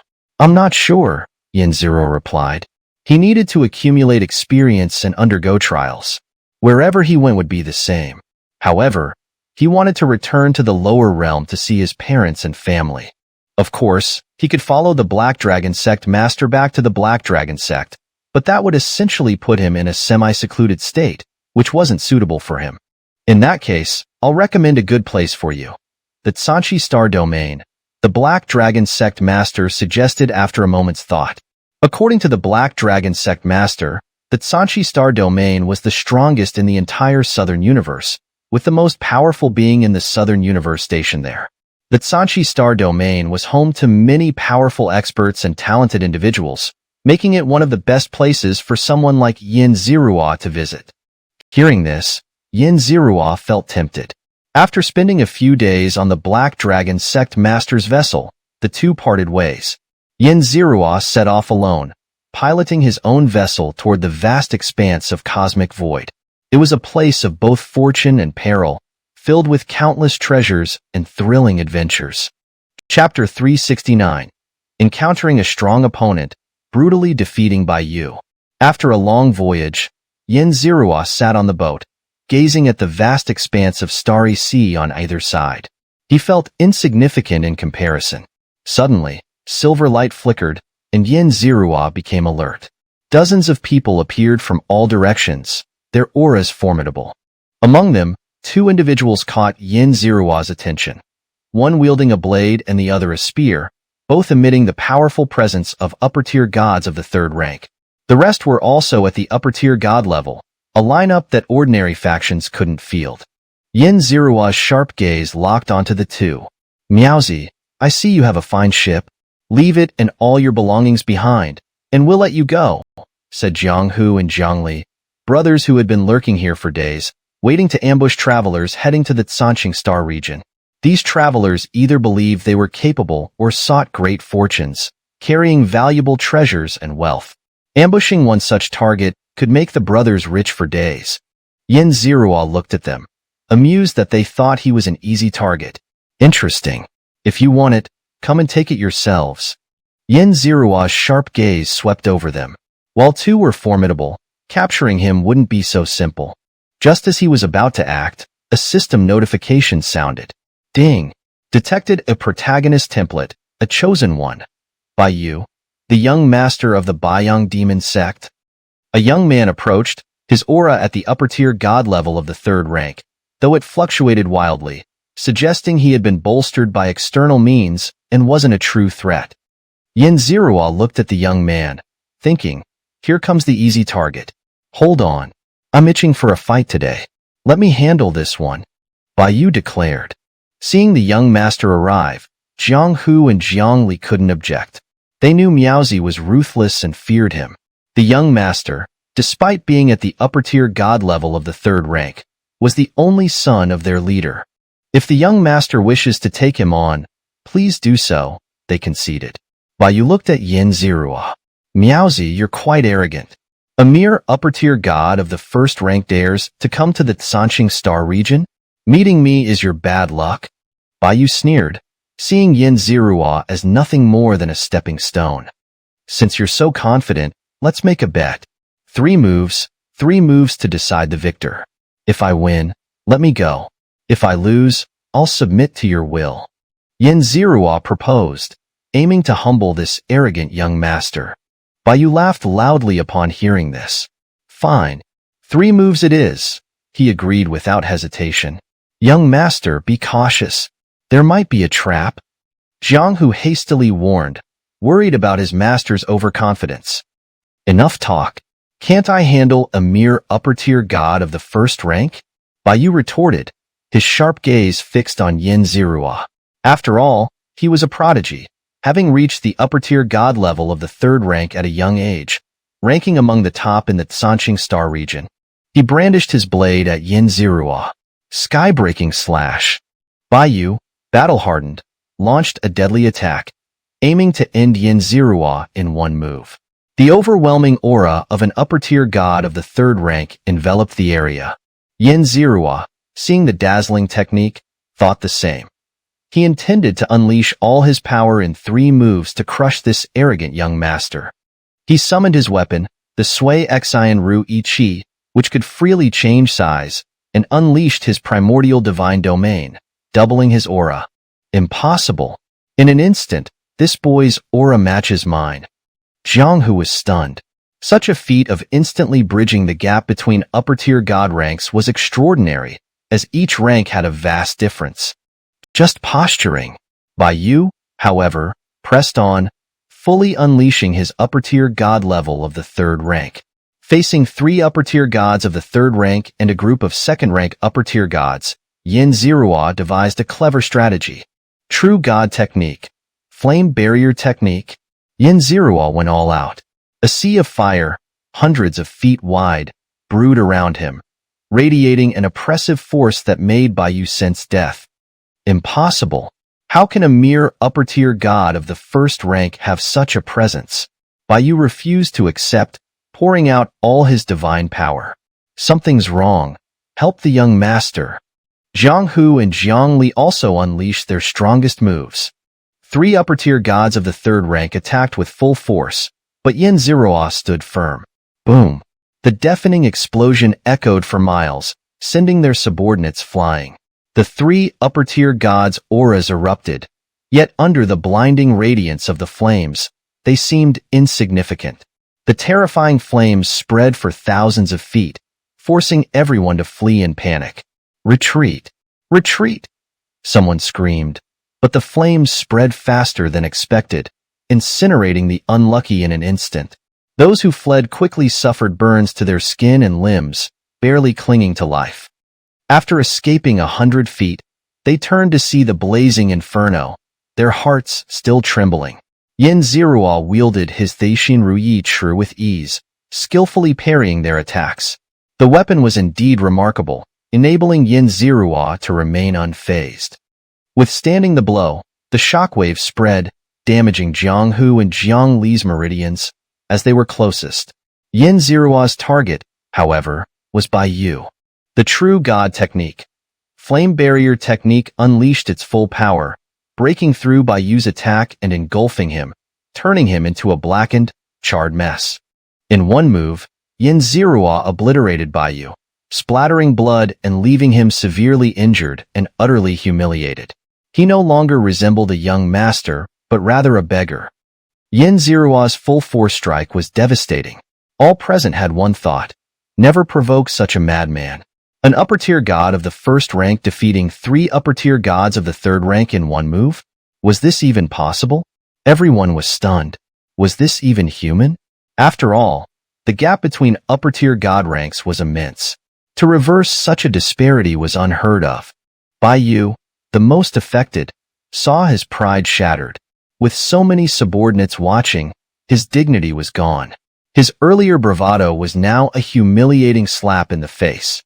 Baiyu felt utterly defeated, experiencing his first crushing loss. Ding! Baiyu's defeat causes significant psychological damage. Fortune value decreased by 1,000. Villain points increased by 10,000. Ding! For flawlessly humiliating and defeating the protagonist, a special grand prize has been awarded. This was exactly what Yin Zirua wanted. Earning 10,000 points was a significant boost, especially with his remaining points dwindling below 10,000. Chapter 370. Confronting the Lan family, just so. Moreover, unexpectedly, this reckless move of his had also brought a special gift package, which he hoped would aid his skills. Yin Zirua opened the gift package. Ding! Reward. Special skill. Time-space fixation. Yin Zirua initially thought it was an eyeball, but upon closer inspection, he realized it was a skill that could immobilize a true god-level expert for 10 seconds.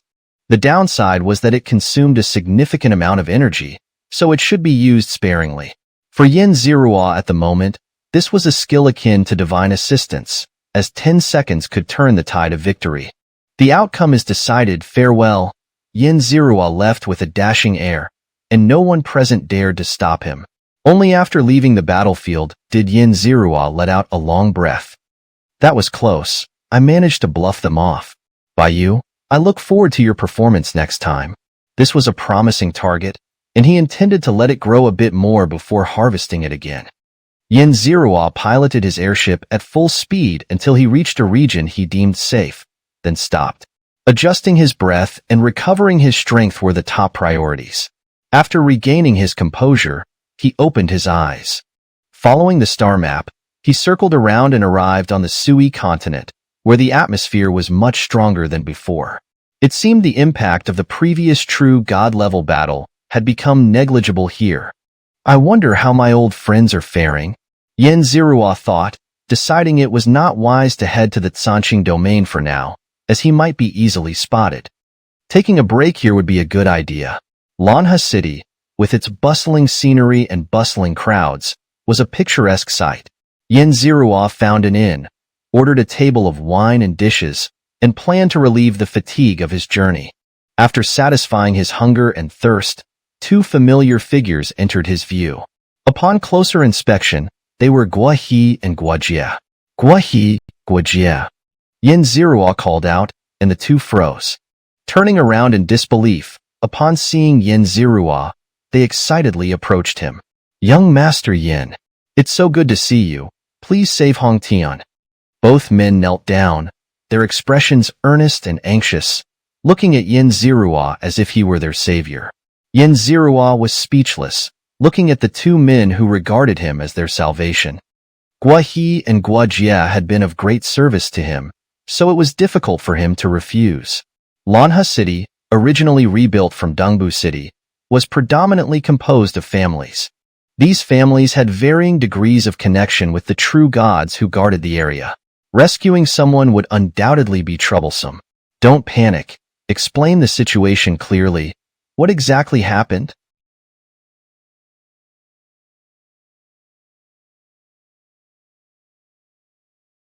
Then, Guahi recounted the process of Hong Tian's capture. It was the Lan family who had taken action, and apart from the 2 of them, the others had mostly been scattered, with few traceable. Seeing the urgency in their expressions, Yin Zirua knew he had to act. I promise you, I will do it. But since I just arrived, let me first understand the situation, Yin Zirua said to them, word by word, and the two men trusted him completely. Young Master Yin, as long as you take action, we too will definitely follow you. These two men were not of low rank and would be good helpers, so Yin Zerua nodded. That night, he rested well, and the next morning, upon seeing his pitifully low points, he thought, convert 10,000 points into cultivation. As he was about to enter a dangerous territory, raising his level a bit would be beneficial. Crackling sounds of his bones echoed as his body strengthened. Now at the upper god first rank, every step forward in his cultivation was arduous. Even with 10,000 points, it felt like throwing a pebble into the ocean. But that was fine.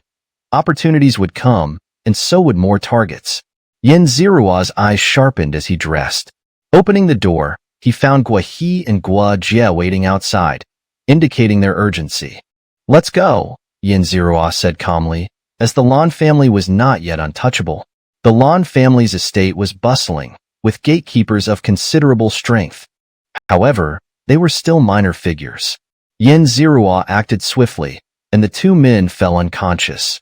His purpose was to rescue, not to slaughter, so knocking them out was sufficient. Following behind, Gua He and Gua Jie were amazed not to see how Yin Zerua had acted, yet the two men had already fallen.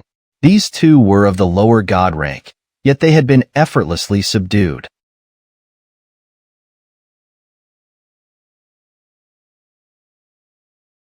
Inside the Lan family compound, all the experts had gathered in the main hall. Who dares to invade my Lan family? Truly lawless. Where is the guard squad? A man at the upper god first rank, leading his subordinates, rushed over to block the corridor. Yin Zerua looked at these people and acted directly.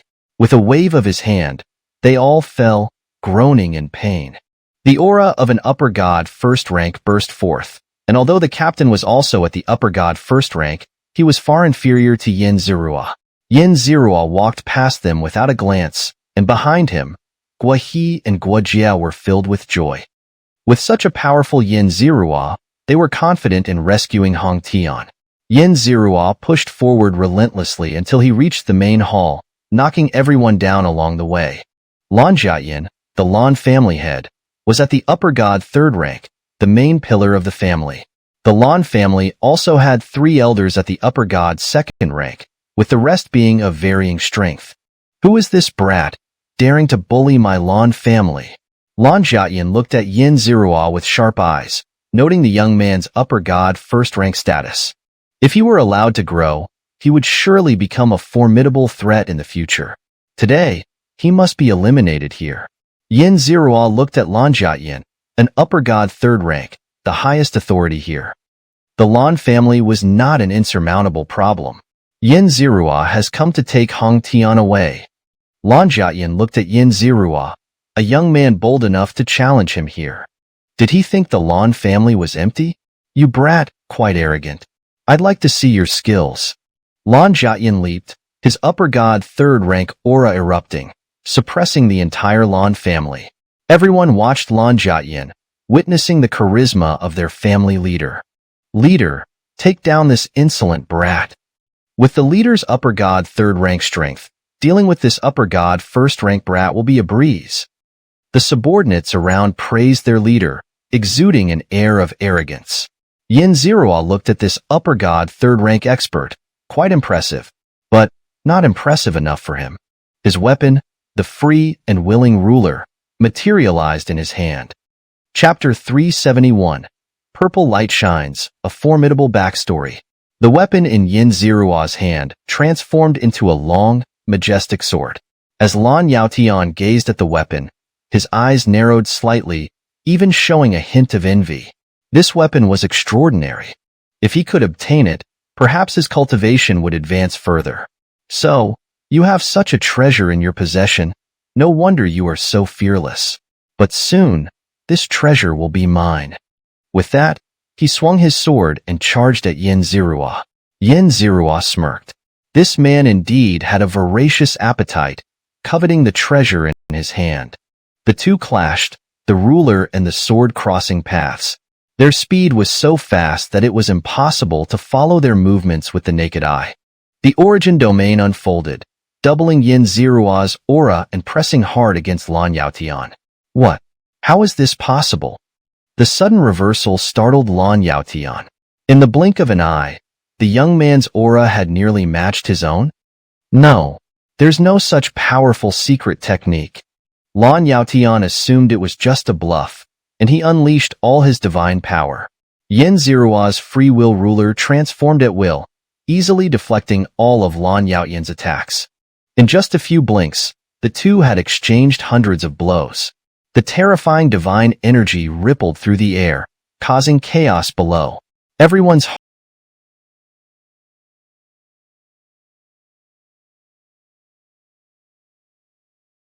hearts were in turmoil. This Miaozi can actually fight with the head of the family for so long. This is not good. The elders of the Lan family exchanged worried glances. In the span of a few breaths, the two had clashed 100 times. With a powerful burst of energy, the space around them began to ripple, threatening to collapse. Under such intense attacks, their figures separated. Yin Zirua looked at Lan Yaotian. He had some skill, worthy of being the head of a family. Unfortunately, it still wasn't enough. True God Technique. Flame Barrier Technique. This time, Yin Zirua once again imbued the True God Technique into the Thuixin Ruyi Chi. The last time he did this, it had drained a significant amount of his energy. But this time, he was much stronger and shouldn't be as exhausted. The sword and ruler clashed, unleashing the power of a second-rank high god, dominating the battlefield. Yin Zirua's first-rank high god power was not the least bit inferior, matching the other force blow for blow. The two terrifying energies spread across the Lan family, threatening to engulf it. Below, there were still hundreds of people, and the energy couldn't be allowed to spread further. Seeing the danger, the three elders of the Lan family stepped in, trying to contain the energy, but they greatly underestimated its power. Boom, boom, boom. The divine energy, as heavy as a mountain, crushed down, unstoppable by anyone. The three elders simultaneously spat blood, their eyes filled with infinite terror. The Lan family members scattered in panic, no longer resembling the dignified first family of Lanha City. In an instant, they were reduced to fleeing like stray dogs. At this moment, Guahi and Guajie realized this was an opportunity and went to find Hong Tian. The head of the Lan family lay on the ground, his body tattered, utterly defeated, barely clinging to life. A young man, in a single move, had overthrown the Lan family. This news quickly spread throughout the city. After all, the city was protected by a true god, and the Lan family was one of his charges. How bold! To cause such chaos in Lanha City, do you think I don't exist? A powerful true god aura enveloped the entire city. Those who felt this overwhelming presence trembled uncontrollably. A true god was an entire realm higher than a high god, a chasm as vast as the heavens. This powerful aura descended toward the Lan family.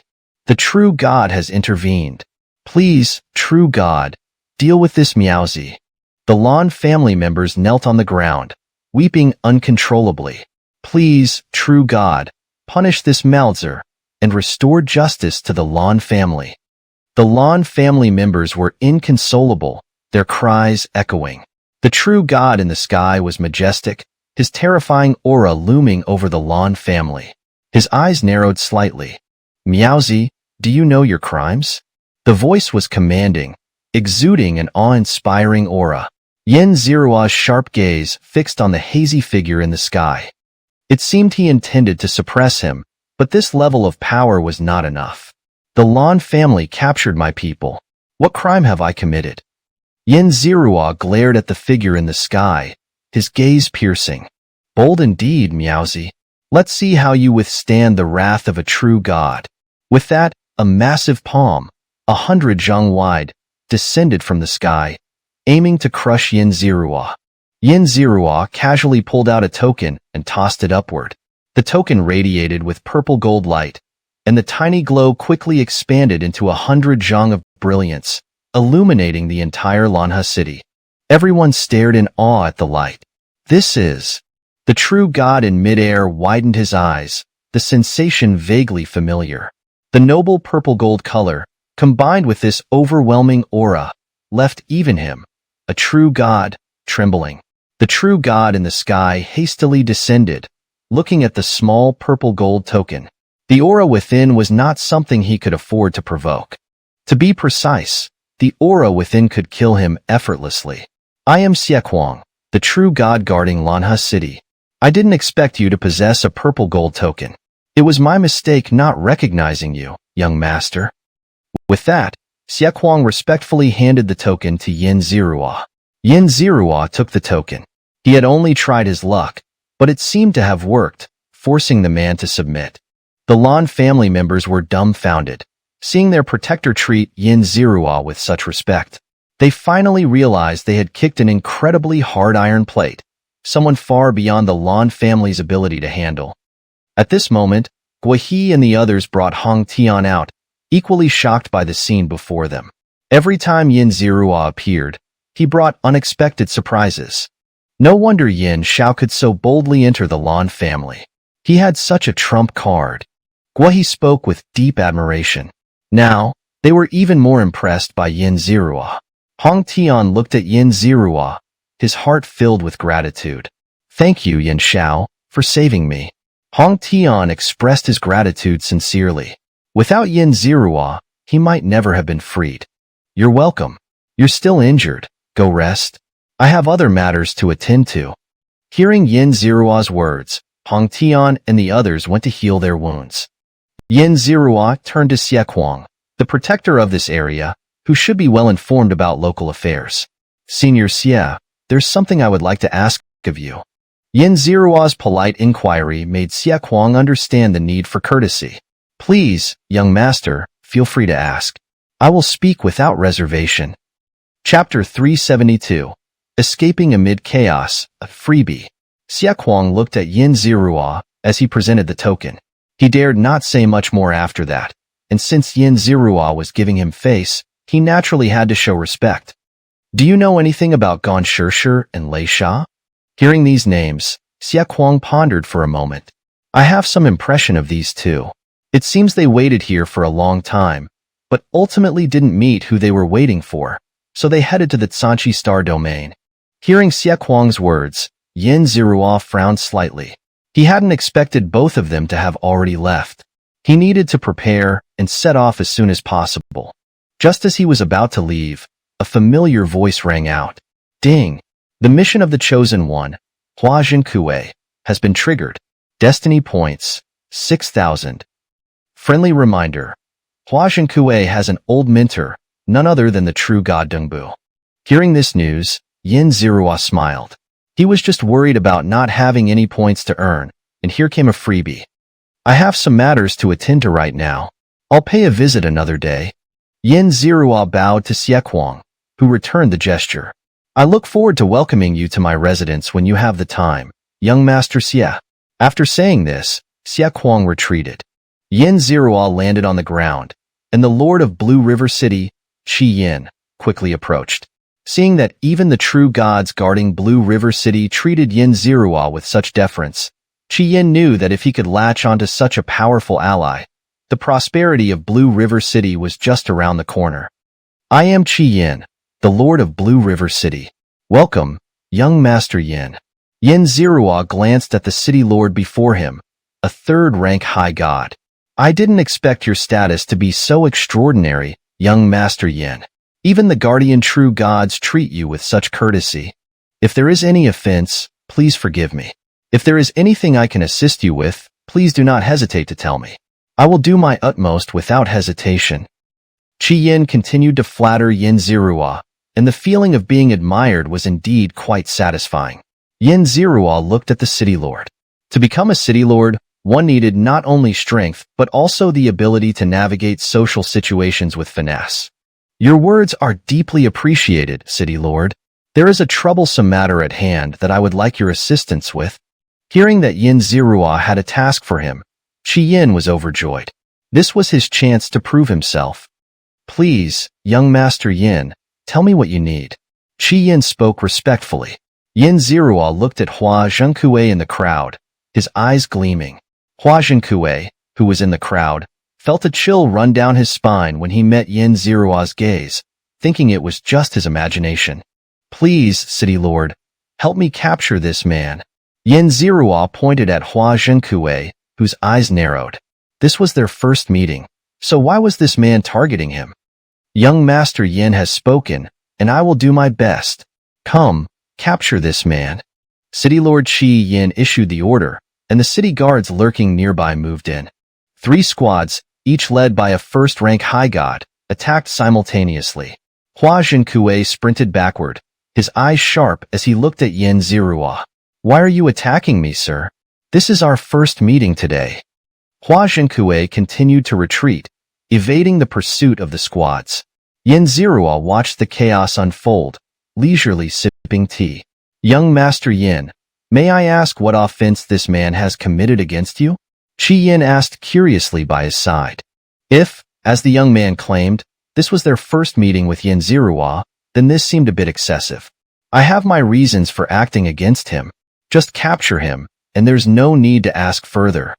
Yin Ziruo's tone was icy, and he was clearly annoyed by Qi Yin's questioning. Did he, Yin Ziruo, need to report his actions to a mere city lord? Hearing the displeasure in Yin Ziruo's voice, Qi Yin broke out in a cold sweat and dared not speak further. He could only urge his subordinates to quickly capture the man. 3 squads, dozens of men, surrounded Hua Zhenkue. The entire Blue River City was in an uproar, bustling with activity. "You want to capture me?" Explosive slash.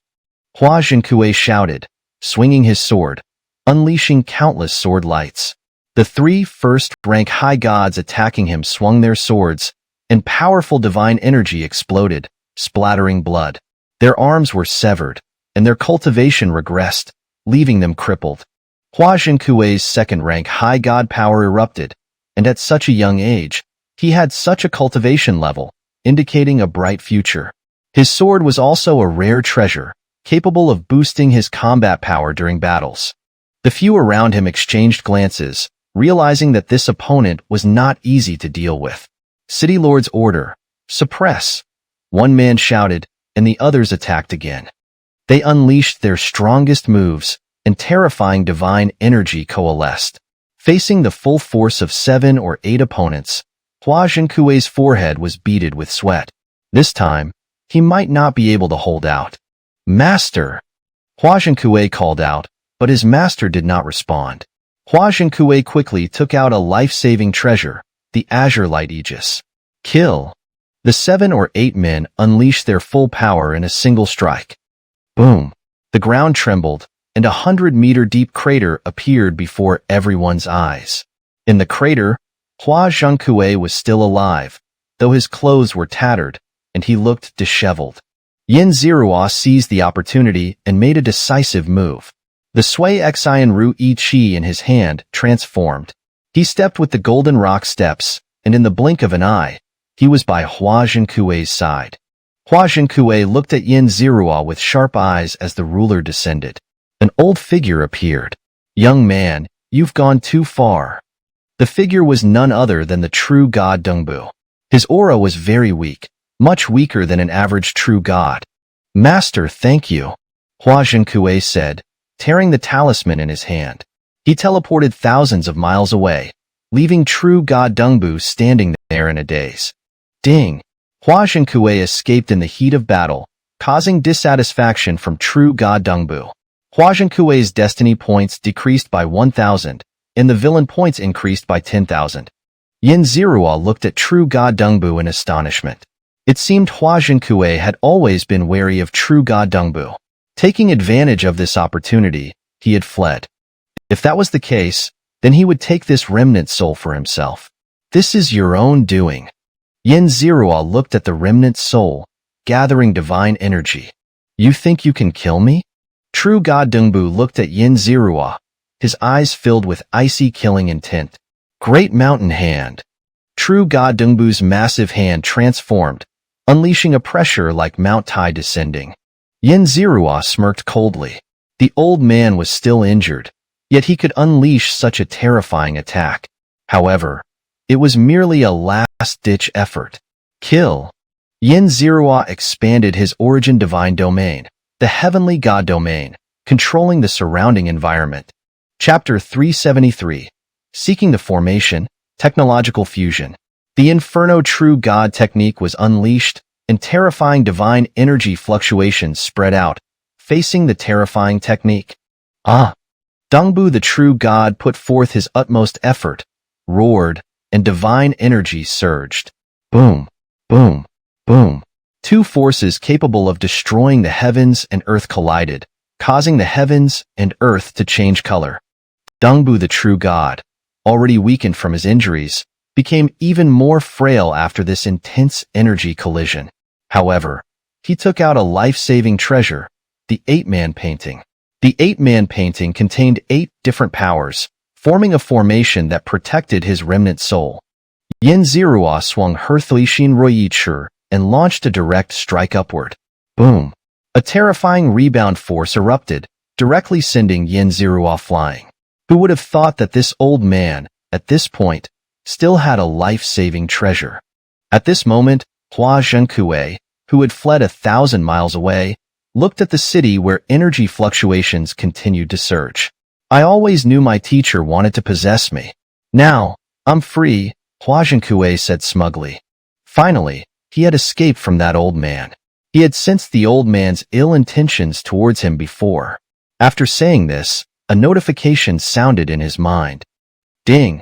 Hua Zhenkue has abandoned Dongbu the True God. Fortune points lost, 1,900. Villain points gained, 190,000. Yin Zerua couldn't help but smile.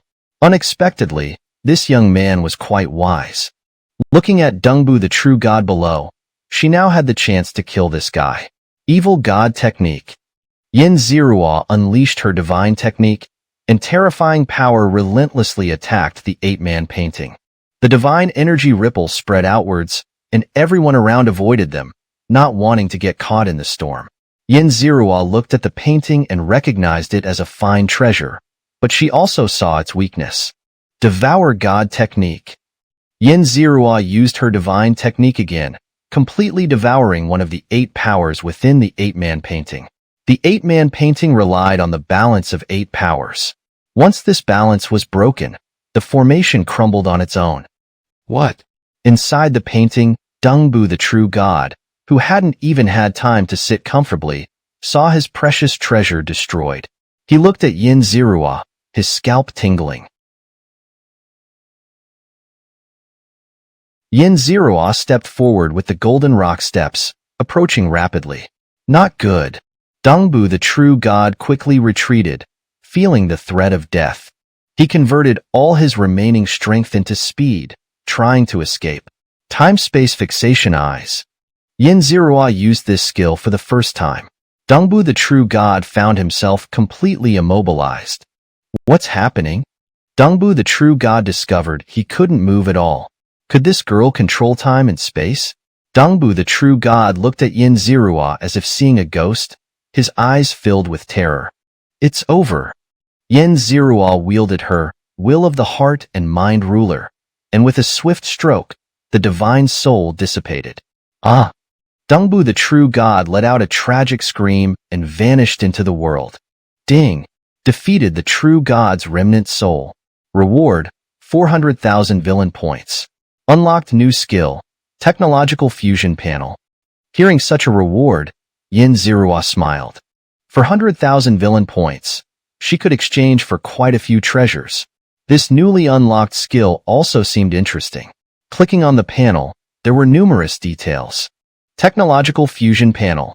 3 divine techniques could be fused into one new divine technique. 3 treasures could be fused into one new treasure. Below were examples. Example: Inferno True God Technique, Evil God Technique, Devour God Technique upgraded to Void Devour God Technique.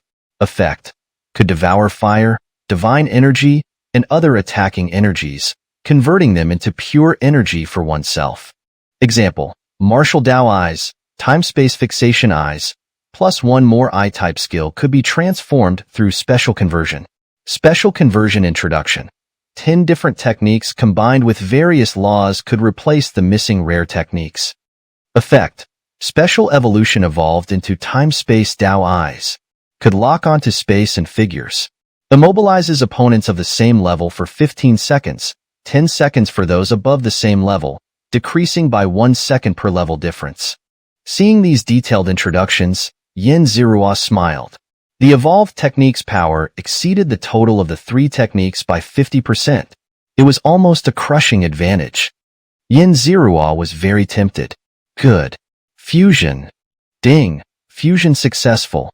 Panel. Name. Yin Zirua. Fuse skills. Time-space Dao eyes. Void Devour God technique. Seeing these 2 skills, Yin Zirua was eager to try them out. Calculated by numerical values, these techniques could directly overpower a true god. Interesting. Yin Zirua was very satisfied with this situation. There were many other skills, but fusion could wait. She would fuse them when there were good skills that needed to be enhanced. Yin Zirua looked at Lanha City, which had been destroyed by 70 to 80%. At this moment, Xia Kuang saw Yin Zirua slay a true god's remnant soul and became even more respectful. Before, he feared the purple gold token, but now he feared Yin Zirua. True power was the most terrifying root of all. Young Master Yin, truly a hero among the young. Such skills, we are truly in awe, Xia Kuang praised profusely. Seeing Lanha City in such a state, it was impossible for his heart not to ache, but what could he say? Young Master Yin, is there anything else you need? Please feel free to ask. Yin Zirua looked at Xia Kuang, finding him quite amusing. A true god being so respectful to her. I wonder if there's a spirit gathering formation nearby. I'd like to go there to cultivate, Yin Zirua said to Xia Kuang. Hearing this request, Xia Kuang's old face twitched. The spirit gathering formation was a formation that gathered spiritual energy from the surroundings. The prosperity of a city depended on such a formation. Now that Yin Zirua had made such a request, it truly made Xia Kuang feel a pang of regret. Yes, there is a formation located in the Wangchuan forest, about 100 miles east of the city, Xia Kuang replied truthfully, understanding that he had to appease this young master. Good. Yin Zirua said and headed in that direction. Leaving Xia Kuang and the others standing there, looking at each other, they knew they had a mess to clean up behind them. At this moment, Yin Zirua was heading towards the Wangchuan forest, where trees were lush and green. The place had a primitive atmosphere. Looking at the 100-meter-tall trees, one felt small standing here. With her time-space Dao eyes, Yin Zirua could see the direction of spiritual energy flow. Placing a spirit-gathering formation here was an excellent choice. The place was rich in spiritual energy, making it an ideal spot for cultivation. Yin Zirua wanted to find the spirit-gathering formation and use its power to break through her current realm. As she walked, birds and beasts fled, and a massive flying creature passed overhead. This is the Flame Phoenix. Yin Zirua looked up and saw the 100-Zhonglong flaming phoenix. Moreover, this flame phoenix was at the upper-level god rank of the 3rd grade, making it a ruler here. However, the phoenix flew quickly past, as if chasing something. Chapter 374. Terrifying Energy, Thunderbolt Impact. Screech. A phoenix's cry rang out, spewing a searing red line of true fire. The terrifying heat made the surrounding air blaze with intensity. The space around it fluctuated violently, and its power was enough to incinerate the sea. Following that direction, it seemed as if a figure was rapidly darting through the air. That figure moved like lightning, deftly evading the fiery lines each time they shot down, with footwork so exquisite it was almost magical. Such speed! How intriguing! Yin Zirua glanced over, finding that the figure's speed was nearly on par with his own. With a step on the golden rock steps, Yin Zirua shot forward swiftly. He wanted to see what kind of person could move with such incredible speed. At that moment, the figure on the ground also seemed to notice someone approaching her, and her speed increased even more. Screech! The flaming phoenix roared, causing the earth to tremble, and the sound waves spread throughout every corner of the Wangchuan forest. The aura of a 3rd-grade upper god swept out, filling the air with fiery rage. When Yin Zirua arrived nearby, he finally saw clearly. The person was holding a fiery red bird's egg, about half a meter in length and width, with intricate patterns and shimmering with spiritual energy. Could this be the egg of a flaming phoenix? What realm is this person in? Yin Zirua smirked. This was truly a case of egg stealing gone wild. Using his time-space Dao eyes, Yin Zirua tried to discern the person's realm. Normally, the time-space Dao eyes could see through most people's realms. But this person's realm was shrouded in mist, and the aura that erupted suggested they were between first-grade and second-grade upper god. However, for some reason, Yin Zirua felt that this person's aura was far from just that. Could a second-grade upper god really steal the egg of a third-grade upper god flaming phoenix? Just as Yin Zirua was curious, the person ran to his vicinity. In the sky, the flaming phoenix's sharp gaze also spotted Yin Zirua, mistakenly taking him as an accomplice. A burst of fire spewed down, and Yin Zirua hastily retreated. Taking advantage of the moment, the person quickly escaped, leaving Yin Zirua stunned for 3 seconds. Screech! The flaming phoenix let out another cry, its fury palpable, and shifted its gaze to Yin Zirua. I didn't steal it. I was just passing by, Yin Zirua said, quickly dodging. But the flaming phoenix seemed to be livid, chasing after anyone it saw. After a while, it realized it couldn't catch up with Yin Zirua. It turned its head and flew back toward its egg.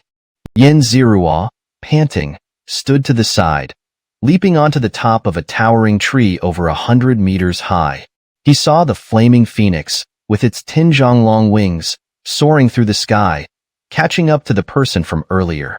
A torrent of flames spewed down, igniting the surroundings, causing birds and beasts to flee in panic, fearing the flames would touch them. Yin Zirua felt a surge of anger, thinking about how that person had led the flaming phoenix to him.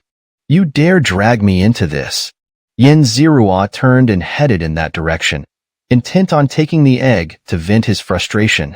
With sharp eyes, Yin Zirua stepped on the golden rock steps, darting through the forest like lightning. Ahead, in the sky, searing fiery lines continued to shoot down. On the ground, the person was swiftly dodging, their reaction speed truly impressive. In the sky, the flaming phoenix was seething with rage, spewing flames again, the intense heat instantly incinerating the surrounding trees and even the ground beneath. The aura of a third-grade upper god fully erupted, and divine power slowly spread through the space. Seeing the figure about to escape again, the flaming phoenix swooped down. Boom! The ground instantly collapsed, and the person ran within 100 meters of Yin Zirua. The person swung a red whip, wrapping it around Yin Zirua's foot. Swish! Yin Zirua was dragged down, and the two of them, along with the phoenix, all fell below. Looking down, there was no light for 1,000 miles, the darkness so deep it was impossible to see the bottom. Yin Zirua saw that the person below was holding a bird's egg and reached out to grab the person's cloak. The person pushed Yin Zirua away, and the black cloak was pulled off. Before him stood a young maiden, with delicate features and a petite figure, but exuding an overwhelming spiritual energy. At this moment, the maiden's right eye had a runic array, adding a touch of mystery. You dared to steal from me. A sweet, childish voice rang out as the girl glared at Yin Zirua. Who brought the flaming phoenix to me, and who dragged me down? This is called tit for tat. Yin Zirua's eyes sharpened. This little girl's aura was strong, even giving him a sense of danger. She was no simple character. The maiden hugged the egg in her arms, glaring fiercely at Yin Zirua. At this moment, Yin Zirua noticed that his time-space Dao eyes couldn't see through this girl's realm. Could it be that she had some kind of secret treasure protecting her? Yin Zirua mused, as above them, the flaming phoenix was also falling. It flapped its wings, trying to fly away, but the space was too narrow, not allowing it to fully spread its wings, forcing it to continue falling. Between the cracks of the surrounding stones, there were divine crystal stones, and they seemed to be of a high grade. It was likely that this was a divine crystal mine. Yin Zirua's time-space Dao eyes spotted a silver light below, the glow of a sword. Danger below. Yin Zirua shouted, and the maiden also noticed. Both of them raised their hands in front of their chests, sliding past the edge of the sword. The sword was about a zhang long, and the distance was a bit far, suggesting it wasn't aimed at people but at beasts. Screech! The flaming phoenix let out a mournful cry, and beneath it, a large red runic array expanded, apparently a life-saving technique. However, against this sword, a blue runic array unfolded, clearly targeting beasts. The red and blue arrays intertwined, unleashing a terrifying power capable of destroying a true god. This is bad. Feeling the horrifying energy in the array, Yin Zirua summoned his Follow Heart and Will Ruler, placing it in front of him. All his strength was poured into defending against this energy impact. Beside him, the maiden's right eye glowed with a magical rune, constructing a solid defense in front of her. Boom! The energy waves of the red and blue arrays surged toward the maiden and Yin Zirua. Boom! Boom! The terrifying energy shot straight into the heavens.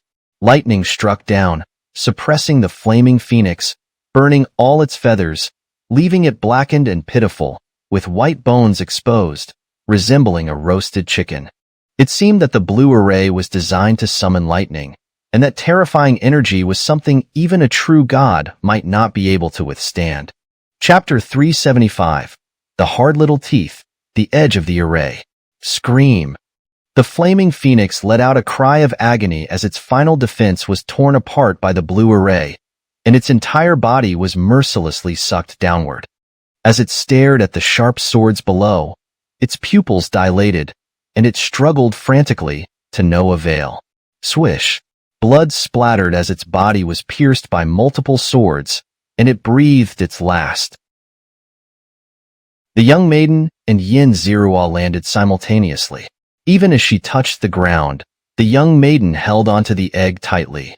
Yin Zirua, on the other hand, landed steadily and surveyed their surroundings with caution. There were no remains to be seen.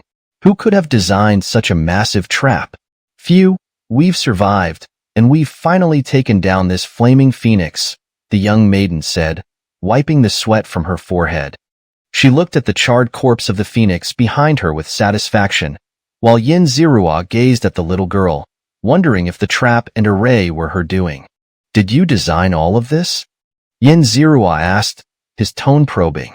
The young maiden snorted coldly at Yin Zirua before looking down at the egg in her arms. After all that effort, it's all for my dinner, she said, taking out her eating utensils, clinking and clanking, and preparing to crack open the egg, which carried the aura of a lower divine rank one. You're just going to eat it like that? Yin Zirua asked, watching her tap the egg with a spoon, feeling it was a waste of such precious material. What, do you have a better idea? The young maiden shot back, her eyes filled with a hint of wariness. If it hatches, it could potentially reach the lower divine rank 1 level, Yin Zirua said seriously. The young maiden chuckled and gave Yin Zirua a once-over. It could hatch, but are you going to hatch it? She said, then struck the egg with force. Crack! The eggshell shattered. Yin Zirua was stunned. Even with a spoon, he wouldn't have been able to crack an egg of this caliber so easily. Just how strong was this little girl? As he watched her, he grew more and more convinced that she was anything but ordinary. She began eating without a care in the world. Yin Zirua, watching her devour the egg with gusto, couldn't help but feel a bit tempted himself. After a moment's hesitation, he decisively reached out and snatched the egg away. Hey, that's the egg I worked so hard to get. How dare you take it from me? The young maiden said, her cheeks puffing up in anger, looking as if they might burst at any moment. You led the flaming phoenix straight to me, nearly getting me burned in the process. Yin Zirua retorted sharply, then took a small portion of the egg, filling 2 bottles and a bowl. As he was about to take more, the young maiden couldn't hold back and lunged to grab it. Yin Zirua raised his hand, and the two exchanged a powerful palm strike, each taking 3 steps back. Yin Zirua stared at the girl, realizing she was younger than he'd thought, but incredibly strong. His hand was throbbing with pain. Give it back, or I'll eat you too, the young maiden threatened. If you say that, Then I'm even more convinced you're a divine beast, not a human, Yin Zirua teased, a smirk playing on his lips. You're the divine beast. Your whole family are divine beasts, the young maiden retorted, her right eye glowing with a mysterious rune as her aura surged. Yin Zirua was on guard, and the two exchanged another palm strike. The girl kicked the egg away and teleported to its side, snatching it back. Seeing this, Yin Zirua decided not to press further. He drank a bowlful and decided to save the remaining 2 bottles for later. As Yin Zirua sat down, the young maiden pouted, upset at the loss of so much egg yolk. She began devouring the egg with abandon, drinking most of the yolk and then starting on the shell. Crunch! The incredibly hard shell shattered under her tiny white teeth. Yin Zirua could no longer see this little girl as ordinary. Such strength was beyond human. Are you human or a divine beast? He asked. Such teeth, even he might not possess. You're the divine beast. I'm human, the young maiden retorted, her mouth still smeared with egg yolk. Seeing her adorable expression, Yin Zirua couldn't help but laugh. The young maiden quickly wiped her mouth and continued eating. In front of Yin Zirua, she devoured the entire egg, not leaving a single piece of shell behind. She rubbed her belly. So full. She sat down and began adjusting her breathing, likely refining the energy she had just absorbed. Yin Zirua looked around and noticed divine crystals embedded in the walls, top-grade ones. He reached out to touch them, sensing the pure energy they contained. Looking at their height, it would be difficult to reach them, so he decided to dig out a few instead. Don't touch them. These divine crystals are the foundation of the array. If you move them, the nearby gathering spirit array won't function, the young maiden commanded, her eyes snapping open. You know quite a bit. Are you from Blue River City? Yin Zirua asked. The young maiden looked at him. Why should I tell you? I won't say, she retorted, then closed her eyes to resume her meditation. Yin Zirua sat beside the divine crystals and also entered a meditative state. At the edge of the array, he could absorb the array's energy for his own use. Yin Zirua took a deep breath and began meditating. The gathering spirit array drew in spiritual energy from hundreds of thousands of miles around, which was then absorbed by Yin Zirua. When the young maiden finished refining the energy, she opened her eyes and was slightly surprised by what she saw. Yin Zirua had absorbed all the spiritual energy from the gathering spirit array. What a bold man, she muttered. Few would dare to do such a thing. The immense power was being refined and condensed within Yin Zirua's body. Having already touched the barrier, Yin Zirua was now close to breaking through to the upper divine rank 2. He just needed a little more time. Days passed. The young maiden, growing bored, leapt out of the 1,000 deep pit. This guy is really daring. I wouldn't even dare use the gathering spirit array like that, she said, then decided to go in search of more food. A month passed, and the heavens and earth shifted as energy spread. Yin Zirua opened his eyes, his body radiating the divine energy of the upper divine rank 2. He clenched his fist, satisfied with the newfound strength. The gathering spirit array had indeed been the best choice. Looking around, he didn't see the young maiden. Reflecting on their encounter, he found it quite amusing. Her hard little teeth, her immense strength, her humorous words, it all made him smile. I wonder if we'll meet again, Yin Zirua murmured, then leapt out of the 1,000 deep pit. Now it's time to head to the Qinxing Star region, he said, taking out his divine vessel and setting off, leaving the continent behind. Chapter 376, Bustling Streets, Meeting an Old Foe. He still had many things to do and people to find. The divine ship traversed through the star domains, like a glimmer of light piercing the cosmic sea amidst countless stars. Passing through a special array, he arrived in the Xianxia star domain. Here, the sea of stars stretched endlessly. Yin Zirua stepped in alone, fearless. As he ventured deeper into the Xianxia star sea, the closer he got to the central region, the more extraordinary the aura became.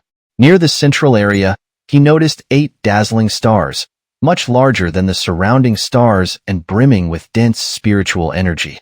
Beside these 8 stars, 10 smaller stars orbited, their spiritual energy also rich and thick. These 18 stars were arrayed at the center of the Xianxia star domain. At a glance, they exuded numerous divine presences and even stronger auras than the divine ones. The Xianxia star domain was indeed a place where the strong gathered.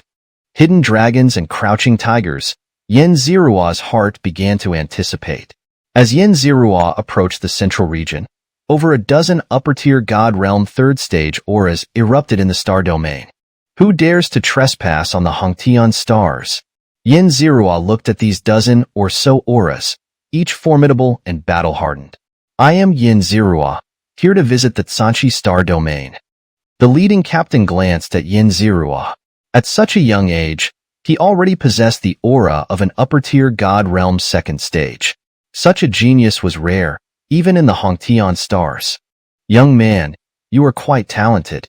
For someone so young to reach the upper-tier God Realm second stage, we apologize for any offense earlier. You may enter, but you must pay 1,000 divine crystals. Xianxia promptly took out the divine crystals, all of high quality. The captain was stunned. Such a generous hand, with all high-quality crystals, suggested this young man had a strong background. Please go ahead. Xianxia entered the Hongtian stars. The captain, who belonged to the Hongtian stars' most powerful faction, the Tianguan sect, quickly reported this matter to the sect. The Hongtian stars were vast and boundless. From high above, one could see the beautiful environment, like a paradise. Mountains connected to mountains, forests to forests, and within this picturesque landscape, there were interconnected buildings. Houses were built clinging to the high mountains, standing tall and unique, like pieces of art. Below these mountain dwellings, various gathering arrays collected the spiritual energy of heaven and earth, aiding in cultivation. Looking around, clusters of buildings dotted the sea of mountains and forests, with one towering structure standing out, 100-story high tower piercing the clouds. 100 zhang-long purple-golden dragon coiled around the tower, roaring to the sky. Just a glance conveyed an aura of dominance. At the base of this 100-story tower, a sprawling complex of buildings stretched for miles. Below, a massive gathering array was in place. Xianxia couldn't help but admire the grand scale. He headed straight for the most imposing 100-story tower, pushing his speed to the limit. At the entrance, the gate stood 10 zhang tall, majestic and awe-inspiring. The large signboard was resplendent, with bold characters, Hongwu City, written in a dragon-flying, phoenix-dancing style. Good indeed. Hongwu City. I, Xianxia, have arrived. Xianxia stepped inside. The streets were bustling with people and carriages, a scene of prosperity and martial vigor. What a city of flourishing flowers and thriving martial fortunes. At that moment, inside the 100-story tower of Hongwu City, the guard captain knelt on the ground. Reporting to the sect leader, a young man, an upper-tier God Realm second stage at such a young age, has arrived at the Hongtian stars. On the main seat sat the leader of the Tianguan sect, Xianxia II, dressed in black with golden trim, his divine aura radiating through the hall. This person has entered the city. Such a talented young man, keep an eye on him and provide assistance where necessary. You may leave. Xianxia II opened his eyes and spoke slowly. Yes, sect leader. The guard captain left, and a purple figure quickly appeared. Holding a dagger, she lunged at Xianxia II. Xiaoyu, don't be reckless. Xianxia II caught Xianxia Yu's dagger with his hand. Xianxia Yu, dressed in purple, exuded the charm of a young maiden, quite adorable.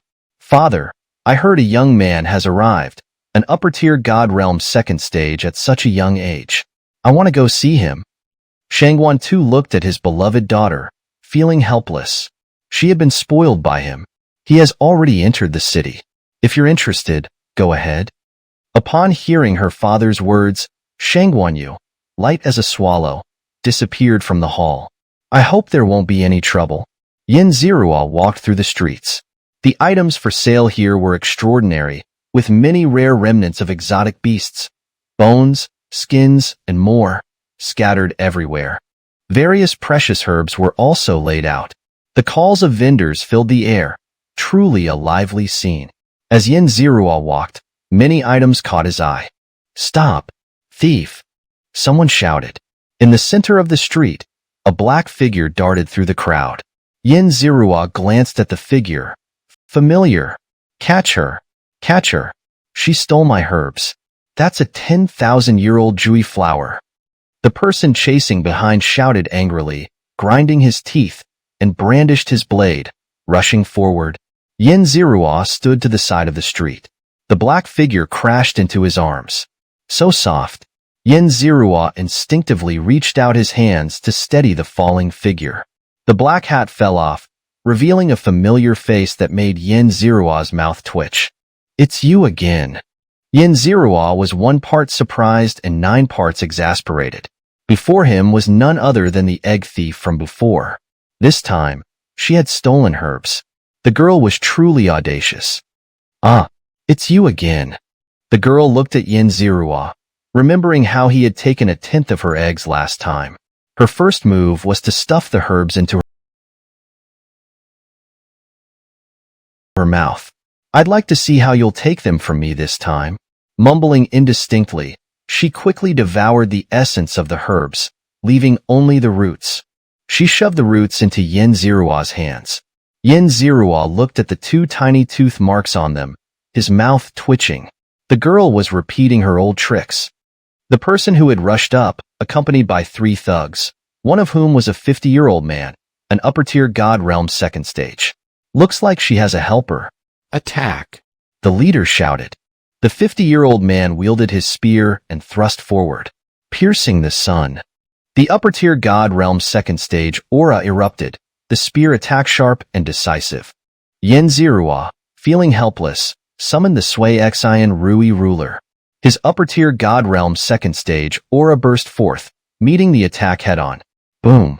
The 2 powerful divine forces clashed, the energy ripple spreading out in all directions. The ground glowed with runes as the protective array of the street activated, a testament to the wealth and resources of the city's administrators. Chapter 377, Fateful Encounters and the Mysterious Maiden. Clang, clang, clang. The 50-year-old elder retreated, his age finally catching up with him. His eyes widened in shock as he realized the young man before him was even stronger than he was. At such a young age, the boy had already reached the 2nd rank of High God, a feat that promised limitless potential. The men accompanying the elder were equally stunned. The elder was the strongest enforcer in their shop, and if he couldn't defeat the young man, they would only be cannon fodder. "How dare you steal in broad daylight in Hongwu City?" A sharp voice rang out, and a purple-clad maiden brandished her sword, charging toward Yin Zirua. Yin Zirua brandished his Sui Xian Rui Qi to parry the girl's strike. A wave of divine energy rippled outward, causing the girl to retreat several steps. She was only a 1st-rank High God, which greatly surprised Yin Zirua. The maiden looked at Yin Zirua, noting that he was around her age but had already reached the 2nd rank of High God. She had achieved her current rank through years of hard work and the support of her family. But she didn't recognize this young man from any of the major factions in Xianxia Starfield. "Who are you to dare steal in Hongwu City?" the maiden demanded, pointing her sword at Yin Zirua. "I'm Yin Zirua, from outside the domain." "I didn't steal anything," Yin Zirua tried to explain, but looking at the item in his hand, he realized it was futile. "If you didn't steal, what's that in your hand?" the maiden, Shangguan Miao, asked sharply, her gaze fixed on the object. It wasn't mine. She just stuffed it in my hand." Yin Zirua turned around, but the girl was gone. Damn it! Yin Zirua cursed under his breath. Every time he encountered this girl, something bad happened. He clenched his teeth in frustration. Taking a deep breath, Yin Zirua decided he must have some deep-seated grudge against this girl. "Shopkeeper, I didn't steal anything. Here, take this."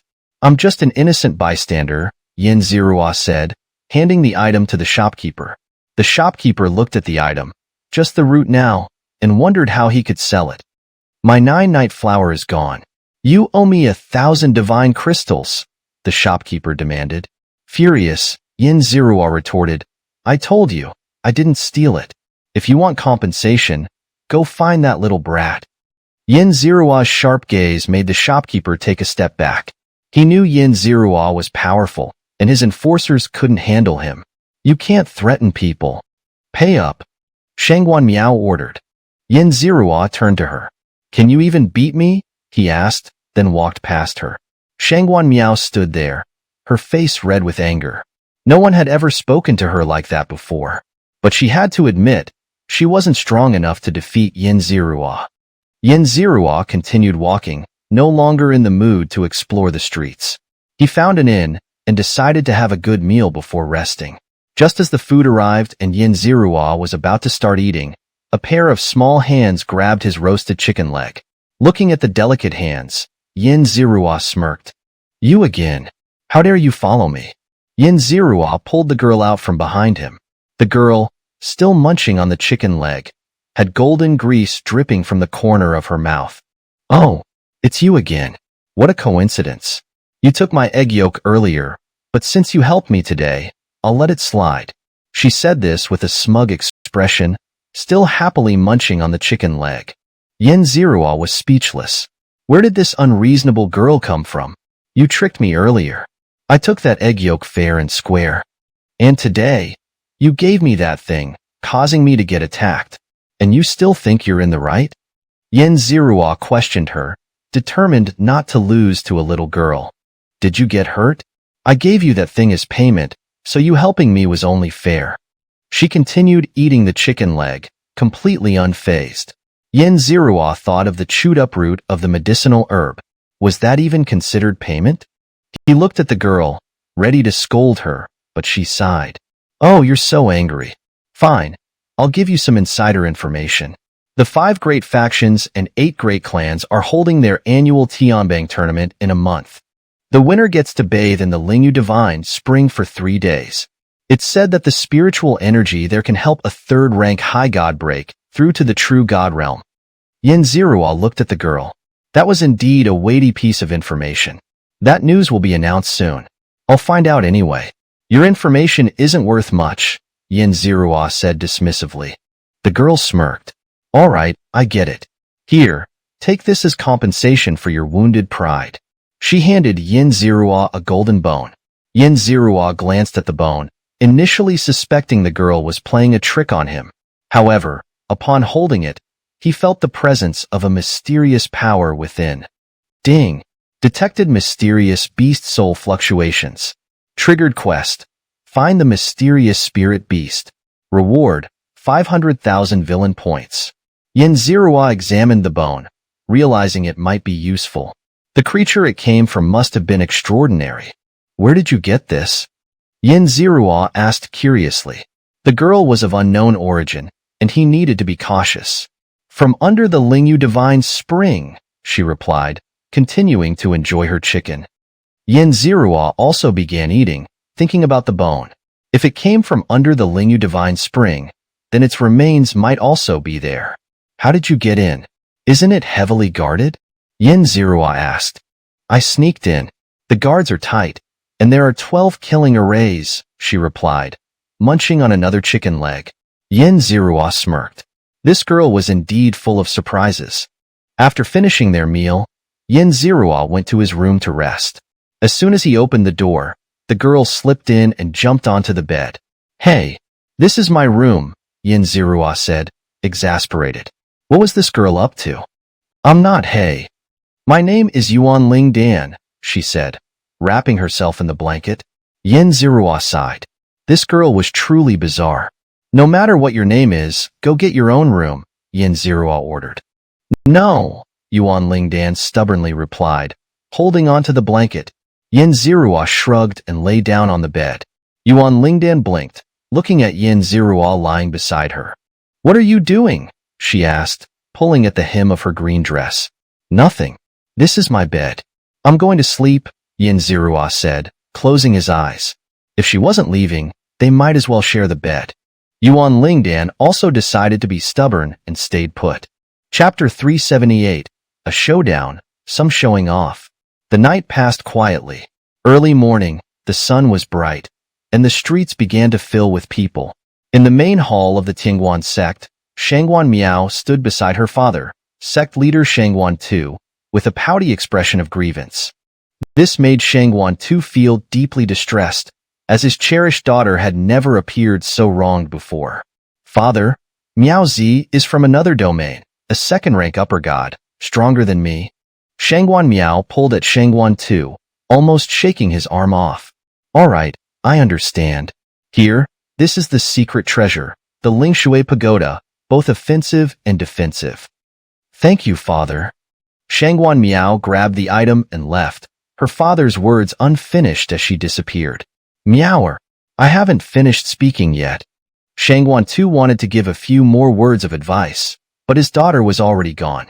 Shangguan Miao, holding the treasure, was determined to deal with that guy this time. Yin Zirua wandered through the streets, as the vast Hongwu city spanned over 100 miles with countless bustling streets. She was also looking to see if she could find any treasures. Behind her, the green-robed Yuan Lingdan followed closely. I told you not to follow me. I don't want to be mistaken for a thief again. Yin Zirua glared at Yuan Lingdan. As long as this troublesome person was around, something always seemed to happen. Don't be so agitated. I gave you such a great opportunity, yet you're still angry? Yuan Lingdan looked at her, unashamedly following closely. Yin Zirua was helpless and could only continue forward. In the sky, a flying beast flew past, and a figure descended. Last time I couldn't defeat you. This time let's see who's superior. Watch this. Shangguan Miao shouted, her sword swinging towards Yin Zirua, who summoned the Sui Xian Rui ruler to counter. A first-rank upper god against a second-rank upper god. Their divine powers clashed, spreading their might around them. Swallow return. Shangguan Miao swung her sword. Yin Zirua wielded her Sui Xian Rui ruler, not needing to go all out against a first-rank upper god. Clang, clang, clang. Sparks flew as Shangguan Miao's attacks were all blocked. Shangguan Miao was frustrated. Having always been considered a genius, now being bullied by a man.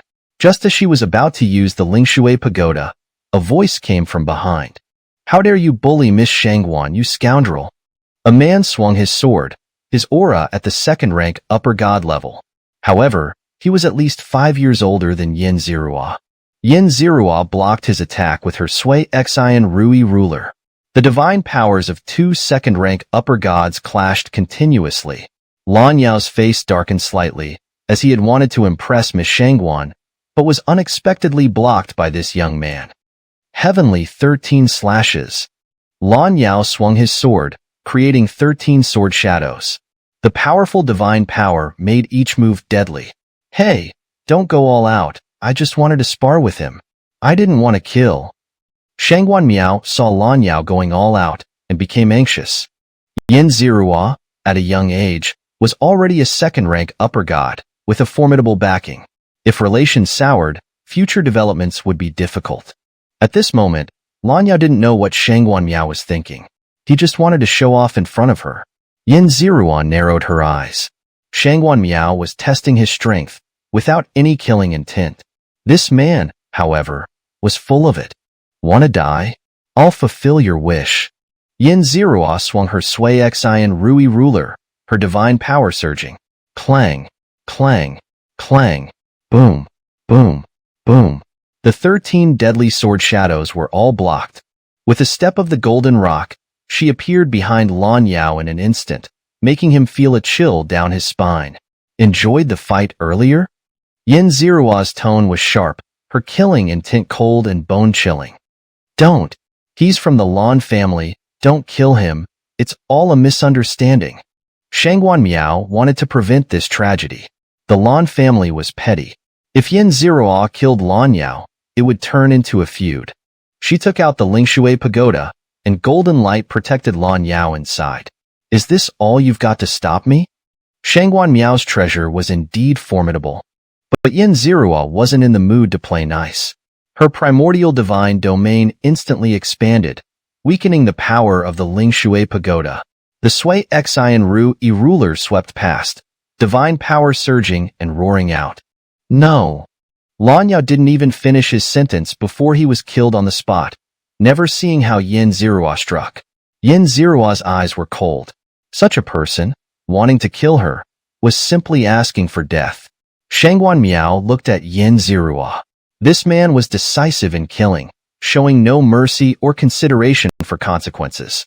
Although the situation had become troublesome, she suddenly found this man shining brightly in her eyes. You scoundrel! How dare you kill my son? I'll make sure you die without a grave. From a distance, a furious roar pierced through the sky, as Lan Yao's father, Lan Ji, unleashed his true god aura. Yin Zirua narrowed her eyes. Killing the young one had brought out the old one. Shangguan Miao's expression changed. She hadn't expected both father and son to be present. This is Lan Yao's father. You should avoid him for now. Shangguan Miao approached Yin Zirua, urging her to leave. Yin Zirua looked at this little girl, who had been shouting to compete with her earlier, now worried about her. It's fine.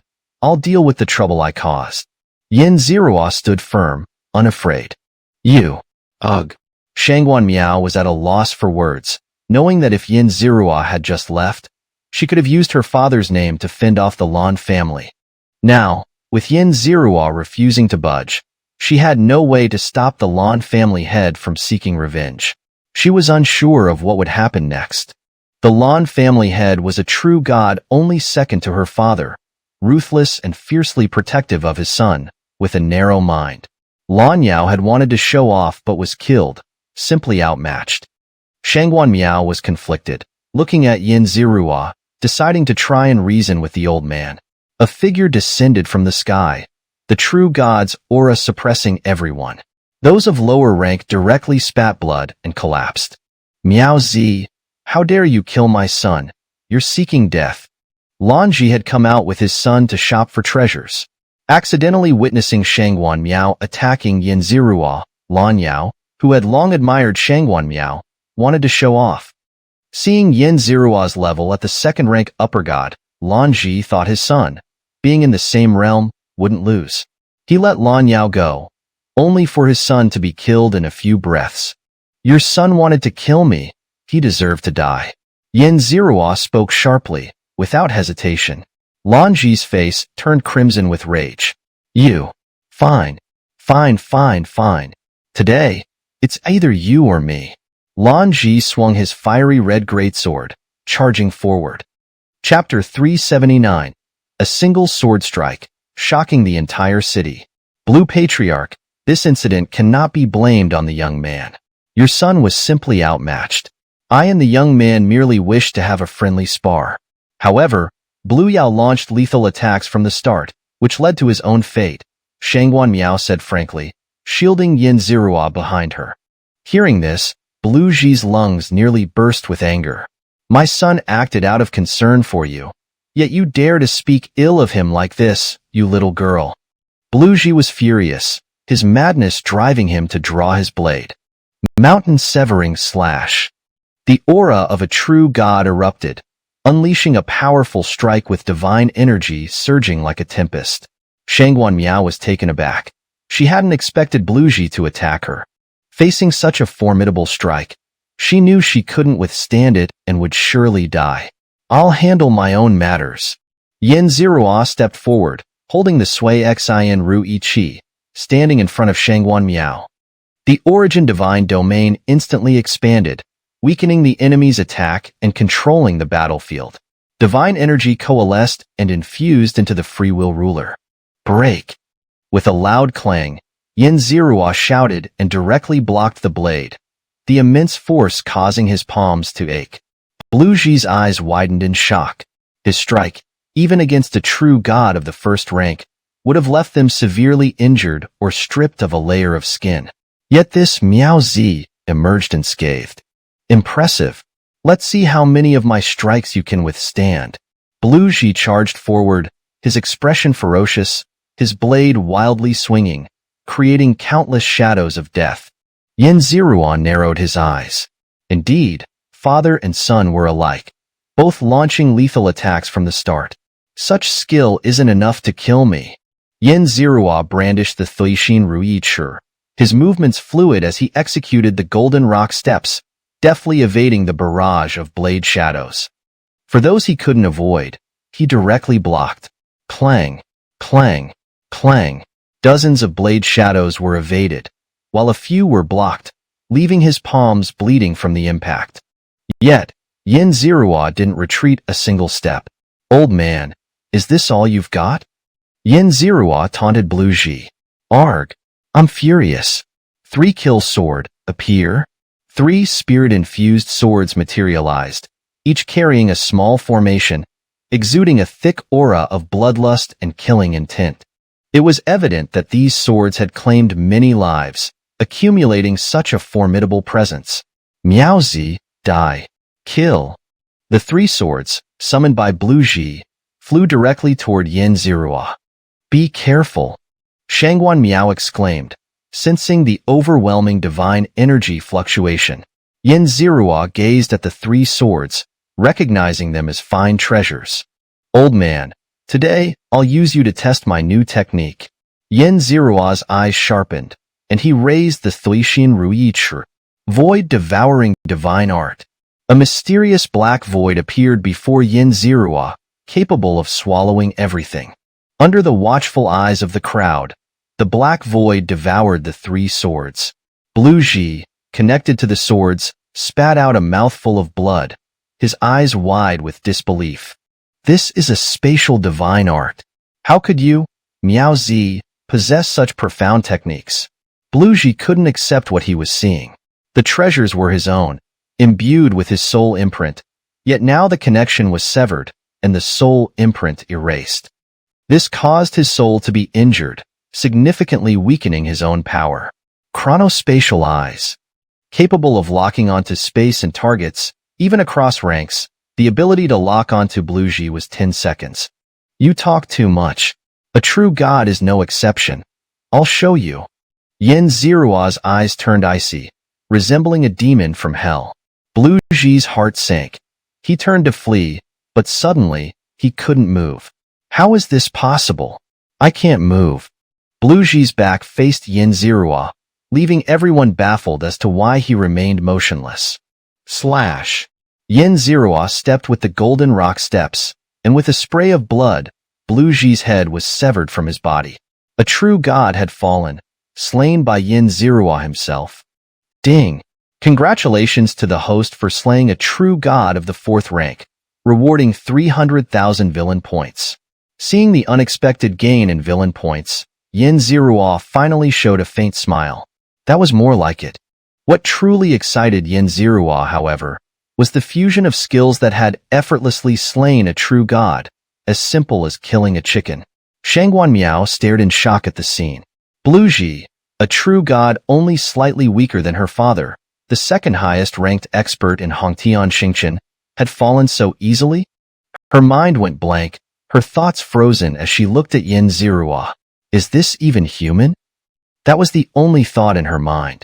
At that moment, Shangguan too, seated within the Tianguan sect, opened his eyes in shock. Wuxia was at the 4th rank of true god, while I am at the 5th. Yet he was slain in an instant by this Miaozi. This youth is a monster. It's best not to offend him, but to win him over. Shangguan too immediately recognized the extraordinary nature of this individual. The onlookers were all dumbfounded. The head of the Blue family, Wuxia, a true god of the 4th rank, was killed? One observer struggled to accept the reality before their eyes. And it was by a supreme god of the 2nd rank? Another rubbed their eyes, equally unable to believe. What is happening in this world? A third observer questioned, their soul shaken. All eyes were fixed on Xianxia, the supreme god of the 2nd rank who had created a miracle of crossing ranks to slay a true god. Oh no, it should be called a divine feat. If this Miaozi were to become a true god, would he be able to dominate all true gods? A whisper arose, and the others silently agreed with the statement. Everyone looked at Xianxia with trepidation, recognizing him as a monstrous prodigy. Shangguan Miao's heart was filled with both admiration and fear. She had foolishly challenged him earlier, likely appearing as nothing more than a clown in his eyes. "What is your name?" I am Shangguan Miao. Everything before was a misunderstanding. Can we be friends? Shangguan Miao stood beside Yin Zirua, speaking earnestly. Yin Zirua put away the flexible divine ruler and looked at Shangguan Miao. Had this girl, who had just wanted to compete, now become a fan? I am Yin Zirua, he said calmly. My father is the #1 expert in Hongwu City. I believe he would greatly admire you. Would you like to visit my home as a guest?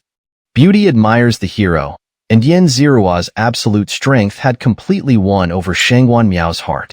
Sure, Yin Zirua nodded. He still intended to attend the Grand Assembly, so meeting the city's master was necessary. Hearing Yin Zirua agree, Shangguan Miao finally relaxed. Tisich, quite the feat, sweeping up the Shangguan family's young lady in one go. A voice of dissent rang out, as melodious as a bell. Yin Zirua turned to see a young girl emerge from nowhere. Chapter 380. Coming by reputation, accepting the challenge. Just moments ago, this little girl wasn't anywhere to be seen. She's so mysterious. I said, Yuan Lingdan, what are you dissatisfied about when I'm talking to someone else? Yin Zirua looked at the little girl. She's always causing trouble whenever she's around, but when things get serious, she disappears without a trace. Then, after everything settles, she shows up again. Moreover, he couldn't sense her presence at all. Could she have some kind of protective treasure? Yin Zirua looked at her, his mind racing with thoughts.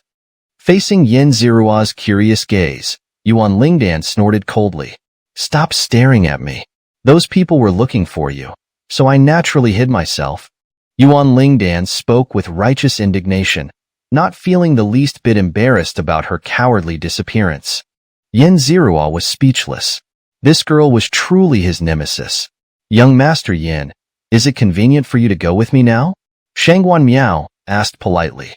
Yes, sure. Yin Zirua nodded, and the two of them walked side by side, with the little girl trailing behind. Yin Zirua couldn't help but smirk, feeling as though this little nuisance was stuck to him like a shadow, impossible to shake off. I said, I'm going to the Shangguan family. What are you doing following me? Yin Zirua looked at the little girl behind him with some disdain. You're definitely going to the Shangguan family to eat delicious food. I'm coming too. Yuan Lingdan said without hesitation, as if it were her right.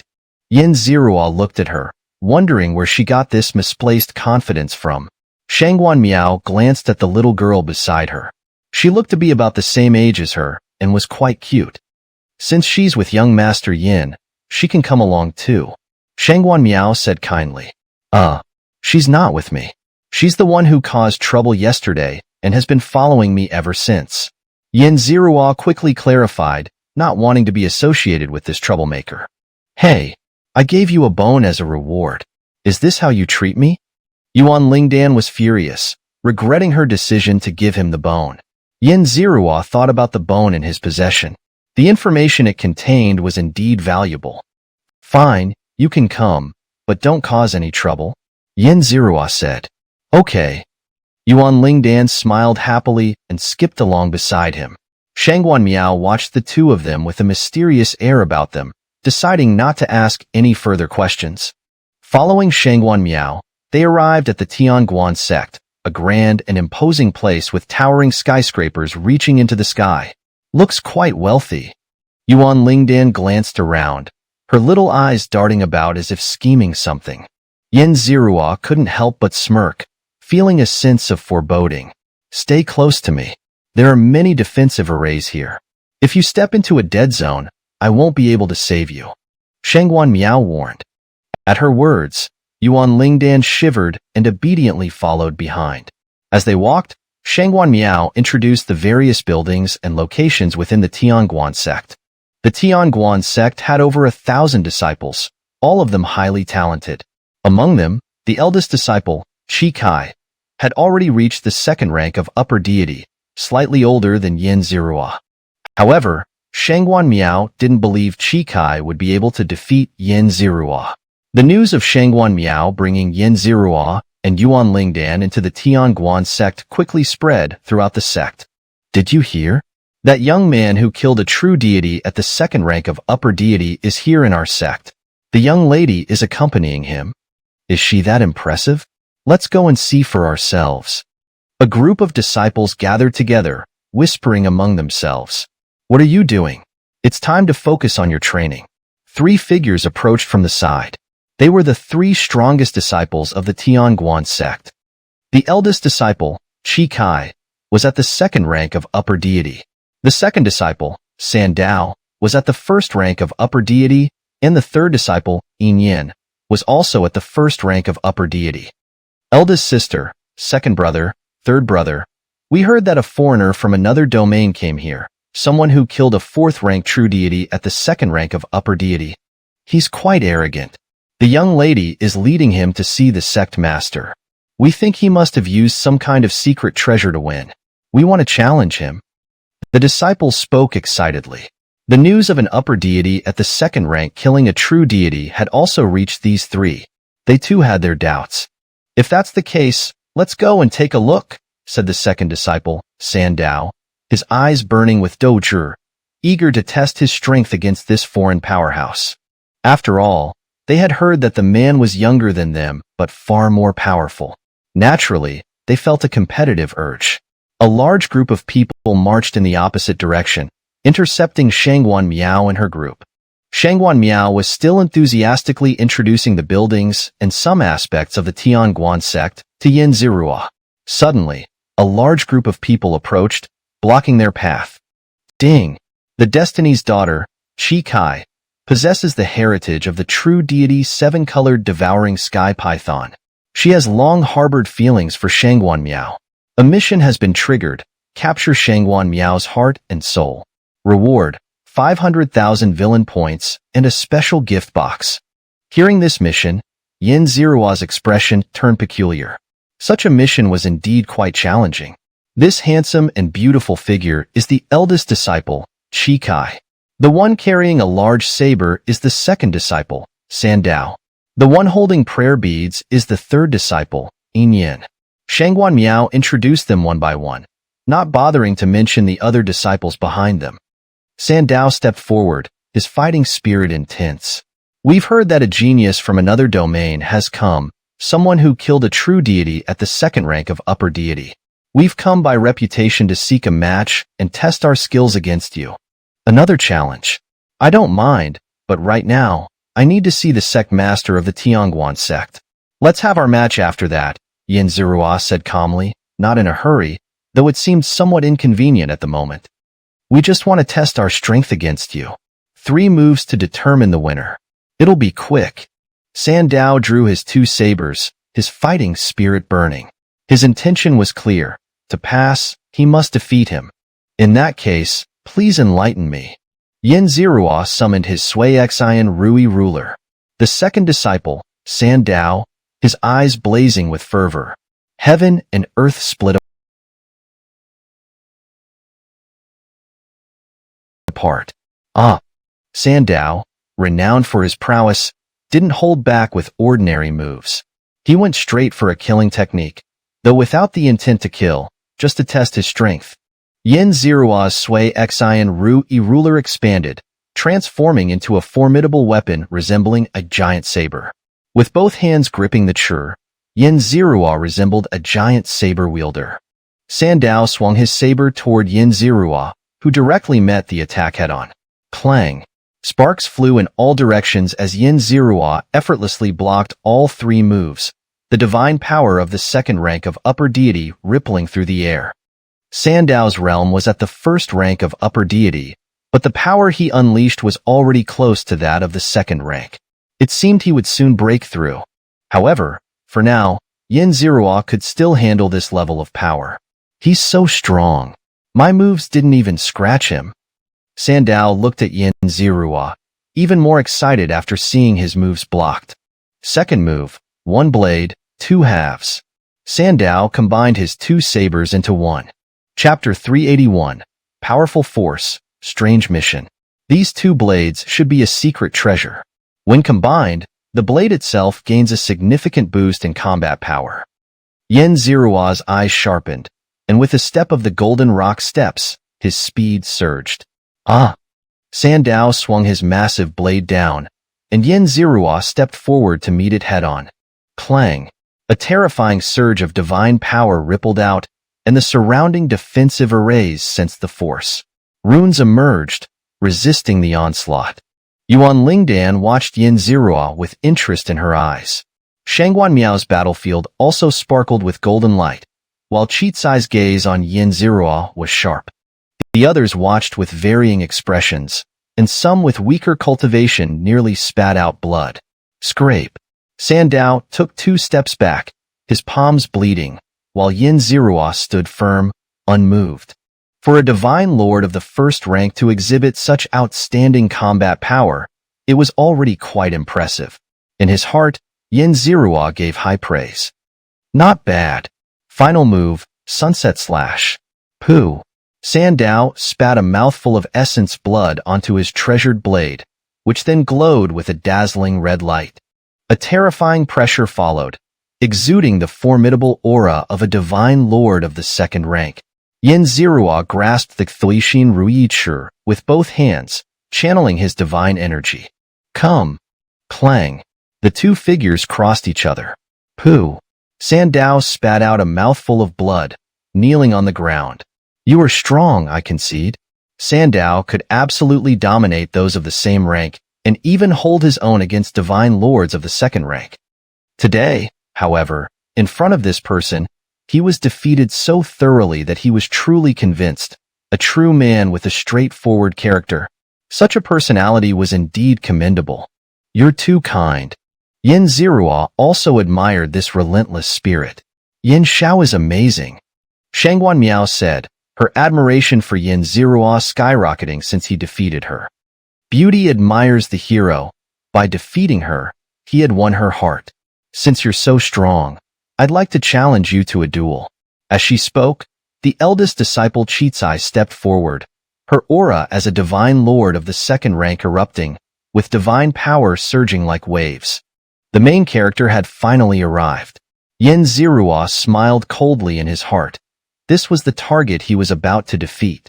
Please.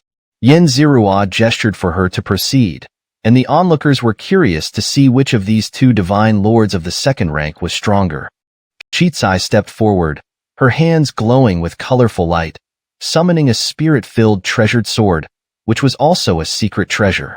Eldest disciple of Tianguan sect, Chitsai, challenges you to a duel. She swung her sword and lunged forward quickly. Yin Zirua, however, would not underestimate her. She was a formidable divine lord of the second rank. He stepped with the golden rock steps, pushing his speed to the limit. The 2 figures intertwined, one radiating colorful light and the other golden. The onlookers were dazzled by the spectacle, with divine power ripples crashing through the space. The surrounding defensive arrays activated, runes appearing to block the divine power. These defenses were temporary, though, and as the number of clashes reached over 100, the intense divine power shattered the defensive arrays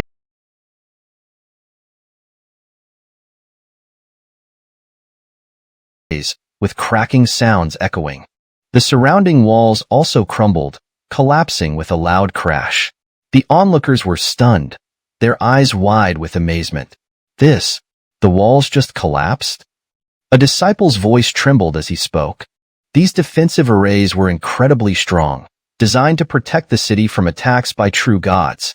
Yet now, under the residual shockwaves of 2 divine lords of the second rank's intense battle, the arrays were shattered, and the walls were destroyed. This proved just how powerful these 2 were, approaching the strength of true gods. Clang, clang, clang. Yin Zirua's golden rock steps were incredibly fast, launching repeated counterattacks against Chitsai. The sparks of their weapons clashing flew endlessly, but Chitsai also kicked back, and Yin Zirua punched her soul. Yin Zirua's fist was unyielding, forcing Chitsai to retreat a few steps, taking a small loss. Her eyes filled with even more disdain for Yin Zirua. Gritting her teeth, she infused her treasured sword with divine power, transforming into countless figures and launching a frenzied assault. In her mind, she saw Yin Zirua's smug smile and the admiration of the other disciples. As the eldest disciple of Tianguan sect, She needed to uphold the sect's reputation and establish a good image in Shangguan Miao's heart. She could not let this man succeed. As time went on, Qicai realized she couldn't suppress him, and she absolutely could not be defeated by this man. Her body glowed with colorful light, and the divine power of the true god, seven-colored devouring python within her erupted. Yin Zirua felt this power and smirked slightly. This was what he had been waiting for. Since you're using your full strength, I won't hold back either. Void devouring technique.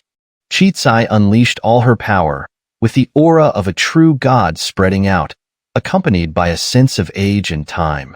The disciples behind her were shocked. The eldest disciple has unleashed a true godlike aura, so powerful. This is Tingguan sect's strongest. Defeat Miaozi. Eldest disciple. A few disciples cheered on. Shangguan Miao's heart tightened. She wouldn't forget how Yin Zirua had brutally slain a true god of the 4th rank. Now that Qicai had gone all out, displaying strength comparable to a true god, she wondered how Yin Zirua would handle it. Qicai's light illuminated the sky, catching Shangguan Tu's attention. This is Qicai's inherited power. It seems she's been pushed to this point. The battle was within Shangguan Tu's perception. His power flickered, ready to intervene at any moment. The true god realm is divided into 9 ranks, with the 5th rank being a significant chasm, and each subsequent rank representing an insurmountable distance and depth. Therefore, Shangguan Tu's strength could be said to be 10 times that of Lan Ji. He would not allow his disciples or his guests to come to harm, especially within his jurisdiction. Yin Xiao, be careful. Qicai shouted, her sword radiating with colorful light. 100 zhang 7-colored devouring python coiling around her, charging forward. Even a true god would find such an attack troublesome. As it reached within a zhang of Yin Zirua, a black void appeared before him, swallowing the colorful light entirely. What? How is this possible? Spatial technique? Qicai's expression changed drastically, and she quickly retreated. Yin Zirua wouldn't give her a chance to counterattack. With the golden rock step surging, he appeared behind Qicai in an instant and slashed down with his weapon. Chapter 382. The Messenger of Easy Points. Looking for trouble? Originally, the strike was aimed at the neck, but a powerful force altered the trajectory of Yin Zirua's blade. Since someone had intervened, it was only right to show some respect to the host in their territory. Blood spurted as Qicai's shoulder was injured, causing her face to pale, and she took a step back. You were serious about attacking me earlier, so I'm just returning the favor. If this were outside, it might have been your neck that was injured. Yin Zirua's gaze was sharp, while Shangguan Miao looked at Yin Zirua and then at Qicai. Yin Xiao has won. Qicai Shiji, you went a bit too far earlier. Ding! Shangguan Miao's favorability towards the host increased by 10,000, reducing Qicai's destiny points by 100,000. Qicai felt a pang of distress as she watched Shangguan Miao show such concern for Yin Zirua, while her own injury seemed to go unnoticed. Yin Xiao is indeed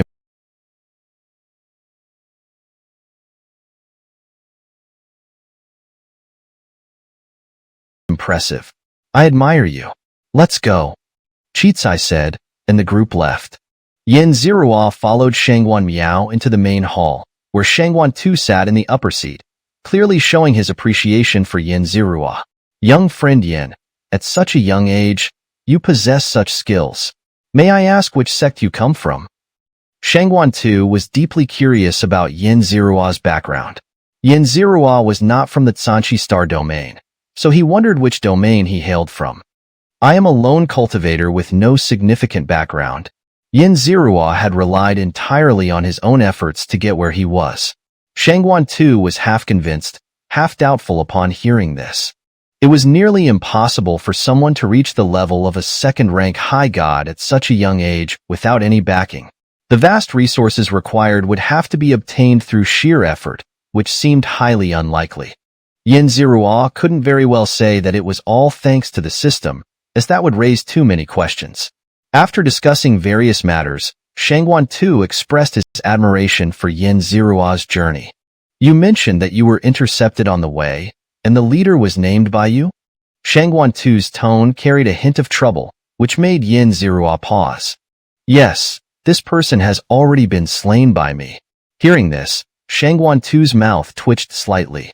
Around the Xianxia star domain, there are several factions that do not belong to the domain but linger nearby. These factions are known for intercepting and robbing travelers. The one Baiyu belong to is the Baiyang Demon Sect. With over 1,000 disciples, most of them are first or second rank high gods, making them one of the top 10 demon sections.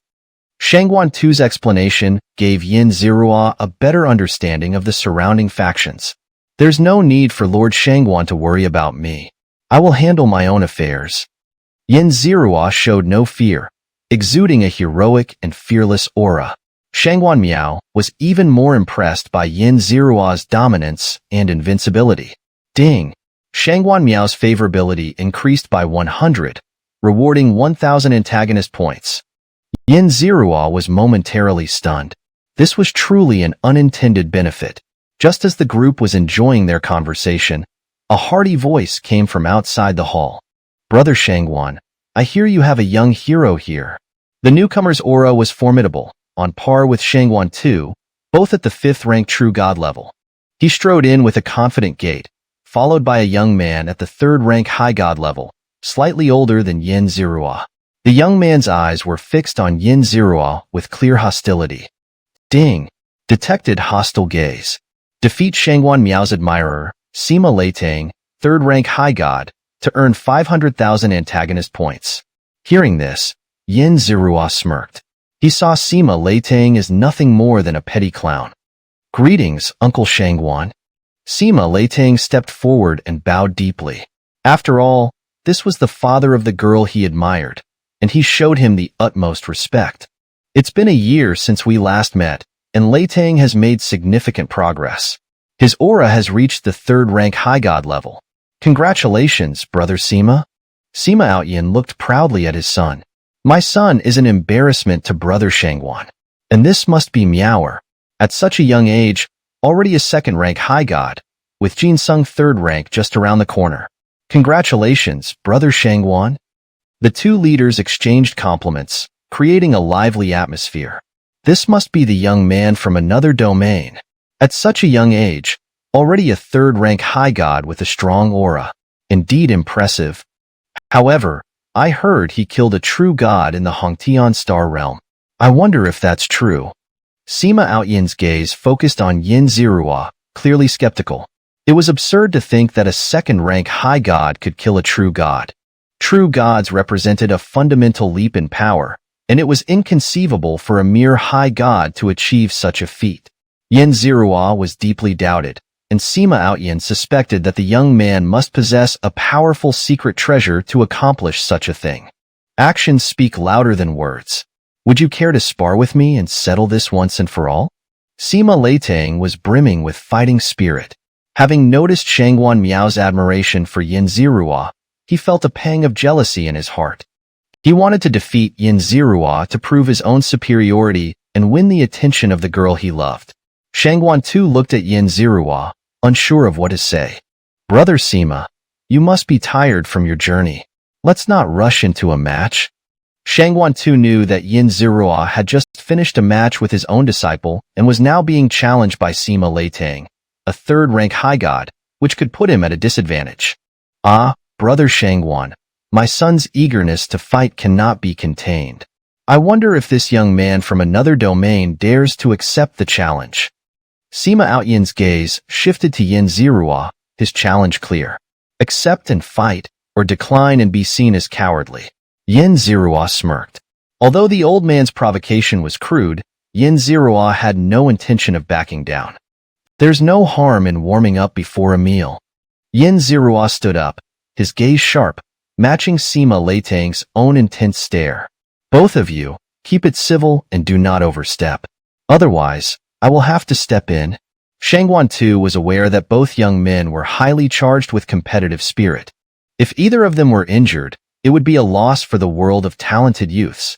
I will follow Lord Shangguan's instructions.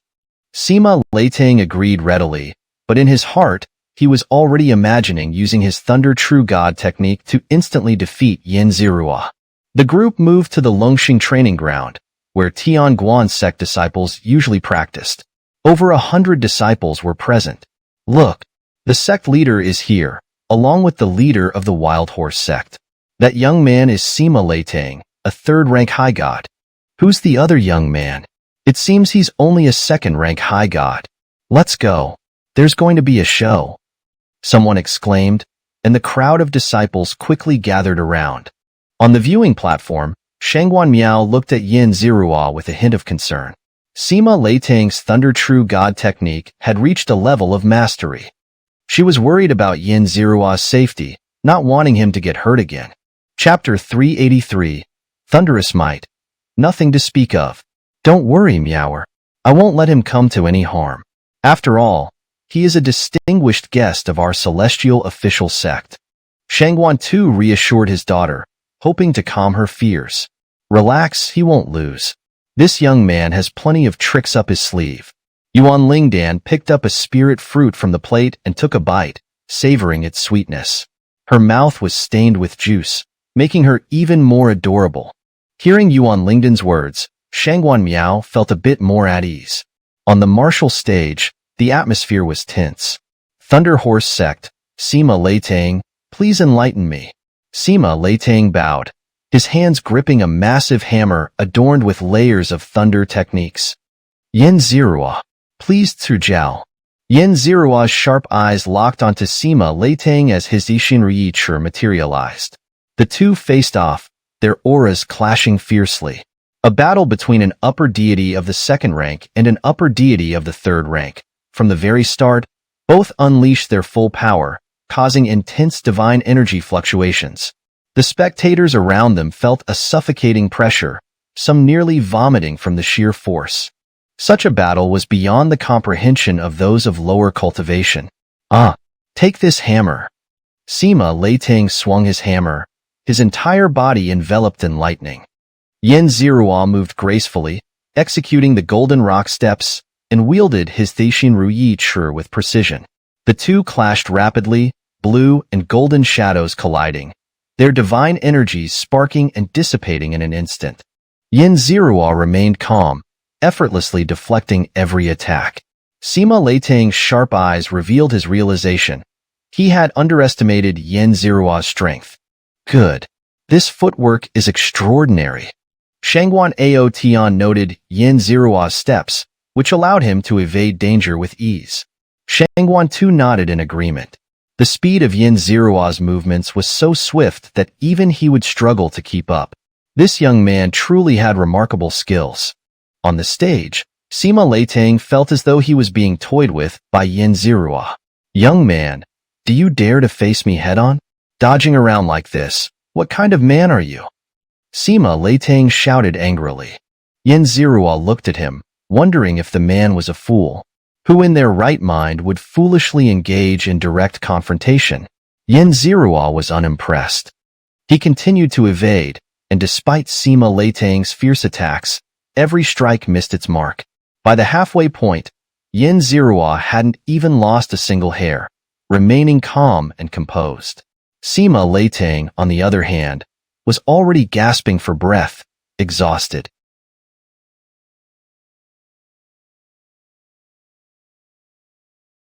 I'll make you stop dodging.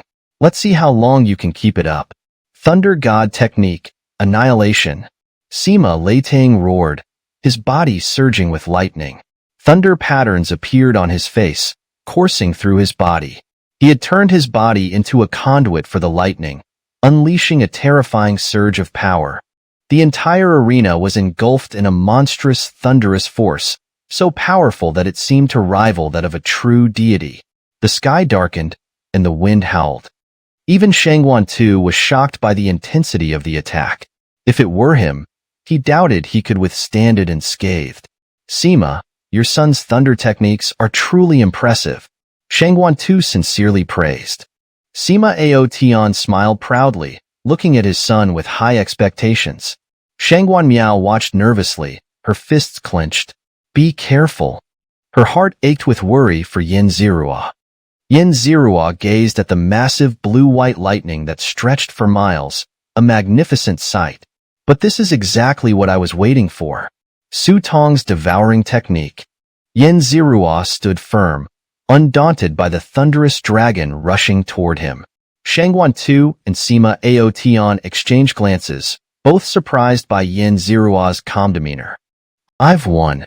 Sima Leitang rode the thunder dragon, imagining Yin Zirua being reduced to dust. Yin Zirua stood still, complex runes appearing before him. Activate. With a low growl, the Wenzhong black hole expanded instantly to Tinzhong. Roar. The thunder dragon roared, shaking the heavens and earth, then plunged into the black hole. Sima Leitang had expected his lightning to shatter the black void below, but as soon as it entered, the lightning vanished without a trace. His own power was rapidly draining, and as he stared at the black hole, he felt his very life being consumed. Panicking, he quickly retreated, escaping the sea of lightning. The Hundrejong Thunder Dragon was devoured in an instant, leaving everyone in shock. Such a powerful attack had simply disappeared. Sima Aotian's face darkened. His son's ultimate move had been nullified so easily. Shangguan Tu looked at Yin Zirua, pondering the black hole. This young man actually knows spatial techniques. Shangguan Tu thought to himself, growing even more impressed with Yin Zirua. On the stage, the tide had turned. Sima Leitang's body had reached its limit, his strength greatly diminished. You've put on quite a show. It's time to end this. Yin Zirua stepped forward with the golden rock steps, appearing behind Sima Leitang. No, my body has reached its limit. Sima Leitang wanted to turn and defend, but after withstanding such massive lightning, he could still move at all was a miracle. Yin Zirua raised his Sui Xian Rui ruler, poised to strike. Please, show mercy. Sima Aotian panicked, fearing for his son's safety. Yin Zirua's expression remained cold as he brought the ruler down, blood splattering. Sima Leitang was heavily injured, collapsing to the ground. Sima Leitang has lost. This young man is too ruthless, not giving Sima Aotian any face at all.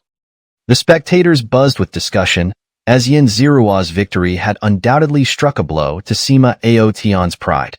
Sima Aotian had brought his son here, hoping to win Shangguan Miao's heart, but instead, his son had been defeated and humiliated. Hearing the onlookers' comments, Sima Aotian's face grew even darker. Shangguan Miao looked at Yin Zirua with even more admiration.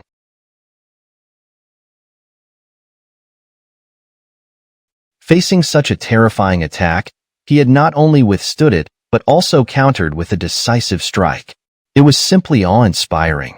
Ding! Shangguan Miao's admiration and affection have increased by 1,000 points. Antagonist value has increased by 10,000 points.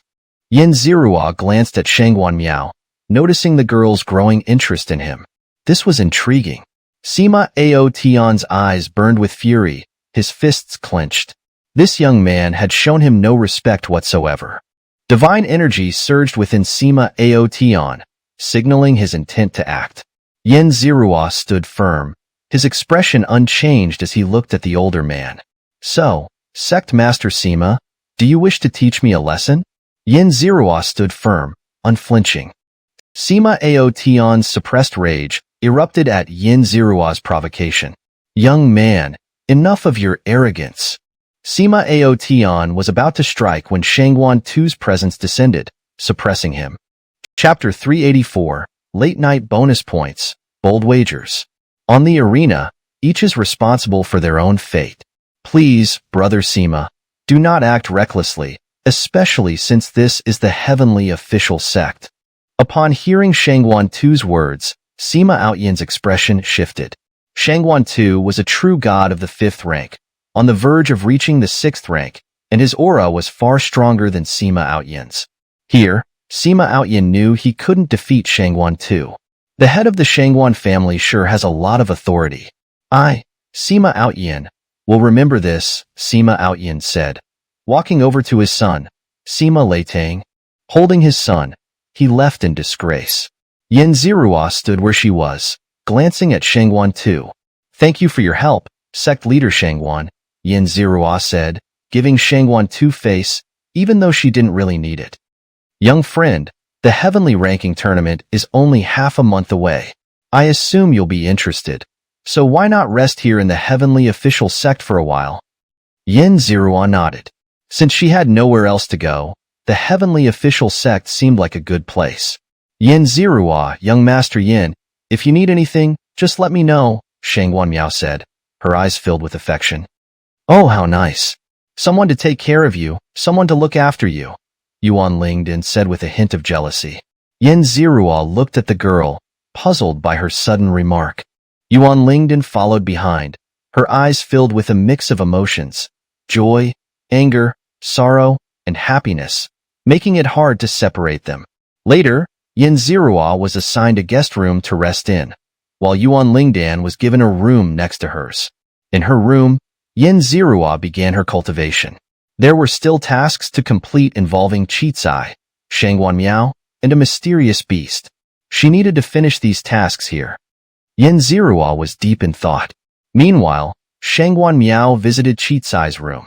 Qicai's face was still pale, and her injuries hadn't fully healed. Senior sister, how are you feeling? Shangguan Miao asked with concern. I'm not too badly injured. I heard Yin Zirua severely injured Sima Leitang.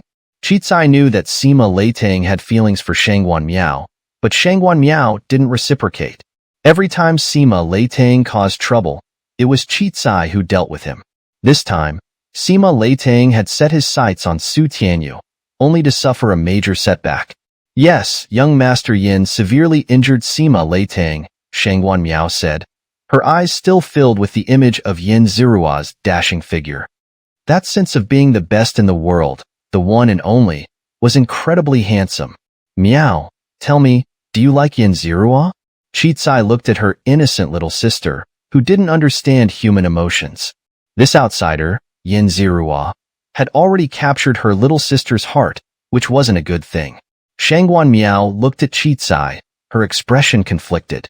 She didn't know how she felt, but every time she saw Yin Zirua, her heart raced. I don't know, but I just really want to see him, Shangguan Miao said naively, like a young girl just blossoming. Miao, as your senior sister, I need to warn you. Yin Zirua is from the outside world. He might already have a family, a wife, and children. You don't know anything about him. Be careful with everything. Hearing Qicai's words, Shangguan Miao's expression changed, but she nodded. I understand, but no matter what, I still really want to see him. Shangguan Miao continued to speak with longing, leaving Qicai feeling only jealousy. Ding! Qicai's heart is wounded by the protagonist, reducing the protagonist's luck by 1,000 points. The protagonist gains 10,000 anti-hero points. Hearing this unexpected notification, Yin Zirua was momentarily stunned. He hadn't done anything. It must have been because Shangguan Miao visited Qicai, and they talked about him. Shangguan Miao seemed to have a strong interest in him, but everything he did was natural, not forced. Thinking about it, the little girl was indeed very cute. As for what happens next, we'll see. The next morning, the sun was bright. Yin Zirua walked through the 100-story tower of the heavenly official sect, where he could see the entire city. It gave him a sense of standing tall and overlooking the world.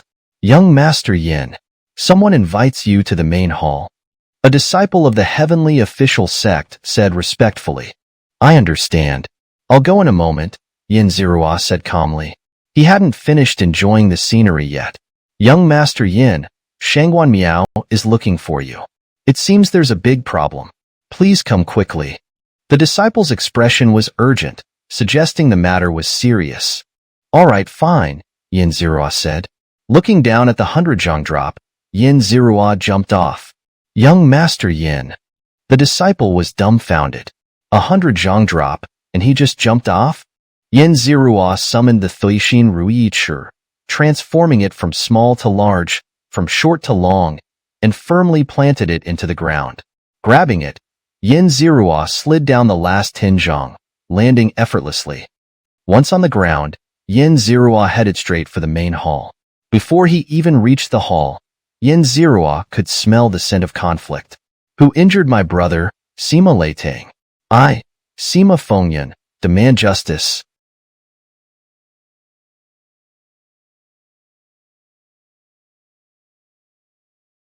Across from her, Shangguan Miao's face turned pale. Shangguan Miao was a high god of the first rank, while Sima Fengyun was a high god of the third rank, with a much stronger aura. The little girl seemed to be overreaching. Fengyun, don't be hasty. The person you seek is already here, Shangguan Tu said from his seat, his expression displeased. In front of him, someone was threatening his daughter. If it weren't for his senior disciple being injured by Yin Zirua, Shangguan Tu would have sent Chizai to handle these matters. Yin Zirua stepped forward, examining Shangguan Miao's injuries. He quickly exchanged for a high-level healing elixir in the system. Take this. You'll be fine, Yin Zirua said, handing her the elixir. Hearing Yin Zirua's words and smelling the aroma of the medicine, Shangguan Miao swallowed it without hesitation. Shangguan Tu was a bit concerned, but he trusted that Yin Zirua wouldn't harm his daughter. You're the one who injured my brother, Sima Leitang, Sima Fengyun said, pointing her long spear at Yin Zirua. Yin Zirua examined the young woman in front of him. Her figure was well-proportioned, her black martial attire accentuating her perfect physique. The black spear in her hand gleamed with power. A strong, fierce girl. Yes, I injured him. Yin Zirua stood in the hall, his gaze sharp. Good. Have the courage to face me on the arena. My Sima family's honor cannot be tarnished like this. Sima Fengyun looked at Yin Zirua with piercing eyes, clearly intent on teaching him a lesson. You have guts, but it's too tiring to fight you for nothing. Let's make a bet. If you lose, you become my mate. If I lose, I'll be your servant. Do you dare to bet? Chapter 385. Another challenge, coming right up. Yin Zirua looked at Sima Fengyun, imagining the fun of having her as a maid. Without any benefits, it would be too difficult to get him to act. You are so shameless. Sima Fengyun noticed Yin Zirua's teasing gaze and felt he was quite despicable. Where am I shameless? Why should I fight you without any benefit? Yin Zirua said with confidence. Hearing Yin Zirua's words, Shangguan Miao behind him couldn't help but laugh. In her innocent mind, she thought Yin Zirua just wanted to teach the Sima family a lesson and wasn't serious about taking a maid. You, I must teach you a lesson. Let's bet on it. Sima Fengyun was so angry that she didn't think Yin Zirua, a second-grade upper god, could defeat her, a third-grade upper god. In that case, Shangguan sect leader, may I borrow your arena? Yin Zirua bowed to Shangguan Tu. Of course. The group moved to the martial arena, and the two stepped onto the platform. Sima Fengyun looked at Yin Zirua with sharp eyes. Although this man was only a second-grade upper god, he had defeated her brother, which meant he wasn't simple. After all, even she found it challenging to deal with her brother. I won't be as careless as my brother. Watch out. Spear. Sima Fengyun decided to engage in close combat to test Yin Zirua's abilities. Her black spear swung towards him, and Yin Zirua summoned his free-form divine ruler, which transformed to match the length of Sima Fengyun's spear. At this moment, the long ruler looked more like a staff. Yin Zirua gripped the Thlixian Ruyi with both hands and clashed with Sima Fengyun. Using a staff was more versatile than a spear, allowing for blocking, attacking, and thrusting. A spear's attack methods were more limited and less effective. Clang, clang. Sparks flew as the two clashed fiercely. Sima Fengyun looked at Yin Zirua with sharp eyes. The ruler in his hand could change size freely and had high hardness and weight, making it a treasure. Sima Fengyun's sharp eyes revealed her third-grade upper god aura. Yin Zirua's eyes sharpened as well. The girl was getting serious, and her black spear began to glow. Yin Zirua couldn't afford to underestimate her. Golden rock steps. Yin Zirua's speed increased once again. Sima Fengyun's eyes sharpened. Such speed was hard to defend against. Yin Zirua launched a frenzied counterattack, and Sima Fengyun quickly blocked, spinning her spear rapidly. Clang, clang, clang. The ruler clashed with the black spear, sparks flying everywhere. Sima Fengyun kept retreating. Yin Zerua's explosive power was too strong, with both speed and strength increasing simultaneously. This level of power and speed was impossible for a second-grade upper god to control.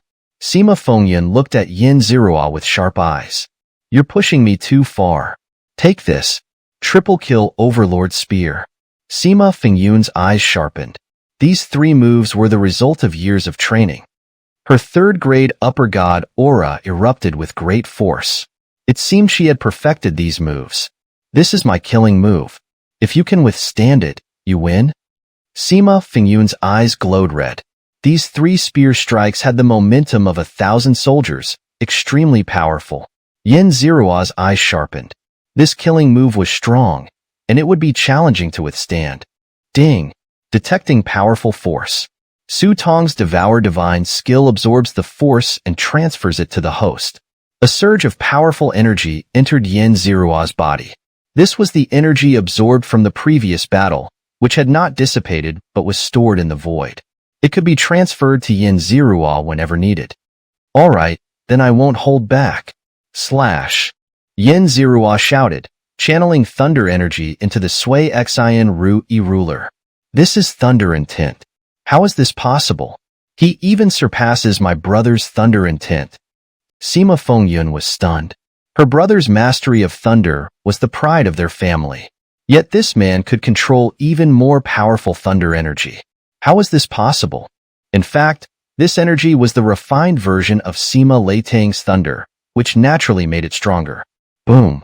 The 2 powerful divine forces clashed, combining thunder and spear strikes.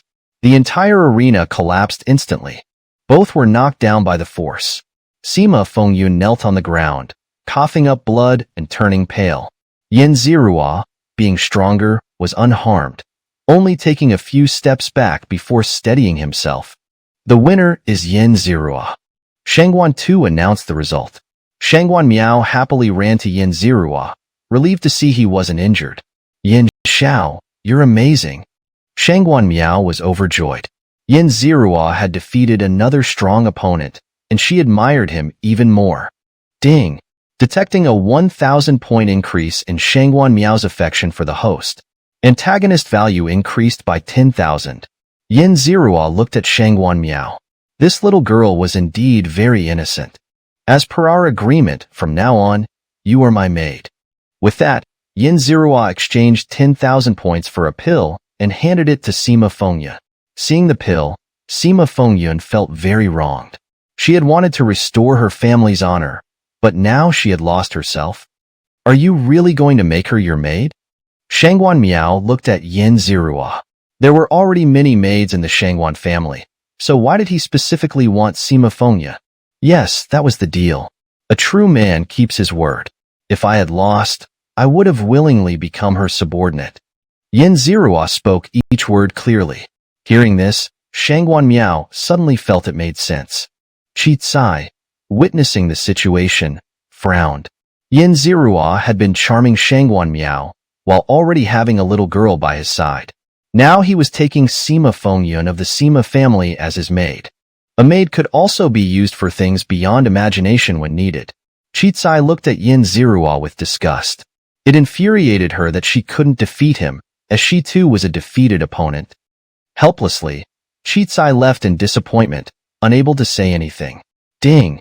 Detecting emotional damage to the protagonist Chi Tsai. Fortune value decreased by 10,000.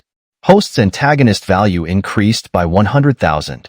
Yin Zerua watched her retreating figure and couldn't help but smile. Soon, the girl's fortune would disappear. This feeling of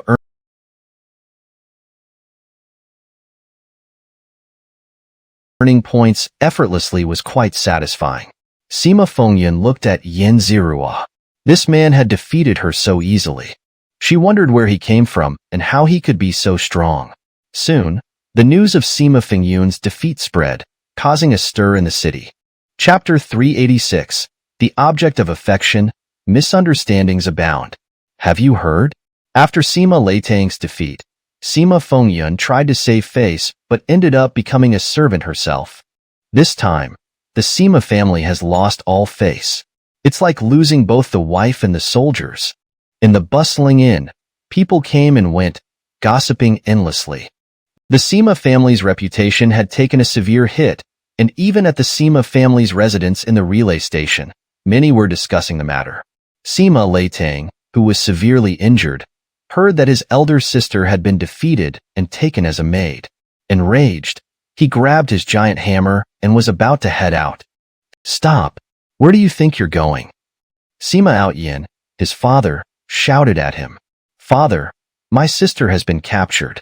I can't just sit here and do nothing," Sima Leitang said, his face filled with pain.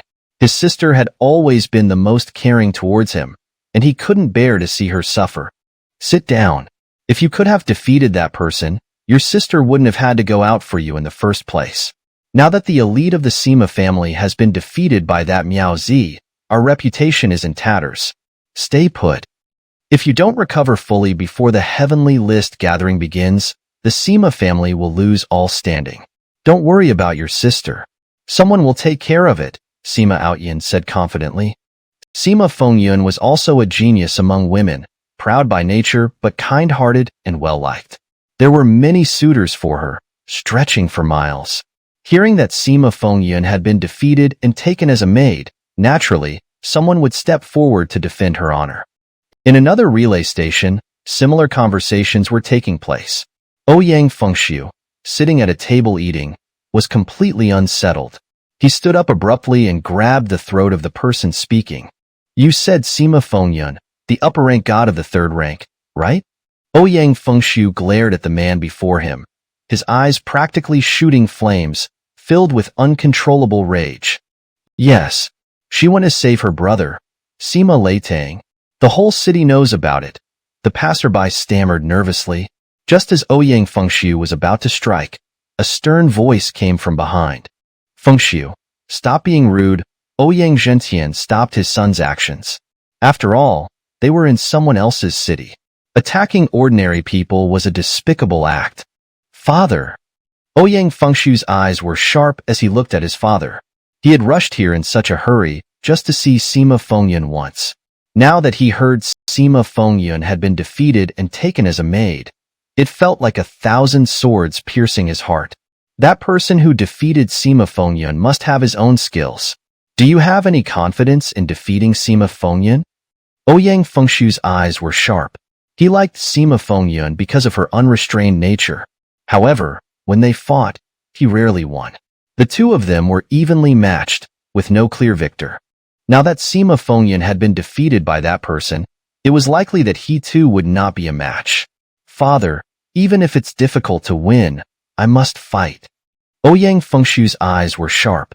For the person he loved, he was willing to give it his all. To love boldly and hate fiercely, you are a man. But it's already this late, so we'll pay a visit tomorrow morning. Tonight, get a good rest. Ouyang Zhentian saw his son's persistence and thought of his own youthful passion for love. One should not live without passion in their youth.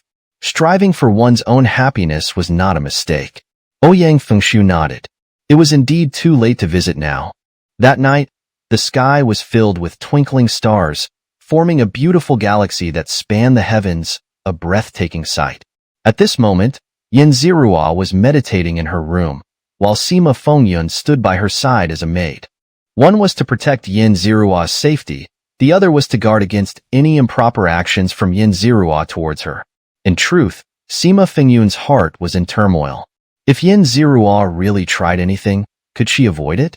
The more Sima Fengyun thought about it, the more flustered she became. She shook her head, deciding to face whatever came her way. She would rather die than submit. Even if it meant biting her tongue to death, she wouldn't let this person have his way. "Go and have someone prepare hot water for me. I want to bathe," Yin Zirua ordered. Sima Fengyun was startled. "Didn't you hear me?" Yin Zirua glanced at Sima Fengyun. Had she become deaf after becoming a maid? Hearing Yin Zirua's words, Sima Fengyun was speechless. She had no choice but to go outside and tell the guards to prepare hot water. Previously, Shangguan too had ordered that whatever Yin Zirua wanted, they should arrange it. Preparing hot water was a simple task. Sima Fengyun returned and stood in her original position, watching Yin Zirua, who was still meditating. Why did this person suddenly want to bathe? Could it be that he had some ulterior motive? Sima Fengyun began to wildly imagine that Yin Zirua might try to take advantage of her, using the excuse of bathing to have her scrub his back or something. The thought of this made Sima Fengyun's breathing grow erratic. Yin Zirua opened his eyes and looked at Sima Fengyun. Such erratic breathing, disturbing my rest.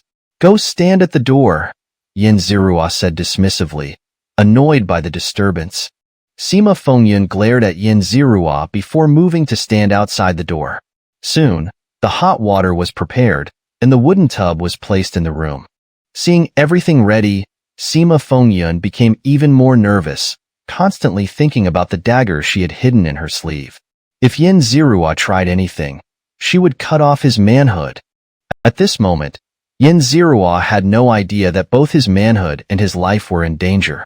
But Yin Zirua hadn't even considered such a possibility. While browsing the shopping mall, he had come across a detoxifying bath essence. He spent 100,000 points to buy a bottle, as he had been in constant battles recently and felt a deep fatigue in his body. He wanted to relieve his body's exhaustion. Seeing the steaming hot bath water, Yin Zirua was quite satisfied. After pouring the detoxifying bath essence into the water, a fragrant medicinal aroma filled the air. Yin Zirua undressed and stepped into the tub. So refreshing. The fatigue in Yin Zirua's bones was instantly swept away, a delightful sensation coursing through his entire body. Standing at the door, Sima Fengyun heard such sounds and assumed Yin Zirua was doing something indecent. She began to feel extremely uncomfortable, her heart racing with tension.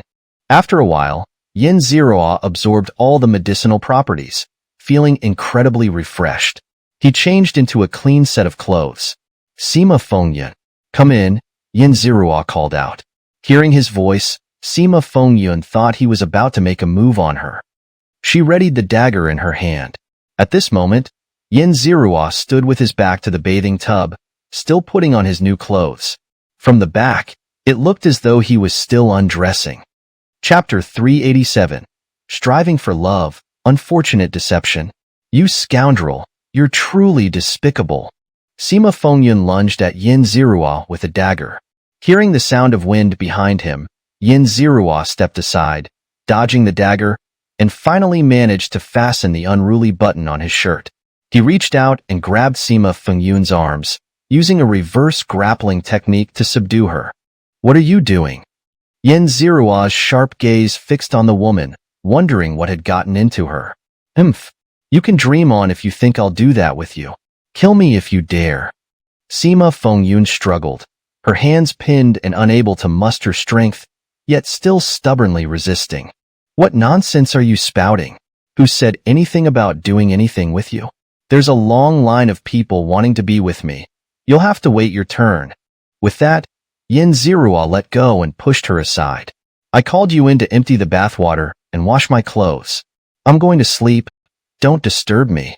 After saying this, Yin Zirua returned to his bed and fell asleep, too lazy to deal with the crazy woman. Sima Fengyun stood frozen, her mind replaying Yin Zirua's words. What did he mean by, you'll have to wait your turn? She was the pride of the Sima family, pursued by countless men. Yet this man expected her to queue up. Sima Fengyun glared at Yin Zirua, seething with anger. She felt he was toying with her, but she couldn't defeat him. Looking at the dirty bathwater and the sweat-soaked clothes, she had to pour the water and wash his clothes. The thought of it made her feel wronged. She had never washed her own clothes before, and now she had to wash for a man who constantly bullied her and showed no mercy. She was furious. But a bet was a bet, and Sima Fengyun wasn't one to renege. Suppressing her anger, she washed the clothes and poured the water. After finishing, she went to her room to rest. The Shangguan family had been very considerate. Her room was to the left of Yin Zirua's, very close and thoughtful. The next morning, Yin Zirua woke up to find Sima Fengyun standing by his bed. Still half asleep, Yin Zirua got up, and Sima Fengyun handed him a washcloth, looking quite adorable. Yin Zirua wiped his face and tossed the cloth back into Sima Fengyun's hands. She took a deep breath, suppressing her frustration, and was about to help him dress when a disciple of the Tianguan sect arrived at the door. "Young Master Yin, the sect leader requests your presence at the main hall. Someone has come to challenge you." Hearing this, Yin Zirua was speechless. Ever since he arrived here, challengers had been relentless. Yin Zirua's expression was odd as he looked at Sima Fengyun, who was tidying his clothes, and his lips curved slightly. "I understand. I'll head over after I'm done washing up." Yin Zirua gazed at Sima Fengyun, finding her embarrassed and angry expression quite charming. "What are you staring at?" Sima Fengyun noticed Yin Zirua's intense gaze and couldn't help but speak up. Who could stand being stared at so intensely? "You're beautiful, so I'm just admiring you. Come on, let's go to the main hall." Yin Zirua led Sima Fengyun to the main hall, where she immediately recognized the person waiting. "Yin Zirua, here by order. What does the sect leader wish to discuss with me?" Yin Zirua looked at Shangguan too, still unaware of what was happening. "Young friend Yin, I called you here early due to an urgent matter." Before Shangguan Tu could introduce the situation, Ouyang Fengshu stepped forward. "There's no need for the sect leader to introduce me. I'll do it myself. I am Ouyang Fengshu, from the Ouyang family. You've wronged Sima Fengyun, and I've come to seek justice." Seeing Sima Fengyun following behind Yin Zirua, Ouyang Fengshu's inner flames ignited. Today, he had to settle this once and for all. Yin Zirua glanced at Sima Fengyun, then at Ouyang Fengshu. "Oh, so that's what this is about. Fine, we can duel, but what's the wager? I don't need a male servant." Yin Zirua's remark made Shangguan Miao burst out laughing. "Young Master Yin, you do love to joke. I'll wager with you. If I win, Sima Fengyun regains her freedom. If I lose, I'll give you my family heirloom, the 8-trigram sword." Yin Zirua glanced at the sword, recognizing it as a fine weapon. "That's a good wager. Let's go to the arena." Yin Zirua walked confidently ahead. Sima Fengyun looked at Ouyang Fengshu with some concern. "That sword is your family's treasure. This is too risky." Sima Fengyun was worried that he might not be able to handle the blow if he lost. "For you, I'd do anything," Ouyang Fengshu declared without hiding his feelings. Sima Fengyun was touched, but more than that, she felt pity. She knew Yin Zirua's abilities were unfathomable, and the odds of Ouyang Fengshu winning were slim. The group arrived at the arena, where Yin Zirua leisurely stepped onto the platform. Ouyang Fengshu strode up, regarding Yin Zirua as a formidable opponent. "I will use my deadliest moves. Be careful." Ouyang Fengshu's resentment toward Yin Zirua ran deep. Only by using his strongest moves could he vent his anger. "Oh, go ahead. I'm ready." Yin Zirua summoned the Sui Xian Rui ruler with a casual gesture. Sima Fengyun stood below the platform, feeling more nervous watching this duel than any she had fought herself. She hoped Ouyang Fengshu would win, though she knew the chances were slim. "Young Master Yin, watch out for my sword." Ouyang Fengshu, a fire attribute cultivator, charged forward with flames blazing. The 8-trigram sword in his hand was a powerful treasure, each strike carrying terrifying divine power, showcasing his strength at the upper divine 3rd rank. Yin Zirua's sharp eyes revealed his own power at the upper divine 2nd rank, his divine energy surging like an endless river. Ouyang Fengshu's sword danced rapidly, sparks flying as their weapons clashed. The intensity of the battle escalated, Yin Zirua deflecting every attack with his ruler. "You're quite skilled. Now, I'll get serious." Flame God slash technique. A massive wave of fire surged into the sky, and a colossal flame god manifestation appeared, threatening to burn the heavens and earth. The flame god's hand held the burning 8-trigram sword, infused with the essence of fire, descending directly toward Yin Zirua. "Oh, impressive." Yin Zirua's eyes sharpened. It was time for him to counterattack. Void devouring technique. A black void appeared before Yin Zirua. "Be careful. That move is Gei. Sima Fengyun couldn't help but warn Ouyang Fengshu. "Watch out. That move is extremely Gei." Sima Fengyun couldn't help but warn Ouyang Fengshu. Hearing Sima Fengyun's warning, Ouyang Fengshu was extremely cautious, but he still fell into the trap. Chapter 388. The turbulence within the city, one after another. When the black void made contact with his flames, it swallowed them up. Is this a spatial technique? Ouyang Fengshu hastily retreated, and his entire fire god manifestation was instantly absorbed. Most of his power disappeared along with it, and the move he had struggled to unleash was gone just like that. Ouyang Fengshu looked at Yin Zirua. This guy was indeed not easy to deal with. Yin Zirua stood still and glanced at Sima Fengyun beside him. Who would have thought? There's an old flame helping out here. Hearing these words, Ouyang Fengshu was quite pleased, while Sima Fengyun was not. Don't spout nonsense. I just didn't want to see him get hurt. Sima Fengyun tried to justify herself, but she also noticed Ouyang Fengshu's gaze, making her even more unsure of what to say. Now, let's see how you deal with me. Ouyang Fengshu shouted as he swung his precious sword, summoning flames that burst forth. The divine power of a third-grade upper god surged out like a raging river. The flames swept forward, and the intense heat dried up the surrounding air. Yin Zirua's eyes were sharp, and his versatile weapon, the Thuishin Rui Chi, freely transformed in his hands. Time-space eye. In an instant, Ouyang Fengshu's figure was frozen in mid-air. Yin Zirua struck with his sword, and blood splattered, but he didn't deliver a killing blow, only a test of skill. Ouyang Fengshu fell heavily to the ground, his eyes sharp as he looked at Yin Zirua, but he couldn't deny it was an impressive feat. You are indeed skilled. Ouyang Fengshu knew that if Yin Zirua hadn't intentionally pulled back half an inch, he would have died on the spot. At that moment, Shangguan Miao was watching. Ding! Shangguan Miao's favorability towards the host increased by 1,000, and the villain value increased by 10,000. Yin Zirua looked at Shangguan Miao. This little girl was practically a score-delivering angel. Shangguan too had watched all of Yin Zirua's moves.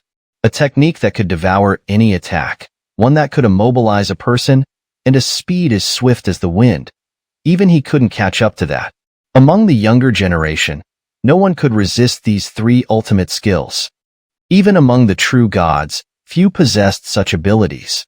This young man will surely achieve great things in the future, Shangguan Tu praised. Someone, escort Ouyang Fengshu back. The disciples of Tingguan's sect escorted Ouyang Fengshu away, while Sima Fengyun looked at Yin Zirua. When they had fought earlier, Yin Zirua hadn't used the immobilizing technique on her. Ouyang Fengshu was her equal. She hadn't been seriously injured because he had shown mercy. Looking at Yin Zirua, her expression was somewhat different. In the inn, Ouyang Zhantian watched his son suffer a heavy injury, feeling a mix of emotions. It seems that this foreign youth is extraordinary. Among the younger generation, there are few who can match him. Seeing his son so badly injured, Ouyang Zhantian felt a pang of distress. Father, that youth has a technique that can immobilize, and I was unable to move for a moment. He can also devour the power of my godly attacks. It's the first time I've seen such an uncanny technique. Hearing his son's description, Ouyang Zhantian had a better understanding. The Heavenly Pinnacle competition is about to begin. Here, take this recovery pill first. Seeing the recovery pill his father had prepared for him, Ouyang Fengshu quickly took it. The heavenly rankings were about to begin, and he needed to recover his strength as soon as possible. Otherwise, he might not even have the opportunity to participate. Meanwhile, the news of Ouyang Fengshu's defeat by the foreign youth spread rapidly, causing a stir throughout the city. The mention of the foreign youth piqued everyone's interest. Interesting. Father, I want to challenge this foreign youth too. A fiery figure with a curvaceous body and bold, unrestrained behavior stepped forward. It was Huangfu Yeye, the daughter of the Huangfu family. Yeye, don't be reckless. The heavenly list competition is imminent. If you get injured, how will you enter the Lingyu Divine Spring? Huangfu Longxi knew his daughter was quite playful, but this wasn't the time for games. Father, why are you always saying that? Do you think I'll lose? I'm your daughter. Do you have so little faith in me? Huangfu Yeye was discontent, feeling she wasn't as bad as her father made her out to be. Huangfu Longxi couldn't argue with his daughter. I know, no matter what I say, you'll go anyway. Fine, you can go, but tomorrow. Going now would be unfair. Huang Fu Longxi knew his beloved daughter was a born fighter. If he didn't let her go, she'd sneak off anyway. Hearing her father's words, Huang Fu Ye nodded.